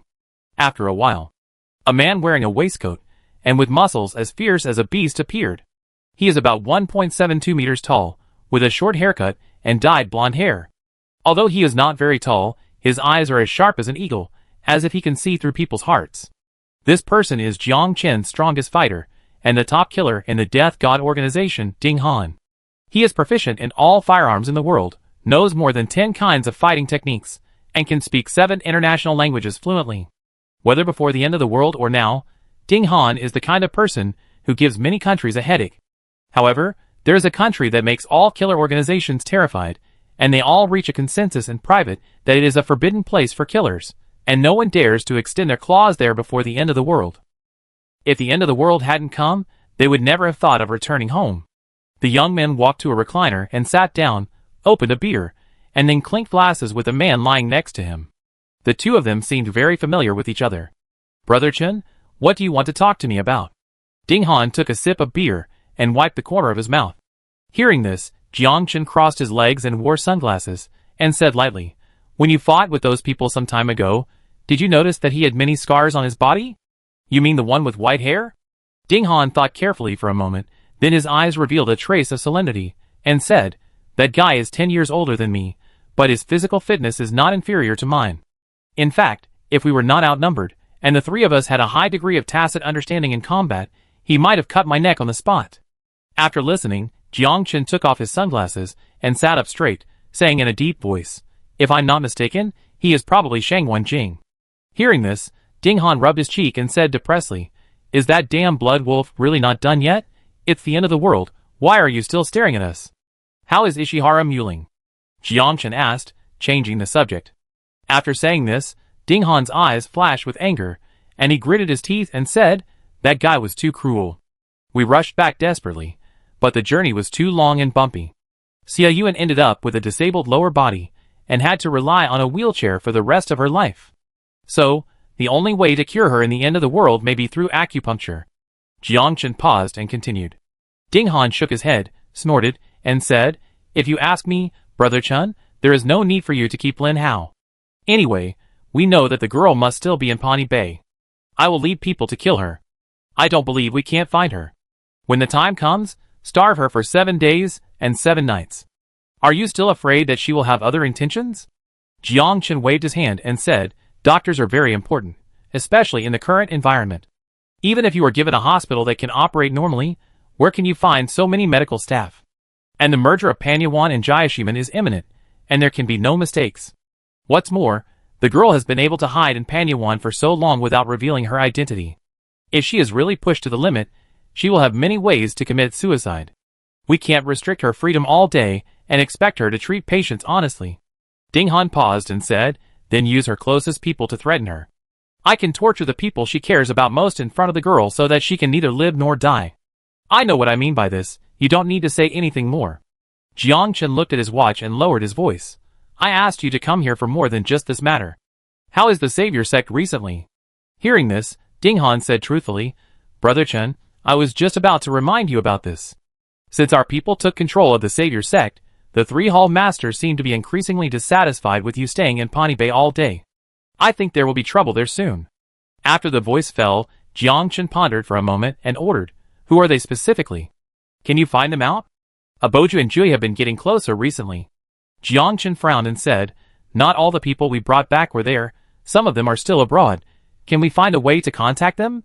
Ding Han shook his head and said, "How is it possible in this environment? Unless I personally take people out again, and we may not be able to meet up." Hearing this, Jiang Chen rejected it and said, "The train has long been abandoned, and the area of several kilometers is full of zombies. It seems that it will not work in a short time." At this moment, one of Jiang Chen's confidants suddenly ran over in a panic, and even fell down due to nervousness, which immediately attracted the attention of the two. Seeing this, Ding Han turned his head and shouted, "You are so careless. Walking in broad daylight is like this?" The confidant didn't care that his hands were rubbed by the ground, and knelt in front of Jiang Chen, saying in a terrified tone, "Chen, Brother Chen, something happened. You'd better be in trouble, otherwise I will throw you into the sea to feed the fish." Jiang Chen was currently troubled by a lot of things, so he looked at him with a cold snort. The next second, 2 men appeared carrying a corpse. Jiang Chen took a look, and then stood up instantly, his face darkening on the spot. "Xiao Qian is dead." As soon as he finished speaking, Jiang Chen strode over and saw the corpse on the stretcher. Due to the hot weather, the body had already begun to rot. Chapter 875. There was a lot of mud on the clothes, and even the nails had begun to fall off. Looking at Yi Qian's festering face, Jiang Chen narrowed his eyes slightly, and his muscles were tense. He said in a deep voice, "What's going on?" Hearing this, the confidant kneeling on the ground turned around and said tremblingly, "A few days ago, after we sent the dog in, we were about to leave the high-end area, but we met Sister Qian who was alone. The brothers persuaded her to come out, but Sister Qian refused and asked us for a pistol. We searched her body and found only 7 bullets. We thought she was going to kill the people inside, but Sister Qian turned around and left." After saying that, Ding Han crossed his arms and clasped them in front of his chest, cursing, "Who told you to say that? You don't even know how this person died?" The confidant raised his head, looked at Jiang Chen's back with some fear, and whispered, "Just now, a brother looked into Pawnee Bay with a telescope and found a small mound on the edge. We thought it was a trap set by those people, so we sent 2 brothers in to check. It turned out to be Sister Qian's body." At this moment, Jiang Chen's face was extremely depressed, as if he was holding back a breath. His face, which was already somewhat dark, now looked even more gloomy like charcoal, as if his eyes could emit fire. From the beginning, he did not agree with Yi Qian using her own injury to test Lin Hao, because Jiang Chen knew very well that based on the current clues, Yi Qian's betrayal was a foregone conclusion. Based on his observation of Lin Hao during this period, it was difficult for Yi Qian to persuade Lin Hao to join Jiang Chen's team. After all, the people who died before were not in vain. Except for those who were sent to the Savior Gate for research, most of them died in Pawnee Bay or in front of Lin Hao. But despite this, Jiang Chen also had someone apply some kind of meat on Yi Qian's feet in advance, which would attract the dog more and prevent it from biting other parts. Secondly, wild boar meat was tied to her legs, and a blood bag was added. At that time, Jiang Chen also confirmed that Yi Qian was not bitten, so he acquiesced to her request and finally let her go in. Jiang Chen looked at the maggots moving back and forth in the rotten meat, turned around and kicked the table away, then looked at the blonde young man next to him, gritted his teeth, and said, "Xiao Han, you lead the first team back to the Savior Gate first. Keep an eye on Earl A and Master Jiao. No one is allowed to leave. I will rush back before tomorrow night. We can't delay any longer. Within a month, Jiashiman and Panyawan must merge. By then, everyone inside, except the girl, will be buried with Xiao Qian." After he finished speaking, he called a dozen of his men over, and then turned and walked towards the parked car. Seeing this, Ding Han asked from behind, "Brother Chen, where are you going?" "Find a coffin for Xiao Qian. Don't let her be buried like this." With a bang, Jiang Chen got into the car and drove away directly, and several cars followed closely behind. After they left, the confidant stood up and asked carefully, "Master Han, how do we deal with those people inside?" Hearing this, Ding Han turned and looked at Pan Yuan. After thinking for a moment, he said lightly, "Let your sister Qian vent her anger. Drag 10 survivors out and hang them on the streetlights." With just one casual sentence, Ding Han decided the life and death of the survivors, as if it had no effect on him. During this time in the manor camp, Qin Yu really learned a lot. The originally agreed 6-month deadline had already arrived, but Shangguan Jing suggested that Qin Yu and Lin Yi stay for 2 more months so that they could learn from the others. At least their skills would be really useful in the apocalypse. So after thinking about it for a night, Qin Yu agreed, but that night, he gave Shangguan Jing another gift. Next to the SUV, Qin Yu turned his head and smiled at Shangguan Jing and Long Dai. "Thank you for taking care of me these days. The animals I gave her last time are not enough. I was going to give them to her when I left, so I just take them out now." "What is that?" Shangguan Jing didn't quite understand. "Are you hiding something else?" "Haha, you know in a minute." Qin Yu took the skateboard next to him and put it on the ground, then lay down and got under the car. 10 seconds later he said, "Please help me." Hearing that, Shangguan Jing squatted down and grabbed one of Qin Yu's legs and dragged him out. At this time, Qin Yu had an object wrapped in plastic cloth in his hand. Based on the shape, Long Dai recognized what it was almost instantly. But she was still a little unsure, so she didn't go forward, but asked hesitantly, "Is this a gun?" Qin Yu smiled and nodded. "Give you a sniper rifle. That TAC-50? Long Dai's eyes lit up and blurted out, "Of course not." Qin Yu handed the thing over and smiled. "That gun is also very important to our camp. Please understand, but we have one more sniper rifle." Long Dai didn't take it, but glanced at Shangguan Jing next to him, and whispered, Although the guns in the Doomsday are not as important as bullets, sniper rifles are different. They have the ability to kill enemies at a long distance, which is more precious than ordinary firearms. After he finished speaking, Shang Wanjing reached out to take it. He said calmly, "Speaking of which, we have paid a lot during this period of time, and the food alone is a lot." Qin Yu also echoed, "Brother Shangwan is right, this is just a trivial gift. In that case, I will accept it with a smile." Long Dai rubbed her hands, her face full of anticipation. Although it was not the gun she liked, Long Dai liked it very much. Because the biggest weakness for a sniper is that there is no sniper rifle to use. Soon, Long Dai took the gun and prepared to clean it. After all, it had been placed under the car for so long that it was bound to have some effects. Watching her leaving, Qin Yu put his hands in his pockets and turned his head and said, "I'm sorry, I didn't take it out the first time." "It's okay." Shang Wanjing shook his head and turned to a stone table. "After all, if it were me, I wouldn't dare to rashly send weapons to your camp." "That's not what I meant." Qin Yu walked over and sat down, explaining, "I thought I couldn't send more. There's only this one gun, and there are so many of you, it would be bad if people gossiped. So I plan to give it to you when we part. After all, by then your weapons and ammunition may be reduced, and providing a sniper rifle at this time will be more useful." Hearing this, Shang Wanjing also smiled rarely and said, "But later you found that we basically don't use guns on weekdays, right?"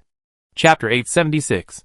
"Yeah, I didn't expect you guys to be so skilled in using cold weapons and traps." As he spoke, Qin Yu took out a bag of tea from under the stone table, put some into the cup in front of him, and then poured it directly from the thermos. He then handed Shang Wanjing a cup and said with emotion, "I didn't expect that your place is a real paradise, with hot springs, fruit trees, and many varieties. You even have tea trees. I'm completely impressed." Hee. Shang Wanjing is not as cold as before, and occasionally smiles. Of course, this is inseparable from the appearance of Han Liyuan. After all, Shang Wanjing has always had a knot in his heart. He hopes to find Xia Yuan, but unfortunately, he has no communication ability in the Doomsday, which is extremely difficult. The most important place is actually not related to these. Hearing this, Qin Yu thought for a moment and suddenly realized, unless you enter your camp, you won't find these things. Just that section of the road can basically cost many people's lives. Smart. Shang Wanjing took a sip from the teacup and smiled. The two sat at the stone table. Even though they were 20 years apart in age, they got along very well. Qin Yu looked at his watch and whispered, "It's already past 7 in the evening. Another day has passed. Brother Shangwan, I want to ask your opinion on something." "Go ahead. What do you think of the Savior sect?" As soon as he said this, Qin Yu saw that Shang Wanjing's eyes became colder, and he even crushed the small teacup with his right hand. This kind of force simply refreshed Qin Yu's cognition, but based on the training content during this period, Shang Wanjing was afraid that what he had experienced was even more terrifying, so Qin Yu could understand it. "I've never heard of this organization before, but the last time we fought, the opponent's strength was not weak at all." "Why?" Shang Wanjing was silent for a few seconds, then said, "After the end of the world, the number of humans has decreased sharply, but if there is a real fight, there are not many people who can fight with me at the critical moment of life and death. After all, if they can use guns, no one will choose to rush up and fight with the opponent." Speaking of this, Shang Wanjing looked into Qin Yu's eyes and said in a deep voice, "But do you know what those people did at that time?" Hearing this, Qin Yu frowned slightly and thought seriously, while Shang Wanjing did not speak, just looking at him quietly. It seemed that as long as Qin Yu could not guess, he would not speak. Soon Qin Yu found something wrong. He glanced at Shang Wanjing's right arm. There was a scar under his long gown, which was left last time. Could it be that those people put away their weapons directly after seeing you come out? Shang Wanjing shook his head and said, "How can there be such a stupid person? After all, I had a gun at that time." "What is that?" Qin Yu didn't quite understand, but soon he thought of something and said, "Did they recognize you?" After saying this, Shang Wanjing nodded solemnly, then turned his head and looked in a certain direction and said, "When I showed up there, one of the men obviously had a look of surprise in his eyes. Even if it was less than half a second, it was still very obvious. Your white hair is really too eye-catching. Could it be caused by this reason?" Qin Yu looked up and gestured. "That's not unreasonable, but there's another point. In our circle, my hair was almost a very obvious sign." Hearing this, Qin Yu paused and asked curiously, "Why don't you shave it off or dye it back to black?" Shang Wanjing was silent for a few seconds before answering, "It's okay, I'm used to it." Seeing that Shang Wanjing was unwilling to talk, Qin Yu didn't ask more, so he took up the previous topic and said, "So those people last time have seen you before, right?" "Not necessarily. It's possible that he has seen my photo." Speaking of this, Shang Wanjing stood up, put his hands behind his back, looked up at the dim night sky, and said softly, "There are not many people who are qualified to take pictures of my true face. If you have to look into it, Jiang Chen is one of them." A strange name appeared. Qin Yu walked over and stood beside him, curiously asked, "Is he your friend or enemy?" "Dead enemy," Shang Wanjing said lightly. "If one day we meet on the battlefield, the best result is to die together." "Is it that scary?" Qin Yu now knows Shang Wanjing's strength very well. Although he is no longer at his peak, ordinary survivors can't even think of getting close to him. "Xiao Jie should have told you about some of our past, right?" Shang Wanjing turned his head and glanced at Qin Yu next to him, and said casually. Qin Yu nodded. "We did talk a lot some time ago. He said that in today's environment, those things are no longer a secret, so he told me." "I don't blame him." Shang Wanjing went back to the stone table, cleaned up the debris, and continued, "There is an organization in front of the Blood Wolf, called the Death God, and we have been fighting for many years. They are not happy with our rapid development, and we don't want to be suppressed by others all the time. If the man last time really knew me, then things would be a bit difficult." After hearing this, Qin Yu turned around and looked at him, and said in a deep voice, "I feel something is wrong. Think about it, from the end of the last conflict to today, it has been about 7 or 8 months. Such a long time has passed, but there is no movement at all. Tell me what you think." Shang Wanjing thought for a moment, and nodded slightly. "If it were me, and I had a conflict with someone far away, and the world was in this situation, I would either reconcile with the other party or eliminate the trouble in the future. I asked about the address of the Salvation Gate, which is about 700 to 800 kilometers away from us, not to mention from your side." Shang Wanjing said, "Under this situation, it is not so easy for the enemy to come here." "Yes, this is also a problem." Qin Yu snapped his fingers and said, "But in the end, if you can come here the first time, you can definitely come here the second time, unless this matter is not as much as the supplies consumed when you come here." Hearing this, Shang Wanjing turned and walked towards the manor, and Qin Yu followed him. 10 seconds later, Shang Wanjing said, "Or maybe those people are now being held back by other things." "That's right." Qin Yu looked at his bronze skin, and the muscles in his arms became more obvious. He frowned slightly and said, "If you ask me, it's not a good idea for us to just wait day by day. Since the other party can come here, why can't we kill them?" Chapter 877. After saying this, Shang Wanjing stopped and turned to look at the side, and found that Qin Yu's eyes revealed a fierce look. "How many people died last time?" Qin Yu replied, "We were lucky. I feel that the group that attacked you at that time was more powerful. There should be only one person, a friend who had been separated from us for a long time. He was only a teenager. Finally, we met again with great difficulty, but he chose to commit suicide in front of me. I don't know what he has experienced to die so calmly, but I don't want to experience this kind of life again. That shitty Salvation sect doesn't take human life seriously at all." At this point, Qin Yu was silent for a few seconds, and then added, "There is another one, who should be the insider of the Savior sect. After I found him out, he also chose to give up his life."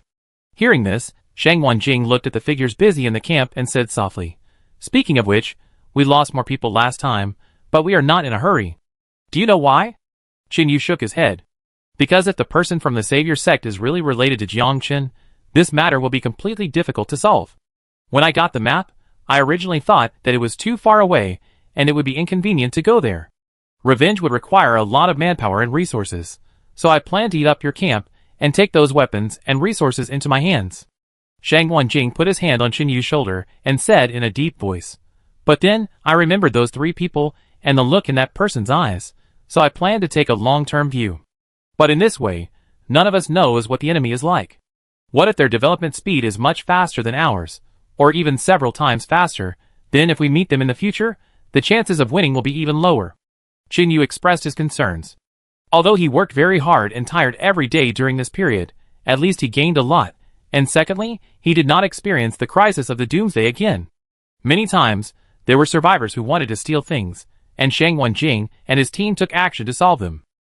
If it were the camp in the villa area, Qin Yu would basically come in person. "Your concerns are exactly what I want to say." Shang Wanjing took out a piece of paper from his pocket and smiled. "It is estimated that it will be difficult to defeat the Savior Gate with the power of our 2 camps alone, so there is something I have to give you to do in the next 2 months. As the paper was stuffed into Chen Yu's hand, Shang Wanjing patted his shoulder again and walked into the first floor of the manor. Chen Yu stood there, opened the paper and took a look, and found that it was a simple map made by himself. But strangely, with Chen Yu's experience of using maps many times, he couldn't recognize where it was. Thinking of this, Chen Yu casually asked someone on the roadside, and then walked towards the warehouse of their camp. 2 minutes later, at a 3-story building, Chen Yu communicated with the person on duty and borrowed a large map. He walked under the street light and compared carefully before he found that he had to walk about 3 kilometers south from the manor camp, and then he would reach the route on the small map, and the marked areas all matched.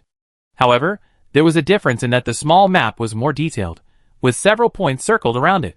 Based on Shang Wanjing's last expression, Chen Yu guessed that those places should be nearby survivor forces.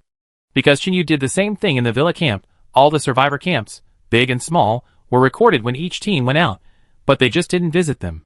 When Chen Yu left, he also told everyone to find a chance to communicate with those people, and see if they could get together for warmth.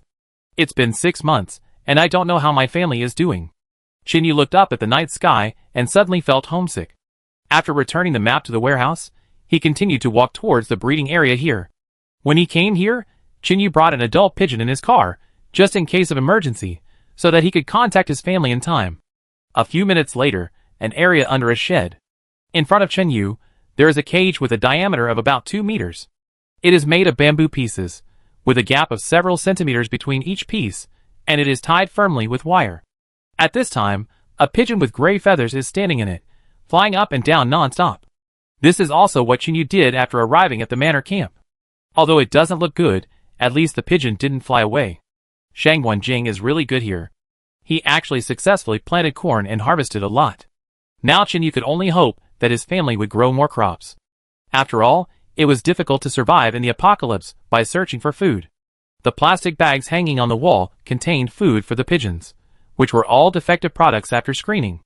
Chen Yu grabbed a dozen corns and threw them on the empty space of the cage to attract the pigeons to turn their backs to him. Then he untied the wire and walked in, and when the pigeons were not paying attention, they were directly pressed from behind. However, after feeding this pigeon for more than half a year, it was basically familiar with the smell of Chen Yu, and it would not make much noise. The reason for being cautious is just to ensure that there are no accidents. After all, once this thing leaves the cage, it will probably fly back home without looking back. Putting the pigeon into the previous birdcage, Chen Yu carried it to the manor. Back to the bedroom on the 3rd floor, there was a faint light in the room. Chen Yu pushed the door open and walked in, and saw a beautiful figure standing in front of the table, with her eyes covered with a silk scarf, her hands busy back and forth, assembling those guns blindfolded. Seeing this, Chen Yu suddenly wanted to tease Lin Yi, and then tiptoed over with the birdcage. He stood on the left side of the table, and reached out to secretly take away a piece of parts. Lin Yi held the gun in her left hand, fumbled on the table with her right hand for a few times, then turned around and stretched out a hand to the side, smiling. "Give it to me." Chen Yu didn't say anything, just looked at her. There was no way. Lin Yi had to whisper, "I smelled the sweat on your body as soon as I entered the room." Hearing this, Chen Yu raised one arm and smelled his armpit, then reluctantly handed the part to Lin Yi's little hand, and then said, "Forgot that we just finished training this afternoon." "You?" Lin Yi quickly assembled the last step, then pulled off the silk scarf around her eyes, and said with a smile, "I've made great progress now, really?" Chen Yu stepped forward and put his arm around Lin Yi's waist. The soft touch instantly entered his hand, and the latter's face flushed again. "Don't make trouble, there are other people here." Hearing this, Chen Yu leaned close to Lin Yi's ear and whispered, "Are pigeons considered people?" Chapter 878. Just then, a voice came from the bed. "She's not talking about the pigeon, it's me." After the words fell, Chen Yu was startled, looked up at the bed, and found a figure sitting there. Then Chen Yu reached out and pulled the rope, the lights in the room came on, and Ah Ling's figure came into view, staring at him, and Lin Yi with her big watery eyes, looking innocently. Ahem. Chen Yu let go of his hand, scratched his head and said, "Why are you here? This is our place, I can come whenever I want." Ah Ling pouted and went back to bed. Chen Yu smiled and didn't say anything more. When he went upstairs earlier, he saw someone busy going back and forth. After asking around, he found out that the water pipe in Ah Ling's room had burst, and he couldn't stay there tonight. But when he entered the room, his eyes were all on Lin Yi, so he subconsciously ignored the bed.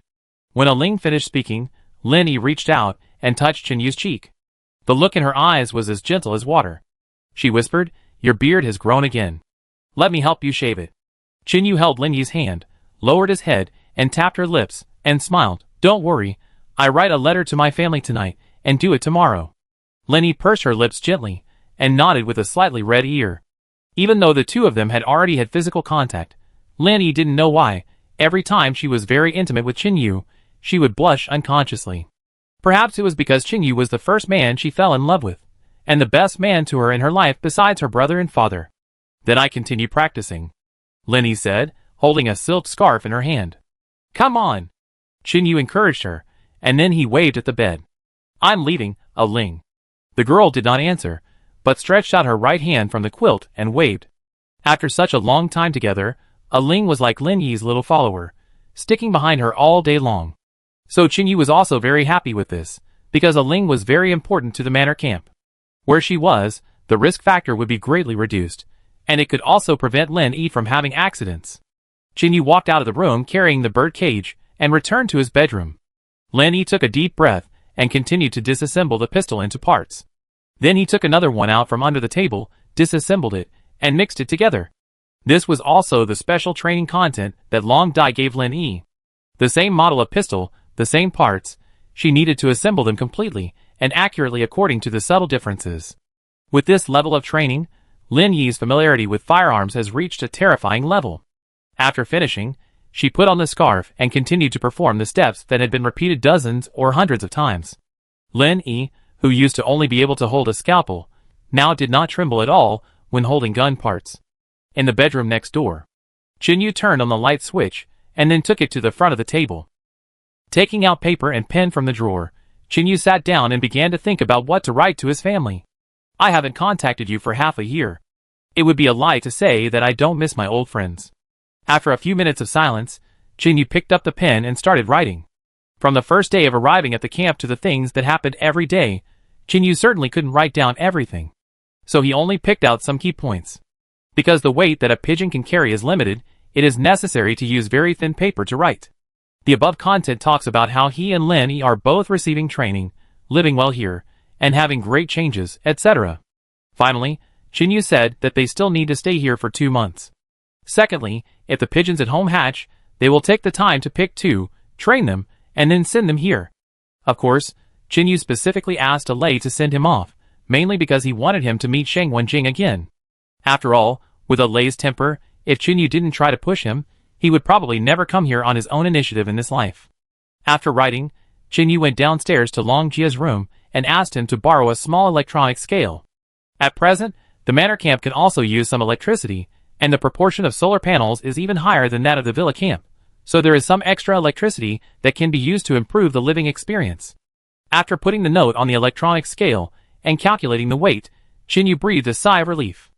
After saying goodbye to Long Jia, he returned to the bedroom, rolled up the note, and tied it to the pigeon's leg, then touched its head, and said seriously, "Brother Pigeon, please go for me.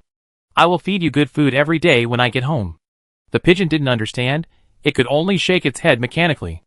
Early the next morning, Chinyu took the pigeon out of the birdcage, first fed it some food and water, then walked to the balcony, held it in both hands, and threw it into the sky.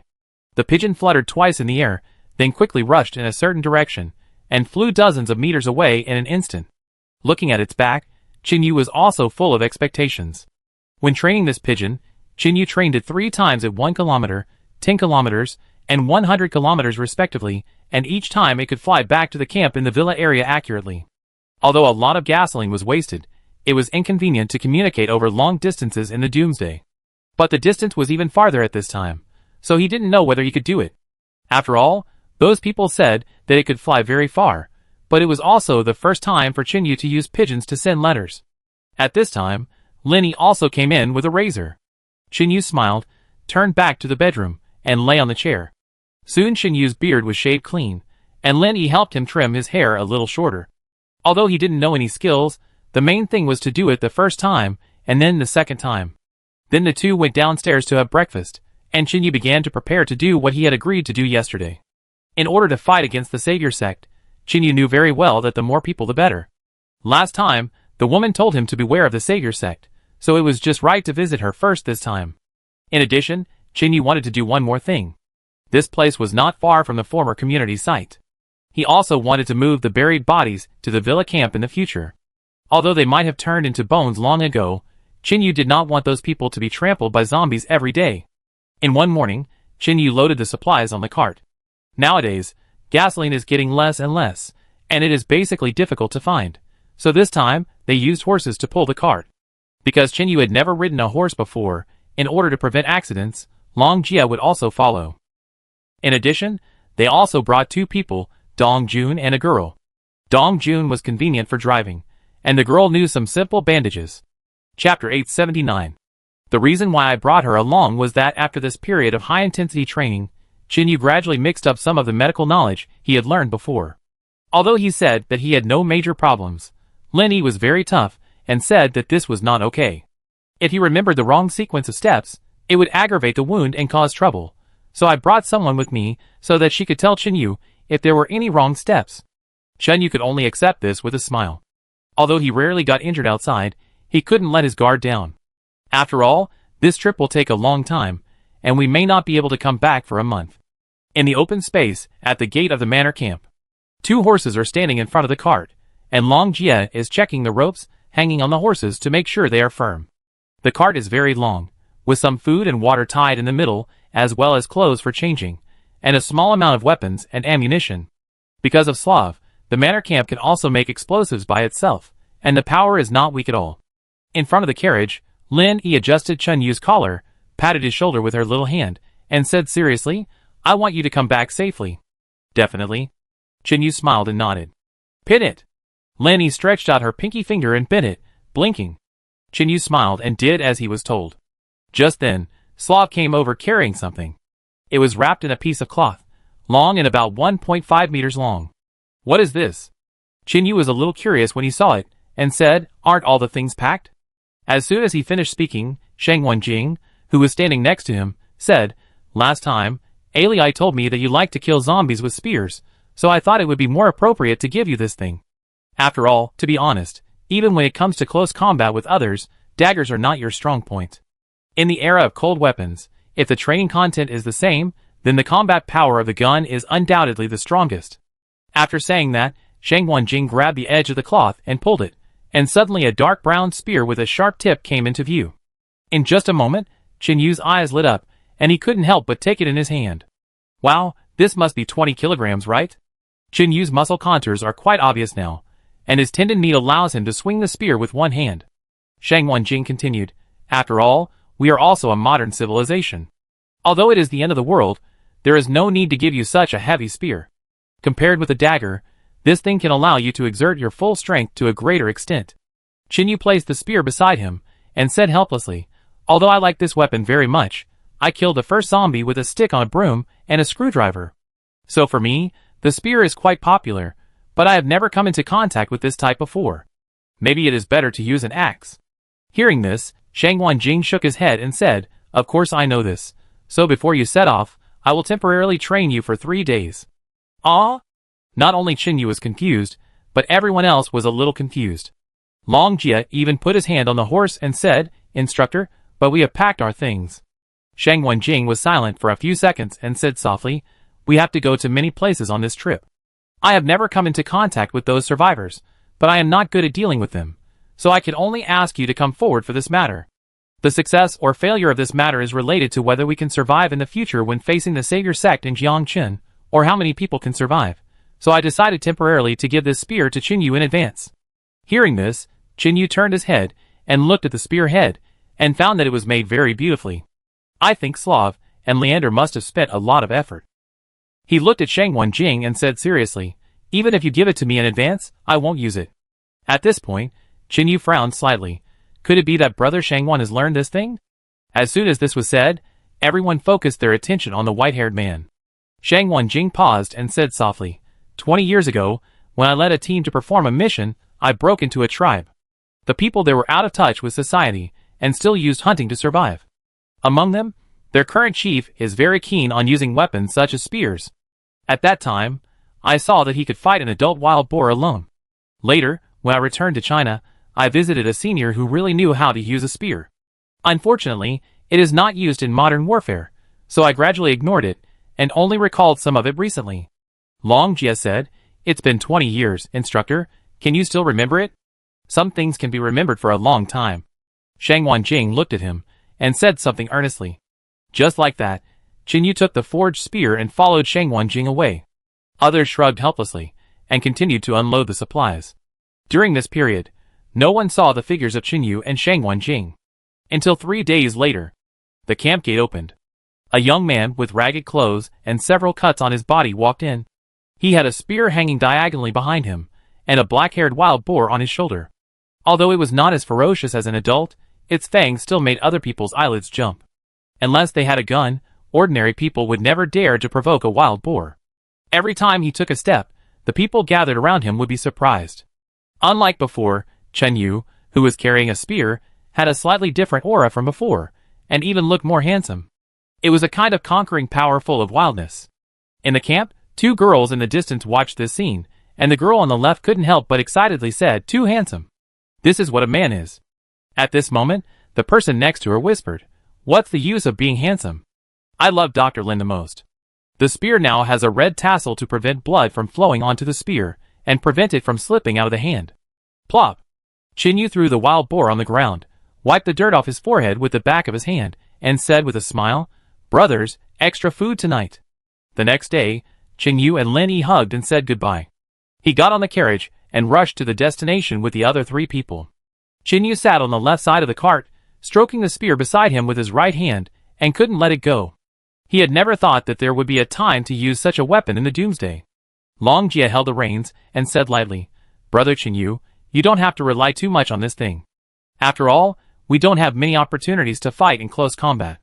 What's more, I am here, so you don't need to worry too much." Chapter 880. When he said this, Long Jie's expression was calm, and he even looked a little indifferent. Qinyu turned his head, and saw the reason why he said this. He was quite confident in his skills. Although the two had practiced for a long time, Qinyu still couldn't beat Long Jie, but he could hold on for nearly 10 minutes without falling, which was really amazing. He finally felt that he had improved a little, but Long Jie's skills always suppressed him. If it were a life-or-death situation, Qinyu estimated that only Lei and Xiao Jiao could deal with him at this stage, but fortunately everyone was on the same side, so this situation would not happen. Then Qinyu laughed and said, "Even if it is used to kill zombies, this thing is safer than a dagger." Hearing this, Long Jie curled his lips and said, "Indeed, it would be easier to kill zombies with a spear, but it's a pity that the instructor refused to let me make one no matter what. In the end, I begged him for a long time before he agreed to help me forge it when we go back." The two of them sat in the front, chatting casually. Because they were pulling a cart to hurry, they were quite leisurely, except for the zombies that occasionally appeared on the roadside. Whenever a zombie came out of the woods, the girl sitting in the back would jump off the cart, take out the bow and arrow from behind, and shoot the zombie directly. Then she would go over and draw the arrow, then trot back to the cart and sit down. After several times in a row, Qinyu couldn't help but look back and said, "Actually, we don't need to worry about them, as long as they can't catch up with our speed." Hearing this, the girl turned her head to look at Qinyu, smiled gently and said, "I want to practice my archery skills, and I can also run by the way, just as a physical exercise, it's okay." At this time, Long Jie stood on the cart with one leg and the other leg hanging below. He casually said, "Yi Zi is working hard, let her do whatever she wants. It's not a very dangerous thing anyway. My name is Yi Zhishu. Everyone usually calls me Yi Zi." Seeing this, the girl said her name. Qinyu nodded and stopped talking. Instead, he tried to drive the carriage to hurry up. Although the speed was not very fast, it was at least easier than walking, and it could also carry goods. About an hour later, the 4 of them were about 10 kilometers away from the camp, and the number of zombies gradually increased. Qinyu estimated that it seemed to be half as fast as walking, but it did not consume physical strength and gasoline.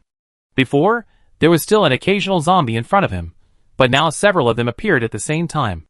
Not long after they walked, for zombies appeared on the road and staggered towards them. Long Jie pulled the reins, calling for the horse to stop, then turned around and said, "Dong Jun, go and deal with it, otherwise we can't get through." "I do it." Qinyu jumped off the carriage and walked towards the zombies, with a spear in one hand. After a while, Qinyu had not had much contact with zombies, and he almost forgot the smell of this thing. As he approached, the stench hit him in the face, and he frowned slightly. Yu stopped in front of the zombies, waiting for the three to approach within 2 meters at the same time, then held a gun in his right hand and swung it horizontally towards their heads. The sharp gun head instantly cut off the upper part of the zombie's head. Fortunately, these 3 zombies were almost the same height, which allowed Yu to easily kill all 3 at once. The corpses fell one by one, and the last zombie was tripped by the corpse on the ground and fell.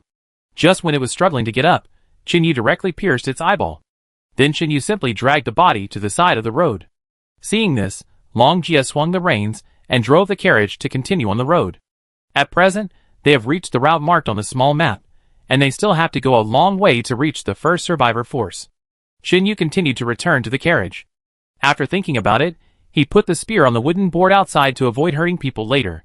After all, he had killed zombies before, so he still had to be careful in the short term. Now Yu heard what Long Jia said, and realized that the several forces they were going to visit were not very weak. The number of people was almost more than 50, and at least they would not be easily destroyed by zombies. As for those with too few people, they didn't care. Firstly, there were basically no powerful weapons in such camps, and secondly, they didn't have the ability to develop in the long term. They might just move away if they encountered a natural disaster or danger. In the morning, the 4 of them walked nearly 50 kilometers and came to the first location, which was also the road led by Yu. However, as soon as he approached, he found something wrong. At this moment, more than half of the houses built of wood had collapsed, and there were even traces of scorch. From the general situation, there should have been a large-scale fire here before. Yu stood on the charred land and looked around and said, Dong Jun wanted to stay to protect the 2 horses, so he did not follow. At this time, only Long Jia and Yi Jishu were looking for survivors nearby. A few minutes later, Long Jia walked out from under a half-collapsed house, looked at Yu and said, You are right, it looks like it was man-made. As he said that, he threw a bag of items in his hand over. Yu used his spear to pry open the plastic bag, squatted down to take a look, and then said in a deep voice, It contains pine oil, probably because of the rain, it has not been burned out. After the voice fell, Yu picked up the bag of oil and walked to the carriage and put it directly on it. After all, it can also be used to make fire, it would be a pity to waste it. Soon Yi Jishu also walked out of the corner with a dusty face. She waved her little hand in front of her mouth and nose, and said loudly, I searched everywhere, but I didn't find any traces of people, not even a corpse. It seems that they have run away or left this place. Yu found half a bag of unburned pine resin again. Last time he came here to save people, but unfortunately Yu Dajiang still chose to commit suicide in the end. However, judging from the judgment at that time, it stands to reason that these people are planning to develop here. After staying for half an hour, no clues were found, and even many rooms were empty. Seeing this, Yu did not stay any longer, but asked the 2 to leave. Since it was noon, everyone started to make lunch. There was still some meat left from the wild boar from last night, so we just happened to bring some out. Because it was so hot, it would spoil easily, so we had to eat it quickly. Now everyone was almost sick of eating smoked meat and dried meat, so when conditions allowed, everyone still preferred to eat fresh meat. Although some of the meat was not as delicious as pork, it was still tasty. After all, if you were really hungry, you could even eat bugs. The most abundant thing in this site was wood, so the 4 of them started a fire right there. Chapter 881. For people, with clear division of labor, did things flawlessly. Yu also liked this atmosphere. No need to say, everyone knew what they should do. For example, Yi Jishu wore disposable gloves and used a skewer to pierce the meat, while Long Jia held a cigarette in his mouth and sprinkled various seasonings on it. The most common ones were salt and pepper. After all, this was a doomsday world, and it had been a year and 4 months since the zombie outbreak, so many seasonings might not be found. As for Yu, he was squatting on the ground, concentrating on placing the skewers on the fan blades and roasting the meat carefully. Dong Jun cut some grass and fed the horses on the side. As the charcoal was heated, the aroma of meat drifted into everyone's nose. Yi Jishu wiped the sweat from her head with the back of her hand. She looked around and said, We are making such a big fuss about making a fire. What if someone finds out? Long Jia shook the cigarette in his left hand, sprinkled the last skewer of meat with seasoning, and handed it to Yu, saying calmly, Generally, there are few neighbors nearby where people set up camps. Is that so? I understand then. Yi Jishu nodded, and wiped the sweat off her neck. The temperature was too high, and she was near the fire, so she was so hot that she was sweating all over. Seeing this, She took off her gloves and threw them away, and took off her shirt and jacket, and her surging figure was immediately revealed. Long Jia glanced at her subconsciously, then took the last puff of his cigarette and laughed. I can't tell, Yi Zi, you are so thin, but you are so capable. Yi Zhishu was not embarrassed, and she even puffed her chest and said proudly, That's right, in our camp, I have the second best figure. Hearing this, Qin Yu became interested and asked curiously, Who is the first? Hearing this, Yi Zhishu was immediately deflated, and did not speak, just sitting there. Dong Jun came over and sat on the stone, smiling. Since Dr. Lin came, these girls have stopped competing, because they can't compete. Qin Yu said with a little doubt, Is he the first? Yes. Yi Zhishu rubbed his face and said depressedly, Dr. Lin is simply too perfect, with the right height and a great figure. The key is that she is beautiful and has a good personality. She is also such a great surgeon. Tell me, why is God so partial? After this, Qin Yu shook his head helplessly and stopped talking. Instead, he distributed the roasted meat to everyone and said, She has also made a lot of efforts. You only see her treating patients, but you have never seen her deeply blaming herself for not being able to save some wounded people. Yi Zhishu smacked his lips and sighed. Yes, it takes time for water to wear away a stone. I couldn't continue my studies before, so I ended up going to an ordinary university. Fortunately, it was of some use in the doomsday. The four of them sat by the fire and had a simple lunch. Finally, they cleaned up the mess. Of course, it was the end of the world and no one would take away the garbage. They just made sure the fire was out. Since it was noon and the sun was scorching, no one chose to rush. Instead, they chose a cool area and took a short rest. A cordon was set up around them using cans, so that any zombies would be discovered. Qin Yu also felt that there would be no survivors going out to search for supplies in the middle of the day. 3 o'clock in the afternoon. After the sun was a little less fierce, Qin Yu woke everyone up and prepared to continue on the road. He didn't want to command everyone, but Long Jie didn't care. Dong Jun said he just listened, and finally Yi Zhishu simply supported Qin Yu. Not long after walking, everyone found a few wild fruit trees, so they picked some and put them on the cart, but they were very astringent, so they had to keep them for a few more days, and wait until they were ripe before eating. It was almost 7 o'clock in the evening, and the light was still very good. Qin Yu and his friends were getting closer, and closer to the nearest mark. After hiding the carriage, Dong Jun and Yi Zhishu stayed there to guard it, while Qin Yu took Long Jie to discuss cooperation. After walking for about 10 minutes, the two came out of the woods and saw a camp, which seemed to be filled with smoke. Like most survivors, the camp walls here were built later, with many wooden boards and iron sheets spliced together to block the zombies in the wild. There were many fences at the gate, and each piece of wood was as thick as an adult's arm, and was sharpened very sharply. There were 2 zombies above, their bodies pierced, waving their hands at the fence. There was also someone on guard above the door. When the 2 strangers, Qin Yu and Long Jie, appeared, the man immediately pulled the bowstring and aimed, and shouted loudly, Who are you? Hearing this, Qin Yu and Long Jie raised their hands, slowly walked to the road, and then replied, We came from a long way away, and want to see your camp boss. Before he finished speaking, the man directly let go of his right hand, not giving him any chance to communicate.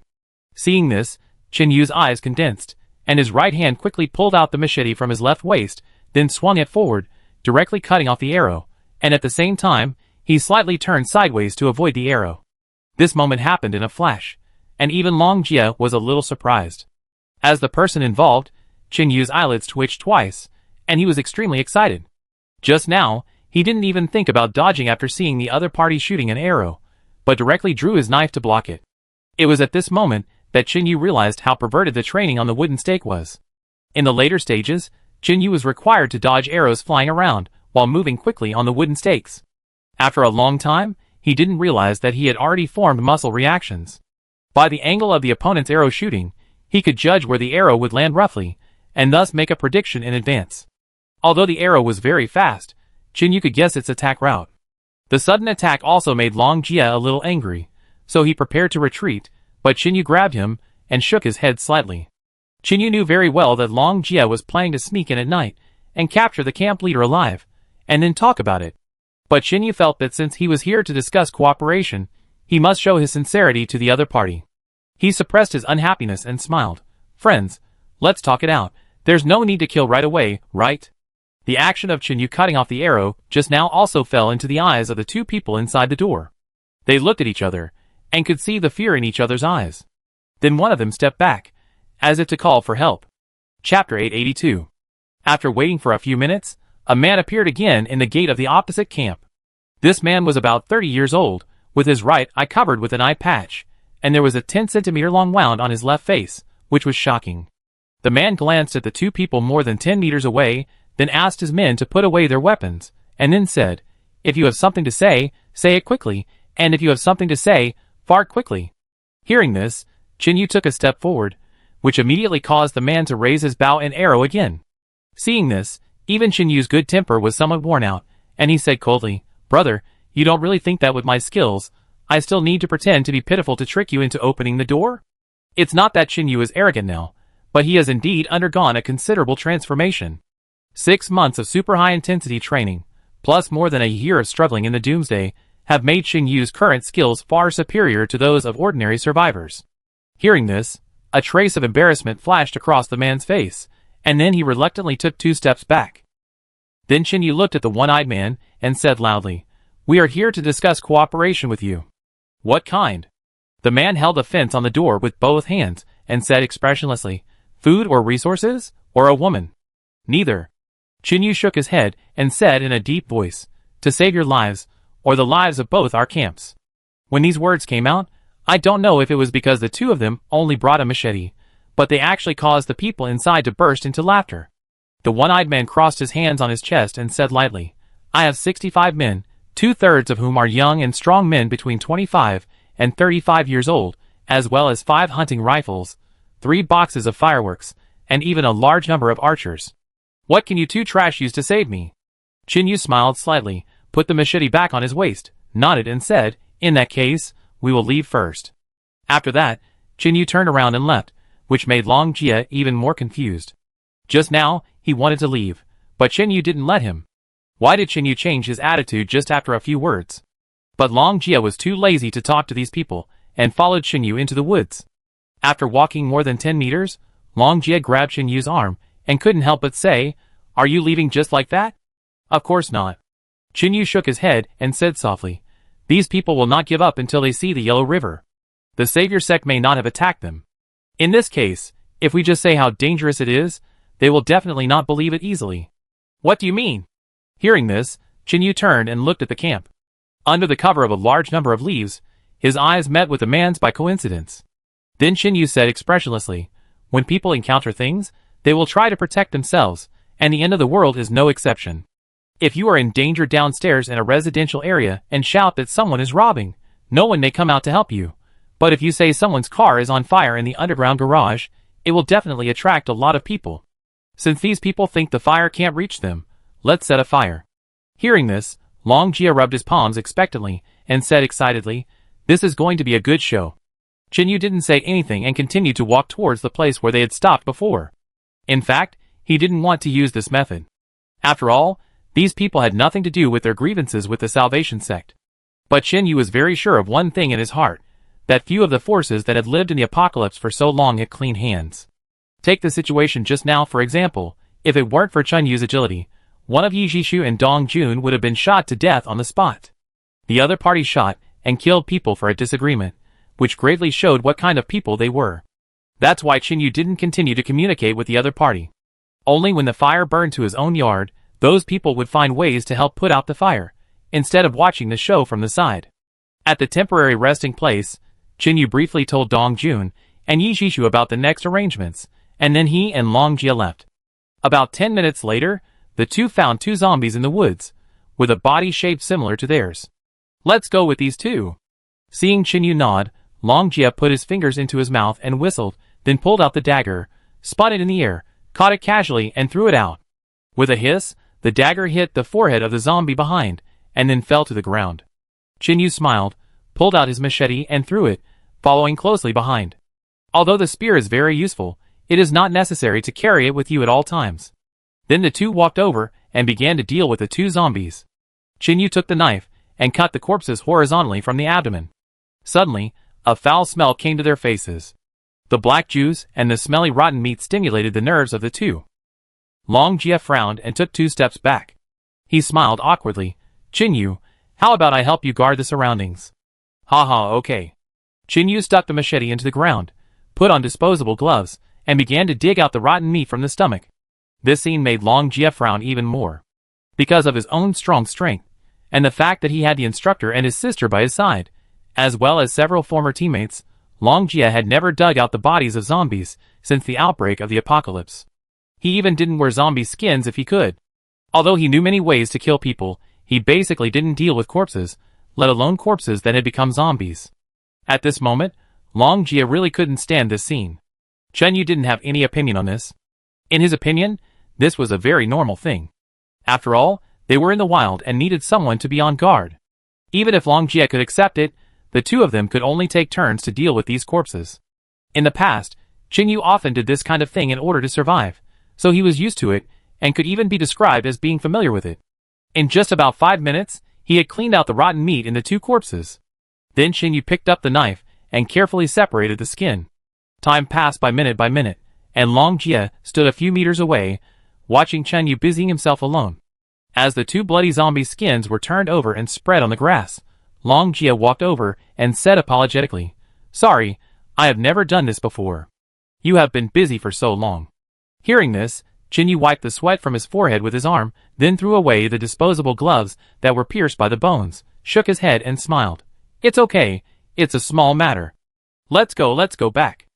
Yu picked up the two zombie skins and turned around to meet up with Dong Jun and the others. Chapter 883.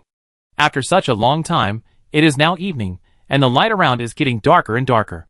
According to the previous instructions, Dong Jun and Yi Jishu retreated a little further. After all, they didn't want to affect the two horses. After walking for about half an hour, Long Jie blew a whistle and pointed to the mark on the tree. "This way." After saying that, he took a dagger and cut off the bark to avoid being discovered by others. Although the surrounding area had been checked and there were no traps or patrols, it was always better to be careful. 10 minutes later, Yu and Long Jie appeared beside the fire, and Dong Jun and Yi Jishu were preparing food again. Tonight, we were not eating meat, but corn flour cakes. We added some water and fried them in a pan. At present, the experience of life is gradually improving, so everyone will not continue to pursue a single type of food.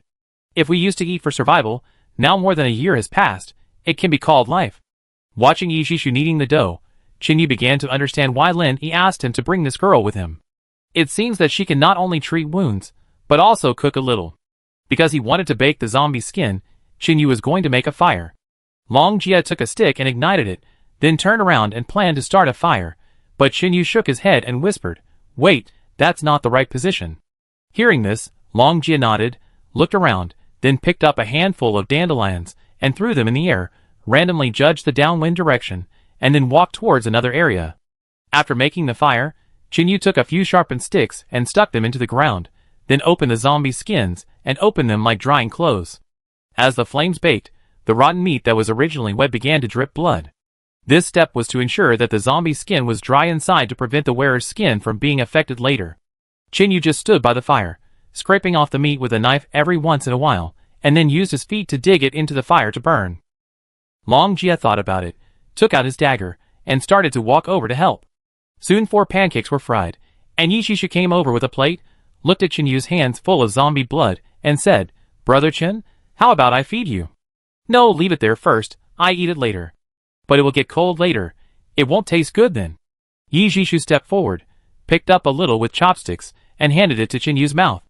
Seeing this, Yu shaved off the last bit of meat on the left half, turned his head and bit the cake, then he chewed and said, "You feed Long Jie first, I'm really not hungry now."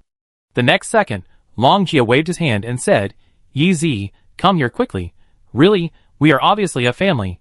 Why are you feeding outsiders first?" Yi Jishu said helplessly, "Then I go first." As she said that, she turned around and put the plate on the stone, gave out another cake, and then continued to feed Long Jie.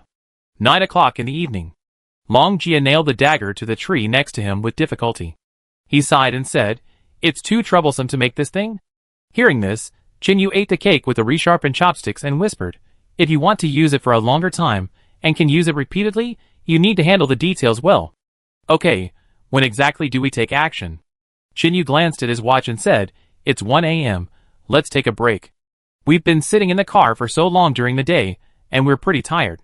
I keep watch for the first hour. Aren't you tired?" Hearing this, Long Jia was stunned. It's okay, at least life is much easier now than before. Qin Yu put the plate on the ground and threw the chopsticks into the fire. Because his hands were stained with zombie blood, he prepared another pair. Then I take your turn later.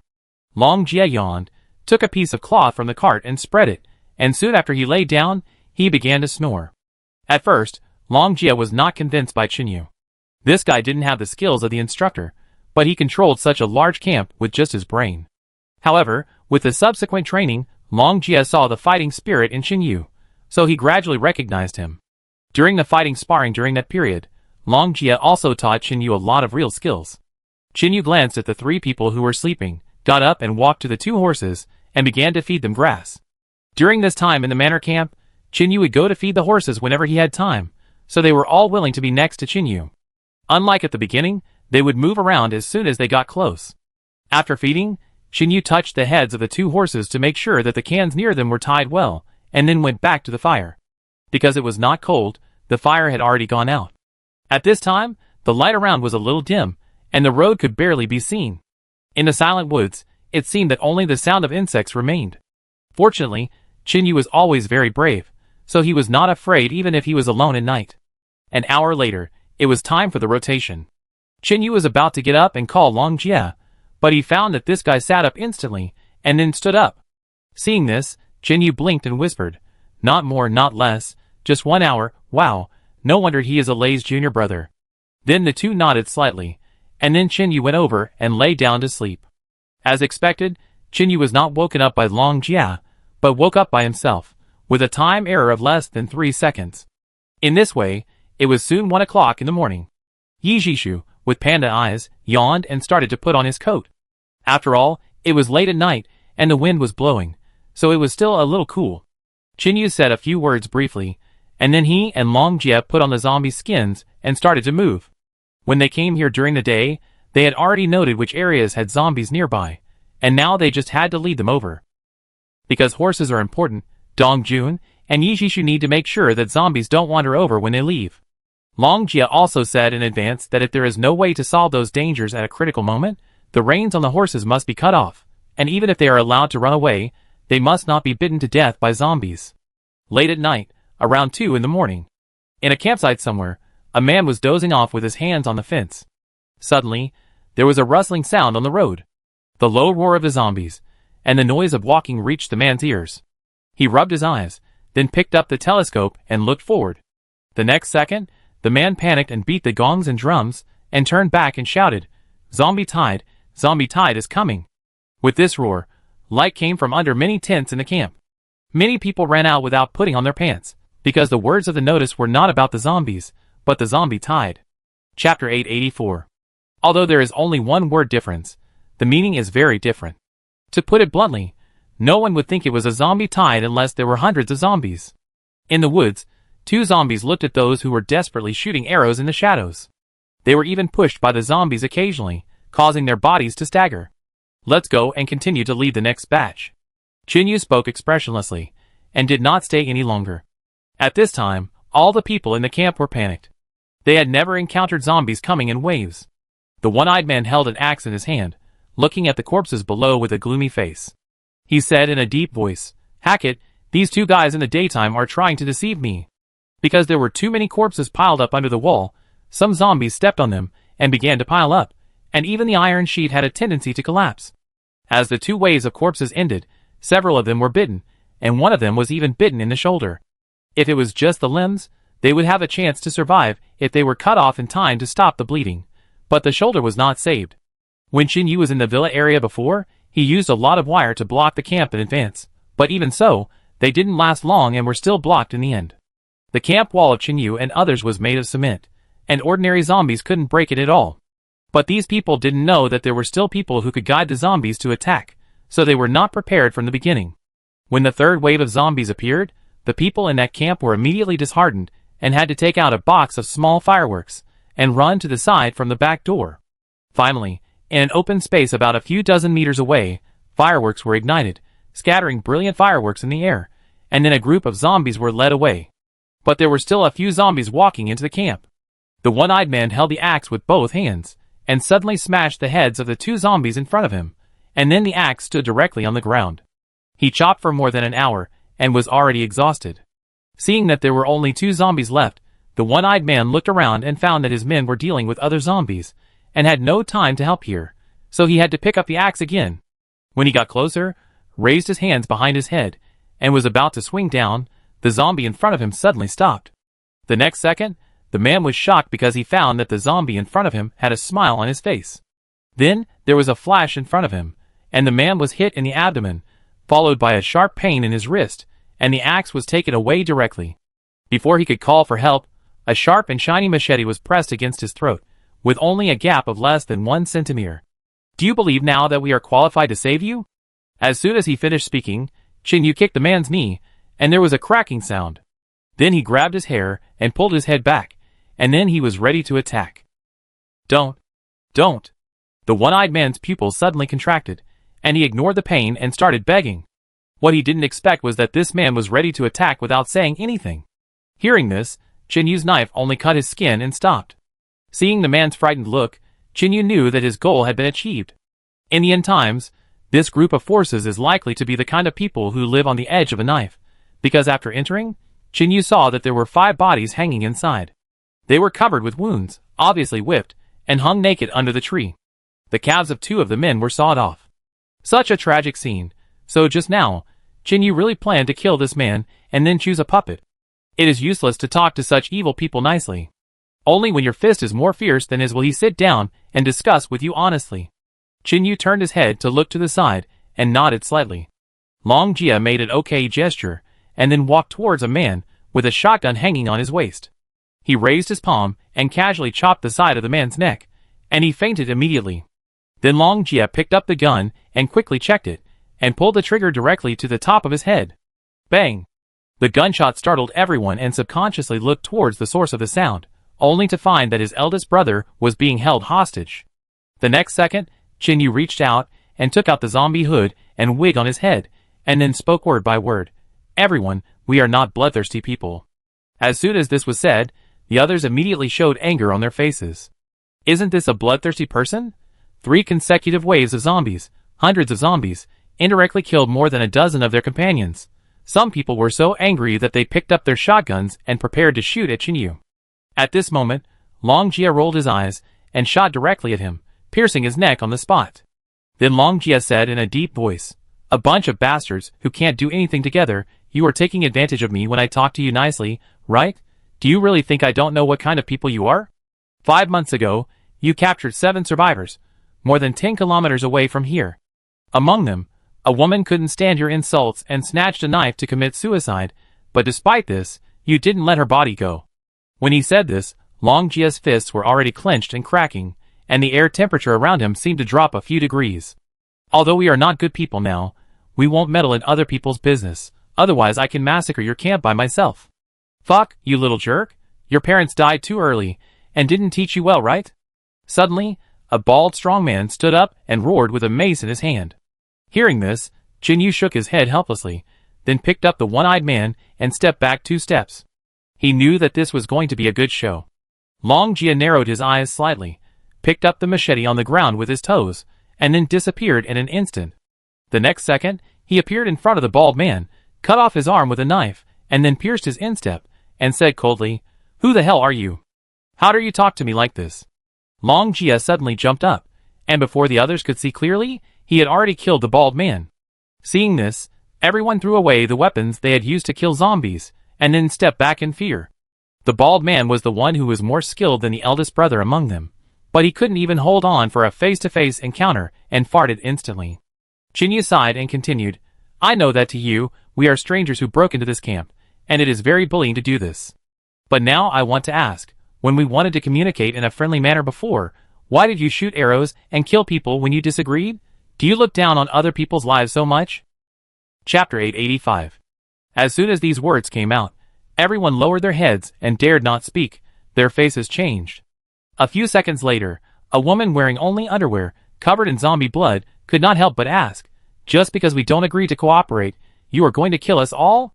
Hearing this, Chinyu shook his head slightly and said, "No, taking your lives is meaningless to us. I won't waste time and energy on meaningless things." After saying this, Chin Yu moved the knife in his hand away, and then kicked the one-eyed man in the back again, and then said lightly, "But since you are stubborn, there is nothing to talk about. Anyway, what I want to say is that the zombie tide just now is not worth mentioning to the Savior sect. They can control more zombies, and have more than 10 times the number of people as you do. And their methods of treating the survivors will only be more cruel. Take care of yourself." After saying that, Chen Yu turned around and left with Long Jie. Due to the previous actions, the others had no intention of resisting at all. At this moment, they were already afraid of the young man, with a short haircut from the bottom of their hearts. What's more, there was another person who did not take action. They didn't know how strong these two were. Just as Chen Yu and the other man were about to walk out of the gate, the one-eyed man who was kneeling on one leg raised his hand and gritted his teeth and shouted, "Wait!" Instantly, Chen Yu stopped and a smile appeared on the corner of his mouth that was not noticed by others. He didn't need to describe in detail how powerful the Savior sect was. He only needed to imitate the methods he had encountered before, and these people would brainwash themselves. Most of the enemies who had fought against each other had an idea in their hearts. The most terrifying thing was the kind that had not been encountered yet. No one knew how confident the other party was. Now, Chen Yu is betting that these people can't afford to lose. After all, the survivors who can develop into a force must have worked hard to do so. And Long Jie was convinced from the bottom of his heart. At this moment, he began to understand why the instructor didn't choose to let him take people to visit various forces. In terms of personality, Long Jie is very impatient to negotiate with those villains, and he is not even interested in saying a word. If he is really pushed, he will only kill a few people to scare the monkeys. But the strange thing is that Chen Yu clearly saw how miserable those corpses were just now, but he didn't have any emotional waves. If Chen Yu could hear what Long Jie was thinking at this moment, he would probably feel helpless. He had only seen too many tragic survivors. He was the type who was very angry inside, but rarely showed it. Especially as time went by, the more things he experienced, the calmer Chen Yu became. If the man hadn't begged for mercy just now, Long Jie would have seen Chen Yu sending the man off with an expressionless face. On the open ground, someone brought a table and a bench. The one-eyed man was helped to sit down by his men. He touched his neck, then looked at Chen Yu, and asked with an erratic look in his eyes, "Is your knife safe?" Hearing this, Chen Yu said calmly, "If I really want to kill you, I don't need to do this." "I understand." The one-eyed man was completely relieved now. He waved his hand, signaling the other men to retreat a few meters, and then whispered, "I still want to ask, if I cooperate with you, what can I get?" After saying this, he seemed to be afraid that Chen Yu and Long Jie would be angry, and added, "Everything has benefits. It's impossible for me to lead people to fight to death and end up with nothing in the end, right? What do you need?" The one-eyed man was silent for a moment, then licked his lips, and said with a somewhat obscene smile, "You can see that most of us here are men. We never thought of accepting women before, but as time goes by, it becomes increasingly difficult to find women, not to mention that many of them are ugly. At this point," he whispered, "if we win the Savior sect later, can we choose the women there? Don't worry, we can choose the same after you have finished choosing." Chen Yu pretended to think for a while, then said, "Anything else?" No, that's all." Then Chen Yu nodded, "Okay, I promise you." When this was said, Long Jie frowned immediately, but he knew Chen Yu very well, so he naturally didn't question him on the spot. In the next few minutes, the three of them discussed the follow-up arrangements, and Chen Yu got up and left with Long Jie. There were a lot of corpses piled up outside the wall, and the stench was overwhelming. After the two walked out a few dozen meters, Long Jie turned around and looked at Chen Yu, without saying a word. Seeing this, Chen Yu smiled and said softly, "Just these people, when the time comes, just push them to the front line to block the bullets. Anyway, if everyone is dead, what's the point of me agreeing?" "Great." Long Jie gave a thumbs up and continued to ask, "It took a long time to negotiate a camp, and there are still so many left. We will be busy next." Hearing this, Chen Yu hurried through the woods and asked, "I was curious about why you wanted us to come here first, and now I understand that you are going to teach these people a lesson?" Long Jie nodded and said, "That's about right. I feel like dealing with these beasts is too dirty. I just give them a beating and dampen their spirits." It can also be regarded as a way to vent the anger of those people a few months ago. After meeting up with Dong Jun and the others, everyone started to head to the next location. At this time, there were only a few hours left before dawn, and they couldn't sleep for long, so they just hurried on. Because Chen Yu and Long Jie were busy at the back, it was Dong Jun who drove the carriage, and the two of them sat in the back, resting their hands on the cargo. Soon, time passed by, the road was a bit rotten, and the car body was shaking. Seeing this, Jinyu lost his sleepiness and took out a new piece of paper. He sat cross-legged on the cart and drew some of the roads he had walked. He also wrote down any open areas nearby. Later, we had to meet with these camps, but we couldn't give them the address of the base camp, so we needed to choose a new place. Abandoned houses began to appear beside the road, but there was still no one to be seen. Occasionally, a few zombies could be seen, but most of them were trapped in the yard. After daybreak, Dong Jun drove the carriage to a flat land and tied them to a tree. "There is a river here. Do you want to catch some fish?" Hearing this, Jinyu opened his eyes and looked back. What came into view was a river about 5 meters wide, which seemed to be quite deep. Catch some. After all, if you want to survive in the wild, you still have to replenish some food if you can. After saying this, Jinyu jumped off the carriage. At this time, Long Jie also woke up. He yawned and turned to walk into the woods. Chapter 886. Yi Jishu was sleeping on the goods. When she heard the noise, she raised her head, rubbed her eyes, and asked, "Brother Jie, where are you going so early in the morning?"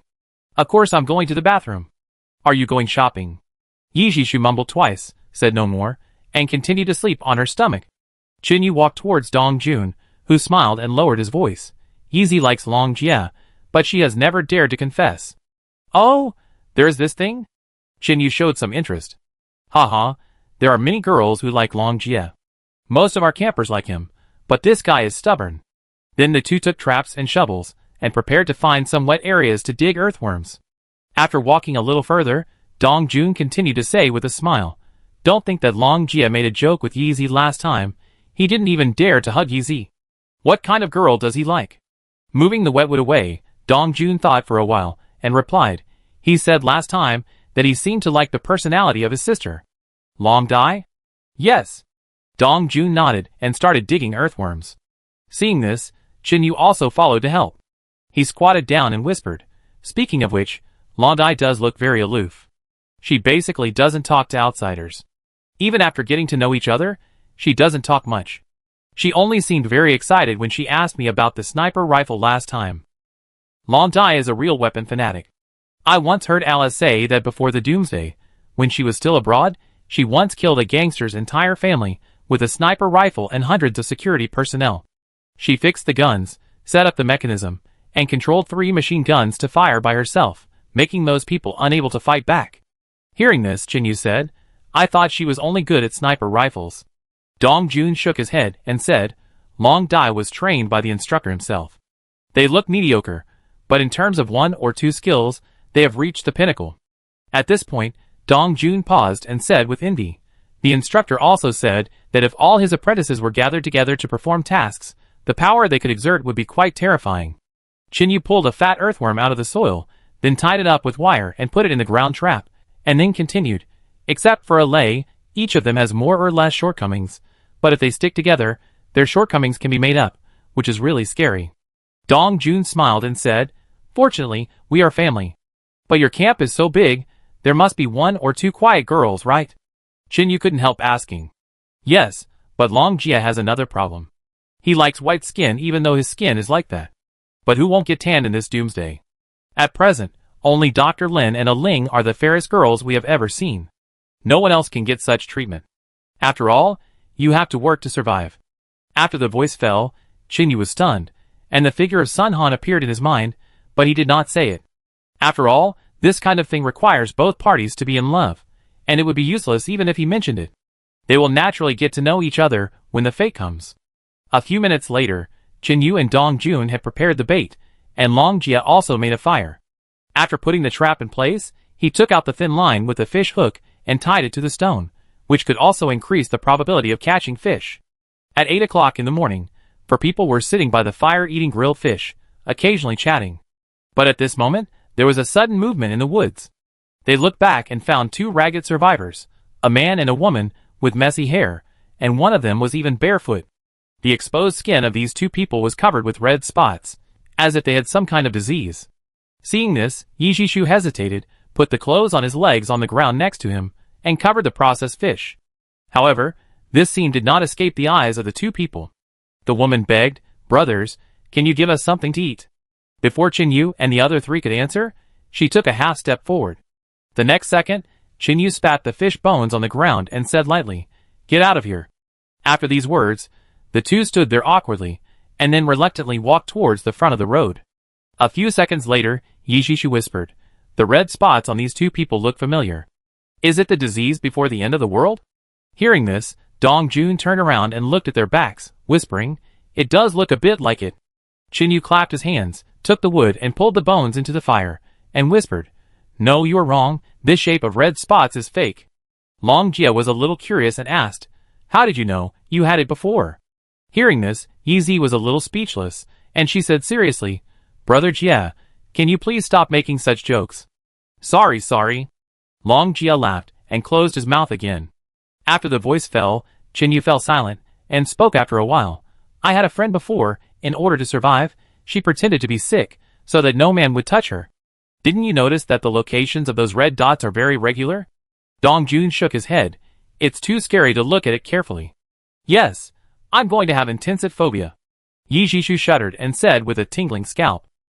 After the four of them had enough to eat and drink, they began to deal with the fish.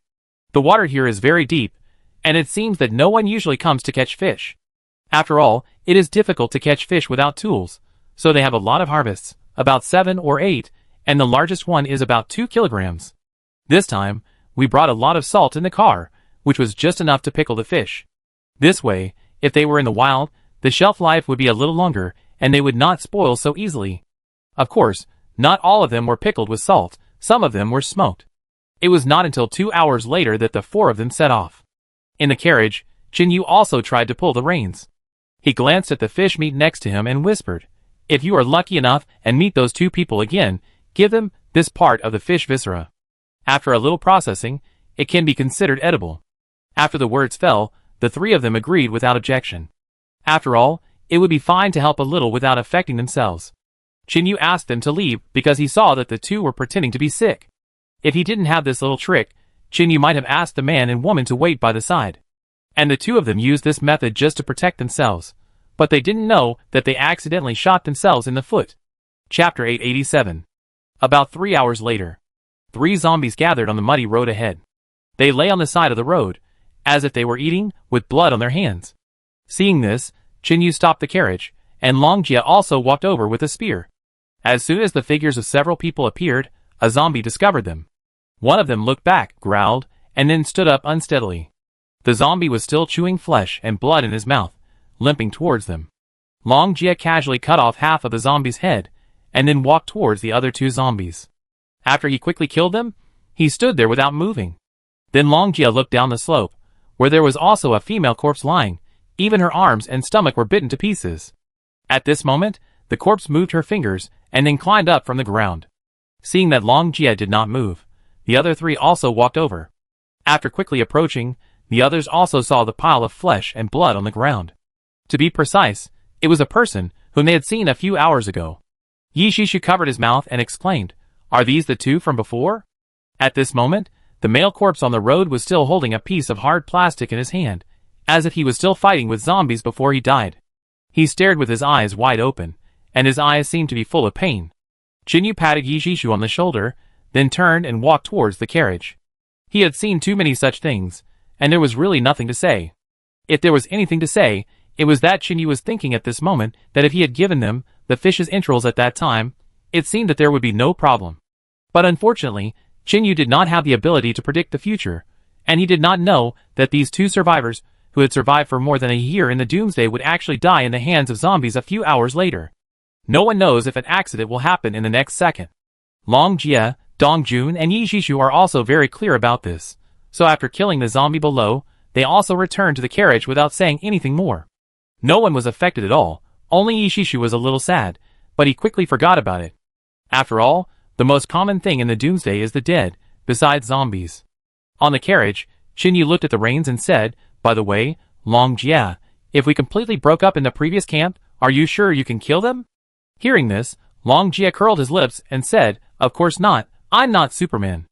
Then he paused and continued, "The senior brother sounded very fierce before, defeating 27 people alone, but it was just because the space was small, and the opponents couldn't rush up at the same time. Even I am not sure about fighting so many people at the same time." After all, in a chaotic sword, there will always be one or two swords. Qin Yu added, if we were a little slower at that time, Lei might really be in trouble. Long Jia patted his shoulder and whispered, in the eyes of outsiders, senior brother may have survived because of good luck. But in my opinion, senior brother must have made good use of the surrounding environment, even the light, so he calculated that those people could not attack at the same time, and secondly, he must have understood the enemy's psychology. Hearing this, Yishishu raised his hand and asked, it's a life and death moment, is your senior brother really that powerful? Before Long Jia spoke, Qin Yu nodded and said, thinking about it now, those people were completely unable to let go, and were very timid and afraid of hurting their own people, so Lei had the opportunity to defeat them one by one. Then Long Jia said seriously, but don't worry, if I really force it, even if 30 people rush up at the same time, as long as there is terrain, and it is not a blind spot, I can wear them out. What if I encounter a blind spot? Qin Yu waved the reins, and continued to ask. If that happens, I should have died dozens of times.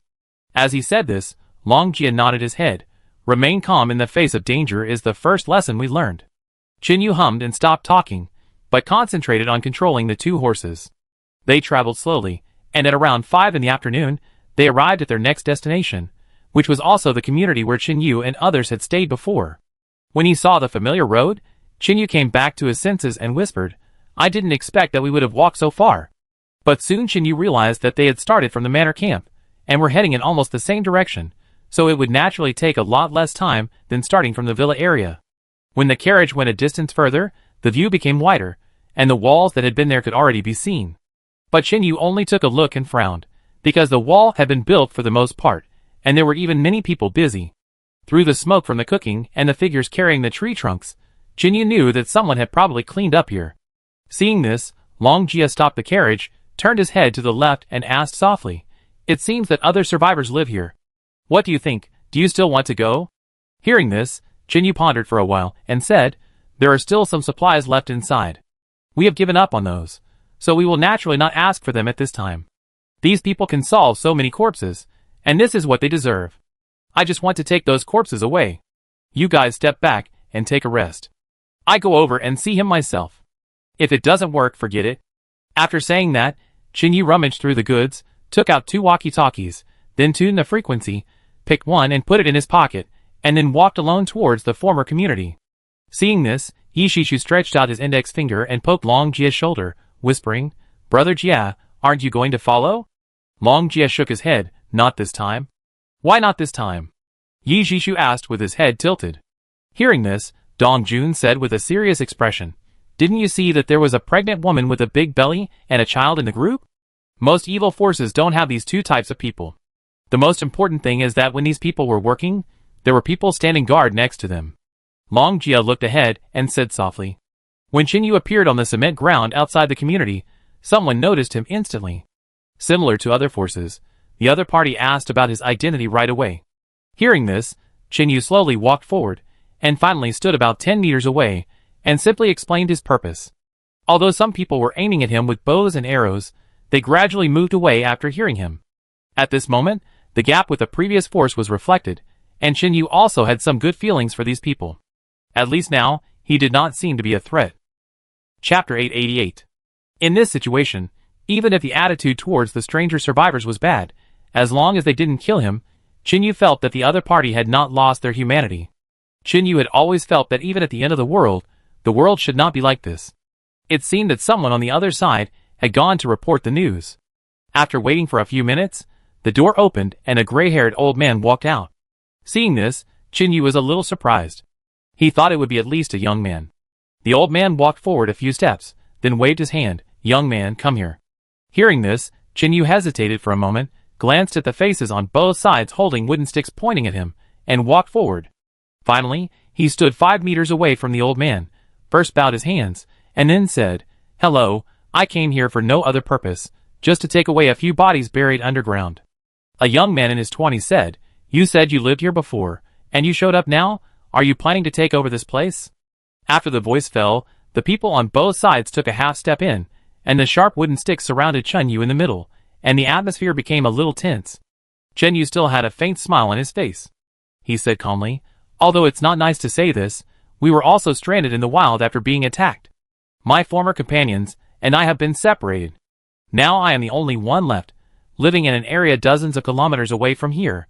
After experiencing so many things, Chinyu can now speak nonsense in front of many people without even blushing. Seeing that the people around him were silent, Chinyu continued, the reason why I can't let go of this place is because the people who died there were kind to me. I don't want them to be trampled by zombies all day after they die, but now I find that since you live here, it is better than the previous environment. After all, the concept of people like us is to rest in peace. Speaking of this, Chinyu paused and said with a smile, but if you don't want to, I won't force you. A girl sneered, you speak as if it's true, who knows what you really want. Hearing this, Chinyu said softly, please be flexible. The old man turned his head and said a few words to the young man before, and then the latter called a few people and ran into the community. Then the old man smiled and said, young man, my surname is Tang. I'm over 60 years old this year. Is it convenient to ask your name? Chinyu paused and replied, my last name is Chen. I don't know my exact age. I've been wandering in the wild for too long. I can't tell how much time has passed. Okay. Old man Tang nodded and said nothing more. He was wearing casual clothes, and although his hair looked a little gray, his spirits were not bad. Because he had been cheated by the woman before, Chinyu was more cautious at this time, and he didn't say much truth. He looked carefully for a long time. Every few minutes, the old man in front of him seemed to cough. Secondly, the pants he wore were not very long, and his ankles were partially exposed. His skin looked like that of a man in his 60s. Just like that, at the entrance of the community, a group of people surrounded Chinyu and waited quietly. About 10 minutes later, the young man ran out panting, then nodded and shouted, what this guy said should be true. A body was dug out of the ground at the location, he said, but it was already severely rotten, and there seemed to be other pits next to it. Hearing that there was indeed a body buried inside, a few girls' faces changed slightly, but they were soon relieved. Then Chinyu continued, that happened a few months ago. At that time, we could only wrap it in a bed sheet and bury it in the ground. Grandpa Tang thought for a moment, then turned half of his body, pointed at the door with his left hand and said with a smile, Xiaochen, it's getting late now. Why don't you go in and rest for a while? Hearing this, Chinyu said, I'm an outsider, are you just letting me in? Humph, you are alone, surrounded by so many of us. Can you still do anything? Someone said indifferently. Chinyu looked at them, feeling helpless. Why do some people always think that a lone survivor is not a threat? On the contrary, the people around Chinyu never look down on any survivors. Those who can survive by themselves are the ones who need to be guarded against more. Although more than a dozen people surrounded him, most of them were between 20 and 50 years old. If Chinyu wanted to rush out, he would definitely not be trapped. Maybe it's because his skills are getting better and better, but Chinyu can now roughly judge the level of those people by their spirit, posture, or eyes. We don't mean anything else. We just want to ask you what this place was like before. Old Master Tang looked at the person who was talking and shook his head slightly, then continued to speak, and at the same time asked people to put away their weapons.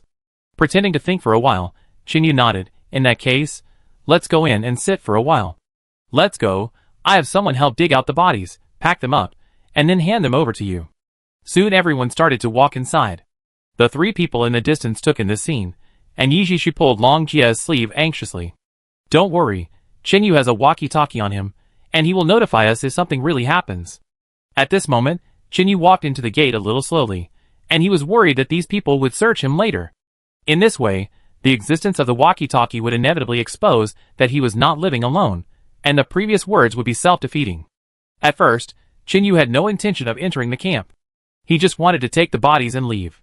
To be honest, if those people had not taken the initiative to stand up and sacrifice to protect the community when the community was attacked, Chinyu would not have wanted to do such a thing. After all, there are many things to do in the doomsday, so who has the energy to care about the dead? But now life is getting better and better. Chinyu didn't know that the ruins here have been occupied by new survivors. Chinyu didn't think too much in the doomsday. To the best of his ability, he could change the environment for those dead companions. This is the last thing he can do now.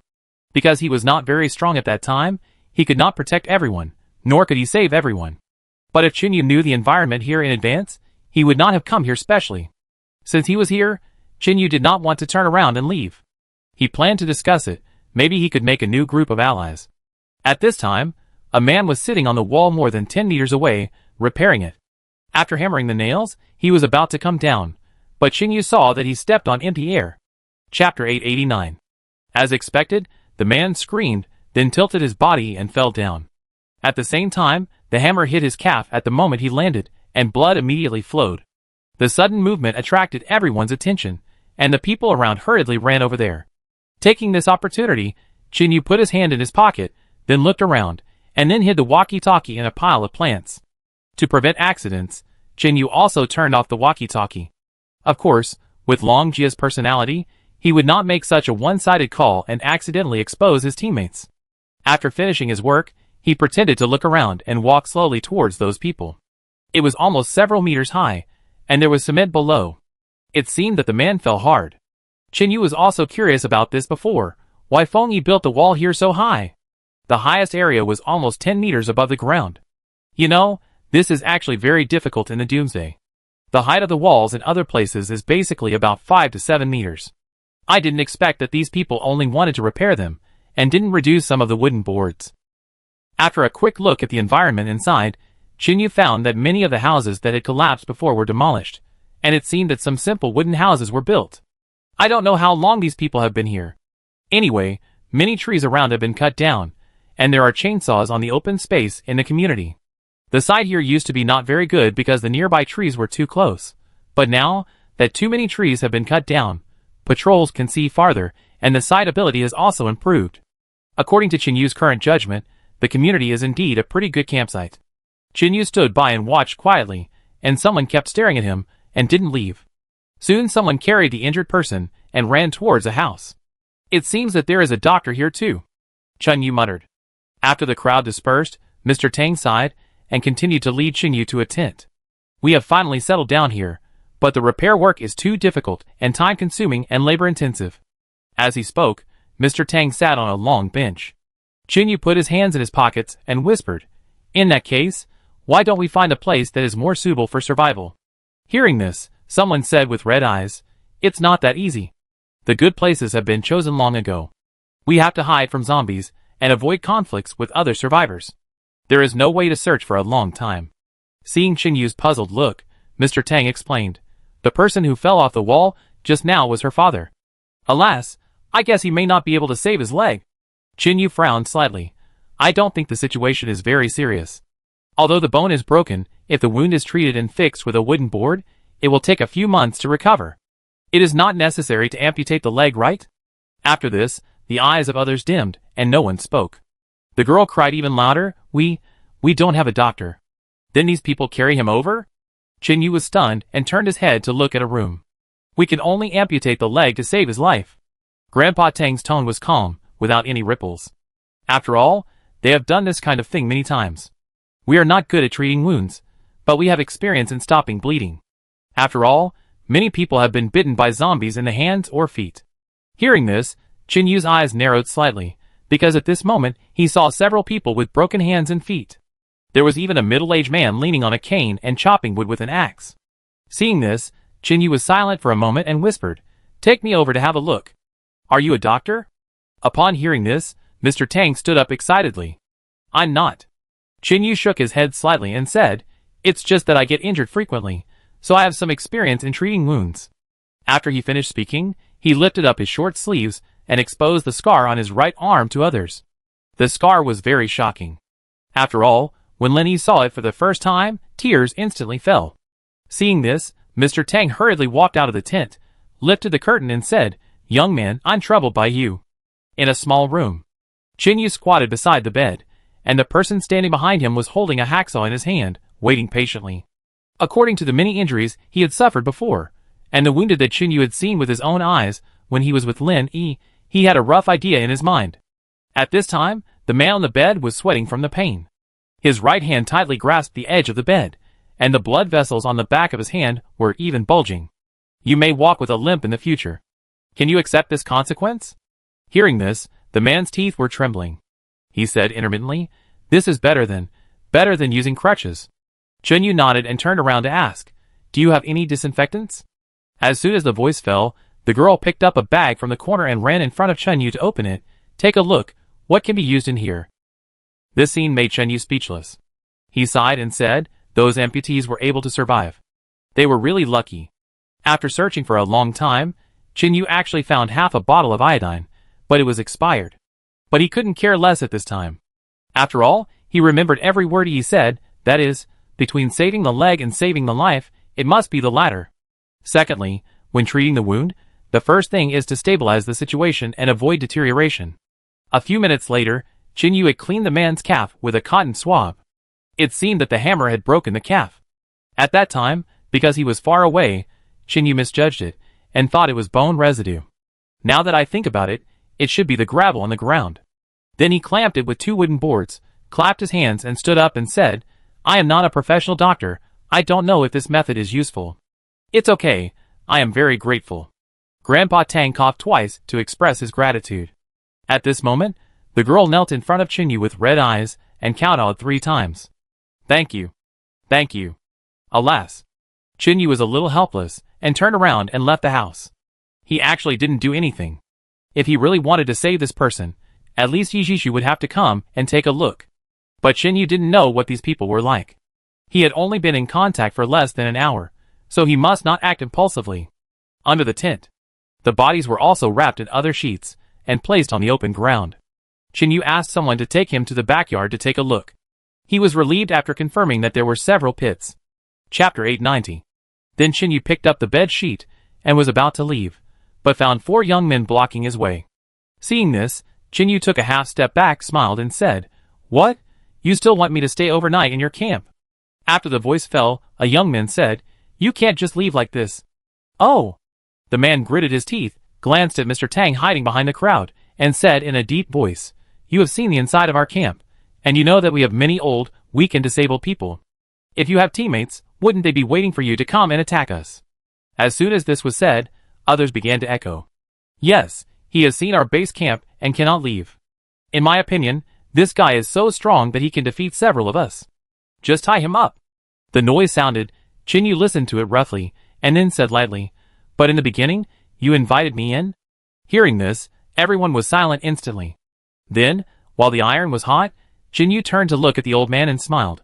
Why, are you mute now?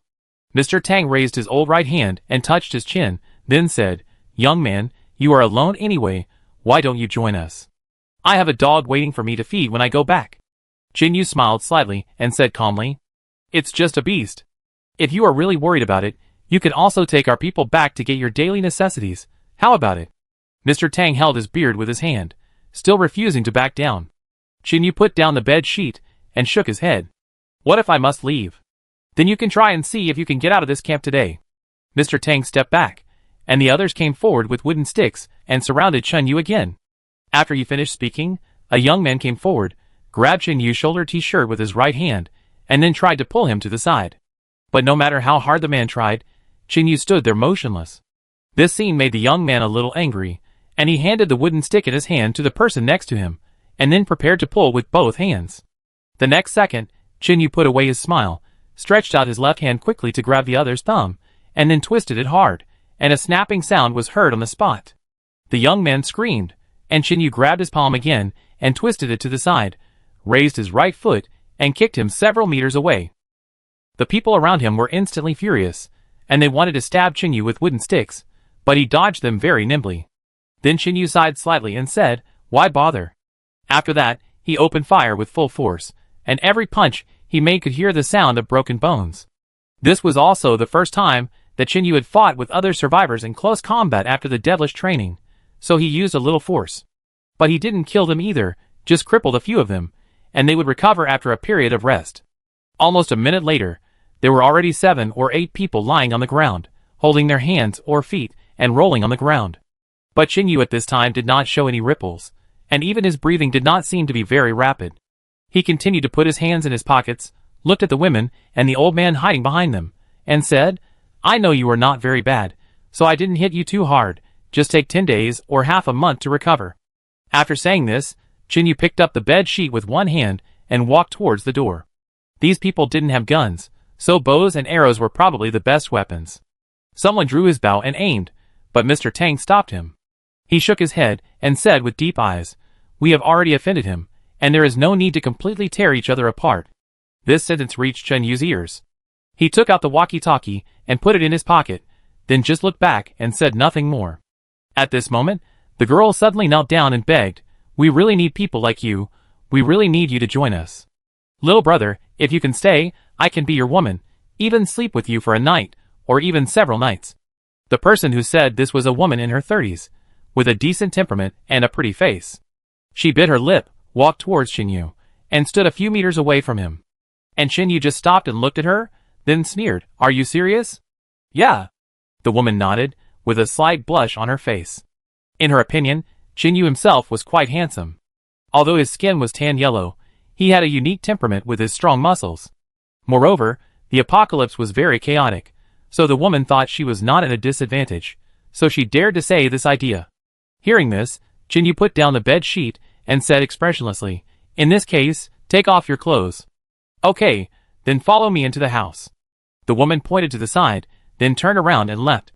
Although others couldn't stand it, they had no choice. If they wanted to keep this young man here, they would definitely have to pay something. In the apocalypse, beautiful women can also be traded. Everyone knows this. Seeing this, Xinyu shook his head and said, "Take it off right here." The woman was dumbfounded. She turned around and said in astonishment, "How can this be possible?" "Then don't waste my time." Xinyu snorted coldly and turned away. "Wait!" The woman gritted her teeth and looked back at the others. She found that everyone had turned their eyes away. Then she took a deep breath and began to take off her clothes. Soon the woman was standing there in her underwear, with her hands ready to reach back, but Xinyu shook his head again. "That's enough." When this was said, everyone present was a little confused, and even those who were injured earlier began to look forward to it, and they wished they could see it a few more times. Xinyu whispered, "I advise you not to have such thoughts. It will be useless if you want to develop it in the long run. You need men to protect you, but others may just want to play around." Speaking of this, Xinyu was about to leave again, but thinking of the pair of survivors who were bitten to death by zombies before, and the power of the one-eyed man, he stopped again. Xinyu glanced at the people around him. Most of them were wearing dirty clothes and looked very miserable. Then Xinyu said seriously, "Don't open the door and let others in just because you see some strong men. You hope those people can help protect you, but they may just be targeting the women in your camp. Don't trust anyone easily in the doomsday." Chapter 891. After saying this, he looked at the man guarding the gate. The latter now turned his gaze to the community, saw Mr. Tang nodded, and then opened the door. Xinyu stopped when he passed by him, then turned his head to look at the man and smiled. "The man surnamed Tang is not the leader of your camp, am I right?" After saying this, the man guarding the gate had a panicked look in his eyes, but it quickly disappeared. Although it was only about a second, Xinyu still caught it. The man pretended to be calm and said, "What did you say? If you want to leave, hurry up, it's getting dark." He. Xinyu smiled and turned to walk out. When he left, the man quickly closed the door, and then the other survivors gathered around. Grandpa Tang coughed and asked, "What did the young man say to you just now?" Hearing this, the man said it directly. Hearing this, everyone sighed and looked at the door. Then Grandpa Tang turned and walked towards a house and knocked on the door. "Come in." A female voice came from inside the house. If Xinyu was still here at this time, he would definitely feel a little familiar. After the voice fell, Mr. Tang pushed open the door and walked in. There were few furniture in the house, but there were a lot of miscellaneous items piled up. In the middle area, there was a woman wearing a vest on her upper body and shorts on her lower body, cleaning. Shen Meng had a towel hanging on her shoulder. She picked it up and wiped the sweat off her face, then walked to the door and said, "How is it?" "No, after we stopped him, he injured 8 people, 4 of whom were seriously injured and needed to rest." At this point, Mr. Tang couldn't help but ask curiously, "You recognized him at the gap in the wall before, Shaoshan. Why didn't you approach him yourself? You two know each other, so it should be easier to talk." Shen Ming pulled out 2 small stools from under a pile of goods and handed one to Mr. Tang. Then she sat by the door, looked at the people outside and said, "Things are not that simple. I haven't seen this guy for a long time. And the last time, the process was not very pleasant. I don't know why, the man he took away at that time died in the woods." Then, Shen Ming briefly told what happened last time, and her eyes fell into deep thought. She has experienced a lot now, and her whole person has become a little older. Although her figure has not changed much, she has a few more scars. But Shen Ming doesn't care about these things. She still wears a vest all day long, with a sports bra inside, at least it's cool. Then what should we do next? Hearing this, Shen Ming pondered for a while, then snapped his fingers and said, "Since that person just helped to treat Uncle He's injury, He must not have acted without regard for the consequences. You take people to settle the wounded first. I will take a few people to temporarily leave the camp here in the next period of time. The wall needs to be repaired as soon as possible, but it doesn't need to be so high, just thicker. Secondly, notify everyone not to light a fire during the day, at least not before we have repaired the wall. In addition, the nearby trees cannot be cut down, otherwise others will be able to find us from a distance. Hearing this, Tang Dalan asked in confusion, Are you going to chase him, or are you going to tie him up? Shin Ming rolled his eyes, and said speechlessly, 8 men can't subdue him. How can I have such ability? You really worry about nothing every day. Tang Dalan was not annoyed by being rebuked, he whispered, Then you are ready. Since the other party appeared in the wild, it is impossible to bring many people. Now the resources are so few, the struggles between the survivors will become more and more, and there may be accidents in the next moment. Shin Ming's face was calm, and he said seriously, If we help him at a critical moment, we don't ask for a big opportunity. As long as he doesn't attack us in the future, it will be very good. After all, compared with other forces, we are really not worth mentioning. Tang Dalan stood up, not quite understanding. Seeing this, Shin Ming twisted his neck, wiped the dust off his knees with a towel, and continued, In today's environment, it is impossible for someone to leave the camp for no reason. Although I don't know where this person is, it must not be here, because the direction is completely wrong. Speaking of this, Shin Ming changed his tone and said, Secondly, the zombie outbreak has been almost 2 years, right? A lot of food has expired long ago, and it is unlikely that they came out to search for supplies. After the words fell, Tang Dalan said, Is this person here to check the nearby camps? Not necessarily. Shin Ming shook her head and said, If they just came here to find out the details, there is no need to take away those bodies, and the location he said is accurate, maybe they really lived here. Then she raised her head, looked at Old Man Tang and said, But there is another possibility, that is, they have other tasks on their shoulders. Although I can't guess what it is, there are dangers everywhere in the doomsday. As long as these people are in danger, and we happen to be there, it means we are helping. Okay, you should arrange the things I mentioned first. The weather is too hot, I need to take a shower. After saying that, Shin Ming stood up and walked towards the house. Okay. After listening to this, Old Man Tang turned around and left with steady steps. Although he was much older than Shin Ming, he did not dislike being commanded by the other party. Because in other camps, Tang Dalan knew very well that old people like him were basically despised. So now that he had the opportunity, he would do his best to do things. After meeting up with Long Jia and the others, Chin Yu did not stay, but found a pit to put the bed sheet in, and then cut some leaves to cover it. After all, it was not convenient to carry the rotten bones of the corpse with you, so Chin Yu planned to take them away when he was about to leave. There were 2 small forces in the area of dozens of kilometers nearby. The weather was hot, and Chin Yu was sweating all over when he returned to the carriage. Yi Jishu held a paper shell in his right hand to fan himself, complaining, This damn weather is simply killing people. It's still so hot even though we know there is no air conditioning or fan due to the power outage. I think, we may not be bitten to death by zombies in the future, but we will probably die of heat. Listening to her complaints, Chin Yu looked at Dong Jun again, and found that the two were indeed sweating profusely, and drank a lot of water. On the contrary, Long Jia was fine. Although his t-shirt was wet and stuck to his body, he looked like nothing happened. Chin Yu thought for a while, and said beside the carriage, Bear it for a while, let's find a place to rest during the day, and travel at night, otherwise it will be easy to get into trouble. But this will take more time. Long Jia said with his eyes closed. Chapter 892. Ah, why do you say that? If you arrive at night, you can also knock on the door, right? Yi Jishu wiped the sweat from his neck, and then reluctantly handed the paper box to Dong Jun next to him. Dong Jun shook his head slightly and smiled. You can fan yourself, I'm not hot. Thank you. Chin Yu looked at the surrounding environment. It was already a little dark at this time.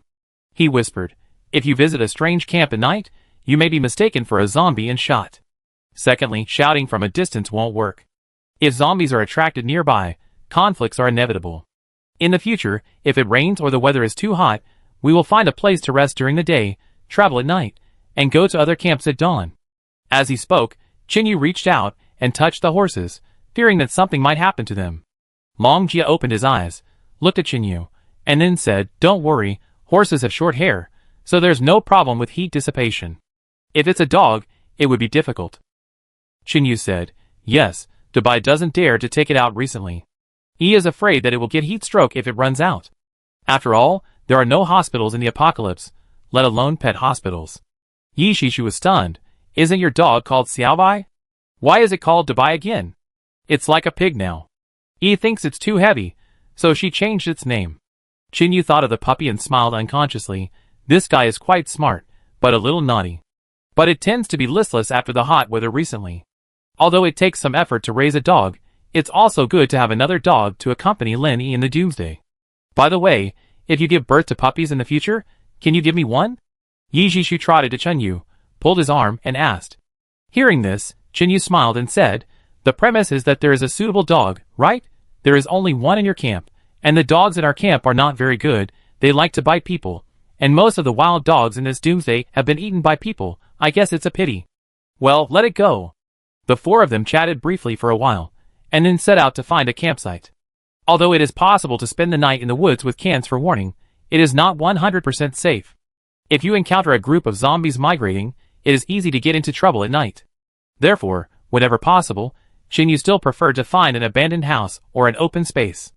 It was a little after 9 o'clock in the evening, and it was pitch black all around. On a deserted road, only the intermittent sound of wheels could be heard. Chinyu pulled the reins and occasionally looked back at the woods behind him. Long Jie ate the grilled dried fish and asked calmly, don't look at them, they are just a few small fish, probably followed from that camp. If you find it annoying, I can go and deal with them. Hearing this, Chinyu frowned slightly and said, why do I feel that I have become much more sensitive now? Although I can't see clearly whether there is anyone there, my intuition tells me that there is a high probability. After all your sweat can't be in vain, right? Long Jie clapped his hands, and was about to jump off the carriage, but his arm was held by Chinyu. When you are out, it's better to have less trouble than more. As long as they don't provoke us, let them do whatever they want. Besides, we are far away from home, unless these people can follow us all the time. After listening, Long Jie nodded and said no more. Okay, I don't care anyway. Finally, at about 10 o'clock in the evening, they found an area where they could rest. It was a flat ground where construction materials were piled up, and there seemed to be a lot of gravel. Chinyu jumped off the carriage. The moonlight was a little brighter than before, so he could see farther. But those people seemed to have disappeared. I don't know if it was because they had been walking for so long and their physical strength was consumed too quickly to keep up. Huh? It's finally cooler. Yi Shishu pounded her thigh, stretched and said. Then she started to kick the debris on the ground aside with everyone else, and then spread the sheets. Now there is no need to say more about night watch. It is still Chinyu who starts, 2 hours per person. Nothing happened that night. The next morning, everyone packed up their luggage, ate a simple meal, and continued on their way. Although the temperature is cool now, no one wants to make a fire. In this way, Shinmeng took a few people and followed behind with great effort. After 2 days, the group started to contact the first force, but there was no conflict as expected, and the two sides even had a good talk. Chinyu and others stayed inside for a night. This made Shinmeng wonder if she had made a mistake in her judgment. The man seemed difficult to talk to last time. On the third day, Shinmeng didn't have much time to waste. It would be dangerous to stay in the wild for too long, especially when zombies appeared occasionally. Although zombies are basically not a threat to the survivors today, they cannot be ignored. No one knows if a pair of rotten hands will suddenly extend from a pile of leaves when passing by. Just when she was about to take people back home, an accident happened. That day, Chinyu and Long Jie raised their hands and walked towards a campsite as usual. Unlike the ones they had seen before, the entrance to the campsite here was surrounded by large trucks, and it seemed to be located halfway up the mountain. There was a road below, and 2 heavy trucks were parked diagonally, with only a small gap in the middle, about 10 centimeters in diameter. The tires were flat, and there were many stones on the bottom, apparently to prevent zombies from crawling in from below. Hello. Chinyu approached the truck and shouted loudly. But strangely, no one answered him, and the surroundings seemed so desolate. Why is there no one on duty? Long Jie walked to the middle area between the 2 trucks and looked inside through the gap. The 2 waited there for more than 10 seconds, without any movement. Just as they were about to turn around and leave, Chinyu found a switch-shaped button at the rear of the truck. He held Long Jie and looked at the switch. Then Chinyu pulled out a machete and held it in his hand, and the 2 walked over carefully. Using the tip of the knife to press, a loud noise suddenly sounded. They were quite familiar with this kind of noise, which would also appear when using the intercom. After thinking for a while, Chin Yu moved closer and said, "Hello, we are survivors from other places. We have something to discuss with you. Can you show up?" After the voice fell, he didn't know whether the voice was transmitted. Just as the two turned to leave, there was a response at the switch. The voice was very loud and accompanied by noise, but someone was indeed talking. "Where are you? How many people are there? How many weapons are you carrying?" Chapter 893. As soon as these words came out, Chin Yu instantly realized that something was wrong. He glanced at Long Jia, who also had a serious expression on his face at this time, and he opened his mouth and made a sound without making any sound. "Something is wrong." Chin Yu nodded slightly, thought for a moment, and then replied, "There are 7 of us, and we only have a few daggers. If it is inconvenient, then goodbye." But before he finished speaking, he was interrupted. "You lied." Then a sound suddenly rang out from the switch. At this moment, the two of them were quite familiar with this sound, and it was obviously the sound of a gunshot. In an instant, Chen Yu and Long Jia quickly fell to the ground. The next second, a high-speed bullet passed by Chen Yu's ear and hit the truck directly. Then, they quickly hid behind a rock to avoid the shooting angle. "Are you injured?" Long Jia asked anxiously. Hearing this, Chen Yu touched his left ear, which was only slightly scratched. He replied with a gloomy face, "I'm fine. If it weren't for the training during this period, my skills and reactions have been greatly improved, which has greatly increased my dodge speed. Otherwise this ear would definitely not be saved, and it would definitely be pierced, and even my life would have to be explained there." Hearing this, Long Jia breathed a sigh of relief, and then he said with a serious face, "The gunshot came from the loudspeaker first, and it took less than a second to arrive. From this, we can judge that the person who fired the gun was at least 1 kilometer away from us. But the strange thing is, why did this person press the switch to shoot? At this distance, the bullet should hit us first, and the gunshot would be a little slower." Then Long Jia gritted his teeth, looked at the rear of the truck, and then said seriously, "The only explanation now is that the other party is a very professional sniper. He knows very well that ordinary people can't avoid bullets of this speed, so he doesn't care about letting us hear the gunshot." "Why do you say that?" Chin Yu was also a little angry. He hated people who would fight directly when they disagreed with each other. They had no grudges against each other. Why couldn't they talk it out? This person knows the firing rate of the bullets in his sniper rifle very well, and knows how far away the shooting place is from here. Only professional snipers have this kind of insight. As soon as he finished speaking, Long Jia took out the walkie-talkie from his pocket and pressed it, saying coldly, "Dong Jun, run about 300 meters north with the telescope, and then look around the mountain in the south. If there is anything wrong, tell me in time if there is any movement." "Understood." Dong Jun responded quickly without any delay. Then Chin Yu took the intercom and said, "Wait a minute, is Yi Zi next to you?" "I'm here." Because the area was very open, the gunshots were heard from far away, and they both heard it, and they seemed very anxious at the moment. "Yi Zi, take the carriage and evacuate to the southwest. Remember not to leave the woods, so that the people on the mountain can't see you. By the way, there are a few people following you. Be careful." After speaking quickly, Chin Yu returned the intercom to Long Jia. The two looked at each other, and then prepared to run into the bushes. At this moment, the voice from the rear of the truck sounded again. "This shot was fired because you just lied to us. I hope we can be more honest next time." At this moment, a man in camouflage clothes was lying on a huge rock halfway up the mountain, holding the same switch button in his hand. It was the modified intercom. When he fired the shot just now, the man could only see the backs of the two people below, and didn't see their faces at all. So at that moment, he really wanted to kill. The reason why he didn't pay attention to the details of the gunshot was because in his opinion, no survivor could dodge his shot. What he didn't expect was that the other party actually dodged the bullet. Yang Yu didn't realize that the person below was an old acquaintance. In half a year, Chen Yu has changed a lot. He is stronger and his skin color has changed a lot. He can't be recognized unless he gets closer. Although the sound was heard, Chen Yu and Long Jia did not act rashly. No one knew whether this was a trap set by the other party to lure them out and continue shooting. The two retreated to the right slope. Yang Yu lost his shooting angle, but he was not in a hurry, because the other party could only take the road if they wanted to leave here. There were many thorns on both sides of the road below, and no one would risk passing there. Chen Yu looked at Long Jia and asked in a low voice, "You are more professional than me. Can you judge where the man shot?" Hearing this, Long Jia nodded and said, "My sister often forced me to practice listening to the sound to identify the position. You know what, with the trajectory of the bullet, I can roughly guess where he is. After all, There aren't many places where you can shoot here. It's obviously on that mountain. Hearing this, Chin Yu felt relieved and reached out to take out a broken mirror from his pocket and handed it to him. Long Jia frowned slightly. Where did you get it? I just picked it up. I was going to install it on the carriage as a rearview mirror. I didn't expect it to come in handy now. As soon as he finished speaking, Long Jia, a smart man, naturally understood what Chin Yu was thinking. He patted Chin Yu on the shoulder, then took the mirror and reflected the sunlight over there.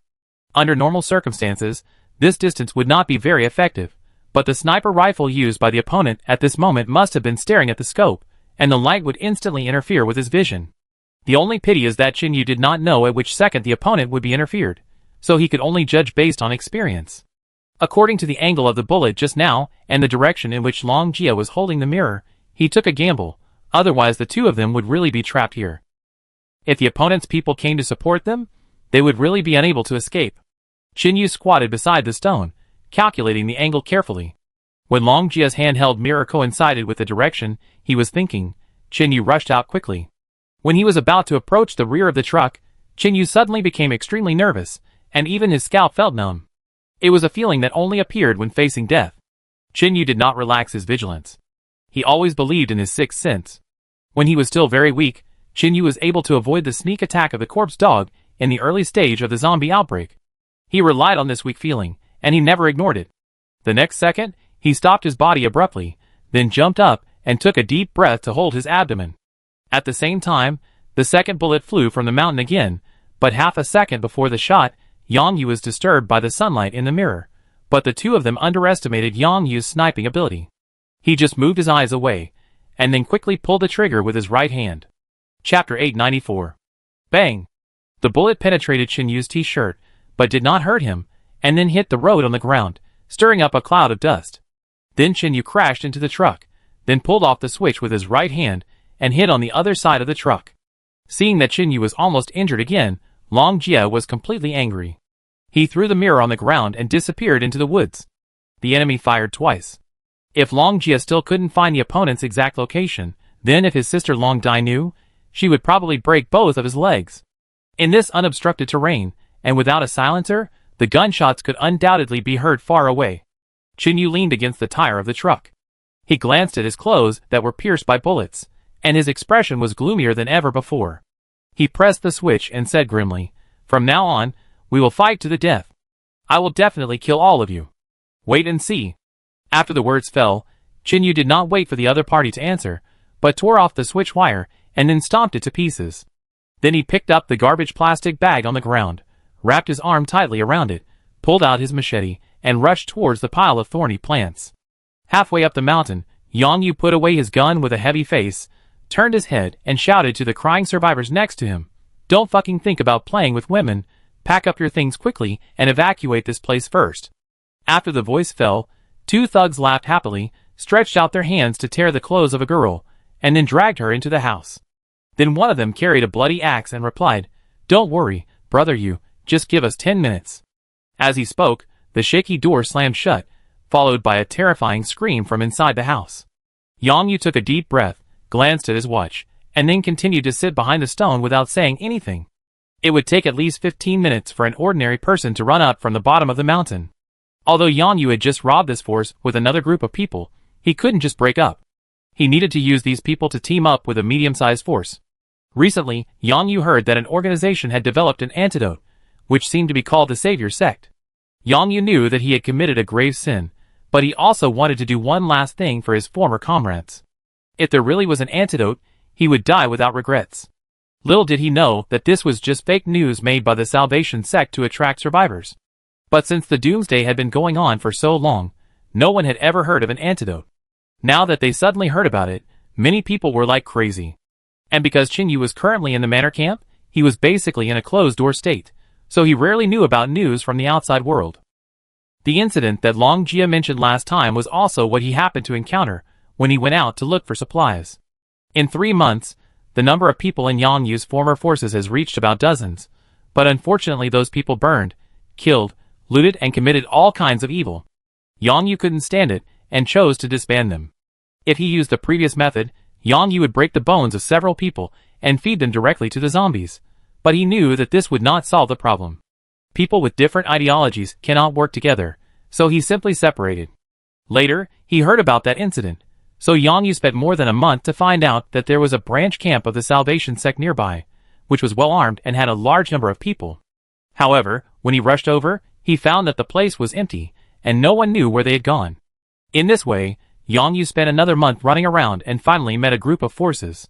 He had heard of that sect.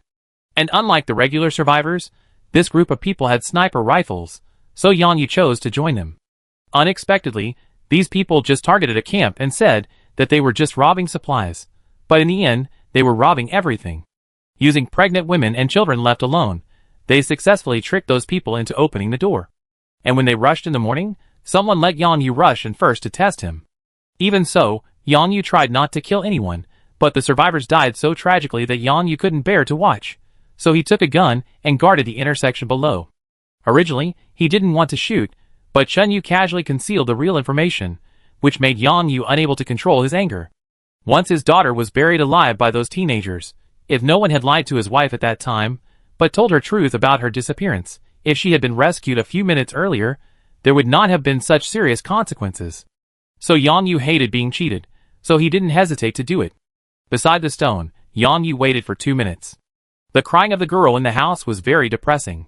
Then he put his gun on his back, walked over and kicked the wooden door open. With a bang, the wooden door fell down directly. A thug was holding the girl's leg and was frightened instantly. He turned around and shouted, "Why are you in such a hurry? Won't it be your turn after I finish it?" Yang Yu's face turned pale, and he walked over to grab his collar and threw him out with one hand. "If you delay any longer, all of us may have to die here with you." When Yang Yu said this, his expression was quite serious. He was very confident in his shooting skills. As a sniper who had been on the battlefield, he had encountered enemies dodging his bullets before. Even if this happened, it would only happen once at most. On the battlefield, no matter how powerful the enemy was, he could not dodge his second bullet. But the man below just now actually dodged twice in a row. Although the man looked familiar, Yang Yu did not underestimate the enemy. The henchman was thrown to the ground, and he was so embarrassed that he wanted to rush up and fight with Yang Yu, but he was instantly discouraged when he saw his eyes. Then the henchman muttered, "When I go back, she will be in trouble." After the voice fell, he walked into the house, picked up his pants and put them on, and called people to start packing the looted supplies. The girl in the house covered her chest with her hands, tears on her face, and shrank in the corner and trembled. Yang Yu sighed, picked up the torn clothes from the ground and threw them to her, whispering, "I'm sorry, I didn't know it would be like this, but don't worry, after the matter is done, I will castrate the man who bullied you." After saying that, Yang Yu turned and walked out of the house. The girl looked up at his back with a erratic look in her eyes. After about 7 minutes, everyone packed their luggage, and the survivors outside were tied up, gagged and hid in the leaves. The girl in the house still didn't come out, and Yang Yu didn't ask anyone to take care of her. After all, he could help release those people after they left. When they lifted the supplies, and were about to go down, a thug in front was suddenly kicked away, and then a young man, with a crew cut holding a machete looked at them with a cold face. Chapter 895. Long Jia's breathing fluctuated slightly. He looked through the crowd at the man carrying a sniper rifle, and snorted coldly, saying, "You don't really think you can leave alive, do you?" Yang Yu's eyelids jumped, and he was shocked. You know, with his physique, it takes 12 minutes to run up from the foot of the mountain, and other survivors can only come up in about 15 minutes. And this young man in front of him came up in less than 10 minutes? The next second, the other thugs yelled in anger, drew their weapons, and rushed forward. Long Jia held the machete, and increased his speed to the extreme, hitting all vital parts. At the same time, Yang Yu took a few steps back with the sniper rifle. He did not look at the scope, but aimed directly at the young man in the crowd. Just as he was about to pull the trigger, there was a sudden sound behind him. Seeing this, relying on his intuition as a soldier, Yang Yu quickly squatted down and turned the muzzle back. But before he could shoot, the sniper rifle in his hand was kicked away, and then the other party punched him in the chin, and Yang Yu immediately blocked it with his right hand. If he was hit by a punch, Yang Yu would definitely die on the spot. After being hit, he took a few steps back, and his right hand even lost some feeling. At the same time, he was even more shocked than before. This person was ruthless, and his attack was aimed directly at the vital points, and even the force was completely unexpected. At that moment just now, Yang Yu even felt like he was hit by a hammer. Such a fierce attack, Yang Yu had only felt it in front of Zhang Yin before. At this moment, He looked at the person in front of him and felt familiar, and hurriedly said, "Who are you? Stop talking nonsense, and wait for death." Chin Yu kicked the sniper rifle into the haystack and rushed forward. At this moment, Yang Yu was also angry. "I can't beat Zhang Yin, but I can't beat you, a small fry?" Although he knew that this man was Zhang Yin's friend, Yang Yu also wanted to teach him a lesson. The two sides approached quickly. Chin Yu held the knife in one hand and swung it down suddenly. Yang Yu had no weapon in his hand, so he naturally didn't dare to resist. He slightly turned sideways, and the blade passed by his nose. At the same time, Chin Yu turned his right hand and held the knife to attack again. Yang Yu was completely dumbfounded at this moment. He didn't expect that this guy's skills were not inferior to Zhang Yin's at all, but the last time he saw this guy, he was obviously not that powerful. Inside the house, the girl stood in front of the window. She looked at the two men fighting outside and was hesitant. A dozen seconds later, Yang Yu kicked Chin Yu in the abdomen, but he was also stabbed, and blood appeared instantly. Yang Yu was furious. He took 2 steps back, covered his shoulder and shouted, "Look carefully at who I am?" As he spoke, Yang Yu lifted the hair on both sides of his forehead, revealing his face. Seeing this, Chin Yu narrowed his eyes slightly and said, "Zhang Yin let you go, and you are going to live like this? You shot someone twice because of a disagreement? I didn't know it was you at the time." Yang Yu also knew that what he did just now was wrong, so he gritted his teeth and apologized. I'm sorry, okay?" Hearing this, Chin Yu closed his eyes and took a deep breath, then opened his eyes and said coldly, "You let me pass through that town last time, so I won't kill you today." After the words fell, Yang Yu cursed in his heart. If he wasn't a sniper, he would be weak in close combat. If he added a pistol, he would be confident of winning, but at this moment, he didn't have much confidence. Yang Yu didn't know what Chin Yu had experienced. He had made such great progress in half a year, but Yang Yu didn't want to be an enemy of Chin Yu, even if it was just because of Zhang Yin. Only a few minutes had passed, and the people that Yang Yu followed were basically dealt with by Long Jie. Only 10 were still fleeing, and Long Jie chased them down the mountain. Seeing this, Yang Yu pointed behind him and said, "Tell your men to stop." "Sorry, I can't order him." Yang Yu was very entangled at the moment. If all these people died, he would definitely not be able to find the branch camp of the Salvation Sect. "I have a mission to do. I will explain it to you slowly later, okay?" Chen Yu shook his head. "If you want to leave, go by yourself. By the way, you have to leave the sniper rifle." Although he didn't know what kind of soldier Yang Yu was, Zhang Yin said that he was his comrade in arms, plus what Long Jie said before, so Chin Yu judged that this person was a sniper, so naturally he couldn't give him the gun. Yang Yu looked at his shoulder. Fortunately, he dodged in time, so the wound was not deep. He took a deep breath and gritted his teeth and said, "It's not that I can't beat you, but I really don't want to be your enemy. You can try." Chin Yu now also wants to know where his limit is. The next second, the door of the house opened, and a girl in tattered clothes ran out with an iron rod in her hand, and then handed it to Yang Yu. You use this, don't be afraid of him, I believe you." Then the girl retreated, and Chin Yu and Yang Yu fought again. A few minutes later, the two kicked each other and separated. Chin Yu looked at his left arm, which seemed to be slightly broken. On the other hand, Yang Yu was not feeling well either. His left hand also drooped beside him, and the blood had dyed the ground red. "If Zhang Yin knew that you attacked me like this one day, what would he think? Have you thought about this question?" Yang Yu shouted with disheveled hair. Chin Yu lifted up his t-shirt, bit it with his teeth and tore off a piece of cloth, then slowly wrapped it around his right hand and the handle of the knife, and said coldly, "If Zhang Yin knew that you are now helping the tigers and helping those beasts to kill the survivors, he will only be more cruel than me. You bastard, you really don't understand what people say. Let me tell you, I want to get closer to." Before he finished speaking, the girl suddenly ran towards Chin Yu, then lay on the ground and hugged his legs tightly, and turned back and cried, "Go quickly, I will help you hold him back." Seeing Yang Yu indifferent, the girl yelled again, "Go!" Seeing this, Yang Yu gritted his teeth and said, "Fuck, I'm waiting for the day when you apologize to me in person." After that, he quickly ran to the hillside, grabbed the sniper rifle and ran away, disappearing in the bushes in an instant. Chin Yu snorted coldly, and kicked the girl away with his legs, but the next second, the girl rushed up again, kneeling and crawling, hugging his legs tightly. At this moment, a pile of leaves moved, and then a dozen survivors covered in blood appeared in front of Chin Yu. They held hands and walked to the direction where Yang Yu ran away, and knelt down together. Chapter 896. With Chen Yu's brain, he almost instantly figured out what was going on with these people. "Are you the natives here?" A middle-aged man with a bruised face and nose nodded. He first spat blood foam on the ground, and then replied, "That man didn't hurt us. He just saved Xiaoyun. Can you let him go?" At this moment, Qinyu also roughly guessed something. He used his legs again, but the girl still refused to let go and hug him while crying. "I don't have much patience left. If I really wanted to chase you, I would have stabbed you just now." Qinyu looked at the bruises on the girl's arms and back, thought about it, and didn't force herself to break free, but said coldly. After saying this, the girl hesitated for about 2 seconds, then took a few steps back with a pale face.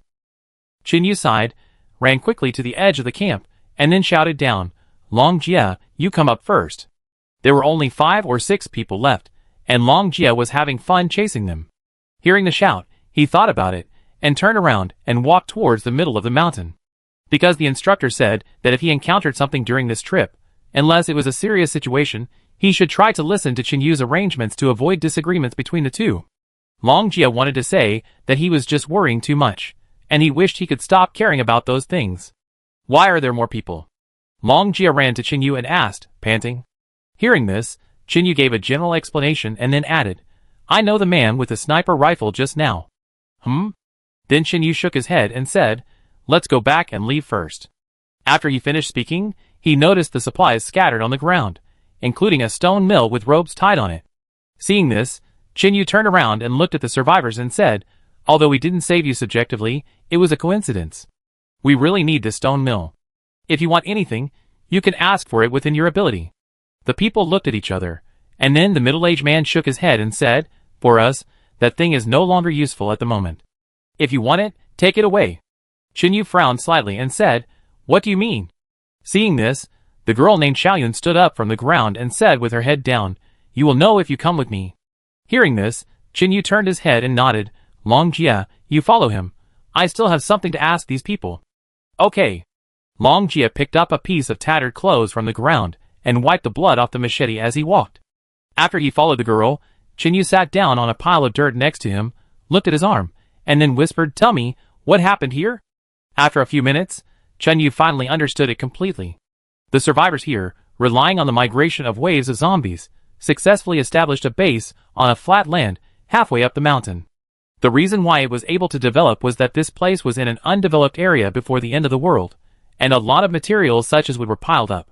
It took them almost a year to build the house, and they found 2 large trucks to block the only entrance and exit. People can climb in, but cars can't get through, and with the astronomical telescope they found, they can monitor the area below from the mountain. Secondly, in order to prevent accidents from happening later, this group of people also used the firecrackers they found to collect a large amount of gunpowder, wrapped it with waterproof cloth, and waited for the thunderstorm to come. Taking advantage of the thunder, they ignited the gunpowder and firecrackers above the unfinished roads, forming an artificial mudslide, and then buried those roads. Using this method, there was only one small path left to the halfway point of the mountain. Secondly, using the method of thermal expansion and contraction, this group of people built fires under many boulders, let the high temperature bake the stones, and then poured water on them. Finally, they used a hammer to hit it, and got a lot of broken stones.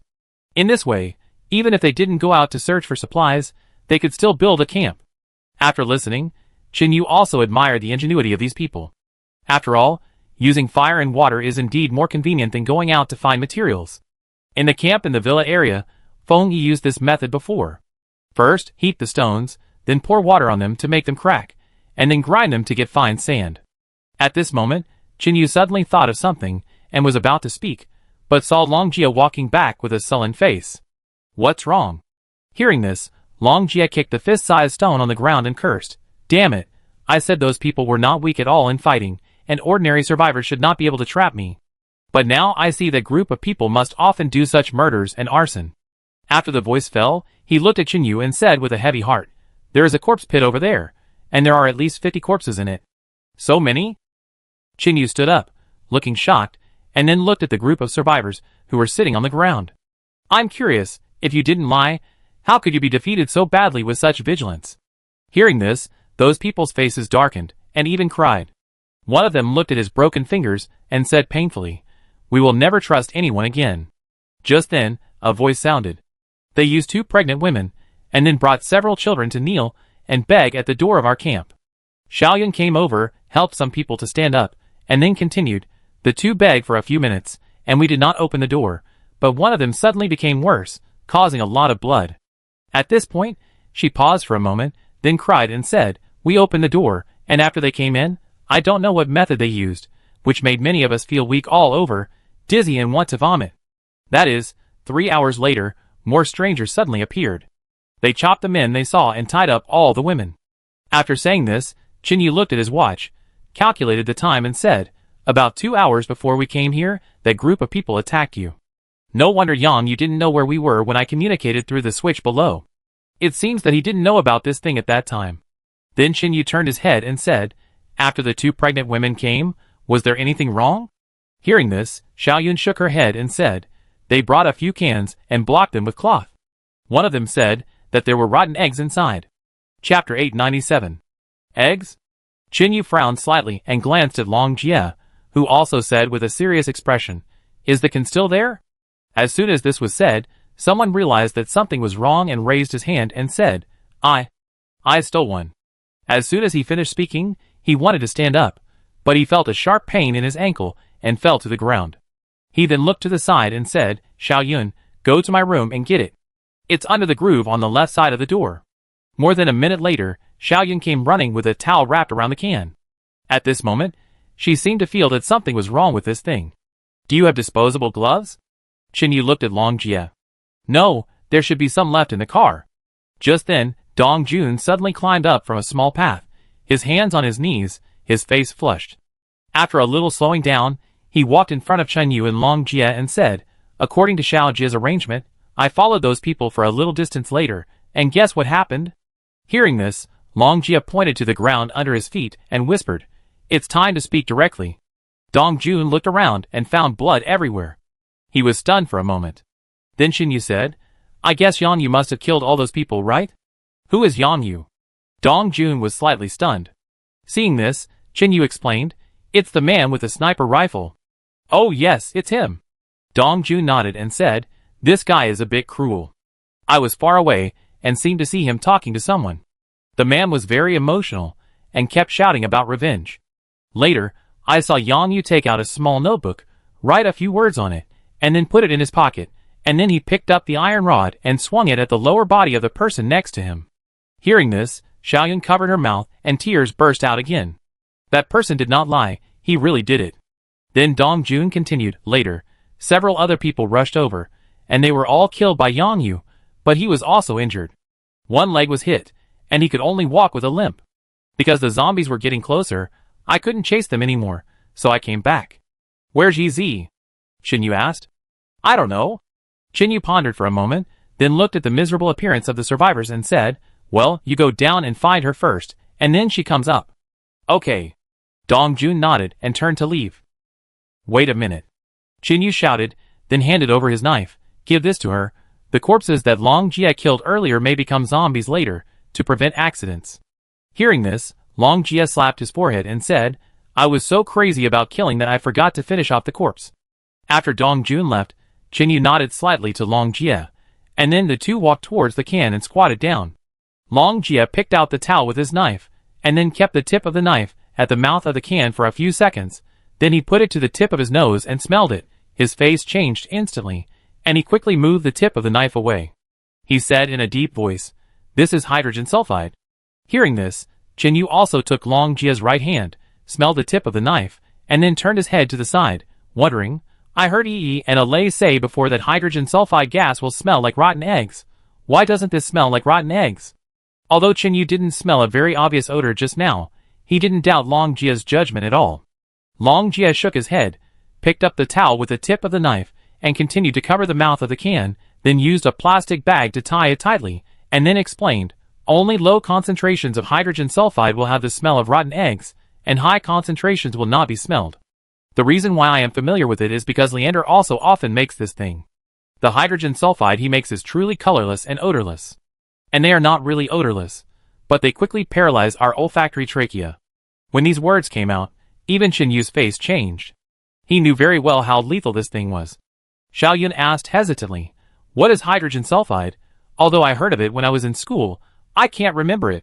Seeing this, Chinyu patiently explained, hydrogen sulfide is a highly toxic gas, corrosive, and very strong. When a corpse rots in a closed space, it is very easy to produce this thing. Then Long Jie comforted him softly. Don't worry, you don't have to be afraid. We didn't have too much contact, and the tip of the knife was only stained a little. The reason why you can't smell it is because the bloody smell around is too strong, making it difficult to distinguish. As for me, it's because I am immune to the smell of blood, plus the smell of rotten eggs mentioned earlier, so I think of this. Chinyu breathed a sigh of relief. That's good. Is this thing really that scary? Before Long Jie spoke, other people who were deeply affected spoke directly. It's really scary. Many of us just had a little contact and felt dizzy and had a headache. Some people were weak in their limbs, and some even fainted directly. But after a while, those people turned into zombies. Speaking of this, the man still had some lingering fear. As survivors who had struggled for more than a year in the apocalypse, they had never come into contact with such things at ordinary times. But there was rotten meat everywhere, plus zombies, so everyone was actually somewhat immune to the smell. After all, after smelling it so many times, they basically didn't guard against it. Especially when they heard about eggs, many people really thought that the eggs were rotten and didn't stay alert. As a result, they were easily fooled. At this time, Long Jie found some packaging bags again, wrapped the can, and then took it in his hand. This thing is no less lethal than zombies at certain times. Hearing this, Chinyu thought for a moment and said, Slav and Leander, one of them is proficient in explosives and explosions, and the other is proficient in machinery and poisons. I think it would be better to make a timing device with small explosives. Wouldn't it be perfect? Hearing this, Long Jie's eyes lit up, and he licked his lips and said, You know what? This is really possible. I let them do it when we get back. The survivors at this moment, watching the two of them talking in front of them, did not dare to speak loudly at all. After all, the two men's every move was seen, and no one dared to act rashly. Soon, Yijishu climbed up with a small box, and said breathlessly, I don't want to climb mountains again in this life. I didn't ask you to run, just walk up. Chinyu looked at her and said. Yijishu held the box in his left hand, and waved his right hand, saying, That won't work. June said you were injured, so I was very anxious. Chapter 898. After saying that, Yijishu hurriedly walked to Chinyu, and carefully pulled off the garbage plastic bag on his left arm. What caught her eye was a scar about the thickness of a thumb, with some bruises already. After a careful examination, Yijishu patted his chest and said, It's okay, it should be a minor fracture, and it will probably heal in a month. It will take so long? Chinyu frowned slightly. It's still a long time. Yijishu squatted on the ground, opened the medicine box, and prepared to help apply some medicine. A few minutes later, Yijishu took out a few splints to fix Chinyu's arm, and then hung it on his arm. Then she nodded and said, Well, this should be enough. Do you have any accurate information? Don't amputate him when the time comes. Long Jie crossed his arms in front of his chest, and said with a heavy heart. If he had known that the situation would be like this, he would have made a quick decision just now, so that Chinyu would definitely not be injured. Don't worry, didn't someone in our camp break a bone last time? Although Dr. Kobayashi was there to guide her, she didn't have any problems afterwards. She's fine. Yijishu closed the box, and prepared to go down the mountain. Seeing this, Chinyu grabbed her clothes, and then turned his eyes to the survivors. At this moment, most of those people looked at them eagerly, with a little hope in their eyes. Seeing this, Chinyu thought for a few seconds, and then whispered, Why don't you help them too? Hearing this, Yijishu jumped back half a step, like a frightened little rabbit, and then she covered the box with her right hand and said, Are you crazy? We didn't bring much medicine with us. The wooden board just now is just enough for one person. At this point, she leaned forward and whispered in Chinyu's ear, I just took a look at those people. The situation is a bit serious. It is probably difficult to cure them unless they are brought back to the camp. After the voice fell, Xiaoyun raised her hand and said, We have our own medicine. Can you help them? Oh, where is it? Yijishu turned around and looked at the girl. From this road, go down about 200 meters, and then there is a stone on the roadside, which weighs about 100 kilograms. Move it away, and there will be a hole. There is a rope in the soil. Pull it out, and you will pull out a tarpaulin package. Xiaoyun walked to the right edge, pointed down and said, Because we don't have a doctor and dare not take medicine randomly, we hide all the collected medicines. After listening, Long Jie picked up the shoulder pole that fell on the ground and walked directly down the mountain. Xiaoyun followed him, because he was afraid that he couldn't find it. After a while, Long Jia climbed up with a dusty face, then reached out to pull Xiao Yun, and then handed a bag to Yi Shishu. Yi Shishu opened it and looked at it, and immediately frowned and said, "Some medicines can't be used, they are expired, and continuing to use them will easily cause problems." "It's okay, little girl, we are very satisfied to be able to save a life." A woman in her 40s spoke. Everyone looked over and suddenly felt a little depressed. This person's lower lip was turned outward, her face was covered with bruises, and even her left ear was bleeding, as if half of it had been cut off. Seeing this, Yi Shishu shook his head and said, "Dr. Xiaolin is a professional. She has severely warned that expired medicines, like this, have changed ingredients, and their efficacy will disappear. Using this medicine will not only fail to treat the disease, but it will also easily lead to poisoning." At this time, Yi Shishu couldn't bear to continue. She nodded helplessly. "Let's make it clear first. I can only try my best to help you." Just as she was about to step forward, an accident happened. A man suddenly twitched and then lost his movement. The crowd supported each other and dispersed, looking at the man with horror. "Stay away." Qin Yu shouted coldly, picked up the knife in his right hand, and stepped forward. He squatted down, stretched out his fingers, and put them on the man's jaw on the ground. After a few seconds, he shook his head slightly and said, "The injury is too serious, there is no hope." After that, Qin Yu quietly stood in front of the corpse, waiting for him to turn into a zombie. About a few minutes later, the corpse suddenly moved, and someone covered his mouth and said, Is he still alive?" As soon as the words fell, Xiao Yun whispered, "It's going to turn into a zombie." Then the corpse opened its eyes, and the eyeballs had changed color, and were quite turbid. The next second, it roared and tried to grab Qin Yu next to it. Seeing this, Qin Yu held the knife in his backhand and stabbed it directly into the forehead of the zombie, and it instantly became quiet. Every time at this time, as long as it was not an enemy, Qin Yu and others would try their best to wait for the corpse to mutate before finishing it off. Because from that moment on, this body could no longer be called a human. Next, Qin Yu asked the survivors to line up, and Yi Shishu checked their injuries one by one. To prevent accidents, Long Jia stood by with a knife, like a bodyguard, trying to protect Yi Shishu. After all, no one knew whether these people were good or bad. In the apocalypse, you can't just listen to one side of the story. Qin Yu ran up the mountain continuously, and fought with Yang Yu for a while, and his physical strength was slightly reduced, but he could still hold on. Although there was some bacon in the supplies on the ground, even if it was washed and cooked, Qin Yu would not eat it directly. He sat on the boulder, with his right leg raised and his hand on his knee, looking at the mountains in the distance quietly, his eyes deep and heavy. About 2 hours later, it was already 7 o'clock in the evening. Yi Shishu stood up, patted her waist with the back of her hand, and said seriously, "In addition to the one who died earlier, you should also be mentally prepared. The next few days are more important." As she said, she looked around, sighed and said, "I wish I was a Chinese medicine doctor. I would definitely find a lot of herbs in this mountain, alas." "Are you done?" Qin Yu turned around and smiled at Yi Shishu. "Yeah."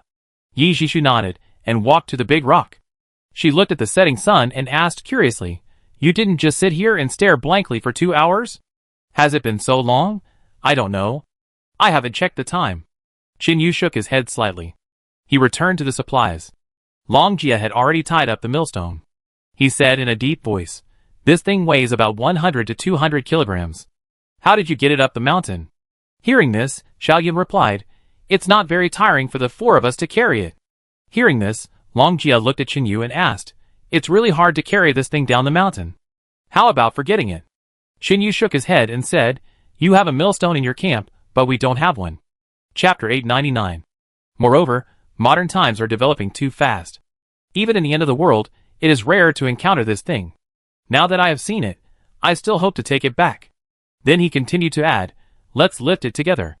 It's just that my left hand is inconvenient to move, but my right hand can still move. The only thing I am worried about now is whether the 2 horses can pull it away." Under normal circumstances, Qin Yu can carry the stone mill weighing more than 100 kilograms by himself, but it is only limited to carrying it. It is very difficult to walk. He and Long Jia had no problem, but the only worry was that they had never lifted such a thing before, and the road conditions in the mountains meant they might not be able to move it down. Long Jia waved his hand and said, "It's not a big deal. After all, it's not a load. If it's a cart, it's probably no problem within 1,000 pounds. After all, there are 2 horses." As soon as he finished speaking, Two men who also had injured left hands came over and said, "Otherwise, we can help you." "Thank you very much." Chin-Yu turned around and expressed his gratitude instead of refusing. The woods at the foot of the mountain. As the millstone was placed on the cart, Xiaoyan also put the 2 bags of food she was carrying on it. She lifted the hair by her ear and said, "Thank you for helping us. These bacon and flour are our little token of appreciation." Chin-Yu opened the bag and looked at it, and was a little surprised. "You can also grow crops?" "Well, there are a few rice fields and land on the top of the mountain. We are usually self-sufficient, so we don't have to interact with the outside world." Hearing this, Chin-Yu's heart moved. He looked at Long Jie and Dong Jun, and the two of them also signaled with their eyes. Seeing this, Chin-Yu pondered for a while, and then said, "Have you thought about what to do in the future?" Hearing this, Xiaoyan's eyes hurt. She thought of what happened to her before, and shook her head with tears in her eyes. "I don't want to go down the mountain in this life, and I want to die on the mountain in the future. Wait a few days, we will completely block this place, and then no one will open the door. Even if I have to live with zombies for the rest of my life, it is better than being bullied or even killed." Long Jie, Dong Jun, and Yi Shishu have already left, and the figures of the 3 are getting farther and farther away. Only Chin-Yu is still in the woods. He is in a heavy mood and then whispers, "We will come back again in 20 days. If you are still unwilling, I can give you a chance." "What is it?" "If there is a camp where everyone is equal, anyone who joins will be respected, self-reliant, and everyone is very disciplined. Do you want to go?" As soon as these words came out, the 2 men were stunned. Xiaoyan's tears burst out. She squatted on the ground, buried her head in her knees, and cried with shaking shoulders, "Woo! We used to be like that here." Chin-Yu squatted down and reached out to touch her head, but eventually moved his hand away, then stood up and whispered, "You are too weak, without strong military force to protect yourself. Even if you don't interact with the outside world, you will be swallowed up by other camps sooner or later." Hearing this, Xiaoyan raised her head, and quickly wiped away her tears. She asked with red eyes, "Is that camp very powerful?" "Not the most powerful, but better than most camps. Especially from now on, we will integrate the surrounding forces." When he said this, Chin-Yu stopped and did not continue. Xiaoyan stood up and discussed with the other 2 people, then looked at Chin-Yu and asked weakly, You guys are also trying to trick us?" After he finished speaking, Chin-Yu said seriously, "For now, I can't make you completely believe it, so you need to consider yourself. After all, the doomsday is full of dangers, and everything has risks and rewards." At this point, he paused and spoke again. "That's why I give you 20 days. If you are still alive, and have thought it through, you can leave with us. Of course, whether you leave or not depends on you." Then, in the eyes of the 3 of them, Chin-Yu turned and walked towards Long Jie and the others. "Are you done?" Long Jie glanced at Chin-Yu's hanging arm, and said softly, "Yeah." Chin-Yu did not get on the carriage, but walked beside him. These people will find ways to grow crops in the doomsday. They know they are not powerful, so they cut off contact with the survivors. Their vigilance is pretty good, but unfortunately they are still taken advantage of in the end. Long Jie curled his lips and said, "There are so many pitiful people in the doomsday. If you take in everyone you see, you will be dragged down sooner or later, and even be attacked by those people in the end. What happened to you guys before?" Chin-Yu thought of something, and turned his head to the right and asked. Because Shangwan Jing's camp treated everyone equally, regardless of gender, age or young. No one would be allowed to come. Chin-Yu even saw a seriously ill, skinny man kneeling at the door before. After begging hard, he still couldn't get them to open the door, so he chose to hang himself on the side of the road. And Long Jie just shot the rope on the corpse indifferently, and let the zombies eat him. To be honest, if Chin-Yu hadn't lived there, and knew that these people had suffered disasters, he would have really thought that Shangwan Jing and others were unacceptably cold.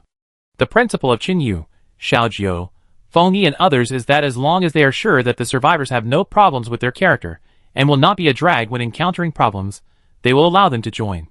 After all, the power of human unity cannot be ignored. There is only one kind of person they will definitely kill when they meet, and that is the survivors who eat their own kind. As Chin-Yu said, if you don't encounter such a cannibalistic force, it's fine. Once you encounter it, you will definitely kill everyone. Hearing this, Long Jie was silent for a moment, and then said, "It's nothing, just being betrayed by our own people, which led to the death of many people." Hearing this, Yi Shishu couldn't help it. She patted the cart and said, "We have also received some survivors who escaped before, but these guys actually wanted to drive us out and occupy our homes. What do you think of this?" Yi Shishu was very emotional. She clenched her fist and said angrily, "If it were you, I should have made those people into mummies and tortured them severely." Long Jia turned his head to the left and said, "There were many people in our camp before, but the survivors were too cruel later. They took advantage of the fact that some of the instructors and I were out and gathered many people together for an indiscriminate small-scale massacre. After the instructor came back, the camp was in chaos. We executed all the survivors who participated in the rebellion, and some of them betrayed us." Chapter 900. Speaking of this, Long Jia looked at the two horses moving slowly beside him and whispered, "There is an area at the foot of the mountain behind our camp. The soil there is very dark in color, and accompanied by a foul smell. You should have seen it, right?" Hearing this, Chen Yu nodded. He touched the splint on his arm and said, "I heard from a Ling that there is a septic tank built later." Long Jia shook his head, his eyes flashed with a lot of grief, and he whispered, "The truth is very cruel. Many people died there. The blood permeated the soil, and it could no longer be used. Every time we passed by there, we would smell the irritating odor. The instructor tried to cover the pit with soil, but it still couldn't cover the smell, so he built a septic tank. For us, it doesn't matter whether we believe the survivors outside. Those few people who came in a while ago can only live in the corner, and someone is watching them all day." After listening, Chen Yu sighed and said, "A long time ago, the first camp I was in was called the Survivor Community.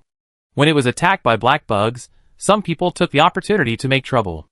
Long Jia patted him on the shoulder and said, "So, it is easier to develop when you meet a survivor with good character, but once you meet a bad one, the consequences are basically unbearable. Yes, if Yi hadn't come out with a gun to help, there would have been a lot of troubles later."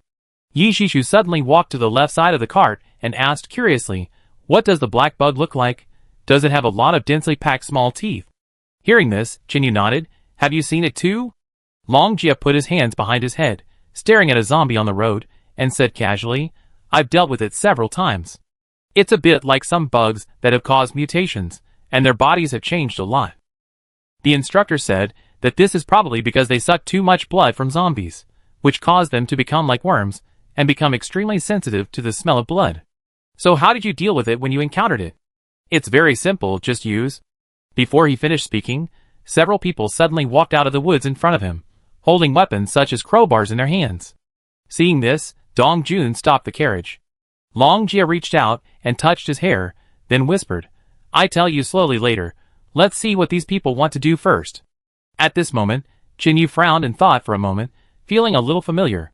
But it was already 8 o'clock in the evening, and the light in the wild was a little dim, so he couldn't see the faces of those people clearly. Seeing this, Chen Yu turned around and took out a flashlight from the supplies in the cart, turned it on, and then shone it over. A strong light appeared in front of her eyes. Shin Ming blocked it slightly with her left hand, and she shouted loudly, "It's me, handsome guy. Do you remember?" As soon as these words came out, Yi Shishu's eyes lit up and blurted out, "Oh my god, is there gossip?" Chen Yu ignored Yi Shishu's nonsense, and walked forward a few steps. Then he looked at the 5 men and 1 woman in front of him and frowned slightly, and said, "You are still alive." Shin Ming rolled his eyes and said, "Brother, we haven't seen each other for a long time, so there is no need to say this right away. At the beginning, I let you take Yu Dajiang away without any obstruction, and also told you to be careful of the Jayashiman." Hearing this, Chen Yu thought about it, and moved the flashlight away. Although Yu Dajiang later committed suicide in the woods, and died next to the Yu sisters, after all, this woman did not make things difficult for him. "What's your name? I forgot whether you told me last time." Hearing this, Shin Ming did not answer, but turned her head to look at the side and said, "Did June, go and kill that zombie." "Okay." After the voice fell, a man with a simple look turned and left. Then Shin Ming walked towards Shin Yu and said with a smile, "Little brother, my surname is Shin, and my given name is Ming." Shin Yu nodded slightly. He shone the flashlight on Shin Ming's clothes, and found that they were very dirty. There was a lot of mud on the edges of her shoes. Then he thought for a moment and whispered, "You were the ones following us before, right?" Shin Ming was obviously surprised. She blinked and said, "Not bad. You didn't find us last time, but you found us this time. It seems that you have made a lot of progress during this period of time." As soon as she finished speaking, she saw that Shin Yu's expression was not very good, and then she quickly explained, "Don't worry, we only followed to the abandoned house in the field and left. We definitely didn't continue to follow." Then, fearing that Shin Yu would not believe her, Shin Ming raised her hand and swore, "If I lie to you, I will wake up with my throat bitten by a zombie, okay?" What is your relationship with that community? Chen Yu was silent for a few seconds and then spoke. What community? I don't know. Shen Ming pretended to be stupid. Seeing this, Chen Yu nodded slightly to Dong Jun, who continued to drive the carriage forward. If you are fine, then leave it as it is. After saying this, Chen Yu moved 2 steps to the side and left Shen Ming. Seeing this, Shen Ming got anxious and trotted along saying, You can't do this. Previously, your friend was surrounded by zombies with his horse, and it was thanks to our help. If you don't believe me, ask him. As she said this, she pointed to the man holding the reins. After saying this, Dong Jun turned around and asked with a puzzled look on his face, No, right? There were no zombies in the woods at all. That's because we stopped them, so the zombies didn't get through. Shen Ming got anxious, and she pulled out a dagger and said, Look, I haven't even had time to wipe off the zombie blood on it.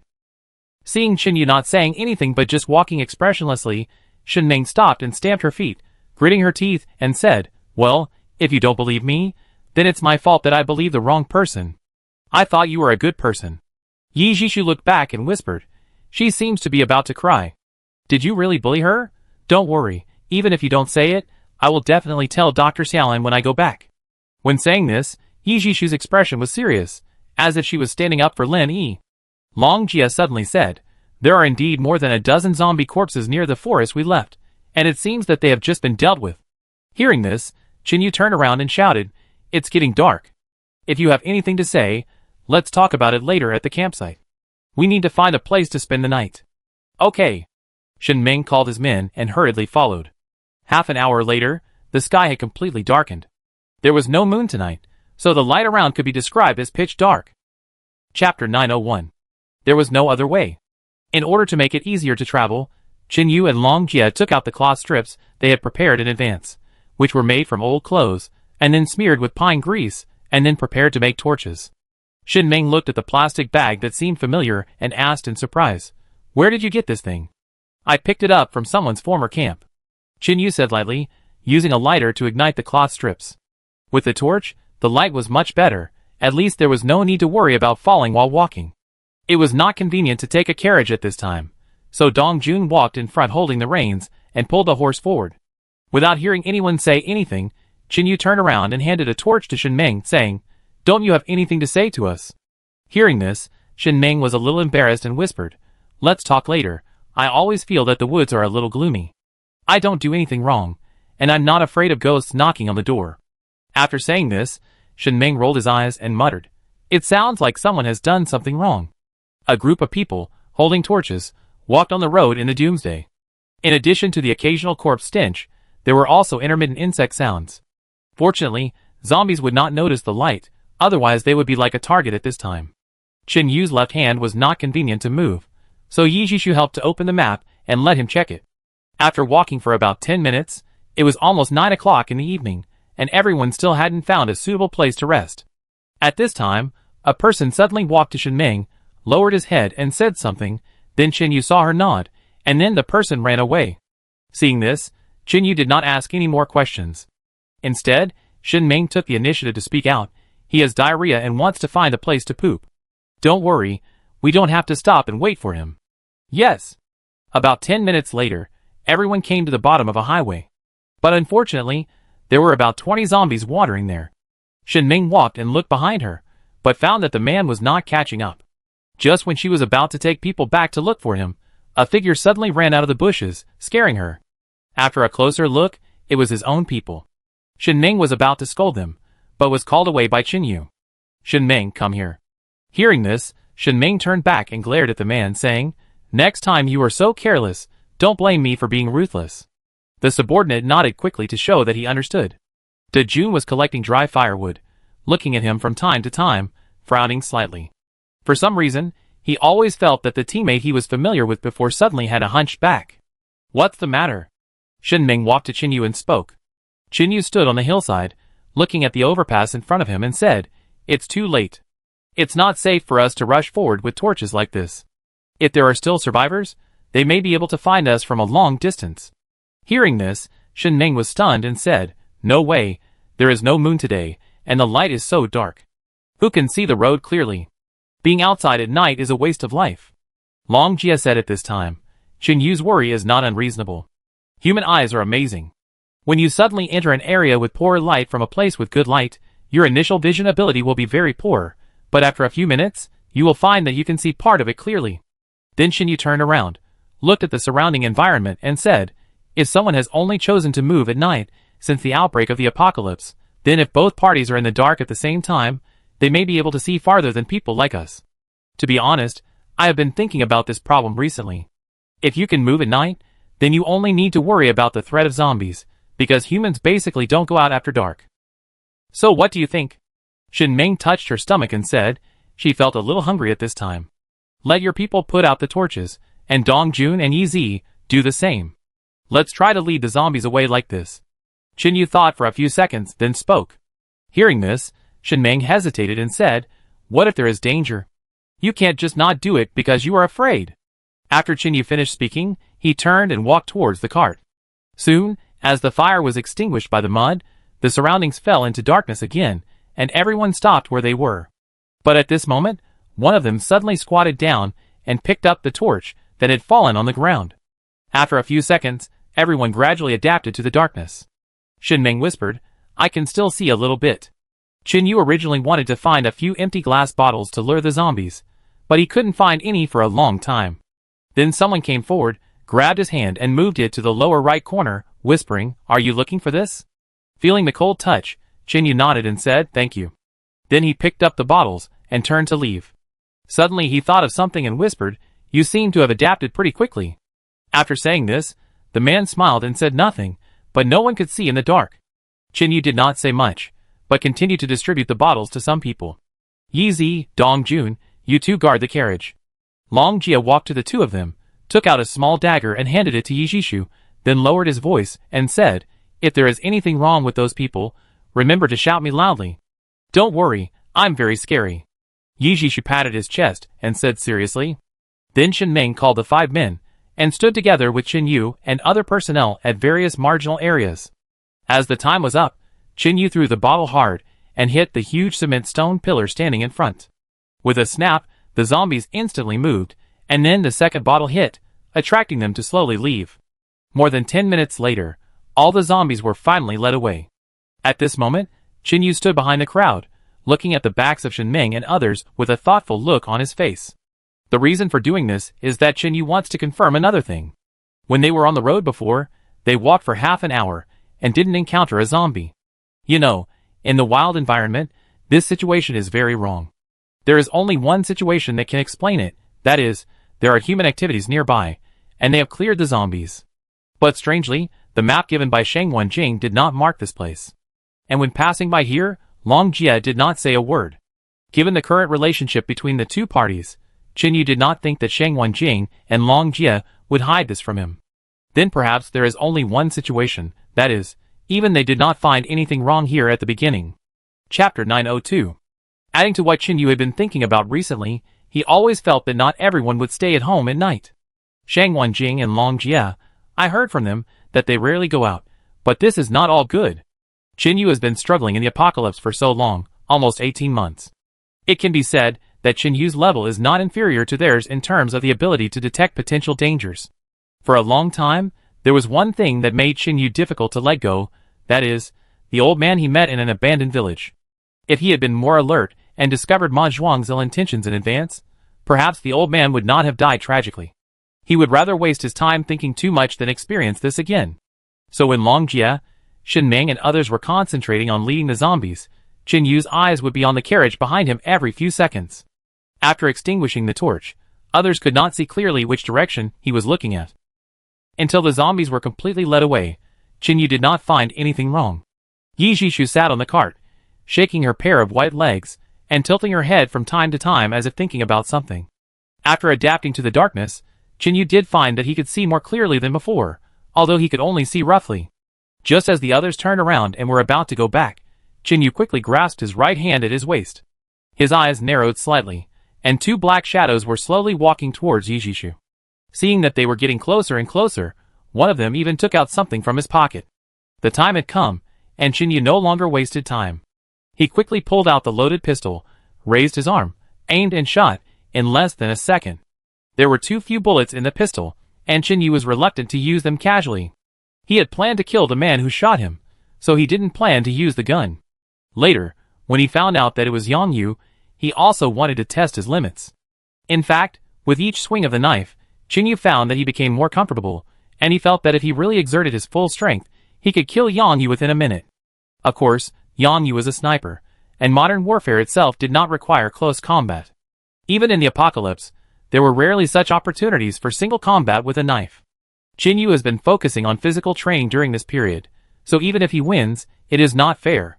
It is only in this environment of the Doomsday that Qin Yu can catch up with Yang Yu at a very fast speed, or even surpass him. As Qin Yu pulled the trigger, Long Jia also instantly increased his speed to the extreme, and disappeared on the spot after pulling out the dagger with his right hand.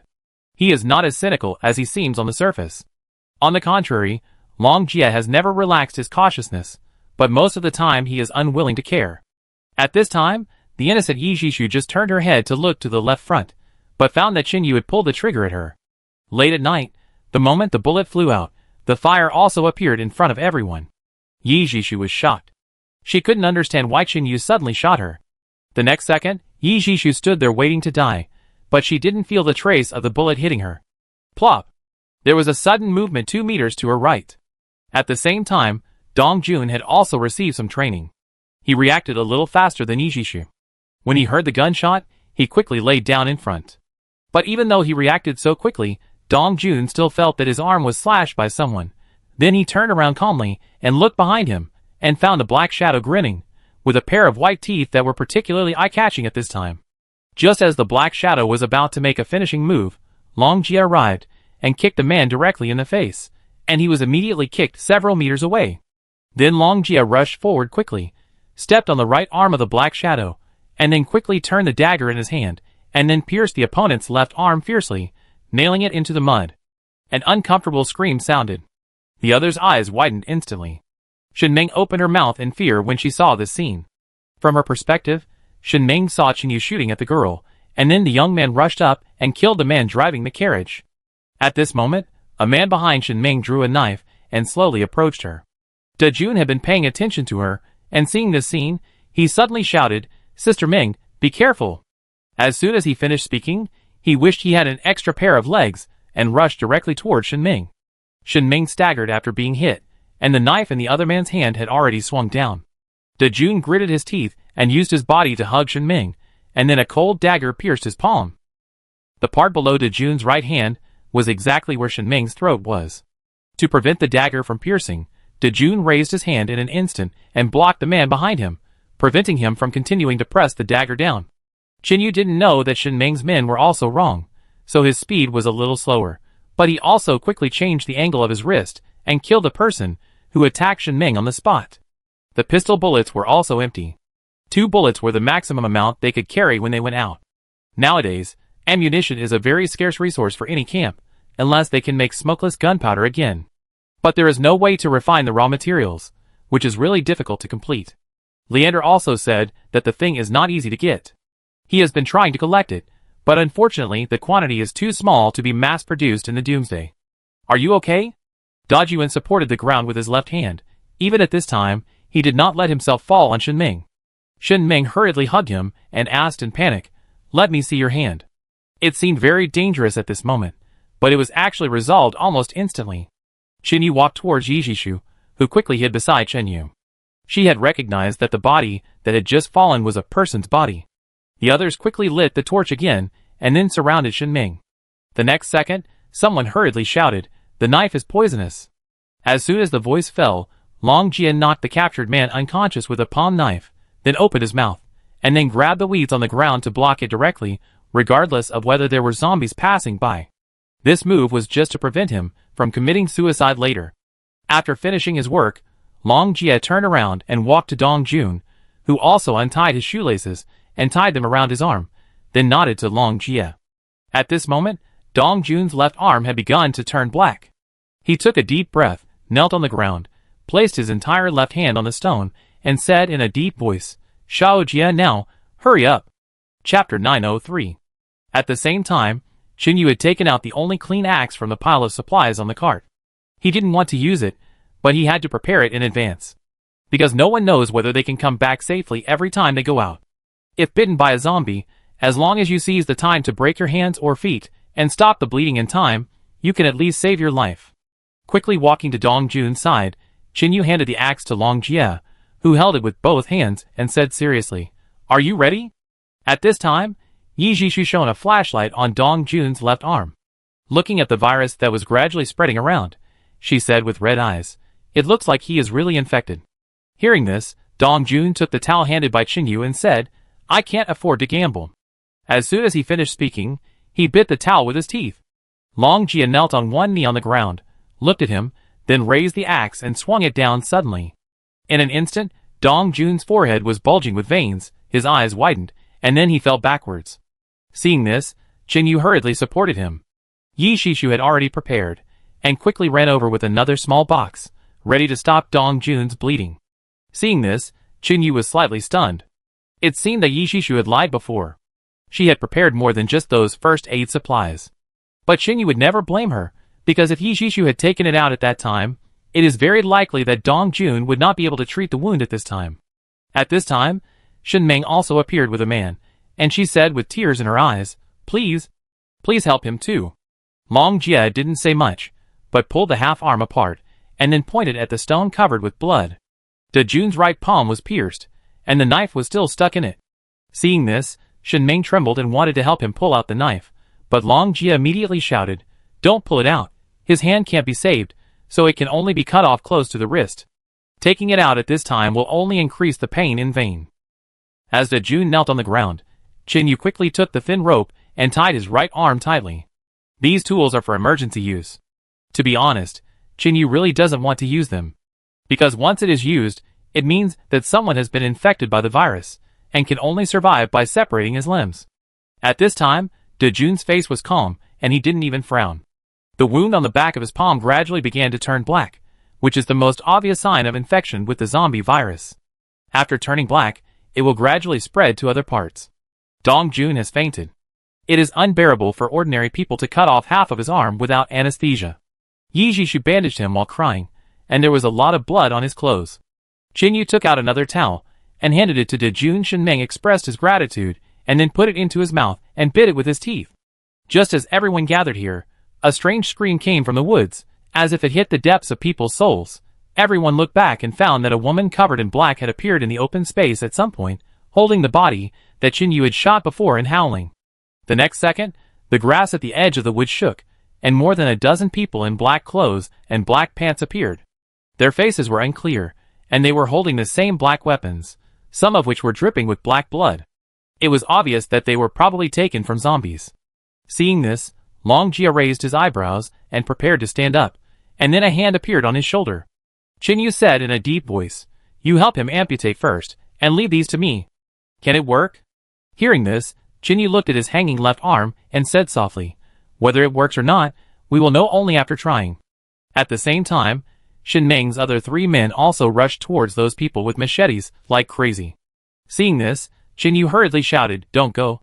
As soon as the voice fell, the dozen people quickly separated and surrounded the 3 people in an instant, and then waved various weapons to smash them. Qin had guessed that Shen Meng was probably from the former community, because he had just walked out for a short time and found that he was being followed. Secondly, these people had no professional training, and even if they only met a few adults, they would basically have no chance of winning. The 3 were surrounded and beaten, and Qin quickly ran back to the cart to take out the long gun, but as soon as he took it in his hand, there were 3 more bodies on the ground. One of them squatted down, took out a knife from his shirt, and cut off half of the index finger of a corpse. Then he put it in his mouth and chewed it in front of Qin. Qin narrowed his eyes slightly, walked slowly towards them, and said coldly, "Another group of beasts who like to eat people. I don't understand why it is so difficult to kill garbage like you." As soon as he finished speaking, Qin sped up and rushed forward, and one of them also quickly rushed towards him. But before he could swing the axe, Qin held the spear in his right hand and hit him hard in the face, causing his bones to cave in a bit. Then his head hit the stone next to him, and he died. This scene also made the others scream a few times, and then they rushed towards Qin like crazy. Qin swept the spear in one hand, dodging quickly in all directions. If he didn't attack, it would be fine, but if he did, he would aim at the vital points. After half a minute, Qin had killed 3 people in total. Because the weapons of those people were smeared with zombie blood, he didn't dare to relax his vigilance at all, and tried to avoid them as much as possible.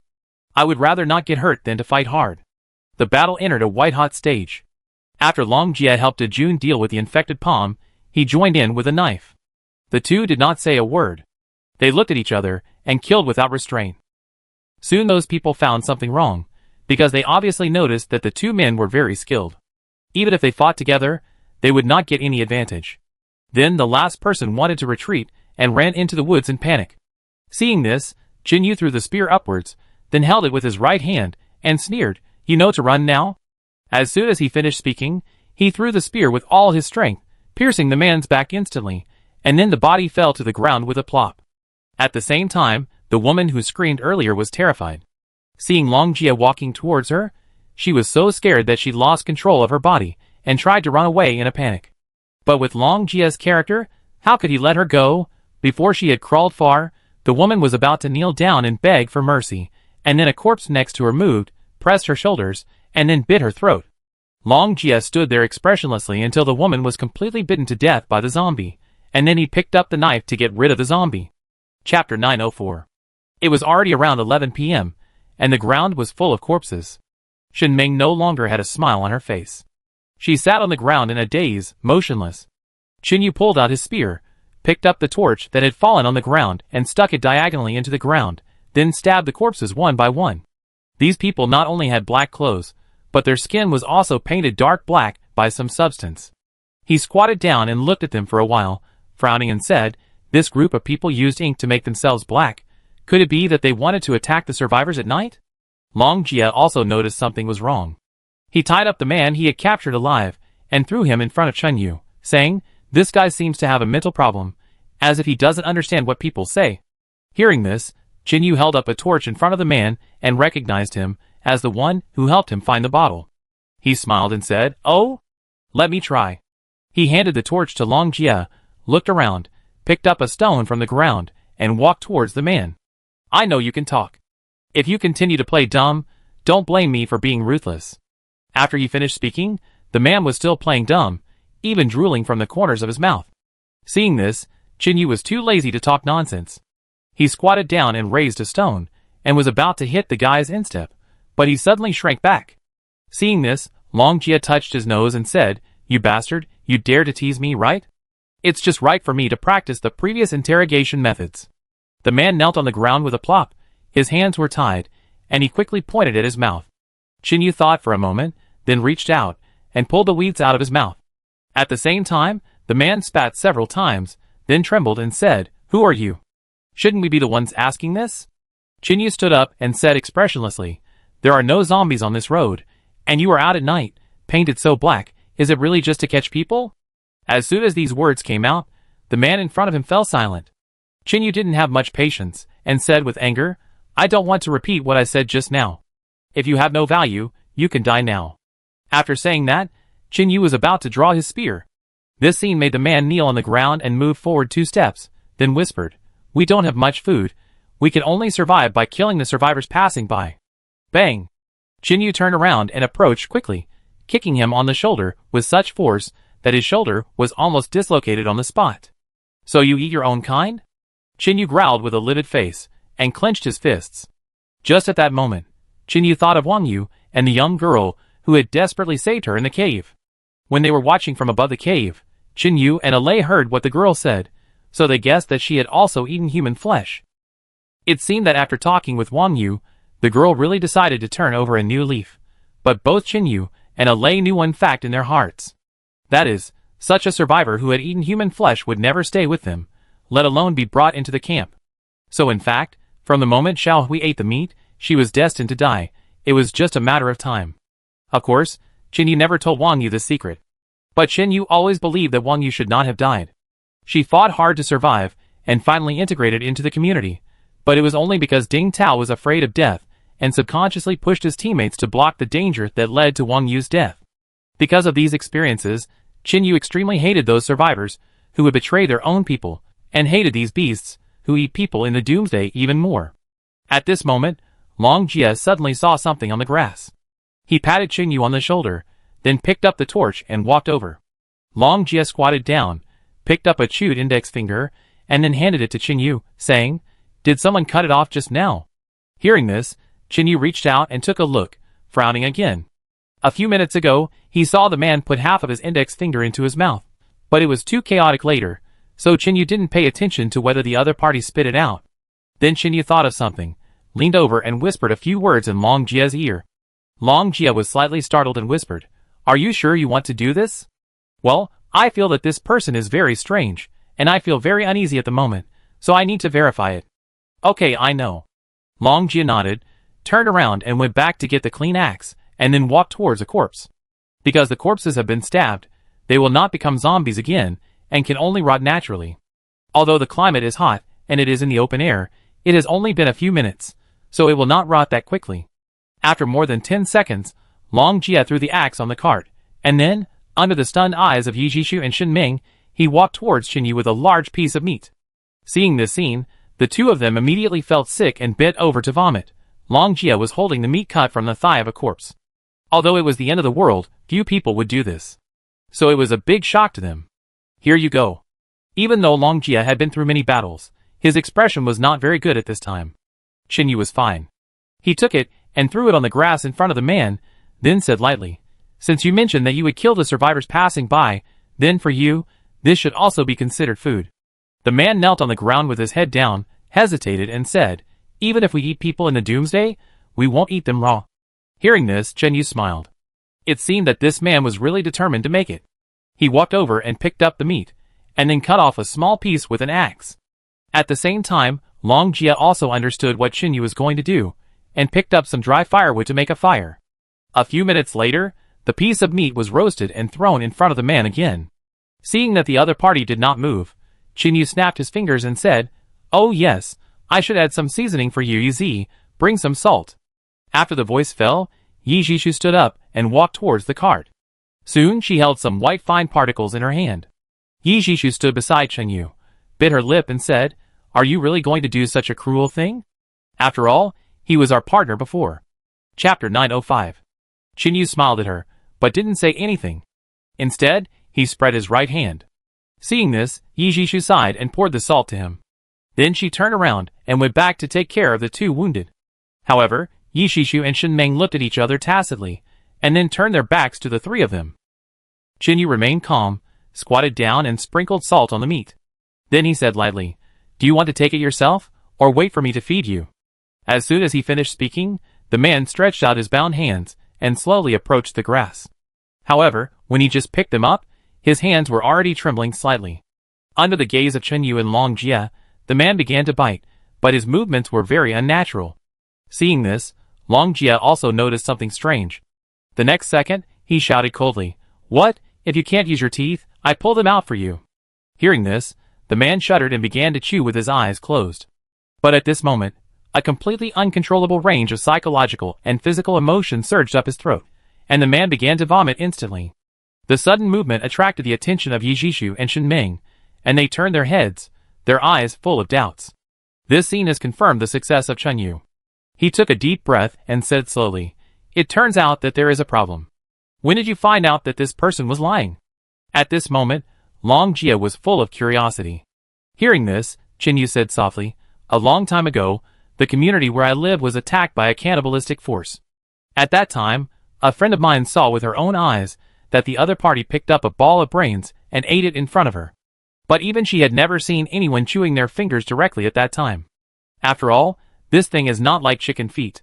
Speaking of this, Qin Yu looked at Shen Ming and said, "By the way, that community is the camp where you are now."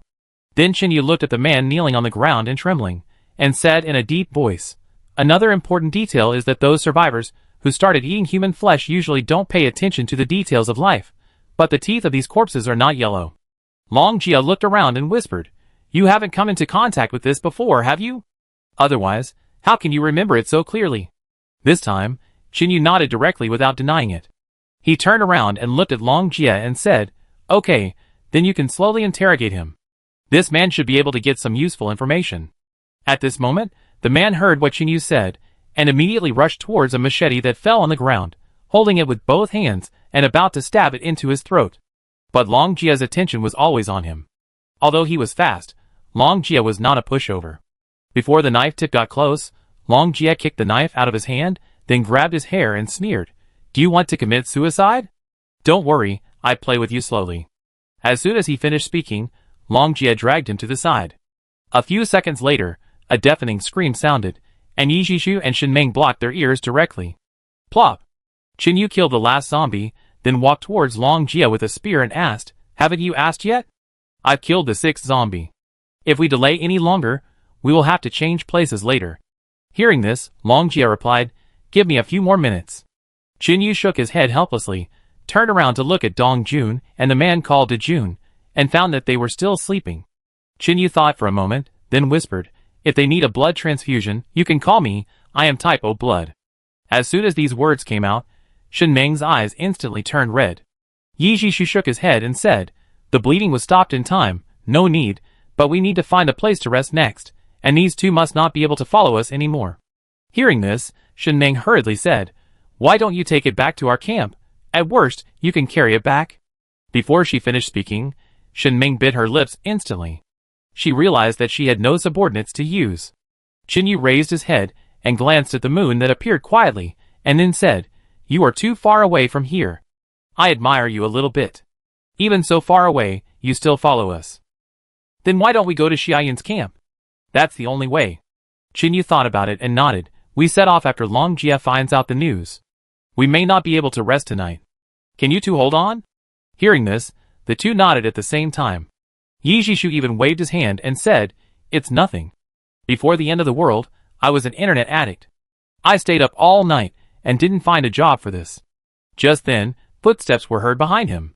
Qin Yu turned around and saw that it was Long Jia. "Are you done?" Long Jia nodded, walked to the cart, took out a water cup, opened it and took a sip, then said with a twinkling look in his eyes, "You can't imagine how explosive this news is." Then he walked towards Qin Yu and the others, sat down cross-legged, waved his hand, and said, "Listen to me, and tell you slowly. Wait a minute, hang up the cans first."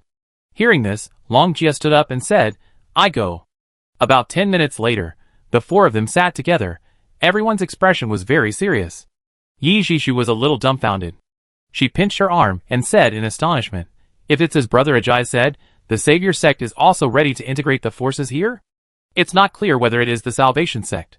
Long Jia shook his head and corrected, "I cut off the man's little finger, and he didn't tell me the name of the organization. I just guessed. What if I guessed wrong?" Shen Meng hugged her knees and whispered, "So, we need to confirm the authenticity of the news." Hearing this, Qin Yu paused and then said, "Let's not talk about this for now. Let's hurry up and send Dong Jun and the others away. After all, it's too dangerous in the wild, and not suitable for recuperation." Yi Jishu slapped his forehead, stood up and said, "I almost forgot about this. Look at my brain. Dong Jun and De Jun have also woken up. They are not in a good state. After all, they are both in pain of broken arms. Unless it is a life and death situation, they can hardly raise their spirits." Everything was quickly packed up, and the materials on the cart were moved to the front area and tied up, so that they could lie on it. As for the others, they can only walk now. After finishing the work, everyone started to return. After an unknown period of time, Qin Yu finally saw the familiar truck. The surroundings seemed very cold, but there were two zombies swaying in front. Long Jia quickly killed them, and then took Dong Jun and De Jun to the mountain. Chapter 906. At this time, Shen Meng was pacing back and forth on the spot, looking a little anxious. She was hesitating whether she should follow him. In fact, Shen Meng herself had no impression of De Jun, but she felt that this man seemed to be very obedient and would stand in front of her when there was danger. At the critical moment just now, De Jun was able to use his own hands to block the dagger, which also moved Shen Meng. After hesitating for more than 10 seconds, Shen Meng gritted her teeth and made up her mind to at least let De Jun recover from his injuries. Then she returned to the carriage, took her crowbar, and trotted towards the mountain. Because it was dark, she even fell down. Qin Yu watched this scene quietly, and after a long time, he said to the side, "Why don't you go and accompany Dong Jun? I've been waiting for you to say this." After saying that, Yi Jishu hurriedly shouted, "Shen Meng, wait for me." After the voice fell, she followed and soon disappeared from Qin Yu's sight.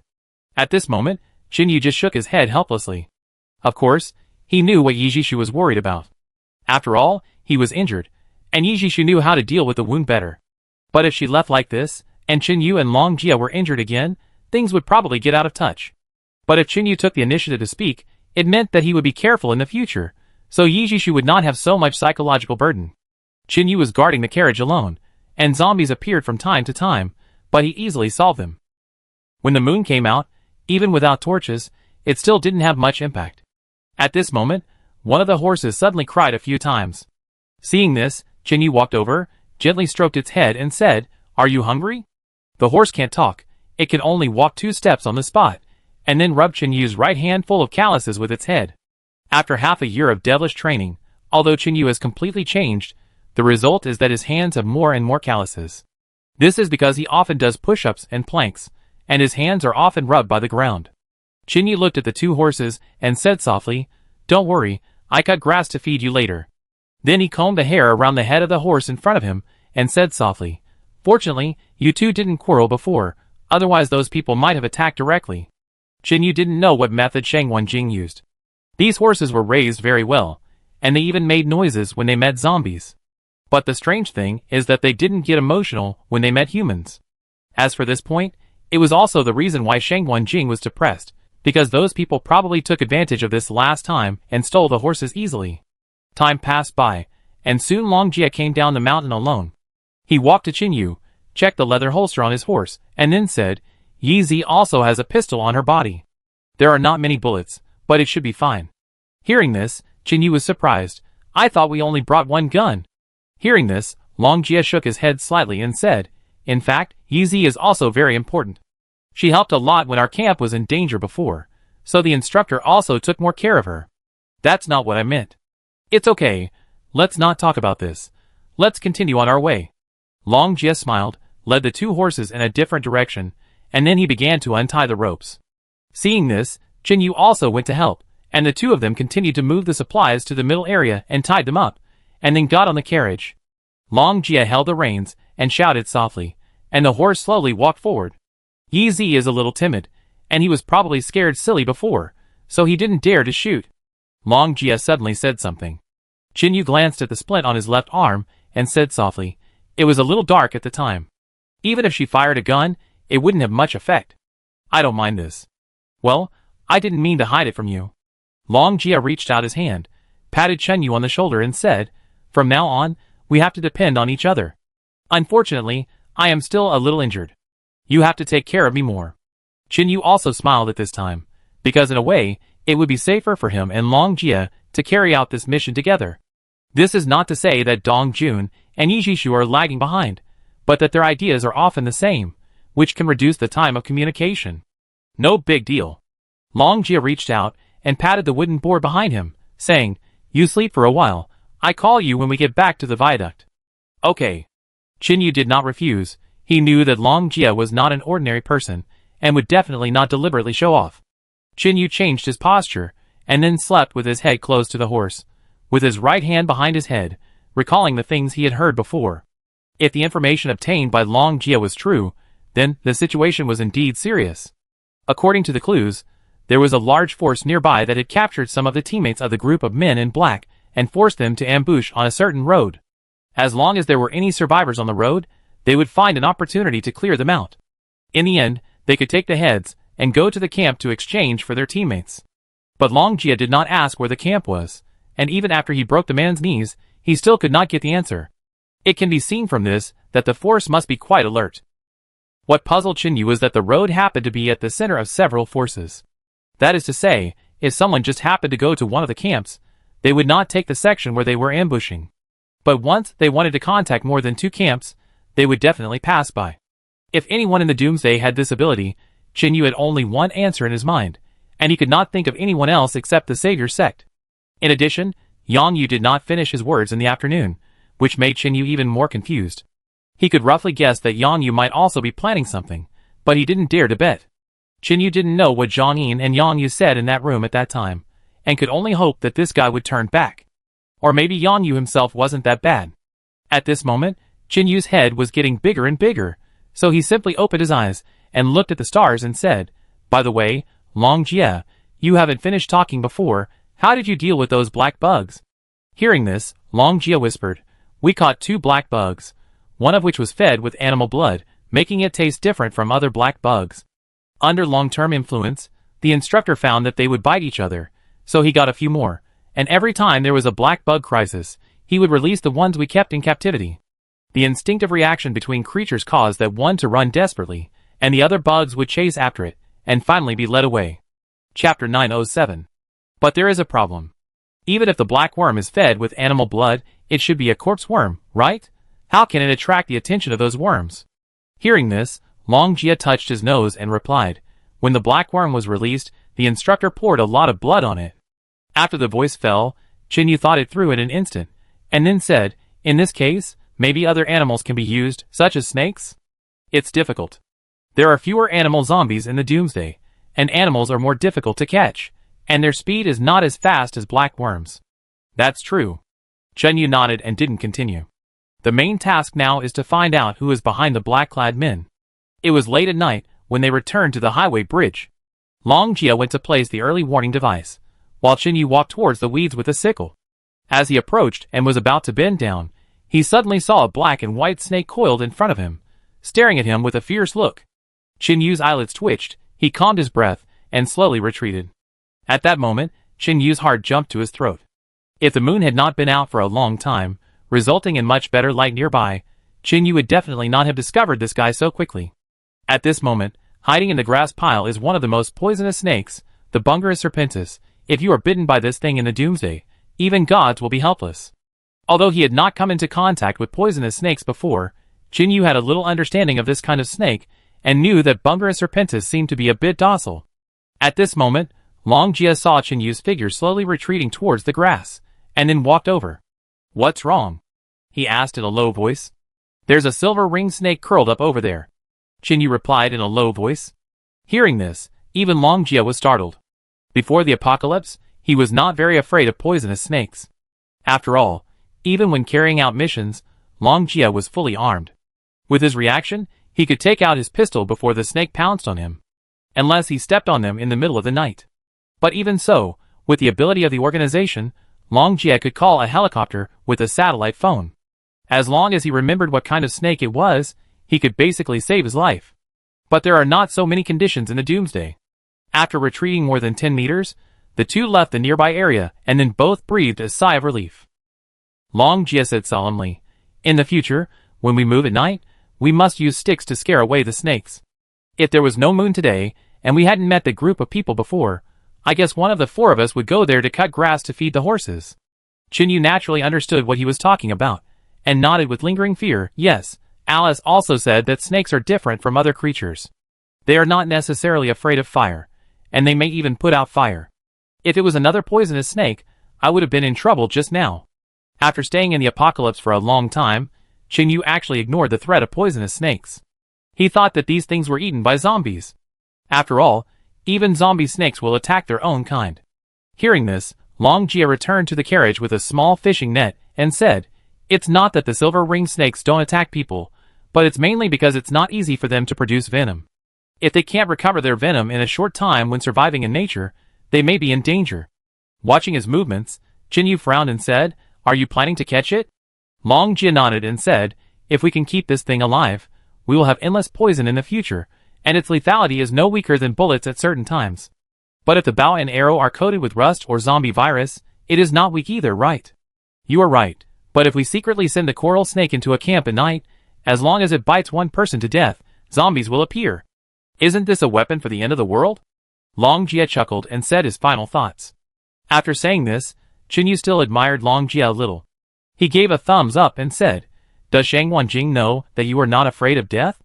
It's okay. Anyway, you can rest. I can catch it myself.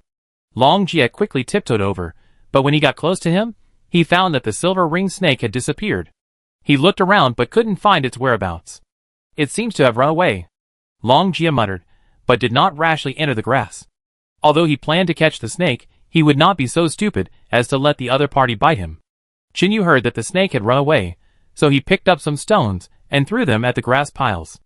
After waiting for a few seconds, he took the sickle again. Soon Chinyu returned with a pile of grass, and then he and Long Jia each fed a horse. The place where the fight was taking place was still a distance away from the viaduct, about dozens of meters, and those corpses had been bitten by zombies, and they would not come back in a short time.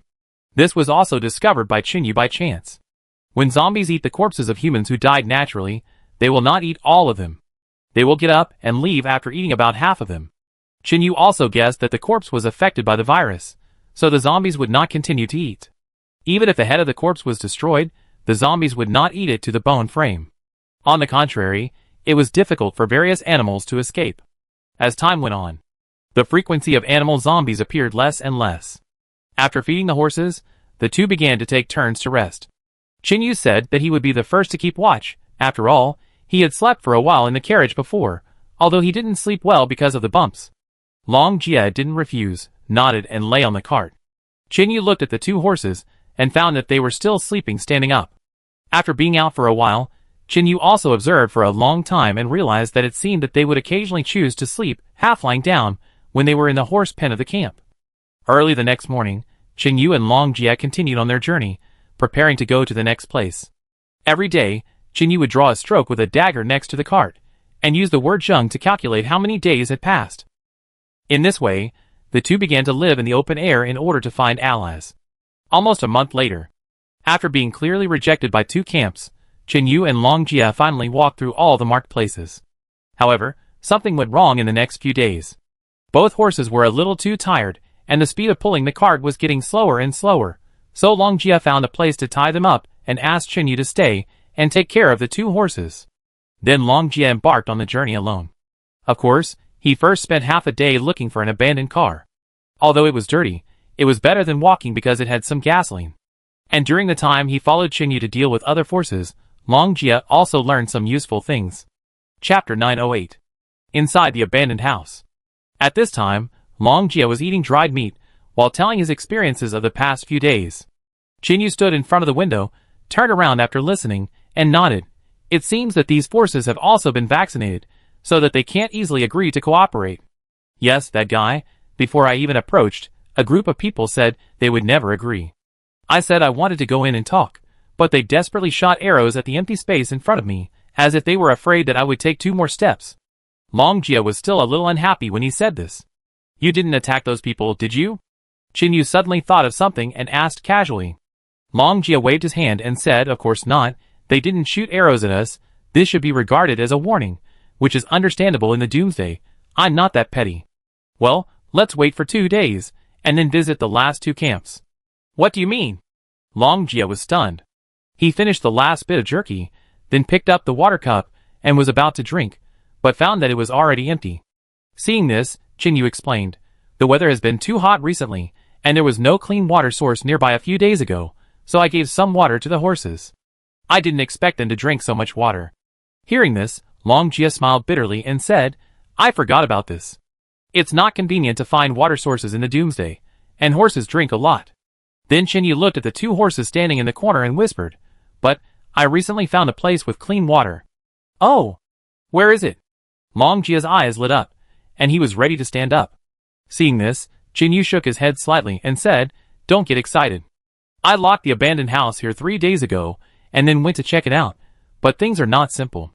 Then, he slowly told the story. 3 days ago, Chinyu found that the water was almost finished, so he started planning how to find water. Having survived outside for so long, it was basically not difficult for Chinyu to just talk about how to survive. At first, Chinyu and Long Jie chose to hide the 2 horses in a resort, which was of course abandoned. Most of the zombies were concentrated in the periphery, and they were all at the back door. There were not many zombies inside, and there were many abandoned rooms. At first, Chinyu only stayed in one of the rooms and did not go deep. But after staying there for several days, he found that there was not enough water, so he tried to search for it. At first, Chinyu thought that he should be able to find some mineral water here, and he might be able to drink it after boiling it and cooling it.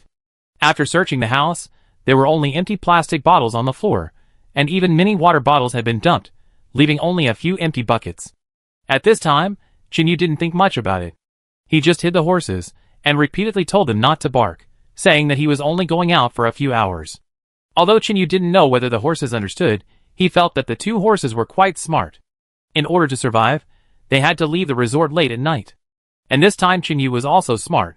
His left hand was not convenient to move, and the splint could not be removed, So he found some black t-shirts and trousers to wear outside, so that it would not be easy to be noticed. After searching for more than an hour along the periphery, Chinyu found the first water source. It was a covered well. He first pushed out a little gap, then found a stick to jam it, but as the stone slab above was moved away, a foul smell came straight to the top of the head. Chinyu walked away without thinking. This familiar smell only came from zombies. Without thinking, he knew that there must be a corpse inside. Then Chinyu walked a few hundred meters, and found the second water source again, which was a few large water tanks. But when he got closer, he found that there were several holes poked by someone, and there was a lot of dirt on the ground. It seemed that someone had relieved himself nearby.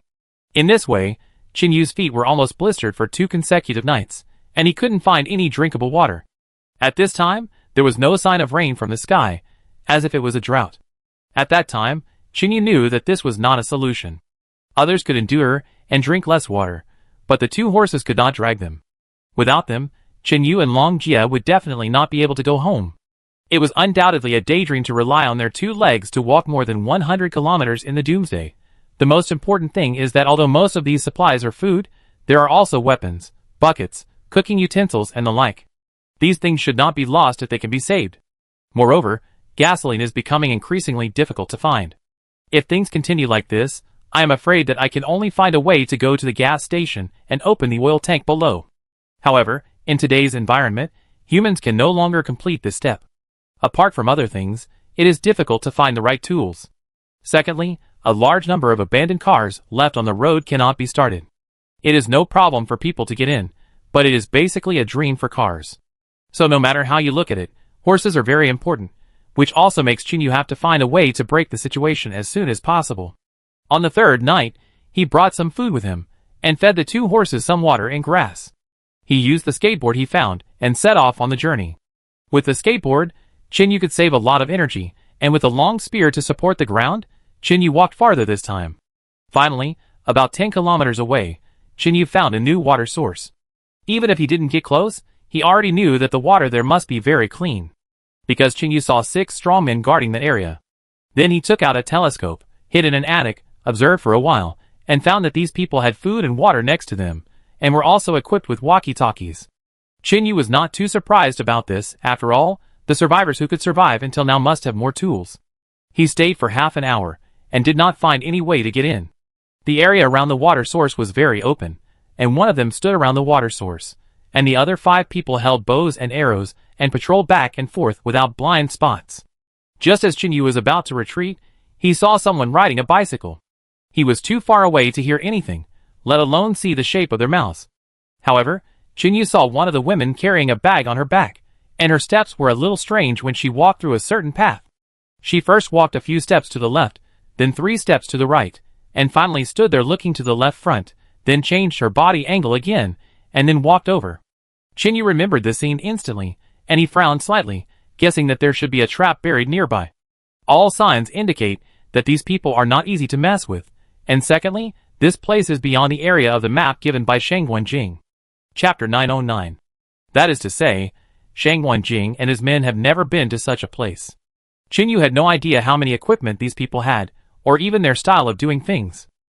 But the water nearby was indeed gone, unless it suddenly rained, so Chinyu would not have to go to such a great length to walk so far. After thinking about it, Chinyu decided to go back and discuss it with Long Jia. After all, according to the agreed time, Long Jia would be back tomorrow. Thinking of this, he carefully recalled the route he had taken, and then memorized it in his mind, and prepared to leave.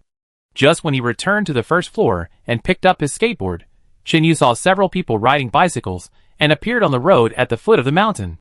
Chinyu looked through the telescope and found that those people said something, and then 2 of them rode away on their bicycles. Seeing this, Chinyu hesitated and did not choose to follow them, because the sound of skateboards was still a bit loud at night, unless the road was flat, but the area he was in was obviously not satisfied. Soon Chinyu left there, and not long after he left, he heard the noisy sound of talking from behind.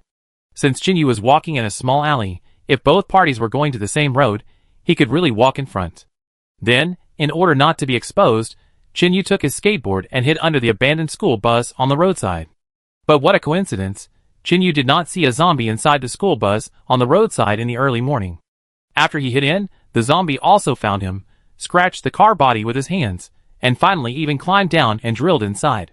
Chinyu lay under the car, his left hand just close to it, and he held the skateboard in his right hand. At this moment, he couldn't even fight back. Moreover, hearing the sound of the bicycle getting closer, it was too late for Chinyu to change his position even if he went out. At the critical moment, Chinyu took a deep breath to calm himself down, then turned his head to the left and looked at the zombie that was getting closer and closer, as if its rotten teeth were about to bite Chinyu.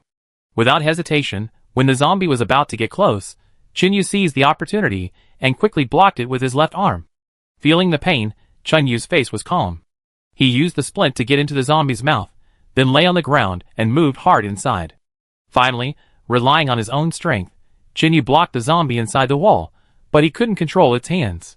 But fortunately, Chinyu was wearing an extra t-shirt at this time, which was also long-sleeved. As long as the zombie couldn't tear his clothes, it would be fine. All this happened in just a few seconds, and soon the sound of bicycles speeding could be heard on the road, accompanied by voices. What made Chinyu frown was that the two people spoke in dialect throughout the whole process, and he couldn't understand it at all.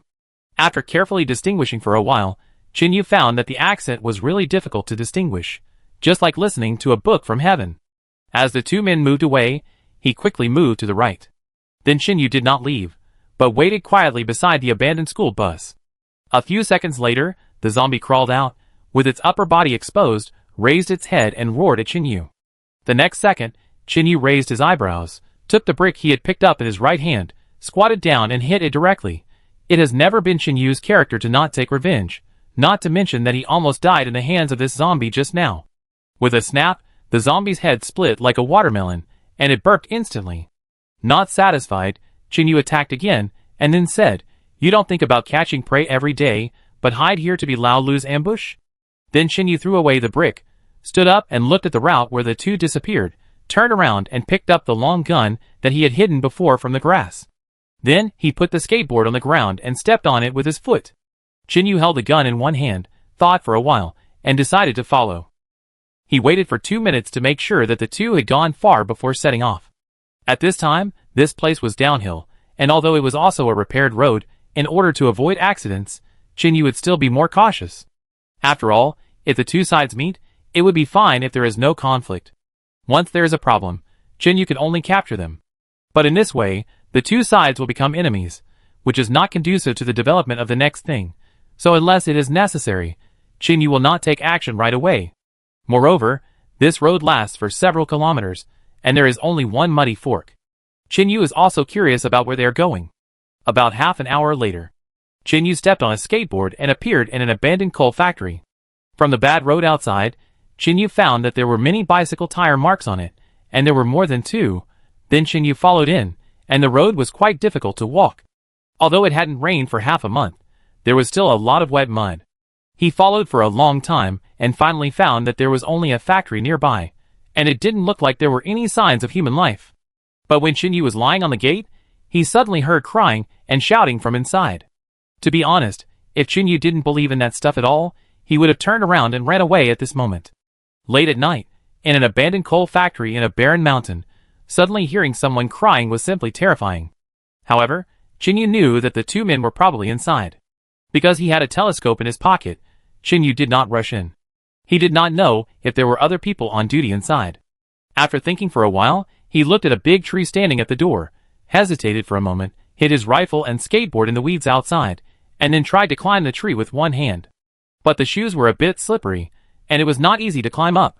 Seeing this, Chinyu squatted down and took off his shoes, then tied the shoelaces together, and finally hung them around his neck. After climbing barefoot, even with one hand, it was much easier.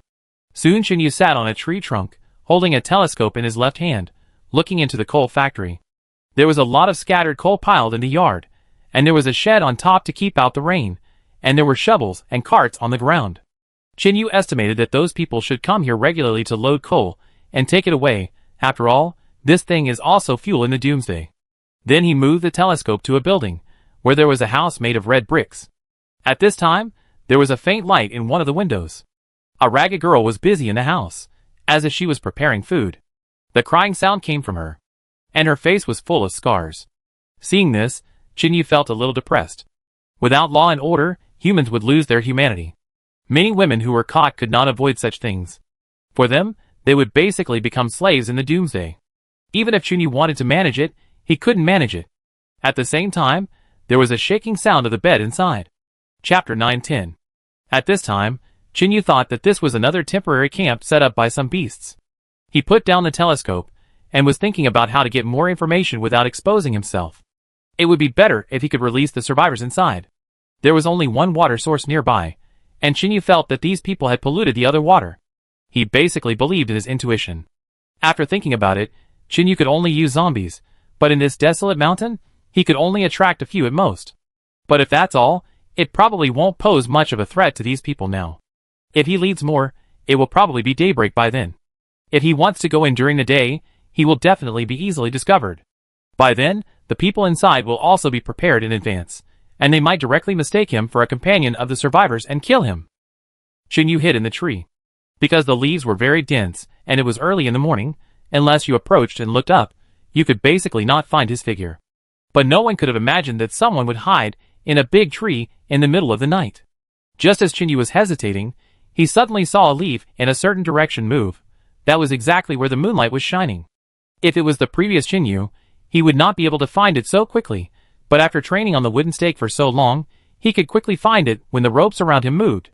Later, Chunyu realized that this was because his dynamic vision had been further enhanced. Today, Chunyu's perception of moving targets is already quite sensitive, so even in a poorly lit environment, he can detect the slightest movement. Then Chunyu picked up the telescope and looked over, and immediately looked puzzled, because he saw 7 people squatting there. Currently, Chunyu was on a tree at the gate of the coal factory, and these 7 people were hiding in an area a few hundred meters away on the left. With the telescope, Chunyu could get closer, but he could only see that the one squatting in front was a girl, and the others were men. And they were still talking to each other.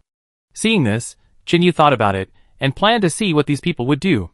If he could lead the people inside away, he would follow them to see if he could capture one alive, and then maybe he could pry some information out of their mouths. At the same time, in the service area camp, the lights were on, and some people held torches and began to search each house. Hui Yao stood in the open space outside, with an uncertain expression on her face.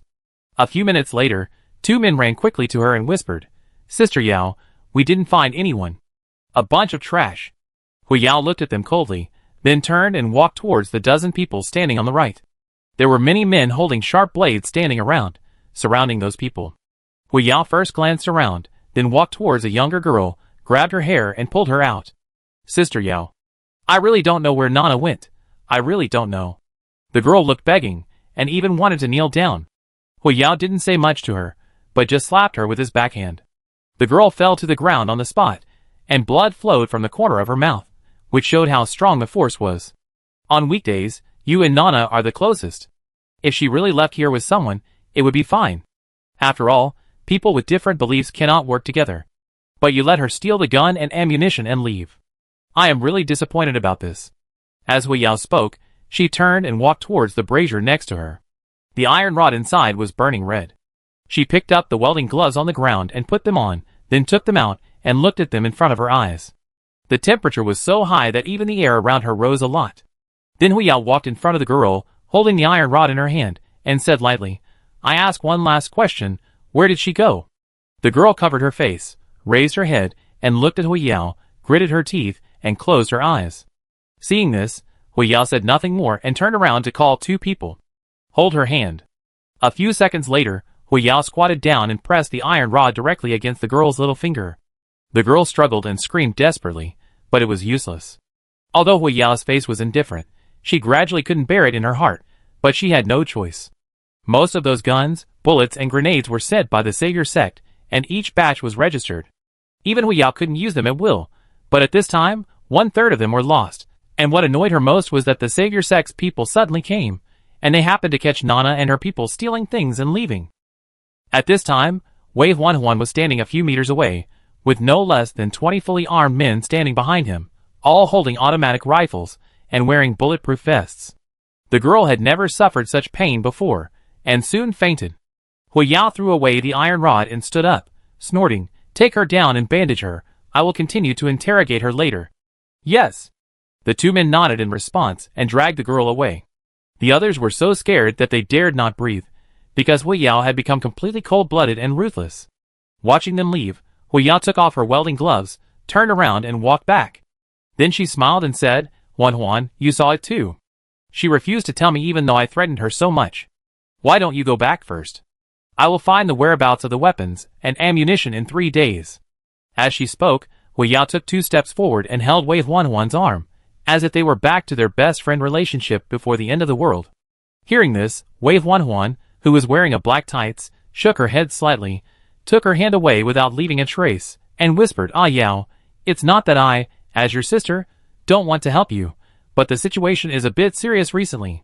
Wei Huan hesitated, she sighed and said, we are in great need of weapons and ammunition at the moment. We have walked hundreds of kilometers to take them away. If I fail to complete the task, it will be uncomfortable to go back. You have to understand me. But I really can't find them in a short time. How about you take the rest away first? Then should I come back to get them, or should you send them to me? Wei Huan asked back. This? Hui Yao was a little embarrassed, and didn't know how to answer. At present, all camps are short of gasoline, and ordinary forces can't go so far. Although Hui Yao's camp still has this level of consumption, it is of no benefit to her. One day, I will give you 1 more day at most. Wei Huan was silent for a moment, then looked into Hui Yao's eyes and said, if you still can't find the ammunition by then, I can't do anything about it. Chapter 911. What will happen if I can't find it? Hui Yao pretended to smile and asked. Hearing this, Wei Huan sighed, turned around and walked to the back, then took out a micro-submachine gun from the box, and then turned on the safety under Hui Yao's gaze. She walked forward a few steps and said calmly, the end will only be worse than this. As soon as the voice fell, Wei Huan picked up the submachine gun and aimed at the people standing. Hui Yao's eyelids jumped, and he quickly shouted, stop! But as soon as he shouted, Wei Huan pulled the trigger, and the bullet shot out of the muzzle like a fire dragon, flying straight towards the dozen people. In a flash, those people were killed by the gun. Wei Huan put away the gun and said in a deep voice, at present, our Salvation sect has conquered Pawnee Bay, and the number of people in the camp has reached an astonishing level, so there is not much use for keeping these people. Now all we need are weapons and ammunition. We used to be good friends, and I don't want to do anything to the camp you are in.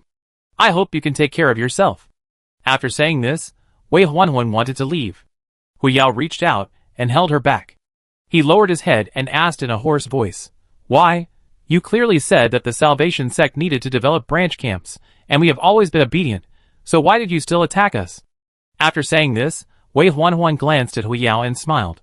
Although that's what you said, the distance is too far after all, and it's not very convenient to transmit information.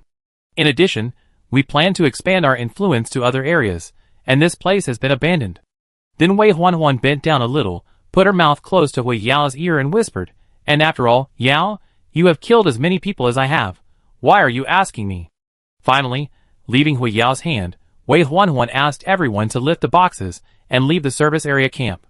At this moment, Wei Huan thought she had done her best, because the order given to her by Brother Chen was not to ask for the ammunition back, but to kill without mercy. Otherwise, she would not have been assigned so many well-equipped men to serve. It is no exaggeration to say that a team of 20 people, all equipped with automatic rifles and bulletproof vests, can easily wipe out those middle and lower-level camps. The gap in weapons cannot be made up by numbers now. Hui Yao looked at the back of her former best friend, and the indifference in her eyes reached its peak. There was indeed a lot of blood on her hands, but Hui Yao believed that she almost never killed innocent people, and at the very least, she would leave the other party with a life. Xiao Yang stood in the crowd and watched all this, and did not speak for a long time. A few minutes later, Hui Yao turned around and nodded slightly to him. Xiao Yang understood and turned away. Now, he has been accepted by Hui Yao as his own. After witnessing the scene, Xiao Yang completely believed what Hui Yao had said. That is, one day in the future, the Savior sect might clean them up in order to eliminate future troubles, so Hui Yao has been preparing in secret. In the dim infirmary, the girl's left hand has been bandaged. She lies on the bed, looking at the ceiling with blank eyes, and tears still on her face. At this moment, footsteps were heard outside the room, and then someone pushed open the door and walked in. The girl turned her head and looked, her eyes instantly terrified, and then she tried desperately to shrink back. Seeing this, Hui Yao waved her hand, signaling the others in the room to leave. Then she walked to the bed, stood beside the girl's bed, and before she could speak, the girl cried and shook her head again, Sister Yao, even if you kill me, I don't know where Nana went. Why can't you trust me? Hearing this, Hui Yao sighed, took the stool and sat down, and then put the bag next to her on the bed, which scared the girl so much that she rolled off the bed directly, and her left hand fell to the ground, and she immediately gasped in pain. Hui Yao said softly, Nana went to save your sister, am I right? As soon as this was said, the girl in front of him took 2 steps back, her face showing panic. Hui Yao raised his head and said, Shaolin, I have emphasized before that this period is very unstable. We need to keep calm, otherwise the knife hanging over our heads may be placed on our necks one day. Did you hear the gunshots downstairs just now? Su Lin hesitated for a few seconds, then nodded. Except you, the more than 10 people are all dead, Hui Yao said in a depressed mood. The current environment is like this. It is difficult for us to survive on our own. The Salvation sect said that they needed manpower before, so our camp developed very quickly. But plans cannot keep up with changes. In a blink of an eye, they don't need people. Killing people is like turning the palm over for them. Seeing that Su Lin still didn't continue to speak, Hui Yao said helplessly, I know what Nana did, and I can guess what she was going to do, but if I agree, then I will be the one who died just now. Then Hui Yao opened the bag on the bed, which contained some fruits, food, and drinking water. Take these supplies with you, and I will declare that you refuse to reveal them, and I will execute you personally in the end, so that Huan Huan and her people will not be suspicious. After all, she still trusts me at present. Hearing this, Su Lin hesitated and took a step forward, asking, What are you going to do? Hearing this, Hui Yao closed her eyes, opened them after a few seconds, and exuded a cold aura. She said in a deep voice, Tell Nana not to come back after saving those people. I will send some people to meet them. Hui Yao continued to talk for a few minutes, and then left the infirmary. Qin Yu hid in the tree for about 20 minutes, and the others gradually approached the wall. But what was strange was that the girl walking in front seemed to have a problem with her feet, and her posture was a bit strange, and it seemed that she was injured. Seeing this, Qin Yu ignored it, and continued to watch the show. Soon, the 3 people took out the thick clothes they had prepared in advance, put them on the broken glass on the wall, and then climbed in. But as soon as he landed, he heard the sound of a plastic bottle being banged under his feet, and also heard a very piercing cry. Qin Yu thought carefully and recognized that it seemed to be a toy like a screaming chicken. At the same time, the window of the room was opened, and someone shot down with a shotgun, hitting one person almost instantly. The other 2 sat on the wall and quickly jumped out. Then Qin Yu saw some people holding flashlights, and quickly going downstairs. It seems that there are really more than 2 people. Qin Yu muttered to himself for a few words, hiding in the tree, and still did not move. Soon a group of people chased out with various weapons, but the girl hid under the corpse. Chapter 9:12. After the people in the coal factory left, the girl also crawled out from under the corpse. She first looked around and confirmed that there was no one, then walked directly to the gate. Then, sticking to the crack of the door, the girl carefully observed the inside. At the same time, she suddenly walked back a dozen steps, then squatted on the ground, as if she picked up a rope and pulled it twice. Then, intermittent gunshots were heard in the woods. Although Qin Yu couldn't tell what type of gun it was, he was sure it was definitely not a hunting rifle or something like that. The girl stood in front of the door, took something out of her hair, and then fiddled with the keyhole. At this moment, Qin Yu moved the telescope behind the girl in the direction where she had pulled the rope just now, and found that zombies began to walk towards this side. Then he looked at the ground and found some liquid there. Is it blood? Qin Yu was a little confused. Although he was not far from the girl below, she did not notice his presence at this time. Soon after a while, the girl opened the door, then reached in and pushed it, and the people in the coal factory quickly opened fire again. Seeing this, Qin Yu smiled. The zombies had lost their direction, and were distracted by the blood. The gunshots attracted them again. In the next few minutes, the zombies entered one by one. Their rotting bodies instantly brought a lot of stench. Fortunately, Qin Yu was used to it. Then the people in the yard took bows and arrows, and killed the zombies one by one in an orderly manner. But soon, a scene that surprised Qin Yu appeared. He saw that the girl actually dragged the body out of the door, hid under the wall, and cut the body with a knife. Then she smeared the flesh and blood on her body, and then hid in the dark. Soon the second batch of zombies arrived, and the girl found the right time to blend into the group of zombies, and staggered inside. Seeing this, Qin Yu hesitated. If she continued like this, the girl would definitely be discovered, because from his angle, he saw someone seem to push a lamp to the corridor. If the lamp could be lit, the girl would basically have no way to escape. Sure enough, when the girl walked in, the door slowly closed. At this time, Chinyu looked down and found that the door had a spring and would automatically close slowly. Although it was not locked, it looked like the door could only be opened from the inside. If the girl tried to escape, she would not be able to run fast with her injured foot. Even if it was just a few seconds of delay in opening the door, she would probably die here. Then something happened that made Chinyu worried. The headlights lit up with a bang, and then the light shone on the zombies below. Almost instantly, the girl noticed something was wrong. Because the flesh and blood were smeared on the surface, it was really obvious compared to the other zombies around. Just when Chinyu thought she was doomed, an arrow suddenly flew out from the right corner and instantly hit the bulb of the headlight. Chinyu looked over with a telescope and frowned on the spot. The person who appeared there was actually Yongyu. Looking at his agile skills, Chinyu understood that he had probably recovered from his injury. After more than a month, Chinyu's arm was only almost healed. He even felt pain for a while when he hid under the school bus before.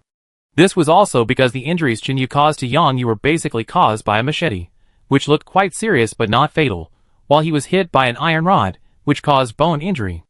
Although he said that he would not let Yongyu go, Chinyu did not aim at the vital parts. Just as he was wondering why Yongyu appeared at this time, he heard shouting again outside the woods. Just like what he heard before, it was still in dialect, and Chinyu could not understand it at all. At this moment, Chinyu suddenly discovered that this coal factory actually had a back door. He saw 3 people carrying bicycles and then running towards a small road. Seeing that they were about to escape, Chinyu was very conflicted about whether to take action. Finally, Chinyu looked at Yongyu and found that he was running towards the red brick house with the girl. Forget it. Just consider it as helping Zhang Yin again. Chinyu gritted his teeth, put on his shoes quickly, then slid down to the tree trunk, jumped directly on the ground and rolled forward. Then he rushed to the place where the 3 people escaped. The reason why Chinyu chose to gamble was that he believed in Zhang Yin's character. The two had known each other since the outbreak of the Doomsday. If Zhang Yin had any bad intentions, it would be difficult to hide it from Chinyu. But in this case, Zhang Yin only wanted to protect his daughter and keep her alive, and he never took the initiative to tell others the details. Even now, many people in the villa camp don't know that Zhang Yin was a soldier, and they just think he is really powerful. If Zhang Yin let Yongyu go even though he knew he had killed someone, it can only mean that there was something hidden at that time. And if you really look into it, Ning Li's classmates also killed innocent survivors in front of Chinyu and others, and even caused trouble to their camp later. Including the woman who committed suicide at the gate, Chinyu also blamed Ning Li for this. So for such people, if they died in the apocalypse, he would not bother to care. Of course, the main reason is the current environment, where everyone can hardly protect themselves. Inside the coal factory, Yongyu broke the door lock with an axe, and then kicked it open, frightening the girls inside and hugging each other. Nana walked out from behind him, looked at the injured girls in front of her, and suddenly felt a pain in her heart and asked, "Are you okay?" Hearing the familiar voice, one of them took 2 steps forward, then rushed forward crying, and threw herself into the other's arms and sobbed, "Sister Nana. Woo! You are finally here."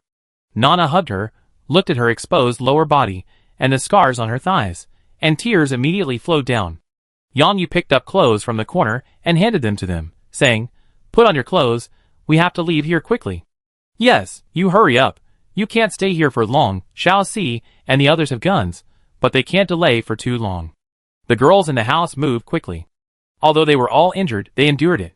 Just as they put on their clothes and prepared to leave, Yongyu suddenly frowned and asked, "I saw someone shooting in the yard before. How come they disappeared when they came up?" Hearing this, a girl thought for a moment and then replied, "Just now, after someone locked the door, I heard a creaking sound from below, a bit like something." As soon as the voice fell, another older woman hurriedly said, "It was the sound of a bicycle tripod." Chapter 913. Hearing this, Yongyu looked around, picked up a shovel with his left hand again and said, "You take them out first. I will chase those people, and we must not leave them alive." Hearing this, Nana bit her lip and said, "If we kill people, this matter will be difficult to end. I don't want Sister Yao to be implicated." Yongyu pointed to her sisters and said in a deep voice, "Look at the suffering they have suffered. To deal with these people, we must let them suffer enough at once." As soon as the voice fell, Yongyu quickly ran down, then picked up the flashlight on the table and turned it on to confirm that it was still bright, and then immediately looked for the back door. In less than half a minute, Yongyu found the place where they were going. Just as he rushed out and chased for dozens of meters, he saw 3 people walking towards him. Seeing this, Yongyu didn't think much and picked up the axe and prepared to throw it. At this moment, a hand suddenly stretched out from the darkness next to him, holding a spear and knocking the axe down in the air, and a voice sounded at the same time. These 3 people cannot be killed for the time being. After saying this, Yang Yu took a half step back and gritted his teeth and said, Mr. Chen, you are really endless, right? I've run so far, why are you still chasing me? The next second, Chen Yu moved a little to the left, the moonlight shone on him, and his angular face appeared in front of Yang Yu. Those people are not easy to deal with. Killing them will not be easy to deal with later. When Chen Yu said this, he had selfish motives, because he needed to replenish water, and he needed a lot of it. According to the amount of water that the 2 horses drink every day, Chen Yu needs to fill all the buckets. Although there is some water in this coal plant, it is only enough for people to drink. Boy, you know you're a bad guy, why don't you let us go? Tell you. At this moment, someone next to Chen Yu suddenly shouted loudly. Before he finished speaking, Chen Yu turned around and kicked him, and the man rolled several meters on the spot. Because his hands were tied behind his back, his face rubbed against the ground for several circles, and his mouth was full of mud. Chen Yu said coldly, If you say another word of nonsense, I will cut off your tongue. After this, the other 2 trembled and dared not say a word. At the same time, Yang Yu also saw the splint on Chen Yu's left hand. He put his hands in his pockets and smiled. Tisk, it's been more than a month, right? You're still not well. I'm fine now. Chen Yu said lightly, Don't bother with that. I'm going to take these 3 away. Whatever you want. Yang Yu curled his lips. If he could pin this on Chen Yu, he would certainly agree with both hands. Then Nana also ran over with her people. She limped forward and whispered a few words in Yang Yu's ear. The latter nodded and said, Then go this way. I go to meet them. As he said that, Yang Yu shouted, Mr. Chen, how about we make peace? You fired 2 shots at me before. If I hadn't been agile, my body would be covered with maggots. How dare you say that to me? Yang Yu scratched his head and said, I said I didn't recognize it was you before. Do you believe me? Chen Yu snorted coldly and turned around to take the 3 people away. He knew that he had indeed changed a little, but he didn't really want to deal with Yang Yu. Even if this person didn't recognize him, he could still shoot at people without any scruples. Soon Chen Yu led his men away. Nana took off her dirty clothes and asked curiously, Who is this man? Why does he seem to have a grudge against you? Hearing this, Yang Yu took a few steps forward and found the axe that fell on the ground, and said softly, I accidentally offended him last time, which makes it a little difficult to ease the situation now, but he will understand in the future. In the abandoned room, Long Jia roughly understood what Chen Yu said. He looked around and asked in confusion, Did you bring those 3 people back too? Of course not. Chen Yu shook his head. It's a distance of more than 10 kilometers. It's too tiring to walk. I locked the 3 of them in a roadside house, and put a lot of zombies in the yard. I don't think they can escape. But I didn't bring a container, so I can't bring water back. It's been almost a few hours now. I want to use those 3 people to exchange for some water. After the voice fell, Long Jia pondered for a while, raised his head and asked, How confident are you? With only 3 people, it feels a bit uncertain. At this moment, there was a knock on the door on the left, and then a man walked in. What about these 7? Chen Yu turned around and looked at him, his expression calm, as if he had expected Yang Yu to follow. Seeing this, Yang Yu held a rope in his left hand, and the 7 people outside were tied up and stood in a line. He casually said, Why don't you seem surprised at all? Hearing this, Chen Yu pointed to the corner with his right hand and said, The tracking ability of those girls can be described as kindergarten level. If I can't even find this, how can I have the confidence to provoke those people? At this moment, Yang Yu took out a bottle of mineral water from his pocket, first unscrewed it, and drank 2 sips, then tightened it, and threw it to Chen Yu. Chen Yu caught the water, and frowned slightly.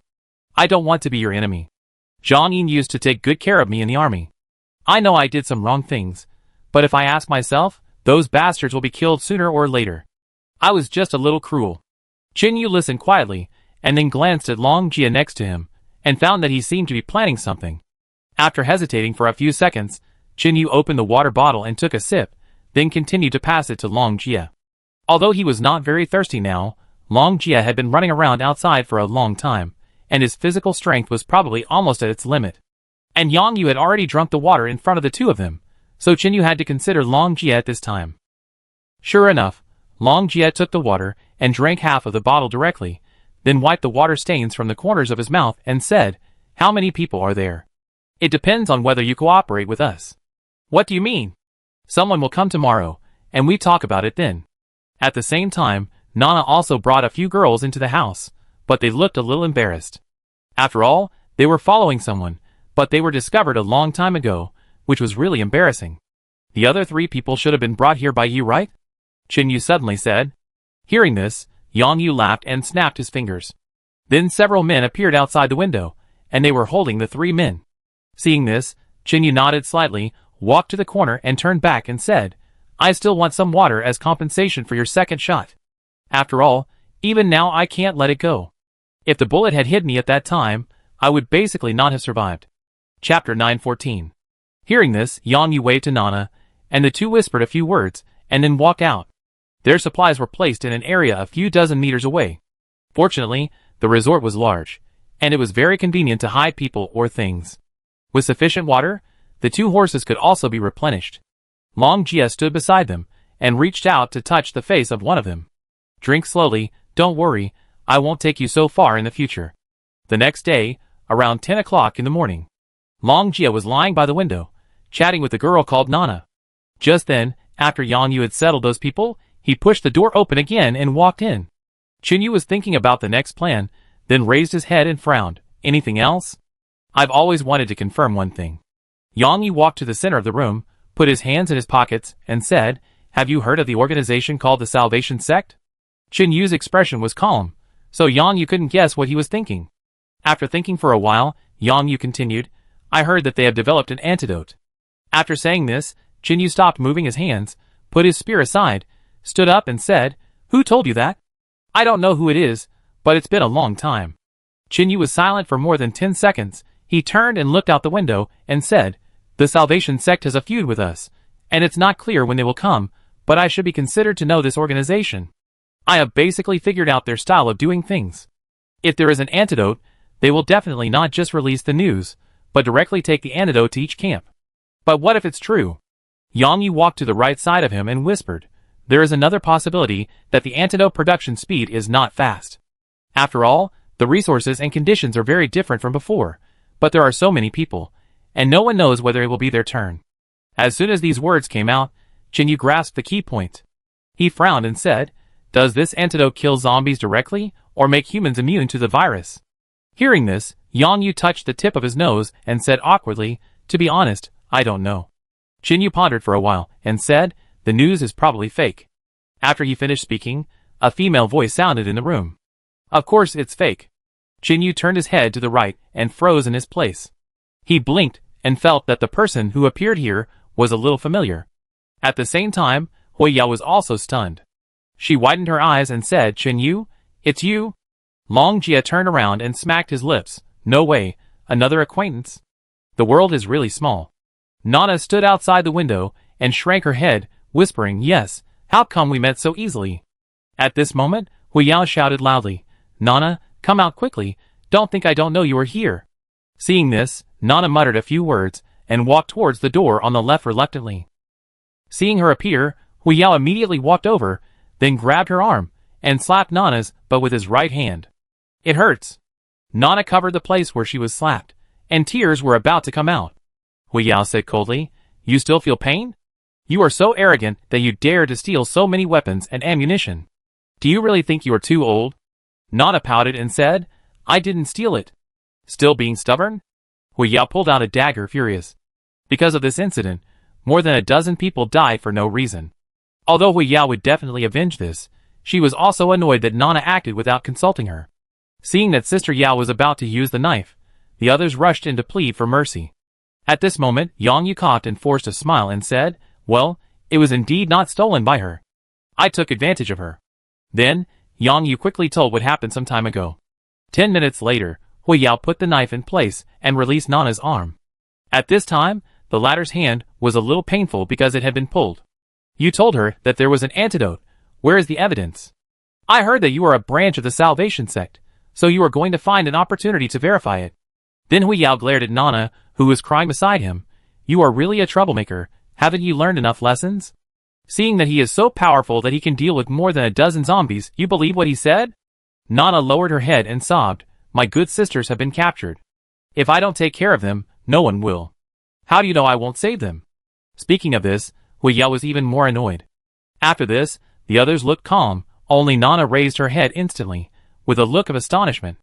Hui Yao said in a deep voice, I have already asked Xiao Yang to investigate the forces more than 10 kilometers away. There are about 140 of them. They are well equipped and ruthless. They have killed all the survivors within a radius of dozens of kilometers. Who can feel at ease with such a camp as our neighbor in the Doomsday? Besides, the distance between the two sides is less than 100 kilometers, and they may fight one day in the future. Secondly, they are targeting the women in our camp, but I also need their weapons and equipment. Speaking of this, Hui Yao turned and looked at the girls, and said seriously, I'm sorry, I used you before, but there is no way, everything has a price, I protect your family very well. After the voice fell, the girls shook their heads and said, it doesn't matter, anyway, before the Doomsday, we were often mistresses for those rich men, and it was already like this. Xin Yu suddenly asked, why is she crying while cooking? Hearing this, the girl touched the wound on her face and smiled bitterly. Even if I was a prostitute before, I was not beaten so badly. Of course I cried because it hurt too much. Hearing this, Chen Yu was speechless. Yes, even before the end of the world, some people would do this kind of work privately. In the past, this situation was illegal, but now the world is in chaos. Who would care about these things? What do you need weapons for? Xin Yu looked at Hui Yao again and asked. The savior sect is too bullying. I want to let them know that debts must be repaid and murder must be paid with one's life. When Hui Yao said this, there was uncontrollable anger in his eyes. Hearing this, Xin Yu smiled. It seems that the savior sect is really notorious and has offended many forces. They are too powerful. Ordinary people can't compete with them at all. Hui Yao said softly, I secretly supported a small force with a lot of people, but they are short of weapons. Speaking of this, she flashed a cold look in her eyes, and said in a deep voice, it would be great if we could eat up that team. Chapter 9:15. What team? Qing Yu was curious. Hui Yao explained a few words casually, and was unwilling to say more. Seeing this, Qing Yu did not ask any more questions. He and Hui Yao had not seen each other for a long time. Although their relationship was not particularly good, at least there was no conflict between the two sides on the surface, and Qing Yu was not going to make it too stiff.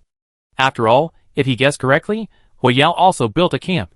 Hearing that she could support a small force, at least it meant that she was not doing badly.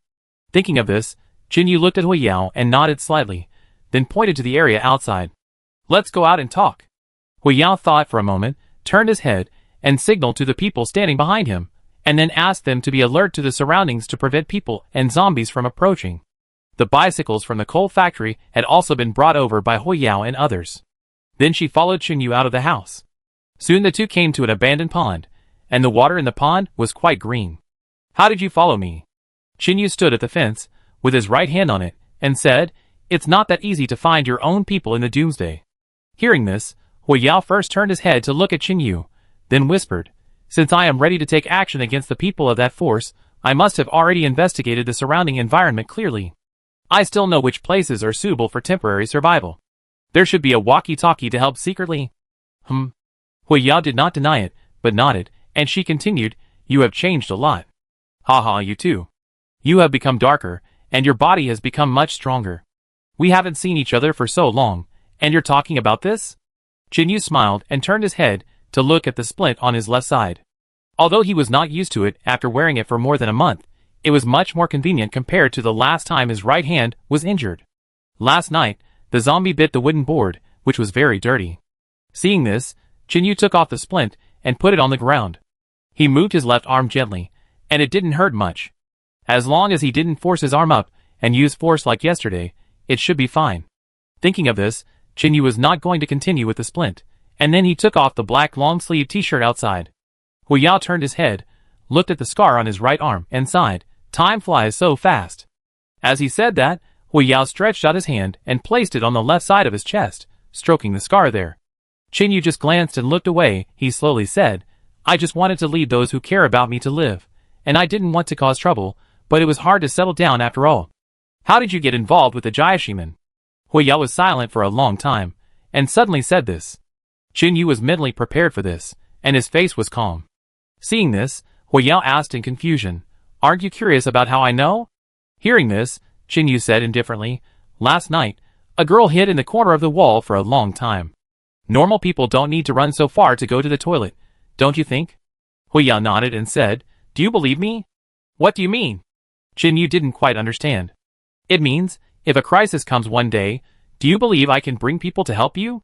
Qin Yu was silent for a long time, and then he said, "You should know that this cannot depend on my judgment, but on what you will do in the future." "Then can I trust you?" After hearing this, Qin Yu pondered for a while, then turned sideways to look at Huiyao, staring into her eyes, and said seriously, "This can't just be said by me, but I can be sure that no matter what the future holds, as long as we don't have a conflict, I will not lead people to attack your camp." Then Qin Yu stretched out his right hand and said, "For other camps or survivors, as long as they don't threaten our safety, I won't take the initiative to fire the first shot."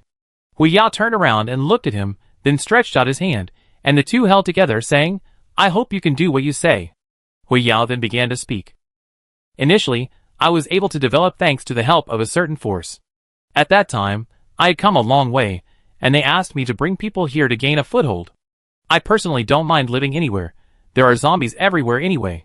Just like that, Huiyao stood by the abandoned pond and slowly told Qin Yu about her experiences during this period. And Qin Yu was also a qualified listener, and he kept listening to her. About 2 hours later, it was already 12 o'clock in the afternoon, and the sun was ruthlessly scorching the abandoned resort. It was just that the pond was in the shade, so the two did not move. That's about it. The Savior sect now treats human life as worthless and deprives others of their lives at will, so I'm ready to resist. Qin Yu leaned on the railing with both hands and said, "It seems that we have the same idea. But we only have 2 camps at present, and the equipment is not very good, so he and I came out to discuss cooperation with various forces, but unfortunately someone is secretly interfering." As he said, Qin Yu turned around and looked at Long Jie, who was helping to make a fire and cook in the distance. His personality is indeed better than a lay, and it seems that he can get along with anyone. After the voice fell, Huiyao fell silent, and did not say anything for a long time. Seeing this, Qin Yu frowned and said, "Could it be you who is behind the group of black-clad men?" Hearing this, Huiyao whispered, "At that time, it was an order from the Salvation sect. They asked me to cut off the connection between the camps to ensure that those people would not form an alliance. I didn't know you were out." "Sorry." Qin Yu waved his hand and said, "How should I put it? If it were someone else, this matter would definitely not be so easy to solve. After all, 2 of us have broken hands. I suggest you keep this matter to yourself and don't tell anyone. But in the end, you didn't know, and you probably didn't intend to completely break up with the Savior sect at that time. It's not reasonable for me to put the blame on you." Qin Yu was really angry before, but after what Huiyao said just now, he gradually figured it out. If from the perspective of the Savior sect, Qin Yu and his men are also enemies. If Huiyao got the protagonist's script, then wouldn't he, Qin Yu, be the villain? After all, for Huiyao, those people from the Savior sect had saved her. "I'm grateful that you think this way." Huiyao stretched out his hand and placed it on Qin Yu's right hand, and then the latter immediately retracted his hand. Seeing this, Huiyao was stunned and whispered, "Little brother, you are not still a novice, right?" Qin Yu smiled and whispered, "Let's talk about business, first determine what to do next." Chapter 916. According to the original plan, I was going to attract a large number of zombies, surround those people, and then blow up their water source.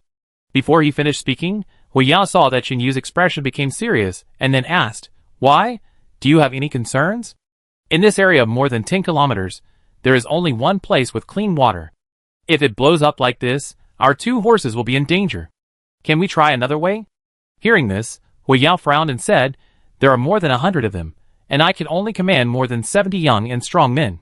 Although the difference in numbers is not that big, it is difficult to make up for the difference in equipment. In this way, there will inevitably be casualties in the battle between the 2 sides. Because we still have to deal with the Salvation sect later, I don't want anyone to die in this battle. From the beginning, I planned to trap those people, cut off their water supply, and then try to take them down without any effort. But," after the words fell, Qin Yu said, "But your best friend killed more than 10 of your people with just a wave of her hand, which made you struggle with what to do, right? Well, I plan to kill her and the 20 people first. After I get their weapons, I can take people to a place." "Ah, didn't you say she saved your life? How can you kill her just like that?" Huiyao glanced at Qin Yu and said earnestly, "Yes, I saved her, but during this period of time, I have never neglected the information I sent to the Salvation sect, and even went against my conscience and sent them a car of survivors, even though I knew it would be difficult for these people to survive. But you are right, I can't just do it to Huan Huan, so I hope you can do it for me." After saying this, Chinyu said seriously, "Do you want to kill someone with a borrowed knife?" "No." Hu Yao clenched his fists and said fiercely, "This is called eliminating harm for the people. Do you really think they are here to ask for weapons?" As he said that, Hu Yao turned and shouted to the distance, "Xiao Yang, bring me the mobile phone with power." Half a minute later, a young man with long hair ran over and handed her a white mobile phone. Hu Yao pressed the switch, and soon the phone lit up successfully. Chinyu was not surprised by this.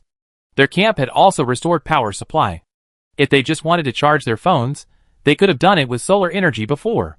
Moreover, after staying in the apocalypse for so long, everyone's original phones had disappeared, and the beautiful memories in the albums could not be reproduced at this moment, so everyone basically didn't want to use their phones.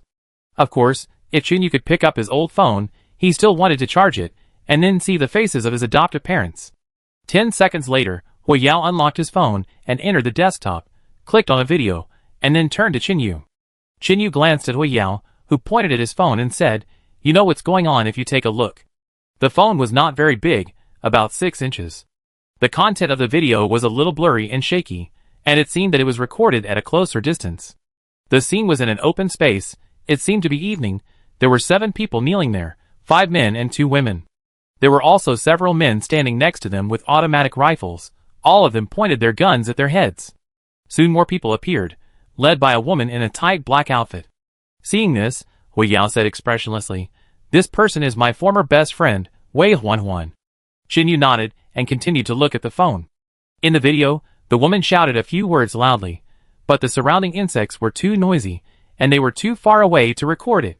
The next second, 4 men appeared and dragged the 2 girls to the open space on the other side.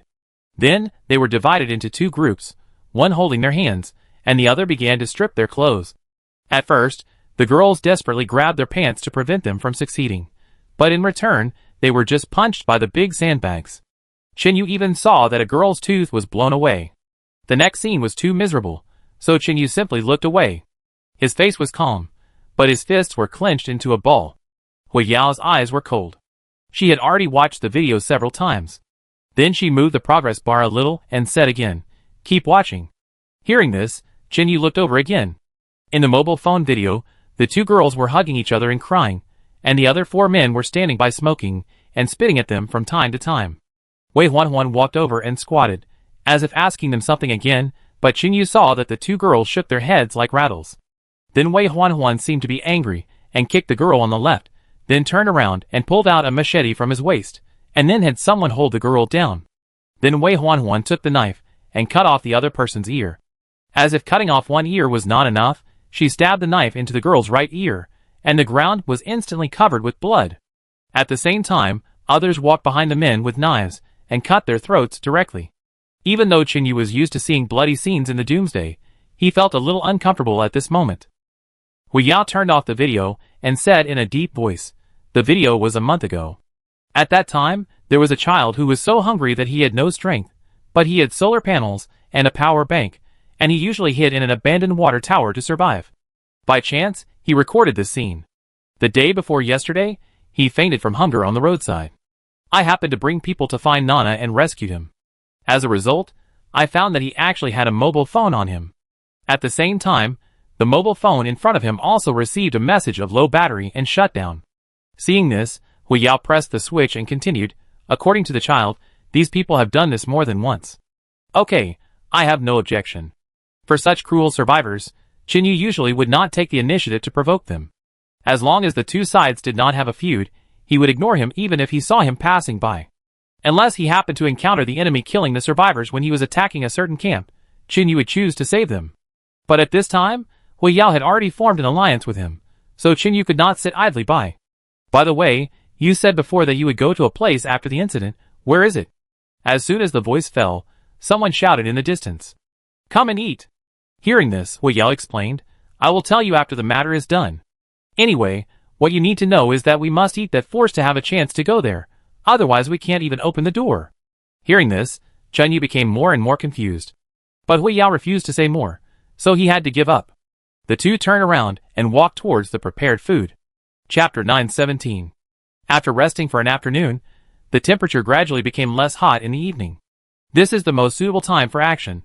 because the slightest movement will not cause sweat all over the body. After almost a month and a half without a shower, Chinyu and Long Jia have no way to get rid of the sweat odor on their bodies, but fortunately, everyone is stinky now, and no one dislikes each other. According to the plan, Chinyu will use the 10 captives to exchange for some water.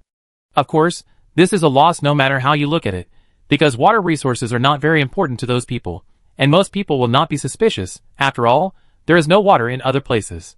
But Chinyu is struggling with how to send the people over. If the other party opened fire without saying anything, then it would be the end of the matter. So Chinyu spent the whole afternoon discussing countermeasures with Long Jia, and later Hui Yao, who had nothing to do, ran over to the side and gave suggestions from time to time.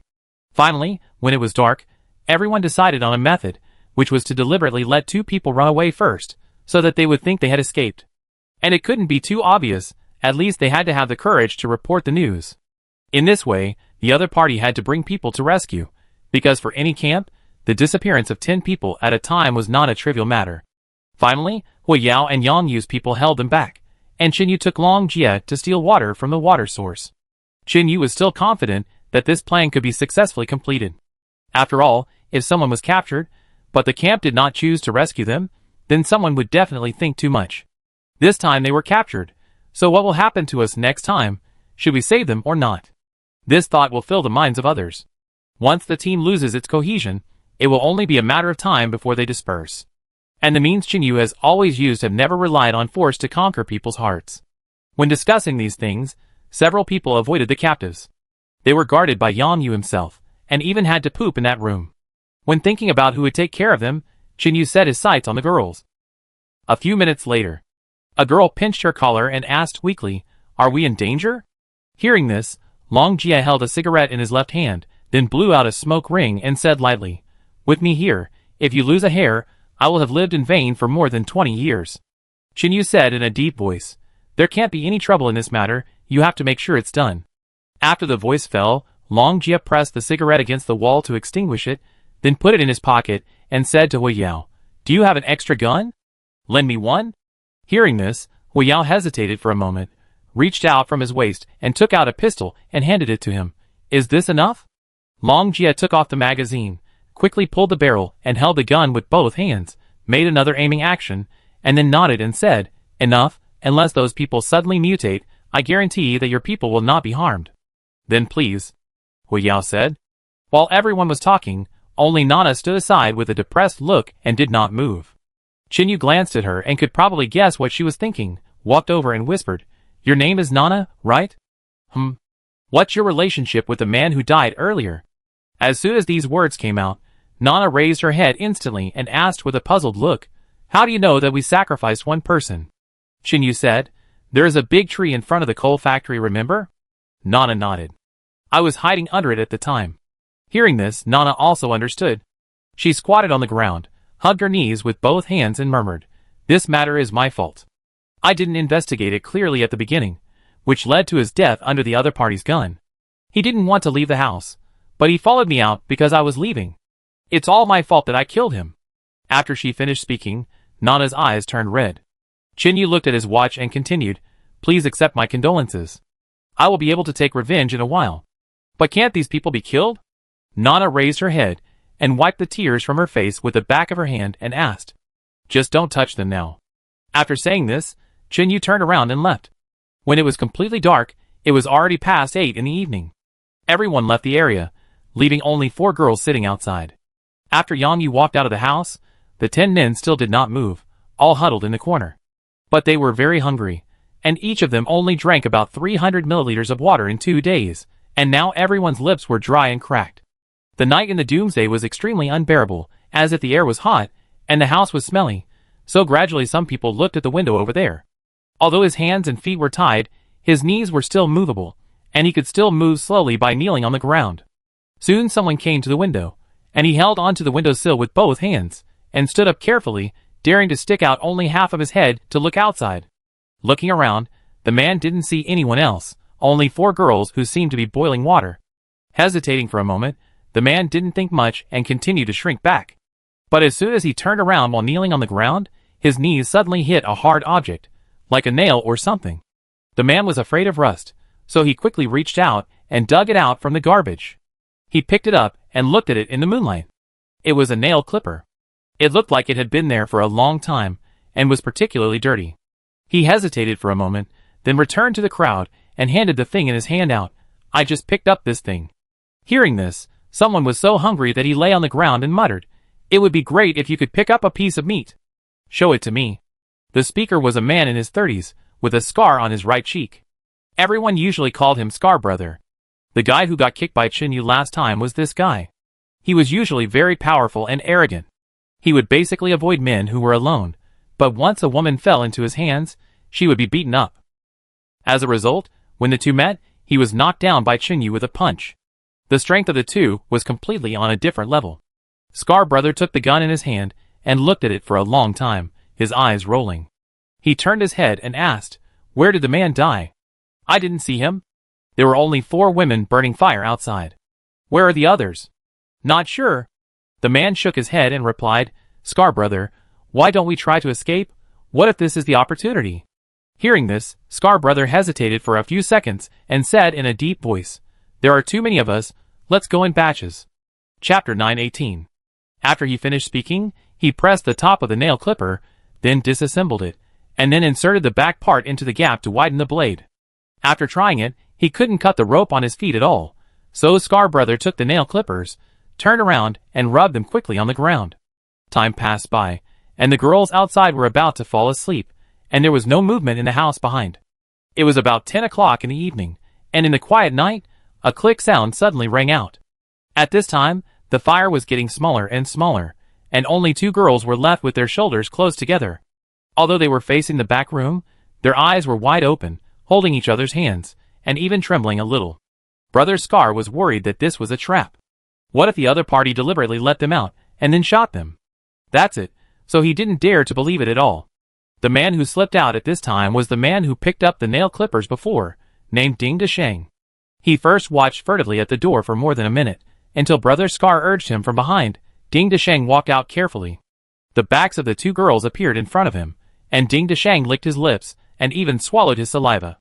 On weekdays, his status was very low. If he hadn't just picked up the nail clippers, and made a contribution, Scar Brother would not have looked at him straight in the eye. Although those girls had been caught for several days, Ding Desheng could only enjoy his eyes, and at most extend his hands to touch them. On weekdays, he was not allowed to even touch them. This was also because Ding Desheng had no ability. Although he was not beaten, he really couldn't say anything. Seeing that Ding Desheng was moving very slowly against the wall, Scar Brother frowned slightly, picked up a small stone from the ground and threw it at his feet. Ding Desheng looked back to the left and found Scar Brother waving at him. After thinking for a while, he moved closer. As soon as he got closer, Ding Desheng's collar was grabbed by someone, and then Scar Brother lowered his voice and said, "Put away your broken thoughts, and when we go back, I will let you have enough fun at once."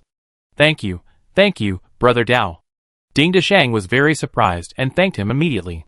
Then Scar Brother let him go, and said in a deep voice, "Hurry up and see where those bastards are. I don't believe they will relax their vigilance like this." "Humph, you want to trick me? No way." After he finished speaking, he touched his head.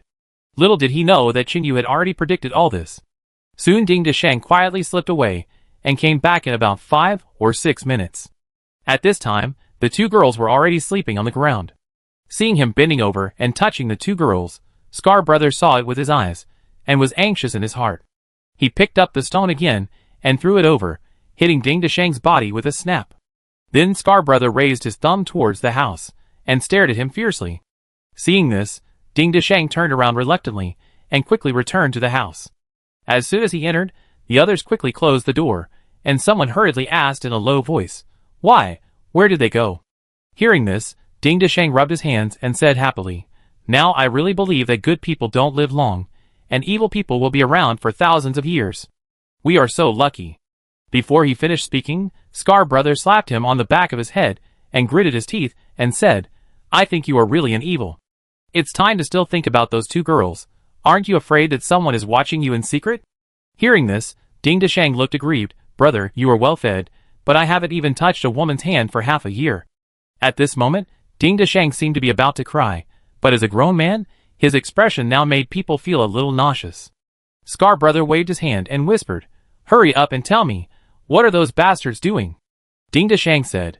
When I went out earlier, I walked 20 to 30 meters to the right and found a big gap nearby.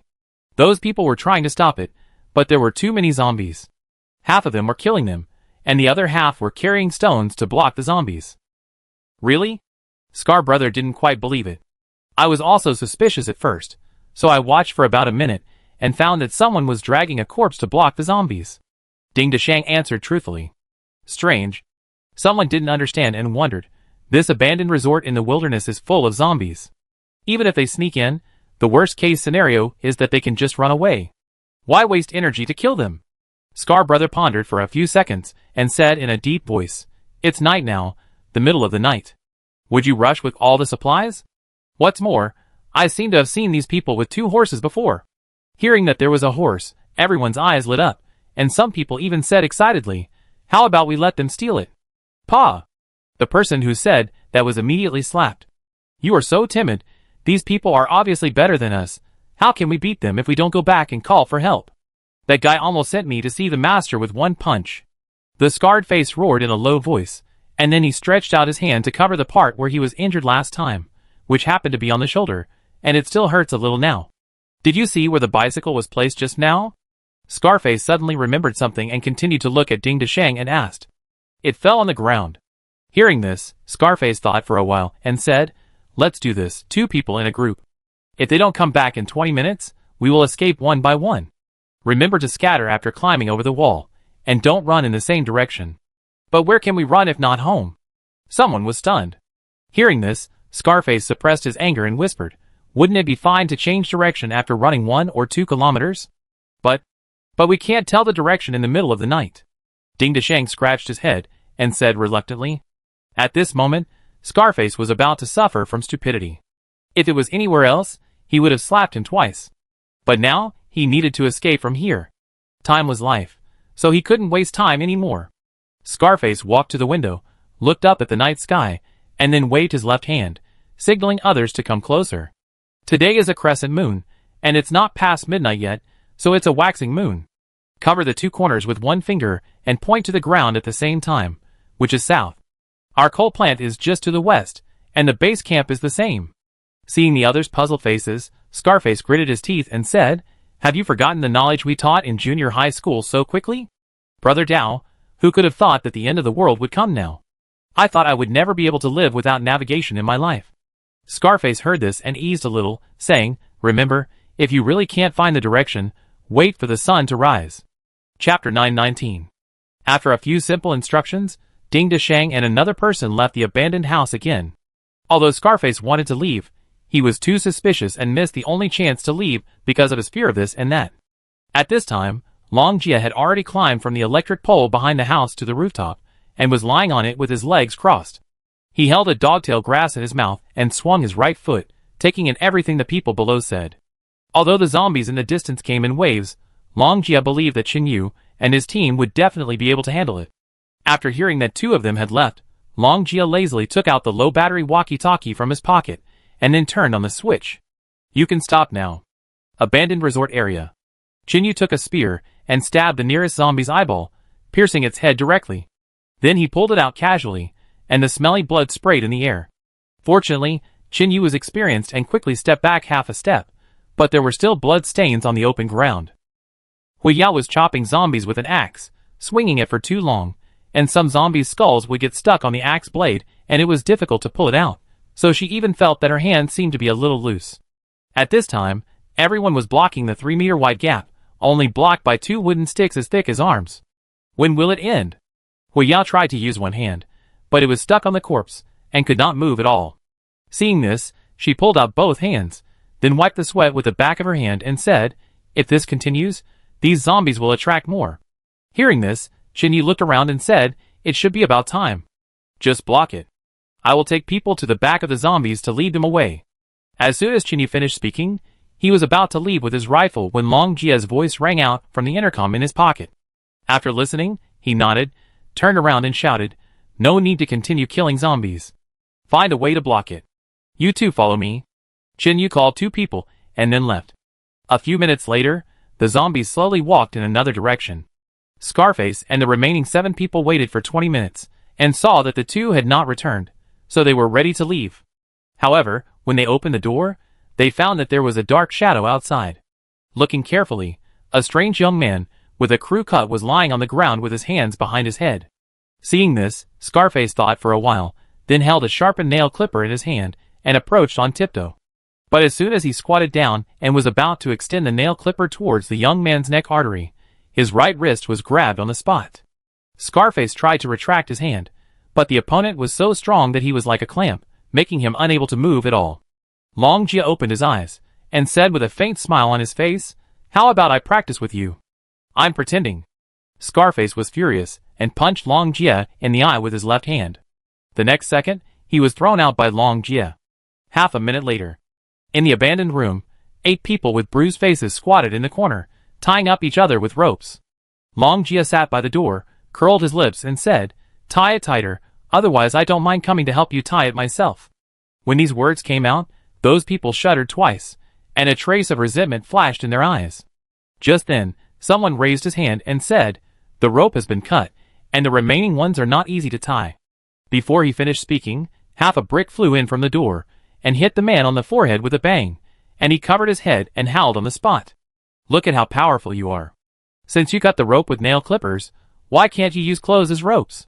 Several people gritted their teeth, and did not dare to refute. After all, 8 people together could not beat the guy.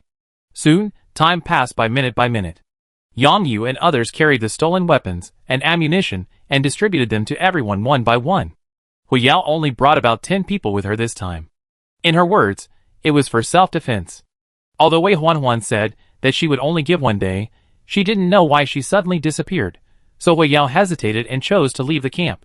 After Qin Yu led the zombies away, he returned to the open space again. When he saw a few grenades in the box, he suddenly remembered something and walked straight over. "Give me 3 grenades." Hearing this, Yang Yu smiled, bent down and took them out of the box, and handed them to him. "What are you going to do?" Qin Yu said softly, "We have to make those people suffer a little." After that, he turned and walked towards the entrance behind the resort. Some zombies were killed by them, and most of the remaining ones were led to other areas by noise. At this time, the one named Xiao Yang was still leading the zombies away. The reason why they came to the back door was that Qin Yu guessed that those people must have been here. Since they knew that the water source of the resort was destroyed, they must know more than one entrance. After thinking for a while, Qin Yu stood in the open space outside the door, walked to the steps next to him, then he held the handle and pulled out the whistle, and then pressed it with a stone.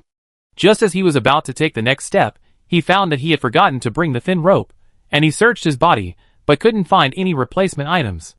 At this moment, a hand suddenly stretched out from Qin Yu's left side, and there happened to be a ball of line in it. Qin Yu turned his head and saw that it was Yang Yu, and then took it and said, "Thank you." "No big deal." Yang Yu stood beside him and smiled. "This is what I used to fish with.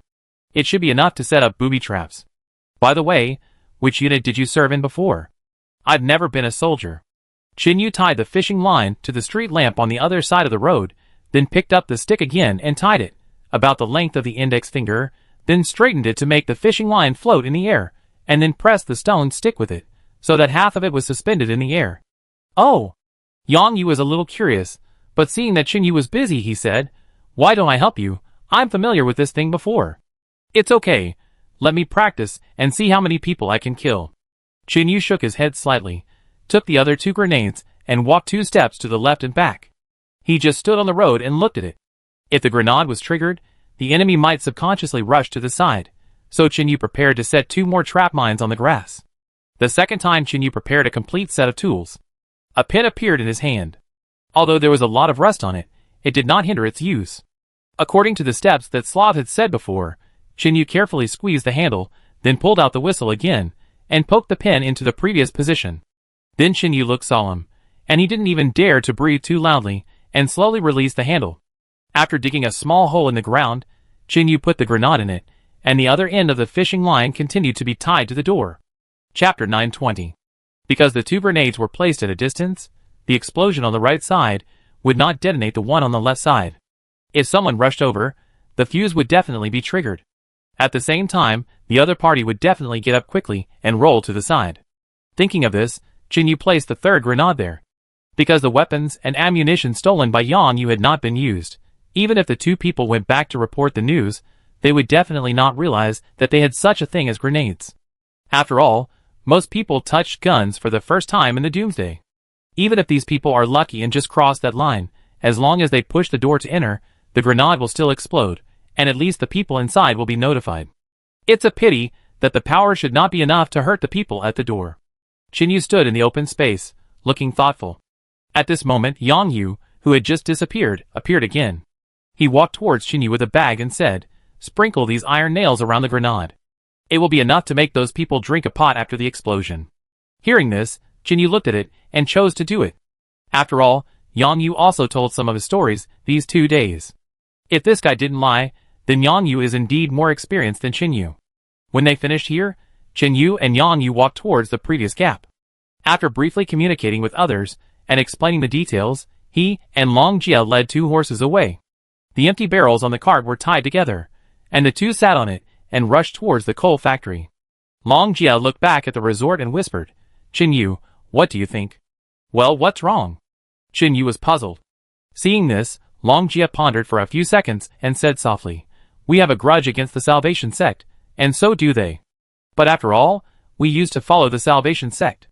Aren't you afraid that the woman will lie to us?"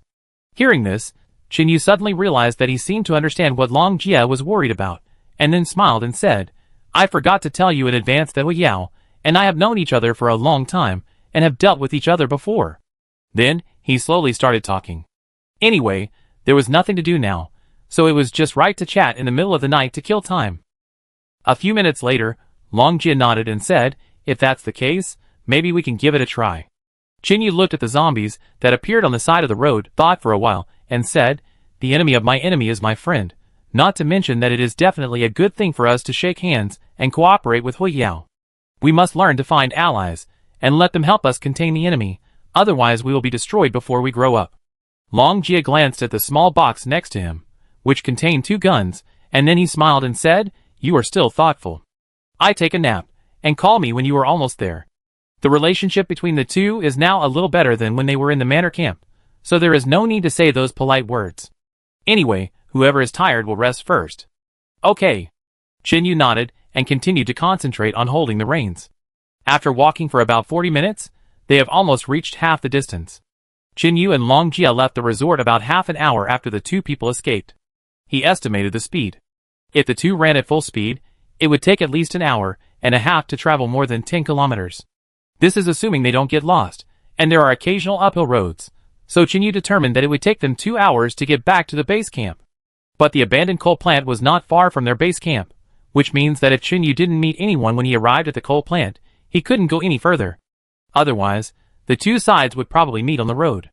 After thinking it through, Chinyu stopped the horse at the fork in the road, then he walked forward and pulled the horse to lead them to the small road. The path was very bad, and the carriage was very bumpy when it was pushed on. Long Jia woke up almost immediately. He sat up and looked at Chinyu, then opened the box, took out a gun, jumped off the carriage, and said, "I will go to the mountain next to me to be on guard. If there is any news, practice the walkie-talkie." Chinyu nodded, indicating that he understood. After walking about 100 meters in, Chinyu parked the carriage at a turning intersection. There were a lot of weeds around to cover it, and the horse could eat some grass. To prevent the zombies from approaching suddenly at night, Chinyu took a knife and walked to the roadside, cut down some small trees as thick as thumbs, then removed the branches, sharpened the bottom, and then stuck them in the soil on the roadside. Each stick was 3 meters apart. Then Chinyu arranged the cans, picked up the telescope, and walked towards the slope next to him. He slapped the weeds several times with a long gun in his hand to prevent the spicy strips from being coiled inside. Time passed by minute. Chinyu and Long Jia waited for almost half an hour, and did not see any figures on the road outside, except for the occasional wandering zombies. But Chinyu knew that this waiting was necessary, because it would be fine if the 2 sides did not meet, but once they met, the next plan would be affected. Hu Yao wanted to kill this group of people, but she didn't want to sacrifice her own people, so she had to fight them in 2 battles. After Chinyu and Long Jia got the water, they had to destroy the water source as much as possible. Then Hu Yao would lead people to drive those outside back, and use the gunshots to attract the attention of a large number of zombies. Finally, they would find a way to break open the opponent's door, and use a stick to hold up the speaker, so that the zombies would quickly gather together. In this way, the destruction of these people would only be a matter of time. Only a few people would be left to watch the zombies, and Hui Yao could spare some time to follow Qinyu to deal with Wave 11 and others again. As the situation became more and more tense, Hui Yao felt that she couldn't waste time like this any longer, because she knew one thing very well. That is, whether it is herself, Qinyu, or other forces, if their development speed cannot be compared with that of the Savior sect, they will be slaughtered by them sooner or later in the future. If you want others not to invade your camp, you must have a strong military force, but now they are just in the dark. In the Doomsday, there is no way to use satellites, nor can you arrange spies, and even if you arrange them, it is difficult to send back information in time, which leads to both sides having to rely on guessing about their own situation. Since even they know how to nip danger in the bud, how can such a huge force as the Salvation sect not realize it? So during this period of time, Qinyu was almost certain of one thing, that the Salvation sect was definitely dragged down by something, making it impossible to devote their minds to dealing with other people. After Hui Yao came, she also mentioned what Wei Huanhuan said. It seemed that the Salvation sect had already conquered a certain force, and they no longer needed survivors. After this, Hui Yao guessed that the mission of her former best friend might not just be to retrieve the weapons.